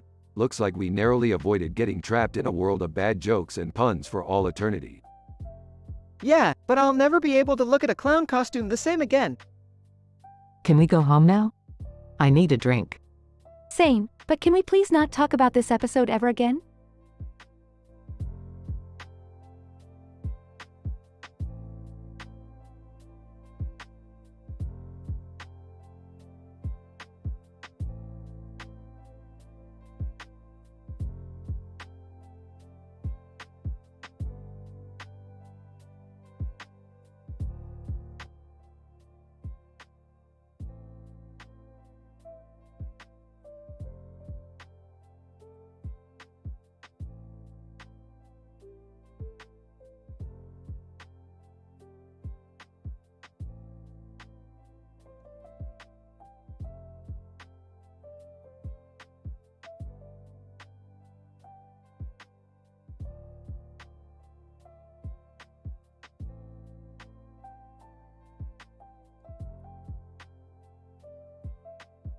Title: The Possession Protocol, a roller coaster of demonic mayhem. Opening scene. The camera opens up with Rick and Morty sitting on the couch in their living room. Suddenly, a cartoon character with long hair and a cape on his head runs through the green and white background. What the hell was that? I don't know, Rick. It looked like some sort of superhero. Superheroes. I hate those guys, always thinking they're better than us. Jerry enters the room. Hey guys, have you seen this new anime called My Hero Academia? It's all about superheroes and their powers. It's kind of cool. Rick scoffs. Powers? Please. Those guys couldn't hold a candle to me. Beth enters the room. What's going on in here? Nothing. Just talking about how lame superheroes are. Scene 2. The scene cuts to a demon lurking in the shadows. Demon, to himself, I need a new host. Someone powerful, someone with an attitude. The demon sees the cartoon character, whom we now know is named Bob, from the opening scene. Demon, to himself, perfect. That guy has enough sass to handle me. The demon takes over Bob's body. Scene 3. Rick, Morty, and Jerry are watching TV when suddenly, Bob bursts into the room. Bob, hey guys. What the hell is wrong with you? Bob, with possessed voice, I have been taken over by a demon. He has given me all sorts of powers and I must do his bidding. Oh my god, we have to stop him. But how? We're just regular humans. Rick pulls out a device from his lab coat. Leave it to me, I've got just the thing. Scene full. Rick and the gang approach Bob, who's now wreaking havoc in the city. Bob, you can't stop me. The demon inside me is too powerful. Don't worry, Bob, we're not here to stop you. Bob looks confused. Bob, what do you mean? Rick presses a button on his device and suddenly, Bob starts dancing uncontrollably. What the hell, Rick? Oh, relax, it's just a little possession protocol I whipped up. It interrupts the demon's control over the host's body by causing them to dance like an idiot. Wow, that's actually kind of genius. Scene 5. The gang heads back to their house with Bob, who is now back to his normal self. Bob, wow, I can't believe you guys saved me from that demon. Yeah, I'm just glad you're okay. Hey, it was nothing. Just another day in the life of a mad scientist. Suddenly, a group of superheroes burst through the door. Superhero 1, we heard there was a demon possession here. Are you guys okay? Rick rolls his eyes. Oh, great, another group of do-gooders. As the superheroes try to engage in conversation, Bob starts to dance uncontrollably again.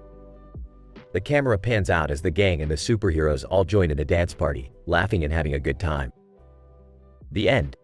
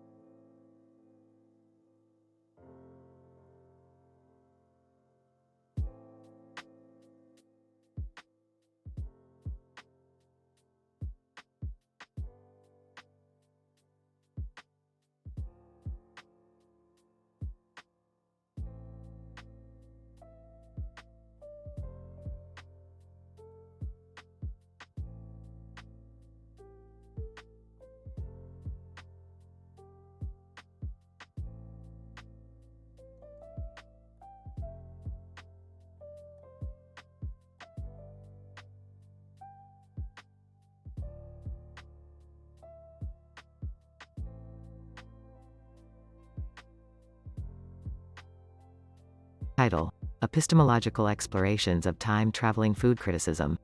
Synopsis. Rick and Morty come across a poster with a bunch of food on its sides and a red frame with words on it. After analyzing the poster with a series of complex algorithms, Rick discovers that it is an advertisement for an upcoming film festival focused on food-themed movies.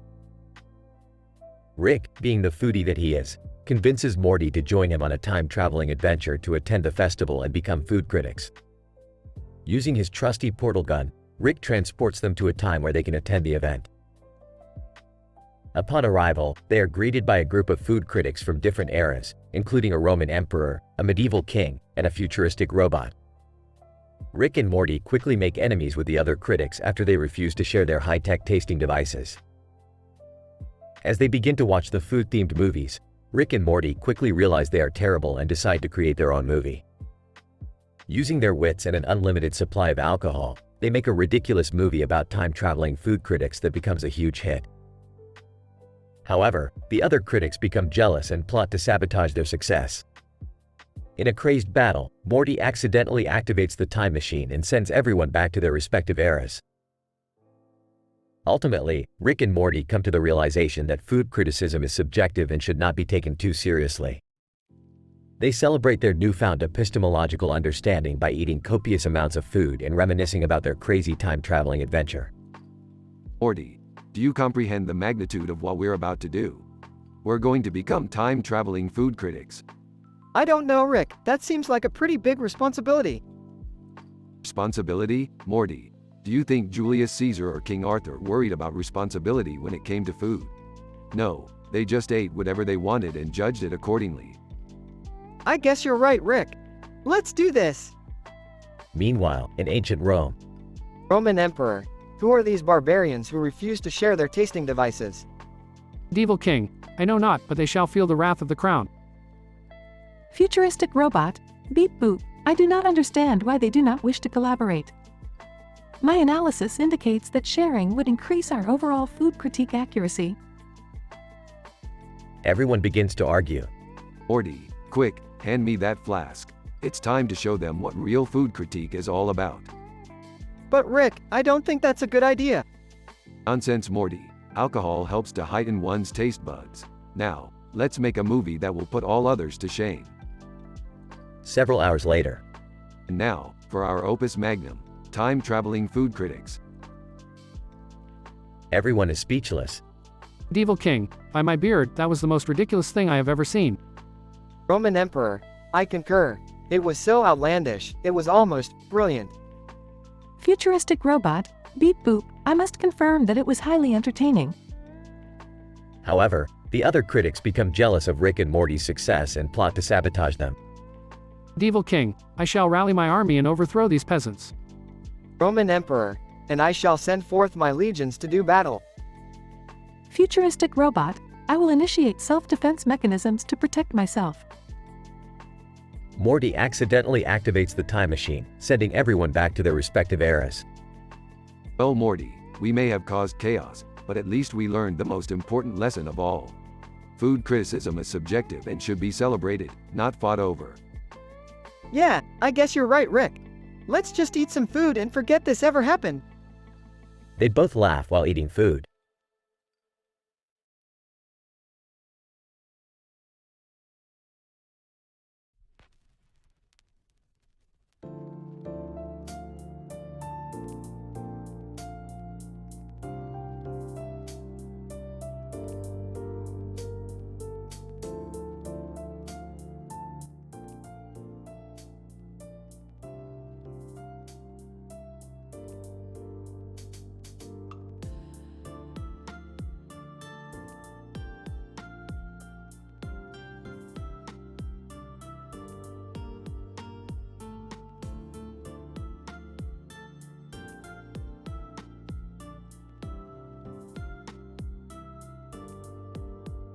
Title: The Interdimensional Lo-Mein Diplomacy Crisis with a Time-Traveling Twist. Synopsis. In this episode, Rick and Morty embark on a wild adventure that takes them to the ancient city of Rome, where they meet a time-traveling archaeologist who needs their help with an intergalactic diplomacy crisis. Along the way, they encounter a teenage Ash Ketchum, who is in the midst of his own Lo-Mein crisis. The episode is full of humor, action, and scientific explanations that will keep viewers engaged. Opening scene. Rick and Morty are flying through the air with their swords and rockets in hand. Rick looks over at Morty and says, "Morty, we've got a situation on our hands. The Lo-Mein reserves in the interdimensional pantry are running low." Morty responds haphazardly, "Oh no, Rick. Not the Lo-Mein reserves." Rick chuckles, "Yeah, Morty. We've got to head to Rome to make some diplomatic negotiations before it's too late." Time-traveling archaeologist. Upon arriving in Rome, Rick and Morty meet the time-traveling archaeologist, who explains to them the intergalactic diplomacy crisis. He needs Rick and Morty's help to negotiate with alien species who have taken interest in Earth's supply of Lo-Mein. Rick and Morty are skeptical at first, but the time-traveling archaeologist convinces them that their expertise in interdimensional diplomacy is exactly what they need. Ash Ketchum's Lo-Mein crisis. As Rick and Morty work on the intergalactic diplomacy negotiations, they meet Ash Ketchum, who is in dire need of some Lo-Mein. He explains that he is on a quest to catch a rare Pokemon, but he needs the energy from the Lo-Mein to do it. Rick and Morty offer to help Ash with his Lo-Mein crisis, but not before explaining to him the scientific principles behind intergalactic diplomacy. Wild and crazy adventure. Together, Rick, Morty, and Ash embark on a wild adventure through time and space, negotiating with alien species and catching rare Pokemons. Along the way, they encounter some outrageous characters, including a space pirate with a love for Lo-Mein and an alien species that communicates solely through interpretive dance. Final scene. After a long and crazy adventure, Rick, Morty, and Ash return to Rome, victorious in their mission to save the interdimensional Lo-Mein reserves. They bid farewell to the time-traveling archaeologist and head back to the spacecraft. As they fly off into space, Rick turns to Morty and says, "You know, Morty, there's nothing quite like a good bowl of interdimensional Lo-Mein." Morty responds, "Yeah, Rick. And with our scientific expertise, we'll never have to worry about running out again. The screen fades to black, and the credits roll as the theme song plays.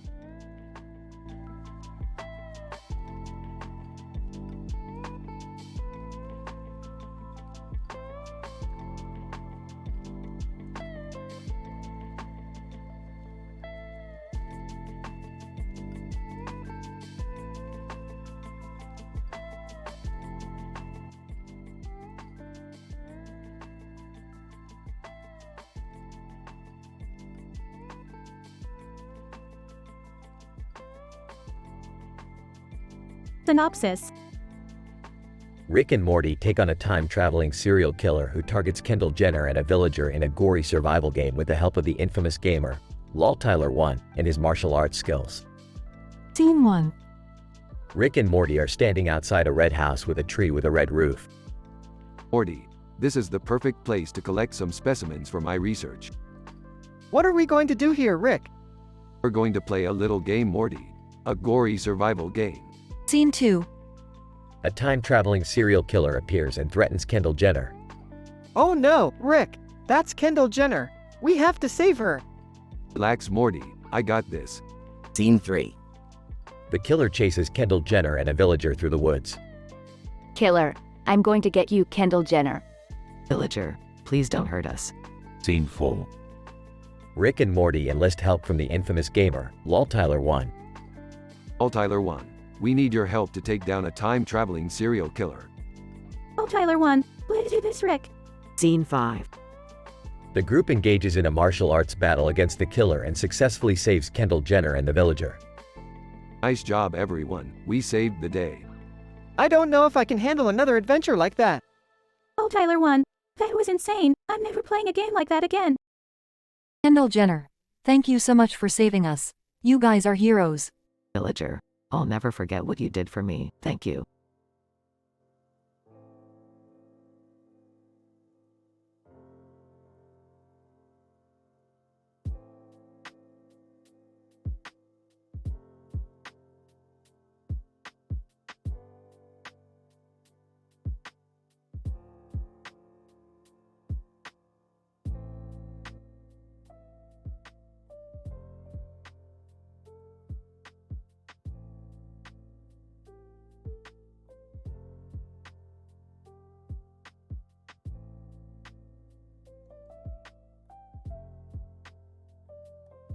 Title: Rick and a farcical exploration of Fermilab.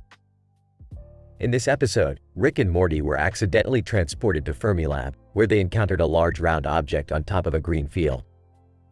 Rick, being the curious scientist he is, immediately began poking and prodding the mysterious object while Morty anxiously watched on. Morty, this object displays highly unusual properties. I must perform a series of experiments to uncover its secrets. Rick, are you sure that's a good idea? This place looks pretty important and we don't want to mess anything up. But Rick was already hard at work, conducting extensive experiments on the object while Morty tried to keep him focused on the task at hand. As they worked, they stumbled upon a secret underground facility where they encountered a group of scientists receiving hot stone massages. Rick, I don't think these scientists are doing any actual work. They're just getting massages. Morty, this is a cover-up. These scientists are actually conducting top-secret experiments on the object we discovered.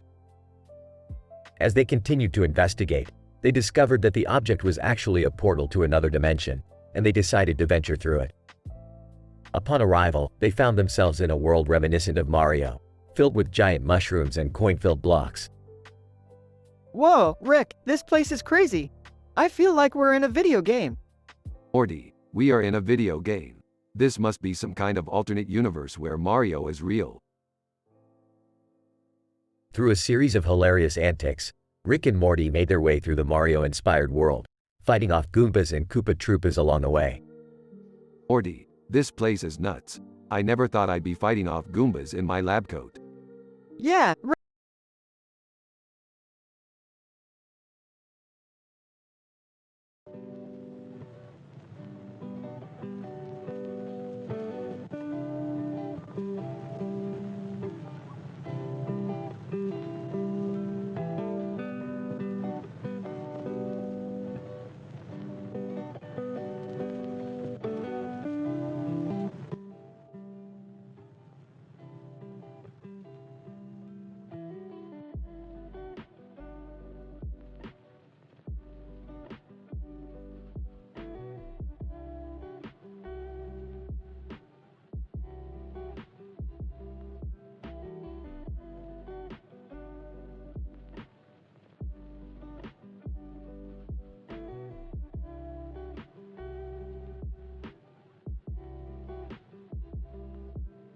Title: The Curious Case of Paper People and Other Intriguing Entities. Abstract. In this episode, we observed a peculiar phenomenon where two paper cutouts of people with signs in front of them that say, "First place," and a ghost manifest unusual behaviors in the presence of couples on awkward first dates. Mystique, Chihuahua, Sailor Moon, Flight Attendant, and Alien Holding Sign meme. We employed a mixed methods approach that included observation, interviews, and laboratory experiments to study this phenomenon. Introduction. Our curiosity was piqued when we first noticed the paper cutouts of people with signs in front of them that say, "First place," and a ghost exhibiting anonymous behavior in a coffee shop. We observed that when couples on awkward first dates approached the paper cutouts, they would pause and look at them with a mix of confusion and curiosity. The ghost, on the other hand, would move closer to the paper cutouts and hover around them. Methods. We conducted interviews with the couples on awkward first dates and found that they felt an inexplicable pull towards the paper cutouts. They reported feeling a sense of mystique and intrigue emanating from them. We then conducted a laboratory experiment where we exposed a Chihuahua, Sailor Moon, Flight Attendant, and Alien Holding Sign meme to the same paper cutouts. We found that the Chihuahua showed no interest, Sailor Moon appeared to be fascinated, the Flight Attendant was indifferent, and the Alien Holding Sign meme appeared to be alarmed. Results.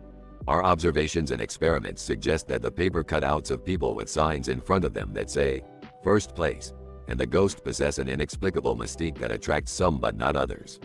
The paper cutouts also appear to have a strange effect on other entities like Sailor Moon and Alien Holding Sign meme. Discussion. Our findings highlight the need for further research into the nature of mystique and the impact it has on a wide range of entities. We believe that understanding the underlying mechanisms of this phenomenon can have implications for fields such as marketing, psychology, and even philosophy. Conclusion. The paper cutouts of people with signs in front of them that say, "First place," and the ghost remain a mystery that warrants further investigation. We urge researchers to continue exploring this fascinating and intriguing phenomenon to unlock its secrets and better understand the world around us. Scientist 1. This is fascinating. I wonder what could be causing this inexplicable pull towards the paper cutouts. Scientist 2. It could be that the paper cutouts possess certain qualities that trigger a sense of curiosity and intrigue in individuals. Alien Holding Sign meme. I can confirm that. When I saw the paper cutouts, I felt a sense of alarm and confusion. Flight Attendant. Really? I was completely indifferent towards them. Sailor Moon. I found them fascinating. I wonder if they have any connection to the spiritual realm? Chihuahua, barks, translation, I just want my treat.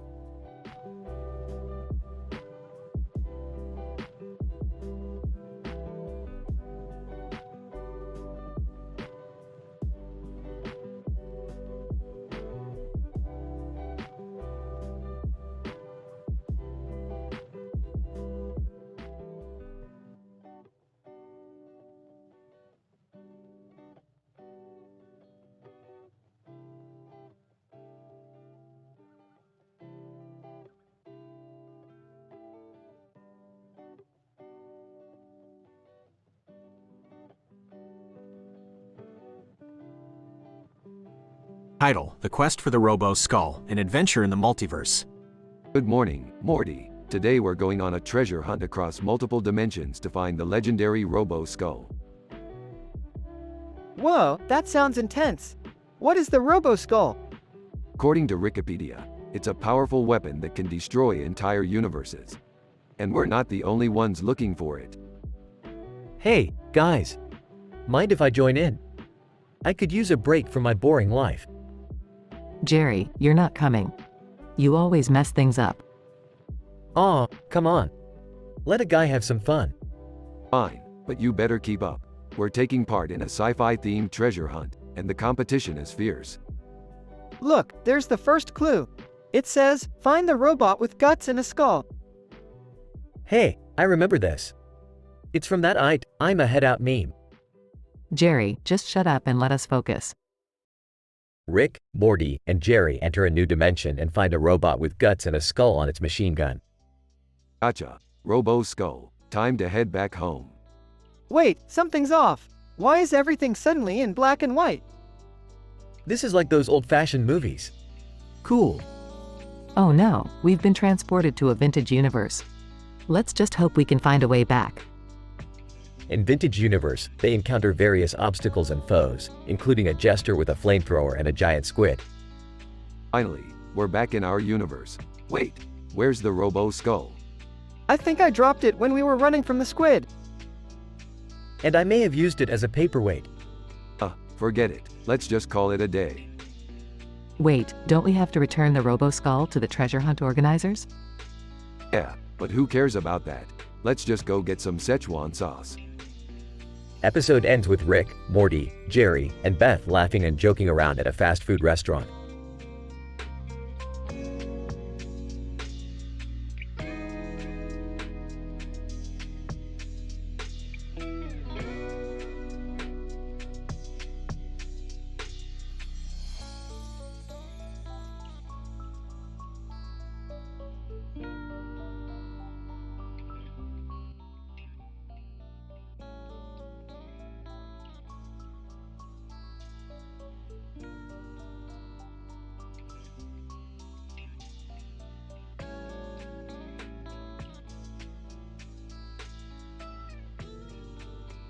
Title: Alien Infestation Nightmare. In this episode, Rick and Morty and the rest of the Smith family find themselves in a futuristic setting where they encounter a group of alien fighters at the Alien and Tetrim Arena. The neon sign in the background adds to the ambiance as the team engages in a game of handball. Morty, I didn't bring you here just to play some intergalactic handball. We have a serious problem on our hands. There's an alien infestation that needs our attention. Oh geez, here we go again. Rick, can you please try to take this seriously for once? We're in real danger here. Yeah, I don't want to end up like that poor guy over there who got eaten by one of those things. Relax, everyone. I've got this under control. Just let me do my thing. As the team navigates through the infested arena, they encounter various challenges and obstacles, including some close calls with the aliens. Rick, I don't know about this. There's just too many of them. We're never going to make it out of here alive. Don't be such a wuss, Morty. I have a plan. Follow my lead. The plan involves some clever use of weapons and gadgets, including a flask of interdimensional acid and a portable shrink ray. With some quick thinking and teamwork, the group successfully eradicates the alien infestation and saves the day. Rick, I have to say I'm impressed. You really know how to handle yourself in a crisis. Yeah, that was epic. Can we do that again sometime? Anytime, my darlings. But first, I have something important to say. The proposal. Rick took off his helmet and got down on one knee in front of the team. Will you guys do me the honor of being my partners for life? All except Rick react negatively. Oh well, worth a shot. Let's get out of here before any more aliens show up.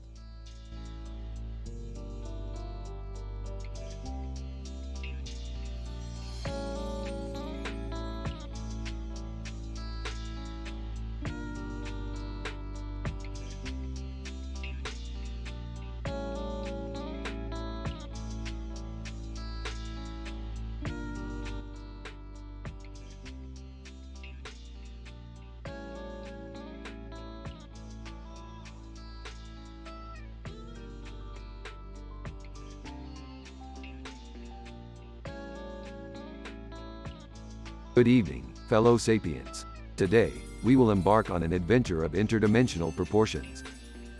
Rick, what's this green tree doing in the middle of the stadium?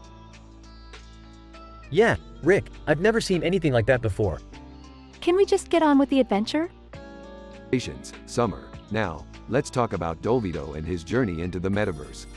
He's been rewarded handsomely for collapsing economic doubt, but we all know that the real reward is in the journey itself. What does that even mean, Rick? It means nothing, Morty. Now, onto our own journey. We'll be traveling back through time to recover what was once lost to a giant squid. A giant squid? That doesn't sound too bad. Oh, but it is, Jerry. It is. Can we just get to the part where we solve the problem in reverse due to parallel time travel? Always with the impatience, Summer. But yes, that is indeed what will happen. And the results will be symphonic. I don't even know what that means. That's because you don't appreciate the finer things in life, Morty. Now, let's go. Later, after the adventure. 0x Mac. Wow, guys, that was amazing. I can't believe we actually solved the problem in reverse due to parallel time travel. Of course we did. 0x Mac. We're the best in the multiverse. I just can't believe we had to fight a giant squid. Or that we ended up in a weird animated video. Or that we had to do it all for Dolvito. Ah, Dolvito, the true hero of this adventure. Everyone else, what? Just kidding, guys. Dolvito's a loser. Let's go get some Szechuan sauce. Everyone cheers and they leave the stadium, with the image of the man and tree still etched in their minds.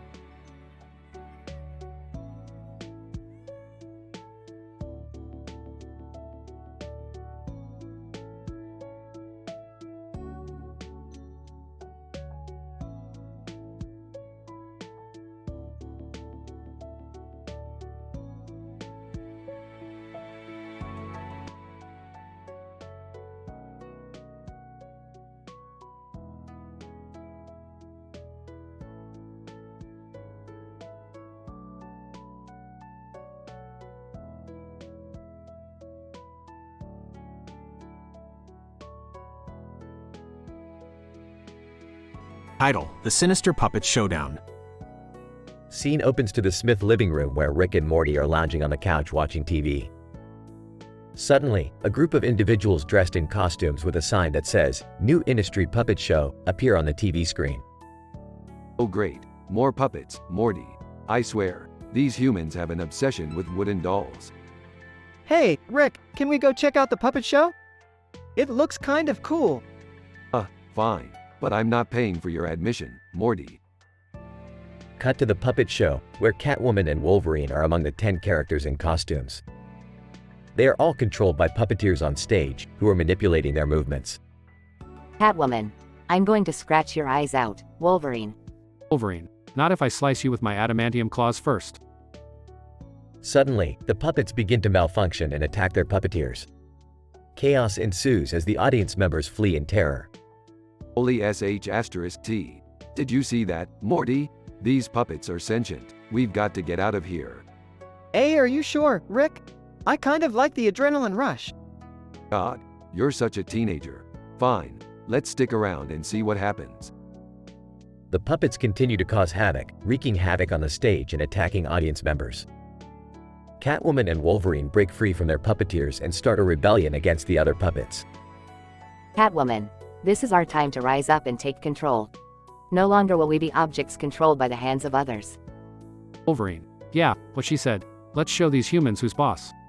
Oh great, now we've got a puppet revolution on our hands. Morty, we've got to find a way to stop them before they take over the world. I don't know, Rick. They kind of have a point. Maybe we should just let them do their thing. No way, Morty. We can't let creepy, sentient puppets rule the world. Now, grab that can of hairspray and let's light these wooden B*TCHES up. The episode ends with Rick and Morty narrowly escaping the puppet rebellion, leaving destruction and chaos in their wake. The camera shows Catwoman and Wolverine leading the other puppets in a fierce battle cry as they plan their next move.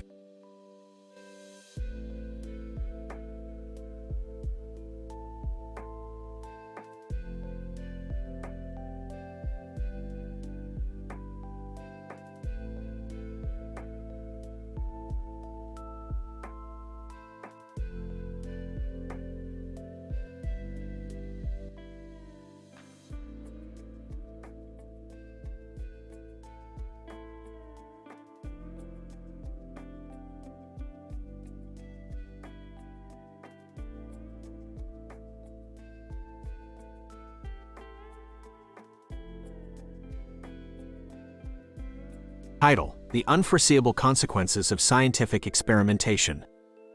Synopsis. In this episode, Rick and the Smith family are conducting an experiment on copernicium, a newly discovered element that possesses extraordinary properties.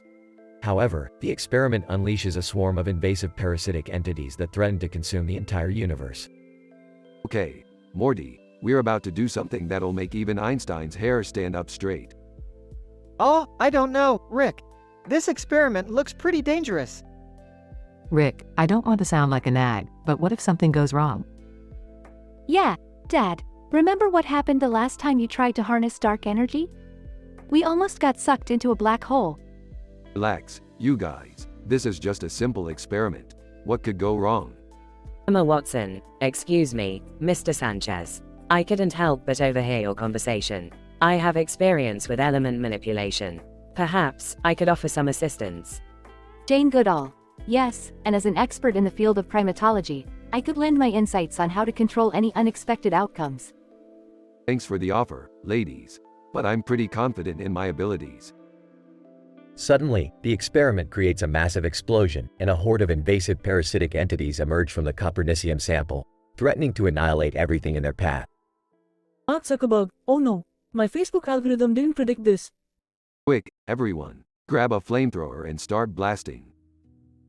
As chaos erupts, the Smith family and their unexpected allies work together to fend off the intergalactic parasites. With the universe hanging in the balance, Rick and the gang must use all of their scientific expertise to save the day. In the end, they succeed, but not without some lighthearted jokes and quips along the way. Phew, that was a close one. But at least now we know never to mess around with Copernicium again. Yeah, next time we'll just stick to baking soda volcanoes, Dad. Oh please, Summer, where's the fun in that? Besides, it's not like we can predict the unforeseeable consequences of scientific experimentation. Overall, the episode combines fast-paced action with clever scientific humor to create a comedic masterpiece.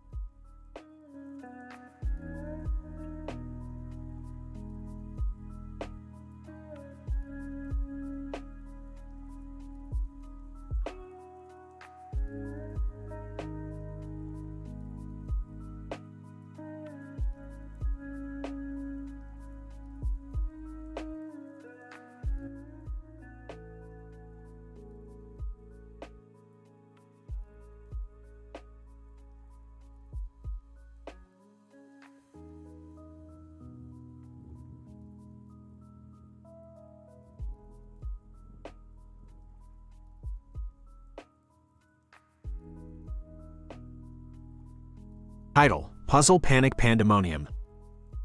Opening shot shows Rick and Morty in their garage laboratory, surrounded by various sci-fi gadgets and gizmos. Morty, I've picked up a strange energy signature on my interdimensional scanner. Looks like we're in for another wacky adventure. Oh geez, Rick, I hope it's not another one of those crazy alternate realities we always get stuck in. Suddenly, a portal opens up and a woman with a puzzle piece in her face appears. Woman, please help me. I'm trapped in a puzzle dimension and I need your help to escape. Puzzle dimension? This sounds like a job for the smartest man in the multiverse. Rick, I think she means like a jigsaw puzzle dimension, not like a Rubik's Cube or something.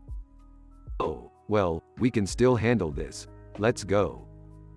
Cut to the puzzle dimension, a surreal landscape of floating puzzle pieces in indistinguishable colors.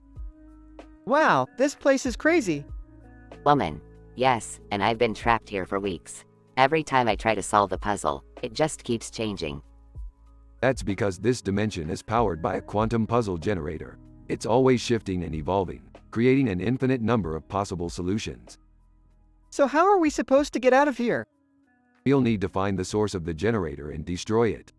But in the meantime, we'll have to solve puzzles to make our way through this dimension. Cut to a montage of Rick, Morty, and the woman solving increasingly ridiculous and absurd puzzles, set to a catchy pop song. Cut back to the present. Woman, and that's when we found the puzzle god, who challenged us to a duel of wits. Wow, that sounds intense. Woman, it was, but we managed to defeat him and destroy the quantum puzzle generator. I'm so grateful to you two for helping me. Hey, what can I say? We're the ultimate problem solvers. Yeah, we solve problems and we make jokes. Like, what did the grape say when it got stepped on? Woman, I don't know, what? Nothing, it just let out a little whine. Classic Morty. End scene with Rick and Morty high-fiving as the portal opens up behind them.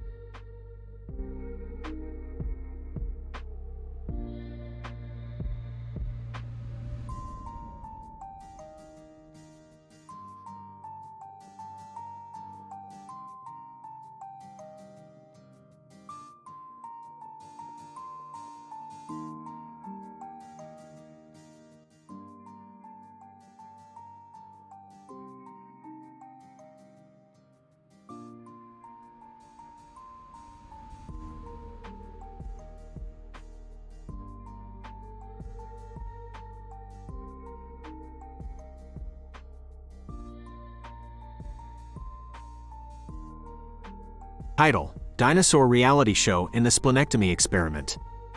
Abstract. In this episode of Rick and Morty, the duo stumbles upon a reality show where dinosaurs are the contestants. A particular dinosaur catches their eye, a carnivorous theropod with a gaping, drooling mouth. As Rick and Morty watch the drama unfold, they suddenly get drawn into the show when the dinosaur needs an emergency splenectomy. Act 1. Morty, look at that, a reality show with dinosaurs. The scientific implications. And the ratings potential. Morty, we gotta get in on this. I don't know, Rick. It looks pretty dangerous. Those dinosaurs are huge and scary looking. Act 2. As they watch the show, the theropod dinosaur enters the scene. Its mouth opens so wide that it seems impossible for its jaw to close. Oh boy, this is brilliant.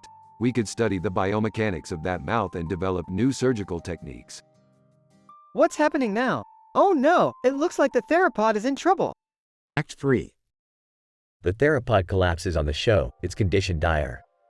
The host of the show, a flamboyant stegosaurus, rushes to it and declares that it requires a splenectomy to save its life. Quick, Morty, suit up. We have to perform this surgery to save the dinosaur's life. Me? Do you really think I'm qualified for this kind of thing? Act 4. The surgery begins as Rick coaches Morty from the sidelines. Images of the blood and organs flood the screen, while they make multiple jokes about the dinosaur's anatomy.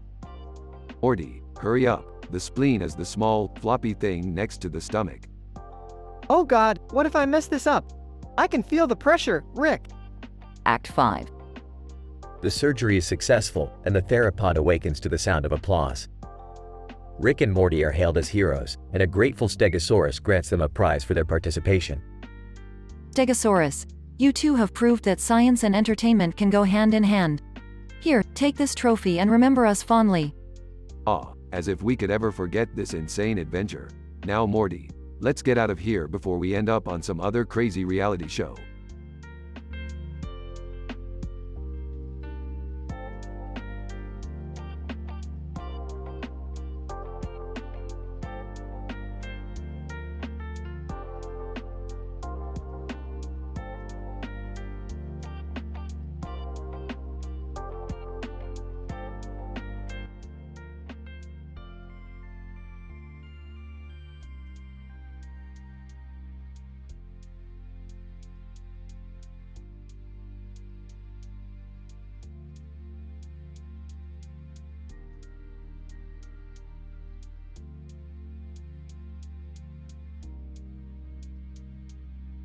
The episode, entitled Tells My Magic, an exploration of narrative and perception, opens with a close-up shot of a book cover featuring a castle looming in the background with a dark, stormy sky above it. The words, "Tells My Magic," are prominently displayed on the cover, invoking a sense of mystery and wonder. The scene then transitions to a crowded theater, where a group of individuals are seated, each holding a copy of the book. As the lights dim, the attendees begin discussing the book's themes and motifs, with one individual, identified as a possum, positing that the book is a commentary on the power of narrative storytelling to shape perceptions and beliefs. As the discussion continues, the group makes a connection to the popular "Change My Mind" meme, with one member jokingly suggesting that they should attempt to change a possum's mind. The conversation soon shifts to a lively debate on the nature of reality and the subjective nature of perception. In a dramatic turn of events, the theater stage suddenly transforms into vivid scenes from the book, showcasing the titular castles of Burgundy and the fantastical magic that permeates the narrative. The attendees are transported into a surreal world, where they witness the power of storytelling in shaping not only individual perception, but also wider societal beliefs and values. The episode also features a surprise cameo from Brooklyn Beckham, who joins the group in their quest to explore the book's themes. The eclectic mix of personalities, coupled with the rich mythical world created by the book, creates a thought-provoking and immersive experience for the viewers. Ultimately, the episode poses the question, to what degree do our perceptions shape our reality, and how can storytelling be harnessed to alter these perceptions? The conclusion is left open-ended, leaving the audience to ponder the implications of their own perceptions and the power of narrative. Possum. I believe this book serves as a commentary on the power of narrative storytelling to shape perceptions and beliefs. Brooklyn Beckham. The way a story is told can drastically alter the way a person perceives the world around them. Attendee 1. I think the "Change My Mind" meme, ties into this discussion perfectly.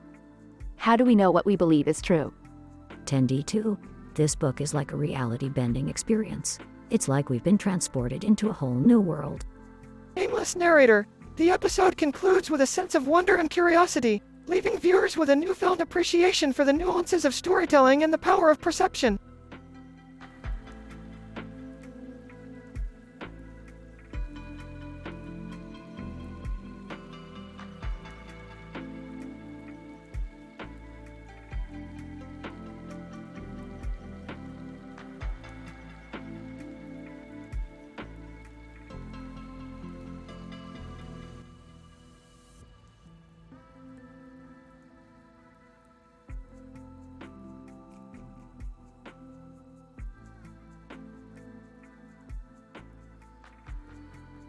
Title: Plunging into Boob World, a scientific adventure. Morty, we're going to Boob World, and we're doing it with science. Wow, Rick, that's amazing. How are we going to do it? Well, Morty, we're going to use a combination of quantum mechanics and plasma physics to create a wormhole that will transport us into Boob World. Whoa, that's intense. Can you explain it to me in layman's terms? It involves using a high-energy plasma beam to create a stable wormhole that we can safely enter and exit. Think of it like surfing the fabric of space-time. As they arrive in Boob World, they see a multitude of characters and creatures with varying degrees of physical anomalies. Morty, observe this spatio-temporal anomaly. All particles are moving in reverse time. Fascinating. Dumbfounded. Sure, Rick. Look at that over there. The duo then engage in various action-packed and comedic adventures, including a battle with an army of alien breast implants, a speed race in a dimension where time flows backwards, and a conversation with a sentient being that is the embodiment of an oversized silicone implant. Finally, Rick and Morty convince the inhabitants of Boob World to let them leave, as they return to their own dimension. Satisfied? Well, Morty, that was quite an adventure. But remember, science should always be for the betterment of humanity, not just for fun and games. Pensive. Yeah, Rick, I hear you. But it sure was one heck of a ride. As the episode comes to a close, the duo reflect on their time in Boob World and the importance of using science for good.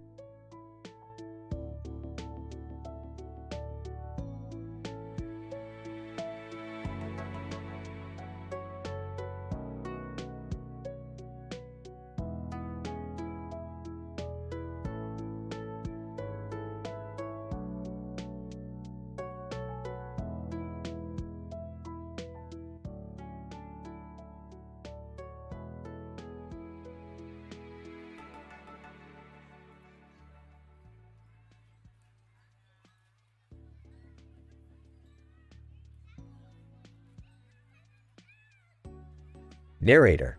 In this episode, the beloved characters from Rick and Morty find themselves in the world of the grim adventures of Billy and Mandy, where the laws of physics and reality are different from their own.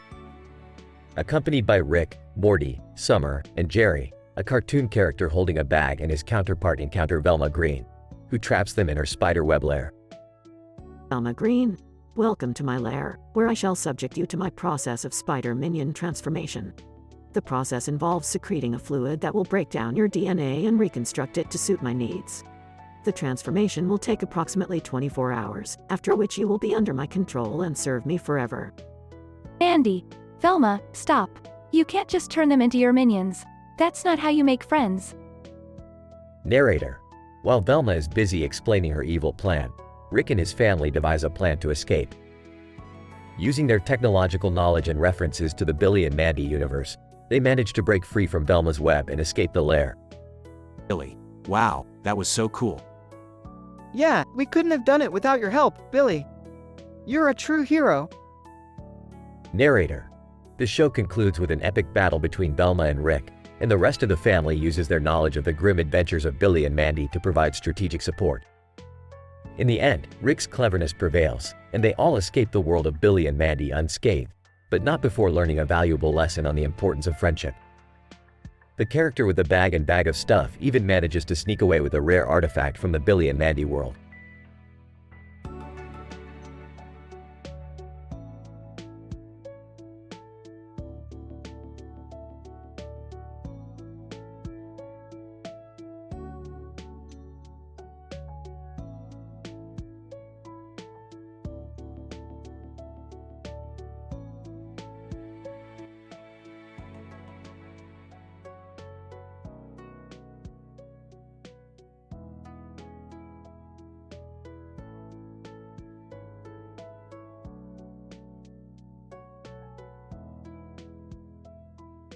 Narrator. In this episode, we witness an intriguing phenomenon involving a group of cartoon characters consisting of a boy with a green background and a green background with a cartoon boy in a black hoodie: Rick, Morty, Summer, and Jerry. These characters manifest anomalous events through their interaction with movies and popcorn. The confident tone. Well, this is interesting, isn't it? According to my calculations, this bowl of popcorn contains a unique dimension composed of microorganisms and other life forms consisting entirely of popcorn.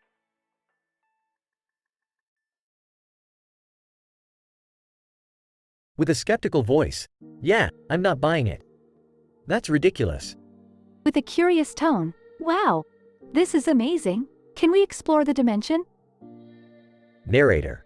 As the characters get shrunk down into the bowl of popcorn, they witness an entire universe of miniature beings, each resembling popcorn kernels. The surprised tone. Oh, wow. What do we have here? A civilization filled with beings made of popcorn? This is fascinating. With a panicked voice, "We need to be careful, Rick. We don't want to harm any of them." With a trembling voice, "Yeah, this is crazy. We need to get out of here." Narrator. The group spends the rest of the episode exploring the popcorn world, encountering obstacles and engaging in thrilling action scenes. Summer watches in awe as she holds the popcorn bowl. They eventually find a portal back to their world and return home. The satisfied tone. That was a stimulating experience. I'm going to need to study this further. With an excited tone, "I can't believe we just traveled through a world made of popcorn." With a relieved tone, "Thank goodness we made it out of there alive." With a smiling voice, "That's one of the coolest things I've ever seen."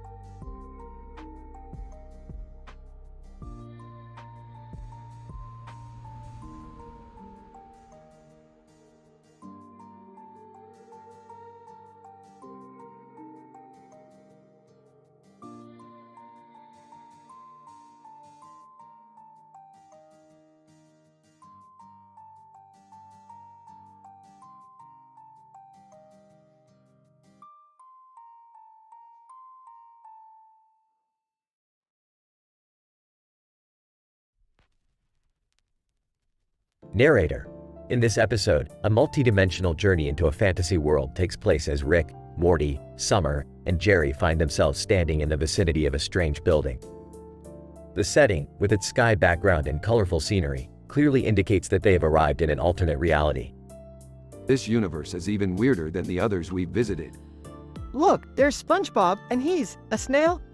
That's messed up. We need to help him. But how do we do that? Narrator. The group soon discovers that SpongeBob accidentally injected snail plasma into his body, which caused him to turn into a snail. But the snailification is reversible. Alright, we are going to need some extra dimensional science to get this done. Are you sure we can do this? I'm always sure, Morty. Narrator. With Rick's guidance and some genius scientific solutions, they are able to transform SpongeBob back to his original form. However, they decide to teach Squidward a lesson for his careless mistake. They sneak into his lab and use the same syringe to turn Squidward into a snail. The action scenes are thrilling and cleverly written, taking viewers on an epic ride of imaginative wonder. Revenge is sweet. I don't know if we should have done that. Narrator. The episode ends with the group making their way back to their own universe, leaving behind a transformed Squidward and a grateful SpongeBob. The writing and dialogue of this episode are brilliantly crafted, leaving viewers on the edge of their seats till the end.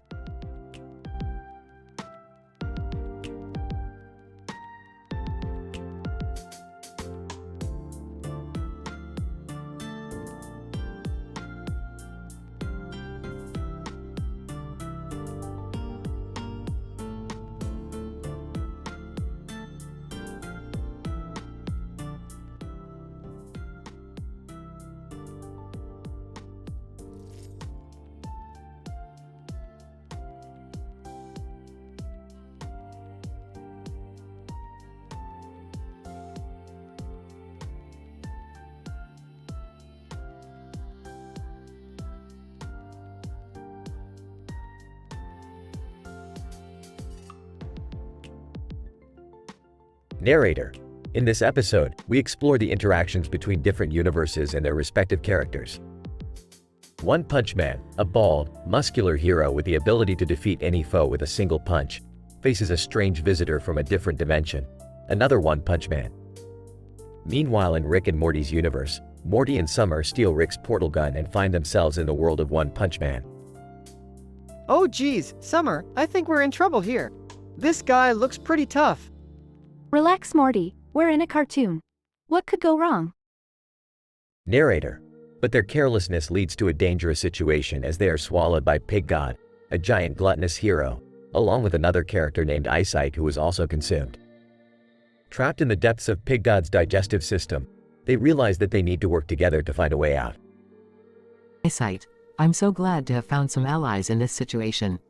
Pig God swallowed me while I was on a mission to defeat the Monster Association. My powers of optical illusions may be of use to you.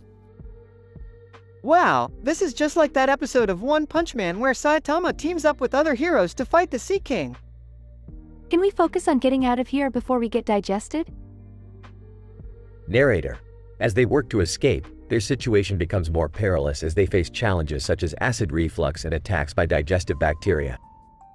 Meanwhile, back in their home universe, Rick realizes the portal gun is missing and sets out to save his grandkids. Morty, you idiot. This is why we have backup portal guns. Hang on, Grandpa's coming. Narrator. Through a series of epic and thrilling scenes, Rick and the One Punch Man team up to find and extract Morty, Summer, and Eyesight from Pig God's stomach. One Punch Man 1. Our powers combined should be enough to break through Pig God's stomach lining. One Punch Man 2. I don't know about you, but I'm ready for some action. Narrator. After a dramatic battle, they succeed in escaping and return to their respective universes. That was insane. I can't believe we just defeated a giant hero with a single punch. Yeah, and we got to meet Eyesight too. I really hope we can see her again. Well, I hope you two learned your lesson about playing with portal guns. Let's go home. Narrator. With a satisfying conclusion, this episode highlights the importance of cooperation and quick thinking in facing unexpected challenges across different dimensions.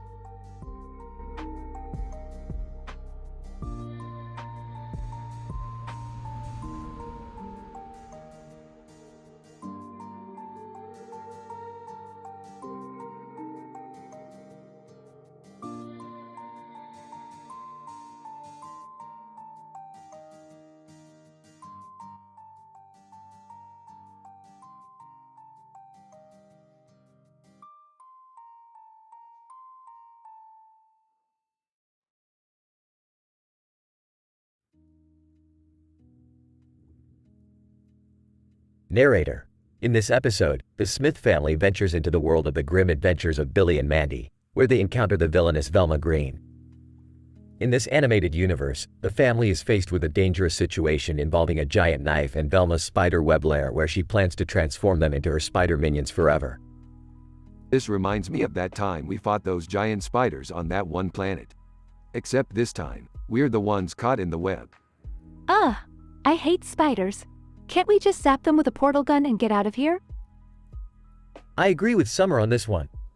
I don't want to become a spider minion for Velma. Guys, look over there. It's Billy and Mandy. Maybe they can help us. Velma Green, you fools. You think Billy and Mandy can save you? You will all become my spider minions soon enough. Velma Green then proceeds to describe the process of using her abdomen to morph her victims into spider minions in great detail, causing the Smith family to shudder in horror. Okay, this is getting out of hand. I have an idea. Jerry, give me the giant knife. Morty, Summer, follow me. The Smith family engages in epic, thrilling action scenes as they fight their way out of Velma's lair, with references to iconic moments from the grim adventures of Billy and Mandy TV show. We did it! We escaped Velma's clutches and saved ourselves from becoming spider minions. That was seriously messed up. I never want to come to this universe again. I just want to go home and relax. Maybe watch some TV. The episode ends with a satisfying conclusion as the Smith family leaves the animated universe unscathed, much to their relief.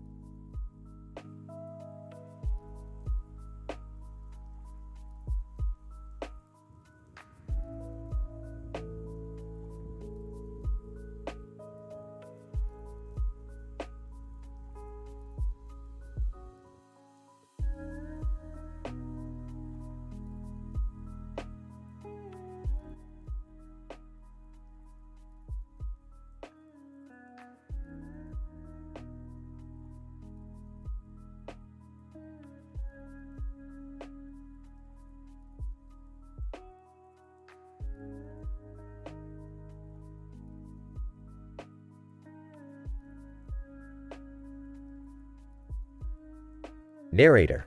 In this episode, titled The Popcorn Dimension, viewers witness a group of 4 individuals, Rick, Morty, Summer, and Jerry, engage in a movie night. The man holds a bowl of popcorn in his hand and a movie ticket in the other, indicating the plan to watch a film. However, their gathering takes a turn when Rick, Morty, and Jerry are shrunk down during their consumption of popcorn and find themselves immersed in a new world. This is incredible. As we hypothesized, the popcorn in this bowl contains a special ingredient that allows for the miniaturization of our bodies. Science fiction becomes science fact yet again. Whoa, Rick, that's pretty crazy. But, what are all these little popcorn people doing? I don't know about you guys, but I'm a little freaked out. They're like ants. Everywhere you look, there's a swarm of them.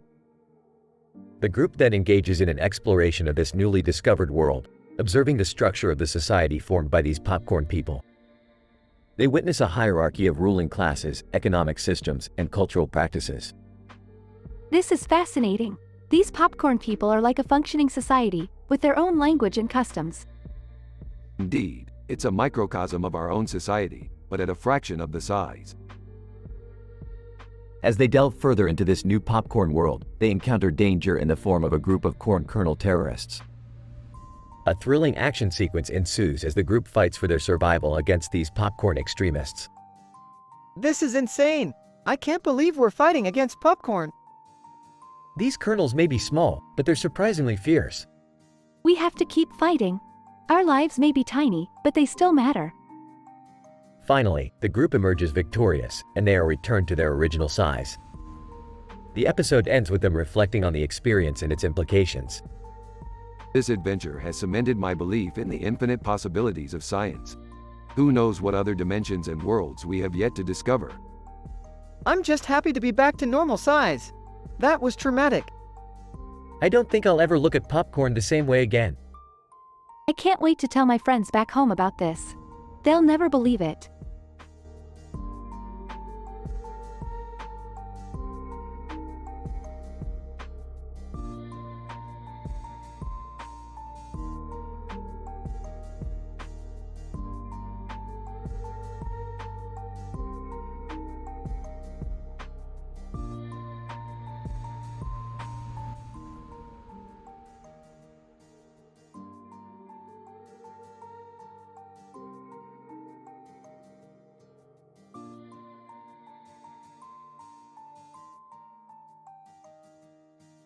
Narrator. In this episode of the hit animated television series, the characters Rick, Morty, Summer, and Jerry embark on a scientific intervention in the world of SpongeBob, where they encounter a challenging situation that requires their expertise. Armed with guns and bottles of liquid, they must transform SpongeBob back from being a snail, which was caused by the injection of snail plasma by Squidward, intended for Gary. Based on my analysis, we need to synthesize a potent combination of enzymes that can reverse the effects of the snail plasma injection. Wow, Rick, that sounds complicated.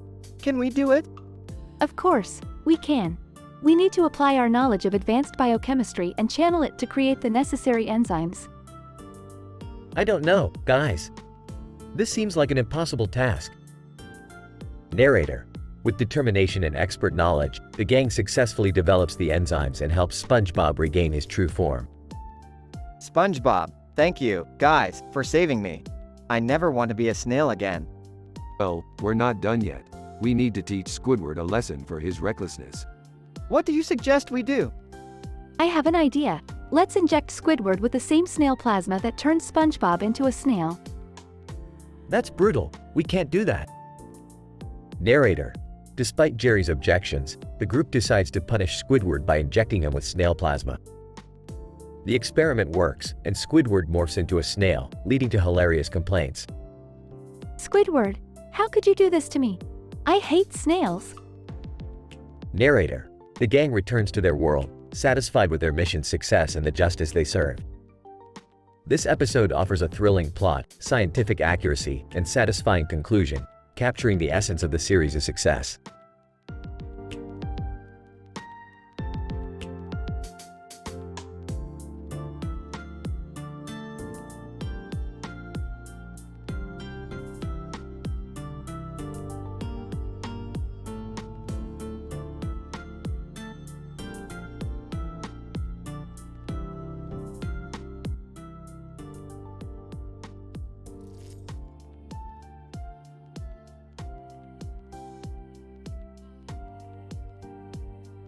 Narrator.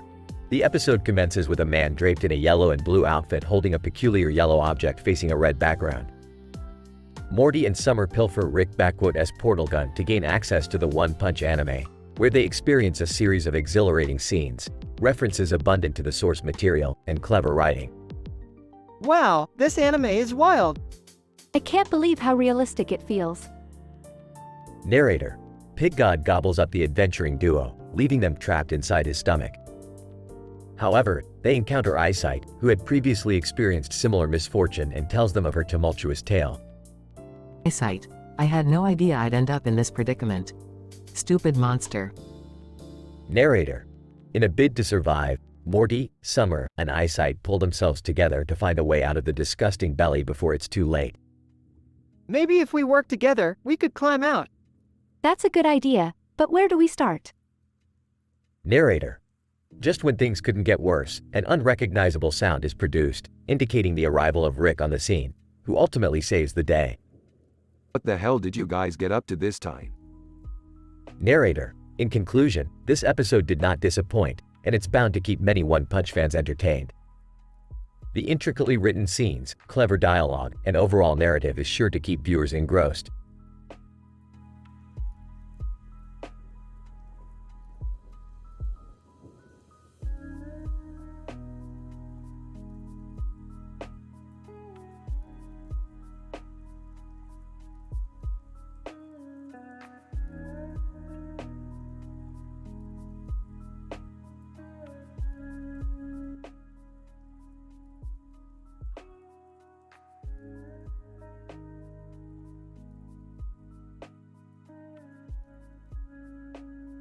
Our journey has led us to the world of the grim adventures of Billy and Mandy. How delightful. Quiet, Jerry, we've got bigger problems. Velma Green has trapped us in her spiderweb lair and plans on turning us into her spider minions forever. Oh geez, how do we get out of this one? We have to use our wits and find a way to escape before Velma's spider venom takes effect. Billy. Hey guys, welcome to my world. Mandy, don't get too comfortable, we've got a spider queen to defeat. Grim, I'll be keeping an eye on you all from the underworld. Velma, now let me explain the transformation process in great detail. Skip to the part where we escape. We don't have all day. Velma, you may try to escape, but my spider minions will be waiting. Muahaha. Insert epic action scenes and witty one-liners as the family battles Velma and her spider minions. Billy. Wow, that was insane. You guys are pretty cool for outsiders. Mandy, don't get too cocky, we still have to make sure Velma doesn't cause any more trouble. Well, it looks like our adventure in the world of Billy and Mandy has come to a satisfying end. Yeah, now let's get out of here before Grim decides to take us all to the underworld for tea.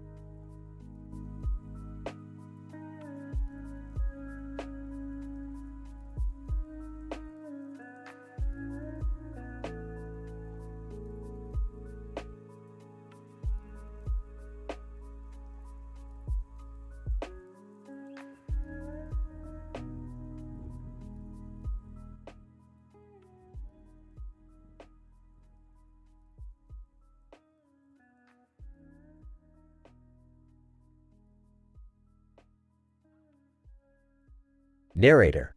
In this episode titled, SpongeBob's Snail Transformation, a Multiversal Adventure, we see the convergence of worlds as Rick, Morty, Summer, and Jerry encounter SpongeBob, a character from a different cartoon universe, in a sky background. What the hell is going on here? Are we in some kind of cartoon vortex? Narrator. Our heroes soon find out that SpongeBob has been transformed into a snail by an accidental injection of snail plasma meant for his pet Gary by Squidward, SpongeBob's grumpy, clarinet-playing neighbor.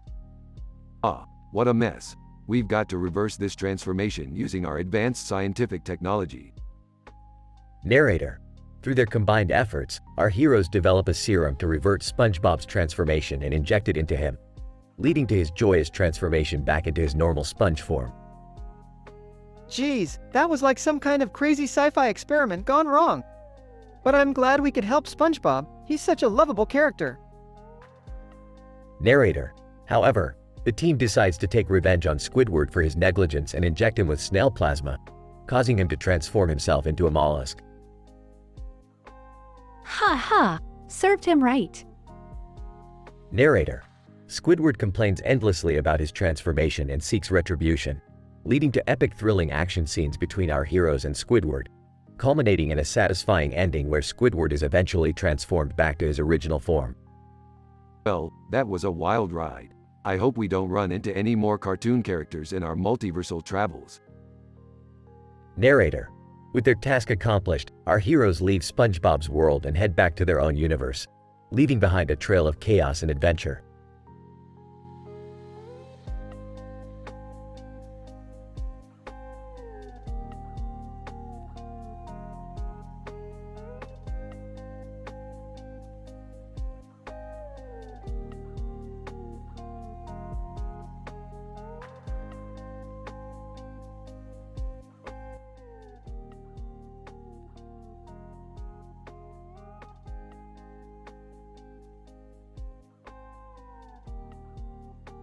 Narrator. In this thrilling episode, the cartoon family, The Simpsons, along with the startlingly brilliant characters Rick, Morty, Summer, and Jerry are thrust into a plethora of dangerous obstacles as they traverse the tumultuous world of the Purge. They are transported into the first movie where they land inside the mansion of the Sandin family, where they must face off against creepy masked purgers. Ah geez, this is just like the movie. I hate it when things get all meta. It's okay, Rick. We can handle it. We just gotta stay cool and not get killed. Right, let's stick together and come up with a plan. We're not going to be victims here. As the group navigates the dangerous mansion, they encounter several references to the original movie, such as the God, character, and the creepy purgers. They must use their wits and skills to escape the onslaught of violence and destruction. This is insane. I can't believe this is all legal. We have to put a stop to this. The family fights back with all their might, unleashing their combined strength, intelligence, and resourcefulness to fend off the purgers and escape the mansion. Narrator. With their superhuman strength and clever strategy, the group emerges victorious. They manage to survive the purge and make it out alive, but not before providing commentary on societal flaws. This episode showcases how, with steadfast courage and intelligence, anyone can overcome the worst of humanity's evils.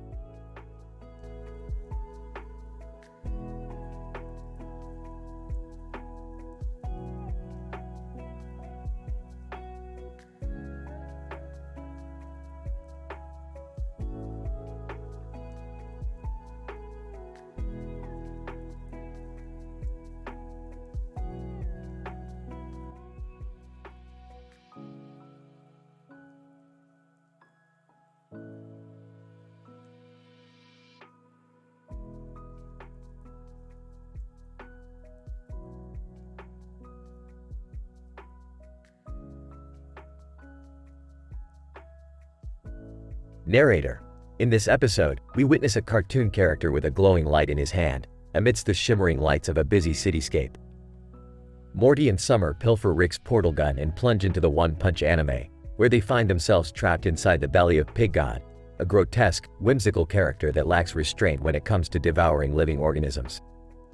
Summer, I don't like the look of this. We shouldn't have taken the portal gun. Shut up, Morty. We're inside an anime. How cool is that? Narrator. Trapped and desperate, they encounter Eyesight, a character previously eaten by Pig God. Through her, they learn the true nature of their predicament, and they plot their escape. Eyesight, I was on a mission to defeat the Monster Association when I got swallowed by that gluttonous pig. What are we supposed to do now? We'll get out of here, Morty. We always do. Narrator. The plot thickens as they encounter a slew of obstacles within Pig God's stomach, including dangerous bacteria and acid reflux. They must use their resourcefulness to overcome these challenges before time runs out. I found a way out. What is it? We have to swim through Pig God's digestive system and reach his throat. Narrator. Meanwhile, Rick, determined to rescue his grandchildren, arrives on the scene, and a frenzied battle against Pig God ensues. Okay, I have a plan. What's the plan? Narrator.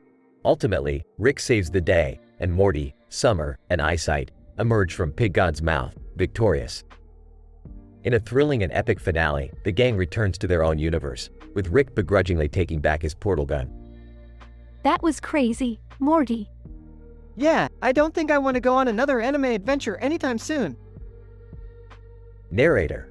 In this episode, we see that even in the face of danger, the power of teamwork and resourcefulness can help us overcome seemingly insurmountable obstacles. A lesson that transcends the phantasmagorical world of anime and resonates with us in our daily lives.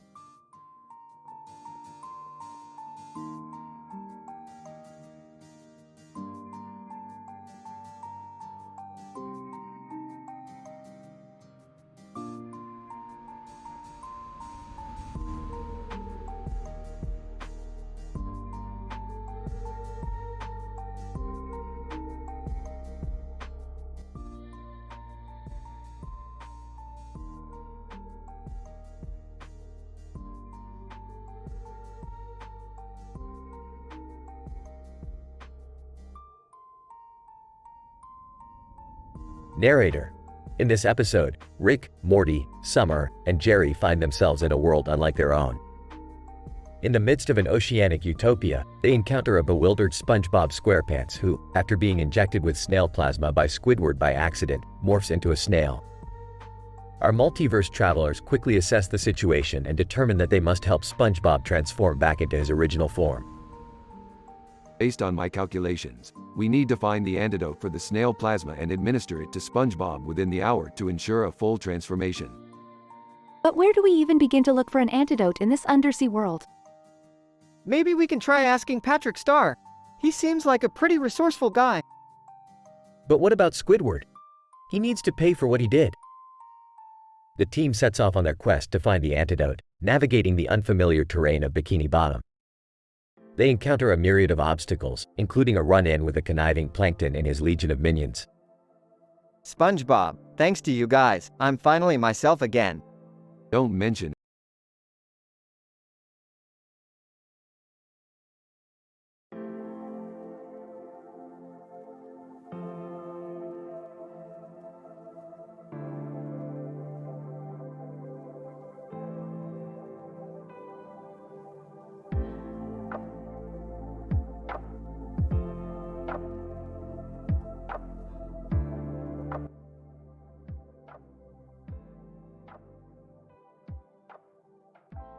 Title: Exploration of an Arabic Dimensional Portal. In this episode, the team of scientific explorers travels to Kenya to investigate a colorful arch with a clock on top of it that appears to be a portal to another dimension. The arch is set against a purple background, which represents energy absorption and transmutation that could potentially destabilize the portal. The team uses advanced electron microscopy, tentatively examines the arch's structure and finds it to be made of a highly exotic material that follows non-conventional symmetry-breaking rules. As they enter the portal, the explorers first find themselves in an Arabic simulation of a bustling market, filled with smells of exotic spices. It is surprising to see that the cultural influence extends to the portal's physics as well, leading to new patterns in plasma dynamics and potentials of creating novel material synthesis. However, the team soon discovers that their presence in the simulation has activated a curse, causing a sudden and intense turn of events that completely destabilizes the portal. With the portal fragmenting, the team scrambles through a red desert, as the sky above them rifts into a deep purple. As they finally reach safety, they are greeted by an ominous purple storm, and to their surprise, Bad Luck Brian meme appears, warning them about the consequences of disrupting interdimensional harmony. The team quickly concludes that the risks of continuing the exploration outweigh the potential scientific discoveries, and they strategically evacuate back through the arch just as it crumbles to ruins behind them. It ends with the team filing a report to the Academic Council recommending further study of the portal before any further exploration is attempted.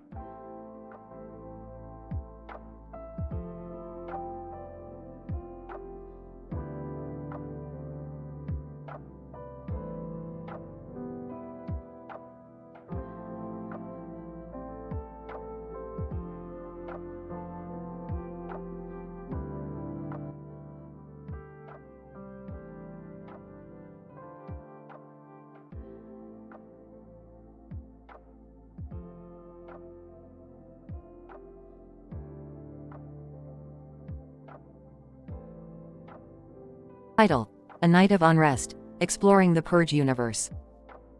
Summary: Rick, Morty, Summer, and Jerry find themselves transported to a parallel universe in which once a year, for 12 hours, all criminal activity is legal. During their exploration, they encounter a group of individuals, including the Sandin family, who are attempting to survive the purge by barricading themselves inside their mansion. This universe is fascinating. The idea that all criminal activity is legal for 12 hours is both absurd and fascinating. I don't know, Rick. This whole purging thing seems pretty messed up. Yeah, I don't think we should be messing around with this stuff. It's dangerous. I agree with Summer. Let's just leave this universe and go back home. However, they're pleased to leave the universe fall on deaf ears when the Purgers attack the mansion and they are forced to fight their way out. This is insane, but it's also exciting. I've always wanted to see what it would be like during the purge. I don't think this is something to mess around with, Rick. People are getting hurt. We need to find a way to help the Sandin family and get out of here. I never thought I'd have to fight for my life during a cartoon episode. After a series of thrilling and intense fights, they finally escape the Purge universe and return back to their own universe. Well, that was one hell of an adventure. But I think we should stick to our own universe from now on. Yeah, I don't think I can handle that kind of action again. I just hope the Sandin family made it through the purge okay. Agreed. I never want to experience anything like that again. Overall, their trip to the Purge universe was a wild and dangerous adventure that challenged them both physically and mentally. They will never forget the lessons they learned and the dangers they faced during their journey.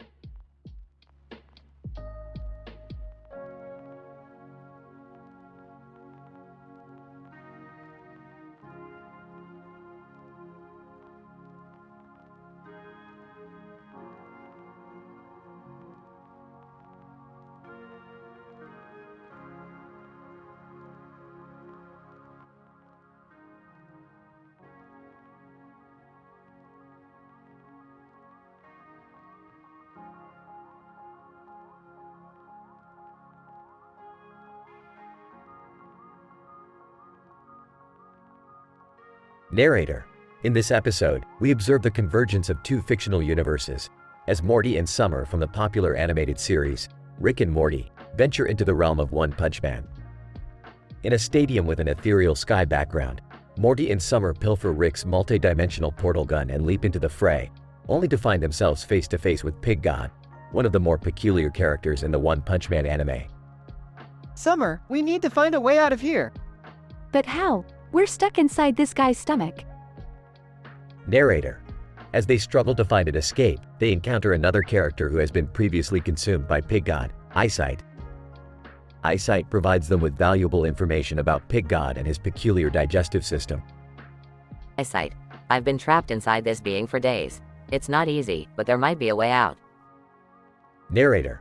Together, the trio devise a plan to escape and avoid being digested by slightly unorthodox means. They work together, utilizing their individual strengths, to break free from Pig God's digestive tract. We made it. But where are we anyway? I don't know, but it's not Earth, that's for sure. Narrator. Fortunately for them, Rick arrives, wielding a makeshift device to extract them from this alternate reality. As they flee back to their own world, they recount their epic journey and reflect on the sheer absurdity of their experiences. What the hell were you two thinking? You know better than to mess with my portal gun. Yeah, but it was worth it for the adventure. Narrator. Ultimately, this episode serves as a testament to the creative potential of animated media, as two seemingly incompatible worlds are woven into an engaging, action-packed narrative with plenty of nods to the One Punch Man anime.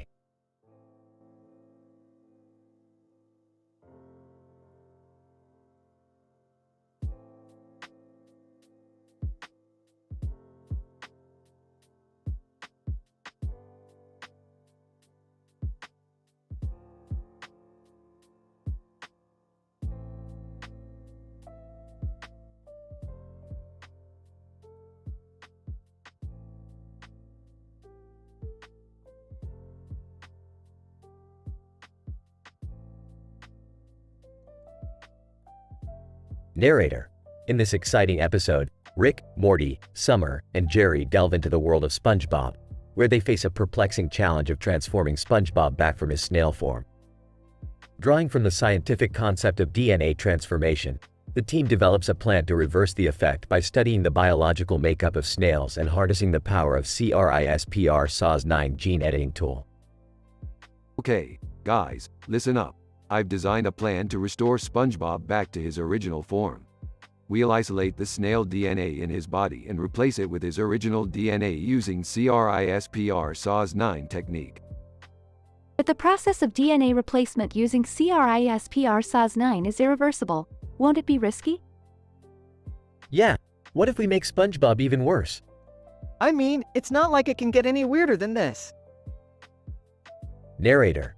Despite the risk, the group decides to proceed with the operation, leading to an action-packed surgical scene, filled with adrenaline-inducing action sequences and edge-of-the-seat moments, with Rick and the gang executing their plan with precision and success.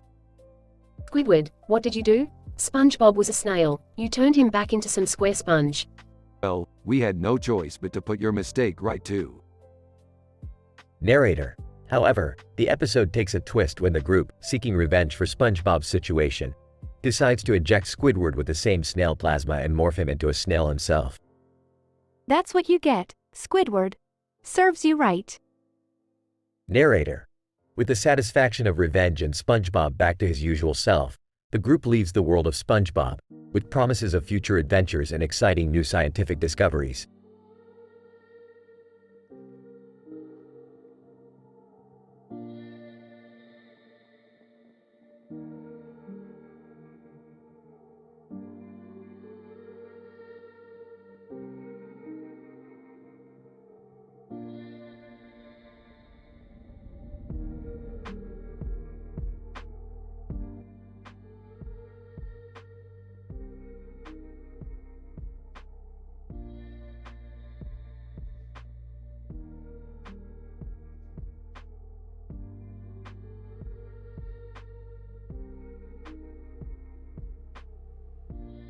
Title: The Purge Paradox, a scientific analysis of interdimensional travel and societal violence. Synopsis. In this episode, an interdimensional portal malfunction leads the characters Rick, Morty, Summer, and Jerry on a journey to Purge Day, a 12-hour annual event where all crimes, including murder, are legal in the United States. As they are dropped in the midst of the chaos, they take refuge in the Sandin family mansion, encountering several masked and heavily armed purgers determined to break in. This is quite a paradox we found ourselves in. The purge, while highly unethical, has led to a significant drop in overall crime rates in this dimension. But what about the innocent lives lost during this event? This is insane. We have to protect ourselves and these people. We can't let them suffer because of a flawed societal experiment. I don't want to die. Can't we just find a way out of this dimension? As they battle the purgers inside the mansion, the characters face their own moral dilemmas and struggles to survive. References to the Purge movie, including the Sandin family and the iconic grotesque masks worn by the purgers, demonstrate the complex nature of interdimensional travel and its potential consequences. We have to stop this madness. Violence begets violence, and it's a vicious cycle we have to break. But how? I've got an idea. Let's show them the errors of their ways. Purge Day doesn't have to be about killing. What if we use this time to heal and create a better society? As the purgers break into the mansion, the characters unveil a plan to create a Purge Day festival celebrating love, peace, and non-violence. The purgers initially resist, but the characters are able to convince them to put down their weapons and participate in creating a new tradition. We did it. We stopped the violence and created something beautiful out of something so ugly. I'm never traveling to another dimension again. Yeah, let's stick to our own universe for a while. This was too much. As the characters return to their own dimension, they reflect on the importance of responsible interdimensional travel and the impact societal experiments can have on the collective consciousness. The episode ends with a group hug and a fade to black, leaving the audience with a sense of hope and possibility for the future.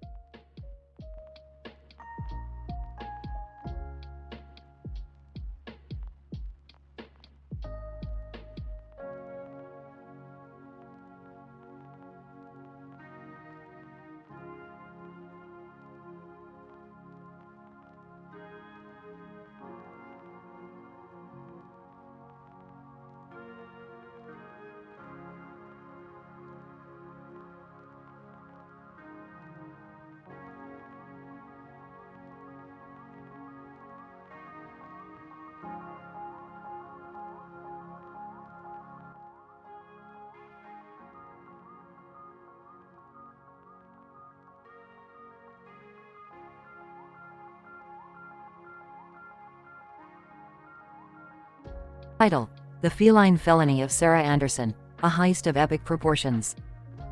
Morty, my boy, it looks like we've got ourselves a case. A case of the most elaborate heist this universe has ever seen. What kind of heist, Rick?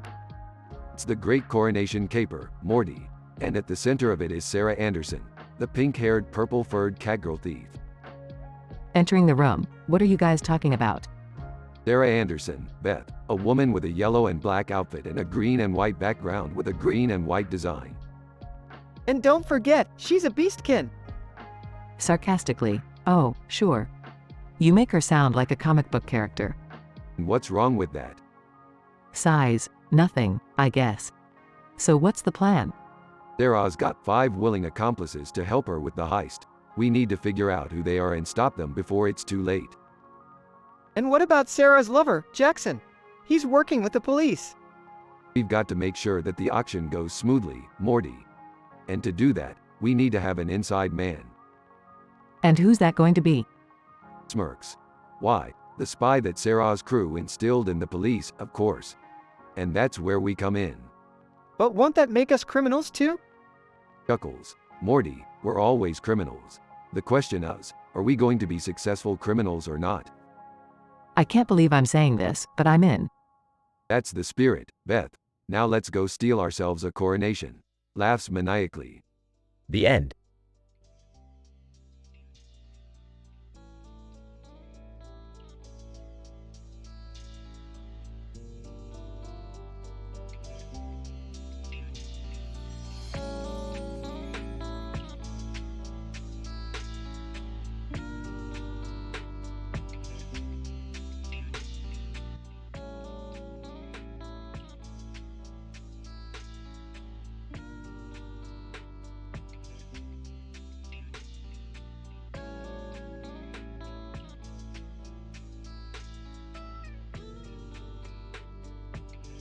Narrator. In this episode of the scientific adventures of Rick and Morty, the dynamic duo along with Summer and Jerry delve into the world of the grim adventures of Billy and Mandy. Through a series of 4 cartoon pictures depicting distinct emotions on the faces of the characters, Rick and his family are transported into a dimension where they become trapped in the web lair of Velma Green. Morty, this world is just a figment of someone's imagination. Whoa. What is it, Rick? Are we trapped? Is that weird green spider lady going to eat us? Velma Green, my new spider minions have arrived. I have been waiting so long to morph humans into my loyal spider army. What? That's not cool, lady. Narrator. As the episode progresses, Velma describes in explicit detail the process by which she intends to transform the family into spider minions for her own malevolent purposes. Velma Green, first, I will inject you with a powerful venom that will paralyze your bodies. Then, I will use my powerful abdominal muscles to squeeze you into my abdomen where you will gestate and eventually emerge as fully grown spider warriors. I don't like the sound of that, Morty. Narrator. The episode is filled with clever references to the grim adventures of Billy and Mandy, as well as epic action scenes as Rick and his family attempt to evade Velma and her spider minions. In the end, they are able to outsmart Velma and escape her lair. Phew, that was close. I don't think I've ever been that scared in my life. I don't want to think about what would have happened if we didn't make it out of there. Narrator. With a satisfying ending that leaves viewers on the edge of their seats, the scientific adventures of Rick and Morty continues to impress with its award-winning writing and scientific accuracy.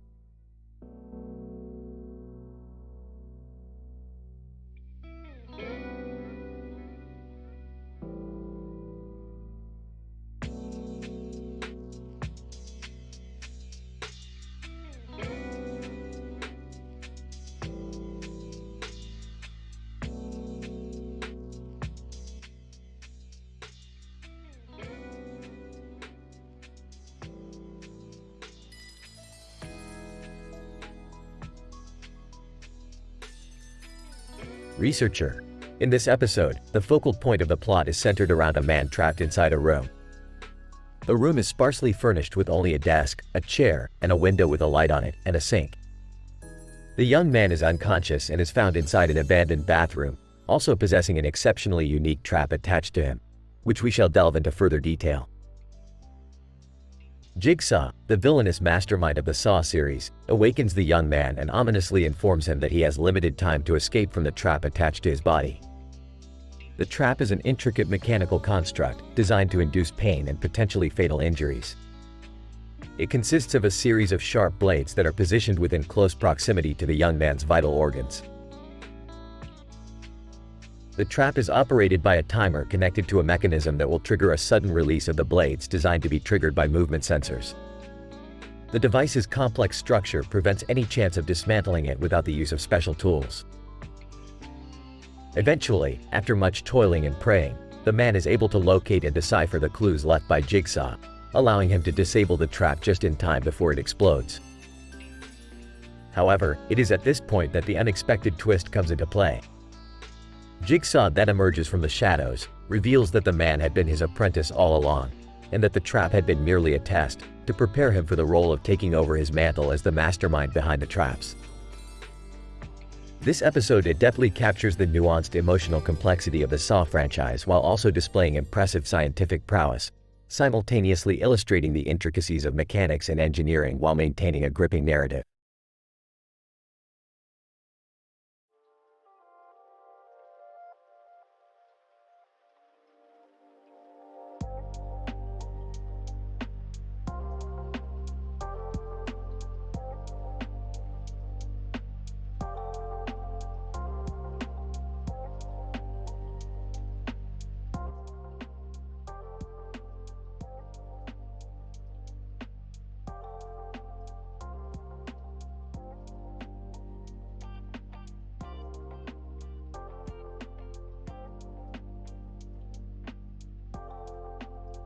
Narrator.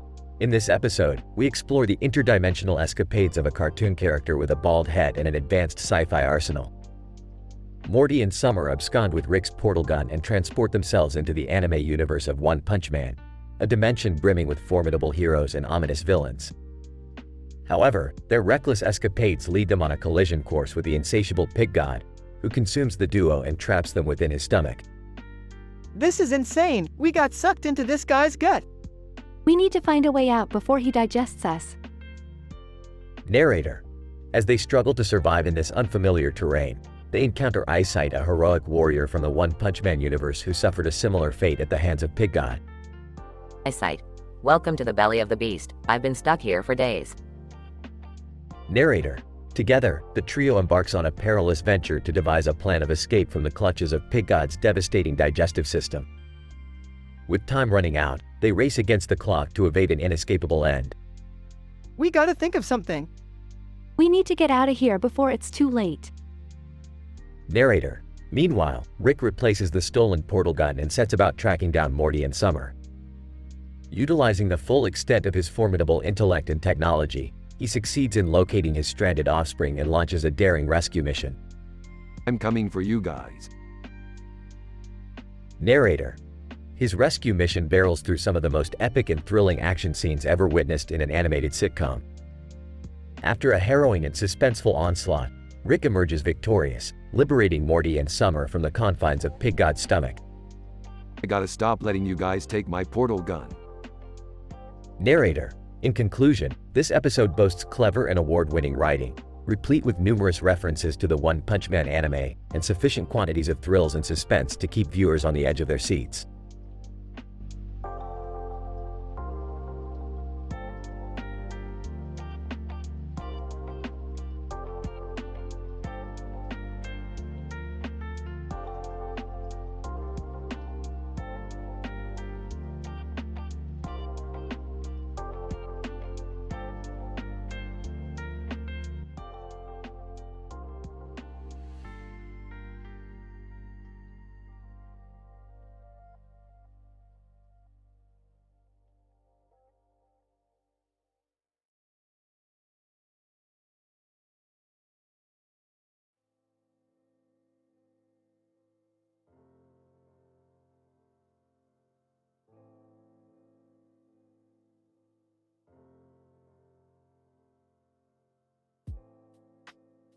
Narrator. The latest episode of the hit animated series, Rick and Morty, takes us on an interdimensional adventure with the beloved characters of the grim adventures of Billy and Mandy. Our main protagonists, Rick, Morty, Summer, and Jerry, find themselves engulfed in a perilous situation as they are trapped in a large spider web lair by Velma Green, one of the show's antagonists. Great, just what we needed, another enemy. This spider lady seems really creepy, Rick. I don't want to be turned into a spider. Yeah, hello? We need to get out of here, like, now. I should have stayed home and watched TV. Why does this always happen to us? Narrator, Velma, the Spider-Woman, details the process of turning the group into her spider minions. Her explanation is a lesson in transformative biology, outlining the complex mechanics of morphing human DNA into that of a spider.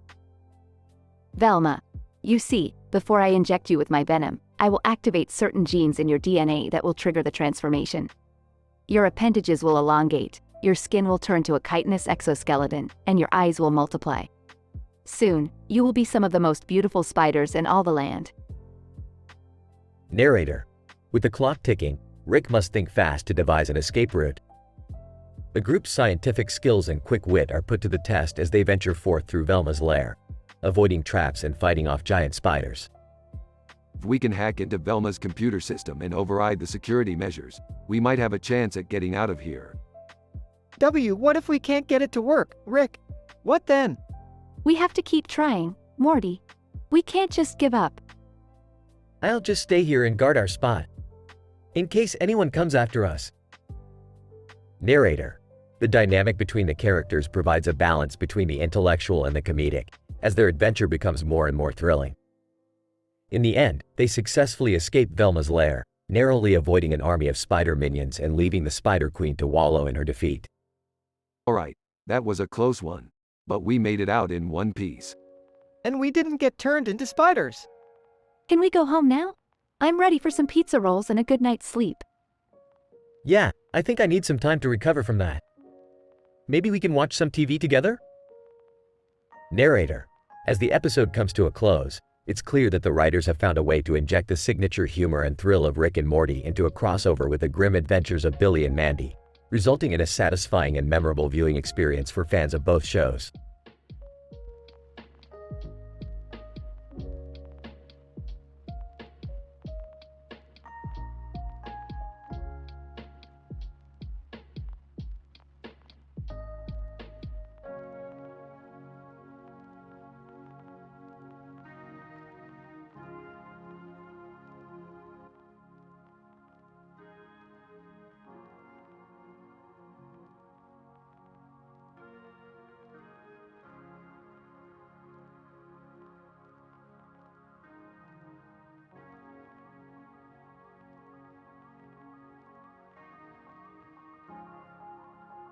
Narrator, in this episode of Rick and Morty, entitled The Snail Transformation, the titular characters, along with Summer and Jerry, are transported to the underwater world of SpongeBob SquarePants by one of Rick's latest inventions. The group dons gas masks to navigate the waterlogged atmosphere. The physics of underwater movements are quite fascinating. Each movement requires significantly more energy expenditure due to the increased resistance of water. Yeah, that's cool and all, but what are we doing here? Yeah, I don't want to die down here. I don't know about you guys, but I love SpongeBob. We should explore a bit. Narrator, as the group swims towards Bikini Bottom, they stumble upon SpongeBob's house, where they discover a frantic Squidward trying to rectify a mistake. Squidward, you don't understand. I was trying to give the serum to Gary, not SpongeBob. Now he's transformed into a snail. The chemical composition of snail plasma is quite complex. Injecting it into a sponge is causing a mutation. Fascinating. We have to help him. Yeah, we can't leave him like this. Narrator, the group springs into action, utilizing their scientific knowledge and combining it with their favorite SpongeBob episodes to formulate a plan to transform SpongeBob back. I never thought I'd be using SpongeBob as a reference for scientific experiments. My mind is blown. Narrator, after successfully transforming SpongeBob back, the group decides to take revenge on Squidward, injecting him with the same serum. Squidward, oh, this is just great. Ruin my life, why don't you? Narrator, the group revels in their success, with Summer quoting her favorite SpongeBob line. I learned that I didn't need a new hairstyle to be cool. I just needed to believe in myself. Narrator. The episode concludes with the group teleporting back to their dimension, pondering the importance of true friendship and the power of science. Well, that was a scientific adventure for the books. Until next time, Morty. Yeah, I don't think I'll ever look at SpongeBob the same way again.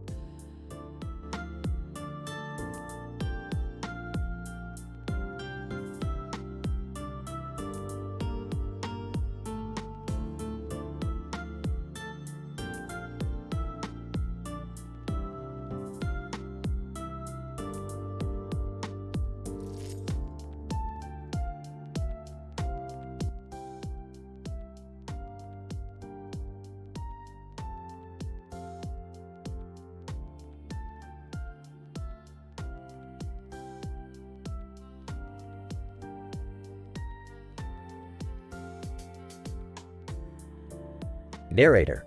In this episode, we witness a peculiar comic strip with a man named John Kramer, known widely as Jigsaw, sitting across from an unidentified man in a suit and tie. The man in the suit and tie is holding a knife firmly in his hand, while Jigsaw sits in front of him with a stern look in his eye. Jigsaw, speaking with an eerie calmness, hello there. I want to play a game. Narrator. Suddenly, we are transported to a Saw movie horror scene where we see a young man passed out inside an abandoned bathroom. He is connected to an elaborate and unique trap using steam, which is attached to his body in intricate detail. Young man. Waking up in a panic. What's happening? What is this? Narrator. Moments later, the young man receives a message from Jigsaw, which says that he must find a way to escape the trap before it's too late. The young man frantically tries to figure out a way to escape before the steam trap engulfs him with extreme heat. Young man. Screaming in terror. I don't want to die. I'll do anything to get out of this trap. Narrator. With time running out, the young man comes up with a daring plan to escape the trap, but just as he reaches to implement it, he is suddenly met with an unexpected twist. Jigsaw, appearing before him with a sinister smirk on his face, congratulations, young man. You've managed to escape my trap, but be careful what you wish for. Narrator. The man in the suit and tie reveals that he wasn't just a bystander but a willing participant in Jigsaw's twisted games. Shocked and appalled, the young man realizes that Jigsaw is far more sinister and cunning than he ever could have imagined. Young man. Gasping for breath. Why? Why would you do this to me? Jigsaw, smiling, because I want to teach the world a lesson. You see, it's not just about surviving, it's about learning to appreciate life. Narrator. And with that, the young man is left to ponder the true meaning of life in the twisted games of Jigsaw, as the screen fades to black.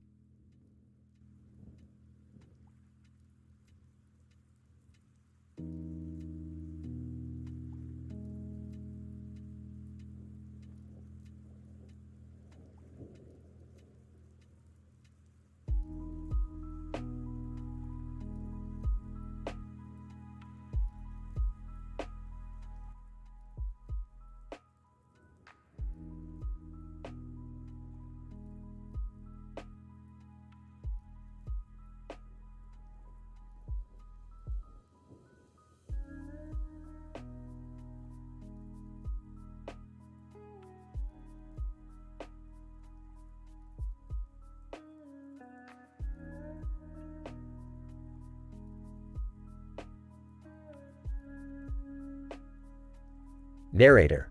In this episode, titled Spider's Web Redemption, a group of popular cartoon characters, namely Rick, Morty, Summer, and Jerry, delve into the world of the grim adventures of Billy and Mandy. While enjoying a conversation with another character against the backdrop of a mountain and a neon green sky, they encounter Velma Green, the infamous Spider Queen, who captures them easily in her enormous lair. Looks like we're doomed, guys. This spider lady has already trapped us in her web. We need to come up with a plan and fast. Isn't this that show Billy and Mandy? We should know how to get out of here, right? Velma mentioned something about turning us into spider minions. That sounds disgusting. Can she really do that? I don't want to be a spider. I'm allergic. We need to use our intelligence to get out of this. Velma, yes, dear Jerry. I can transform you all into my spider minions and use you for my nefarious purposes. The process involves injecting you with my venom, which will turn your body into a cocoon and break down your cells. Then, I will keep you in my abdomen, where you will be transformed into my loyal spider minions. Narrator, our heroes are in grave danger. Can they use their wits and escape Velma's clutches before it's too late? The story unfolds in multiple action-packed scenes with many callbacks and Easter eggs from the Billy and Mandy TV show. We can use some of the tools from our inventories to break out of here. Morty, pass me the portal gun. Got it, Rick. Portal gun coming right up. And look, Jerry found a way to trigger the self-destruct mechanism of Velma's lair. I found it by following the same logic as in the episode Web of the Spider Queen. Here it is. 3, 2, 1, boom. Narrator. With Velma's lair collapsing around them, the heroes make a daring escape. Velma is crushed, but not before revealing that the heroes were never her intended prey, and that she had been set up by another character from the Billy and Mandy universe. Well, that was a close one, guys. I think we owe Billy and Mandy a big favor for saving our skins. But what about Velma? She didn't deserve to die like that. Maybe not, but we wouldn't have survived otherwise. That's the tough reality of this world. Let's just be grateful we made it out alive, and let's never underestimate the power of callbacks, Easter eggs, and intricate writing. Narrator. And so, our heroes leave the world of the grim adventures of Billy and Mandy, having experienced a thrilling adventure that simultaneously pays homage to the source material while providing it with new twists and challenges. Truly, this was an episode that was both entertaining and scientifically satisfying.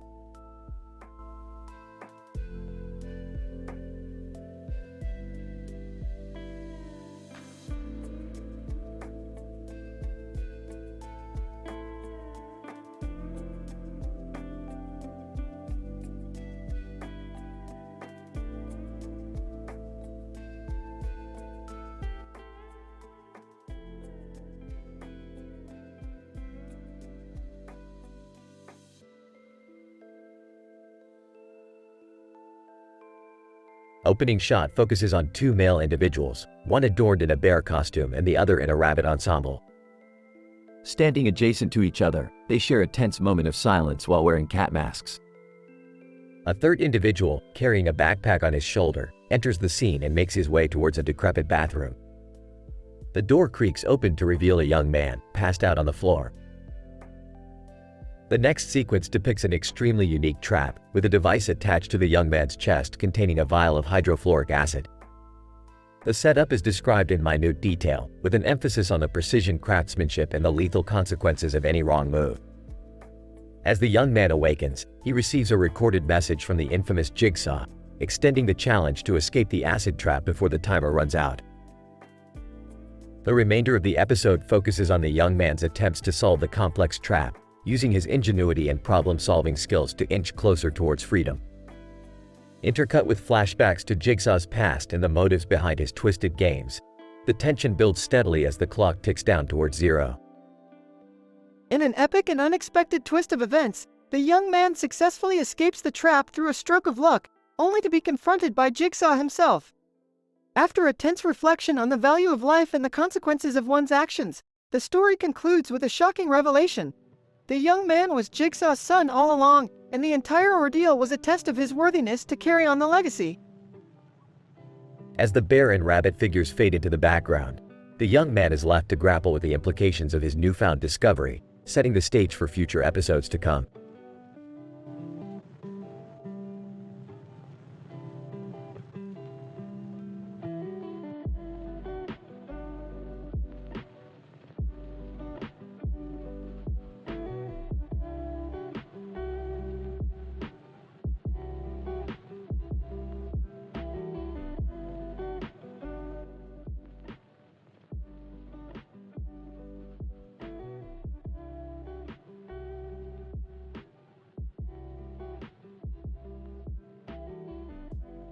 Narrator.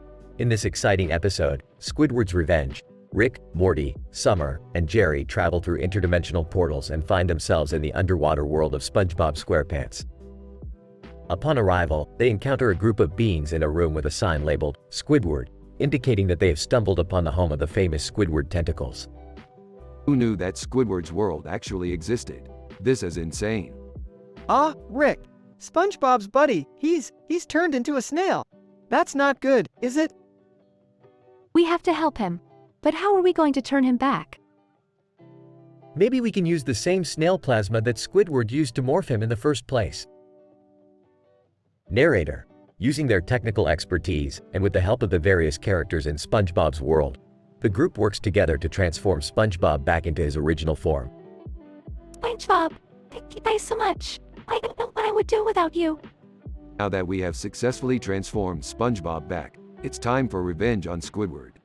Let's inject him with the same snail plasma he used on SpongeBob. Squidward, complaining. Why me? What did I ever do to you people? Narrator. With epic action scenes and award-winning dialogue, the group injects Squidward with a snail plasma, leaving him to morph into a snail himself. That'll teach him to mess with us. Let's get out of here. Narrator. And with a satisfying ending, Rick, Morty, Summer, and Jerry use their interdimensional portals to leave SpongeBob's world and continue on their adventures.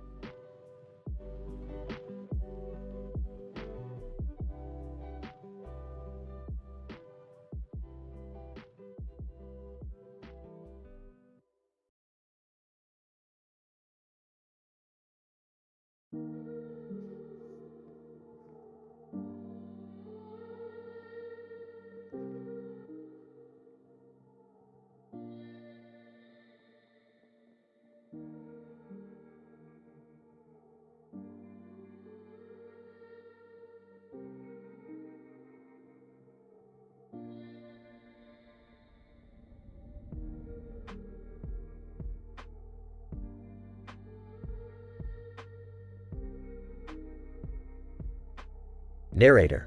In this episode, titled The Spider's Lair, we see a group of animated characters from the popular TV show, Rick and Morty, transported to the world of The Grim Adventures of Billy and Mandy. The group consists of Rick, Morty, Summer, and Jerry, equipped with helmets and backpacks, exploring this strange and unfamiliar land. This universe is certainly bizarre than any we've ever been before. Keep your eyes open, everyone. Rick, what's that green monster over there? And why is it coming closer to us? Narrator. The green monster in question turned out to be a fan-favorite character from the Billy and Mandy series, Irwin's pet, Jeff the Spider. As our group approaches the monster, they soon realize they've been led into a trap by the cunning Spider Queen, Velma Green. Guys, I don't think Jeff is coming to give us a hug. Velma. Welcome to my lair, Rick and friends. You've stumbled into my trap quite nicely. Narrator. Velma wastes no time in elaborating on what she has planned for our heroes, describing in graphic detail how she plans to inject them with her spider venom and transform them into spider minions, serving her for all eternity. Alright, good talk, Theon Greyjoy. We're gonna go ahead and pass on that. Yeah, we're not really into the whole minion thing, sorry. Narrator. As the group attempts to escape Velma's grip, they find themselves trapped in her massive spider web, suspended high above the dark and eerie caverns below. In a series of epic, thrilling action scenes, they engage in a fierce battle against Velma's spider minions and make a daring escape attempt. We have to get out of here before Velma catches us. But how? We're stuck. Narrator. Without giving away the ending, we can say that The Spider's Lair concludes with a satisfying and clever resolution that pays homage to the classic Billy and Mandy series while providing plenty of laughs and thrills for Rick and Morty fans. That was a close one. Maybe we should stick to our own universe from now on. Yeah, this place was way too creepy for me. But it was kinda cool to see Billy and Mandy in person, though, right? I'm just glad we made it out in one piece.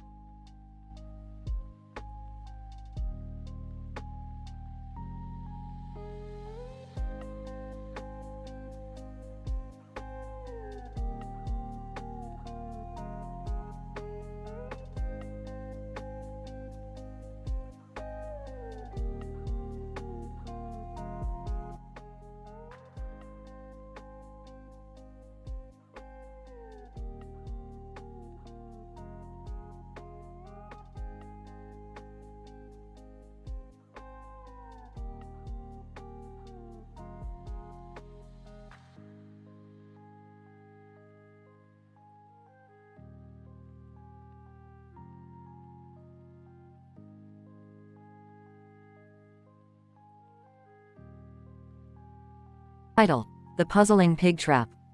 Opening shot. A man, identified as Subject R, is seen working on a piece of metal in a dark room with a light on his head and a pair of red glasses. Narrator: Subject R, a professional metal worker, has been chosen as the latest victim in Jigsaw's game of life and death. Subject R wakes up to find himself trapped in an abandoned bathroom with a unique contraption attached to him. Shot of Subject R waking up and looking at his surroundings. Subject R. What's going on? Where am I? What is this thing attached to me? Narrator: Subject R soon discovers that he is not alone. There is a young man who appears to be passed out in the corner of the bathroom. Upon closer examination, Subject R realizes that the young man has a pig mask attached to his face. The mask is connected to a contraption that appears to be powered by the young man's breathing. Shot of the young man with a pig mask and the contraption attached to him. Subject R. What kind of sick game is this? Who would do this to us? Narrator: Subject R hears a message from Jigsaw, the notorious mastermind behind these twisted games. Jigsaw. Hello, Subject R. I want to play a game. You have a limited amount of time to figure out how to escape your trap before the contraption attached to the young man in the corner takes his life. The key to your freedom is hidden somewhere in this room. Make your choice. Narrator: Subject R begins to search the bathroom for clues, but time is running out. He notices that there are several pig carcasses scattered around the room and realizes that they may hold the key to his escape. Subject R. I have to use the pigs somehow. But how? Narrator: With time running out, Subject R takes a chance and uses one of the pig carcasses to trigger a mechanism that releases the key to his escape. As he tries to free himself, he notices that the young man in the corner is starting to convulse. Subject R. Hang on, I'm almost free. Narrator: Subject R finally manages to free himself, but it's too late for the young man with the pig mask. He dies as Subject R looks on in horror.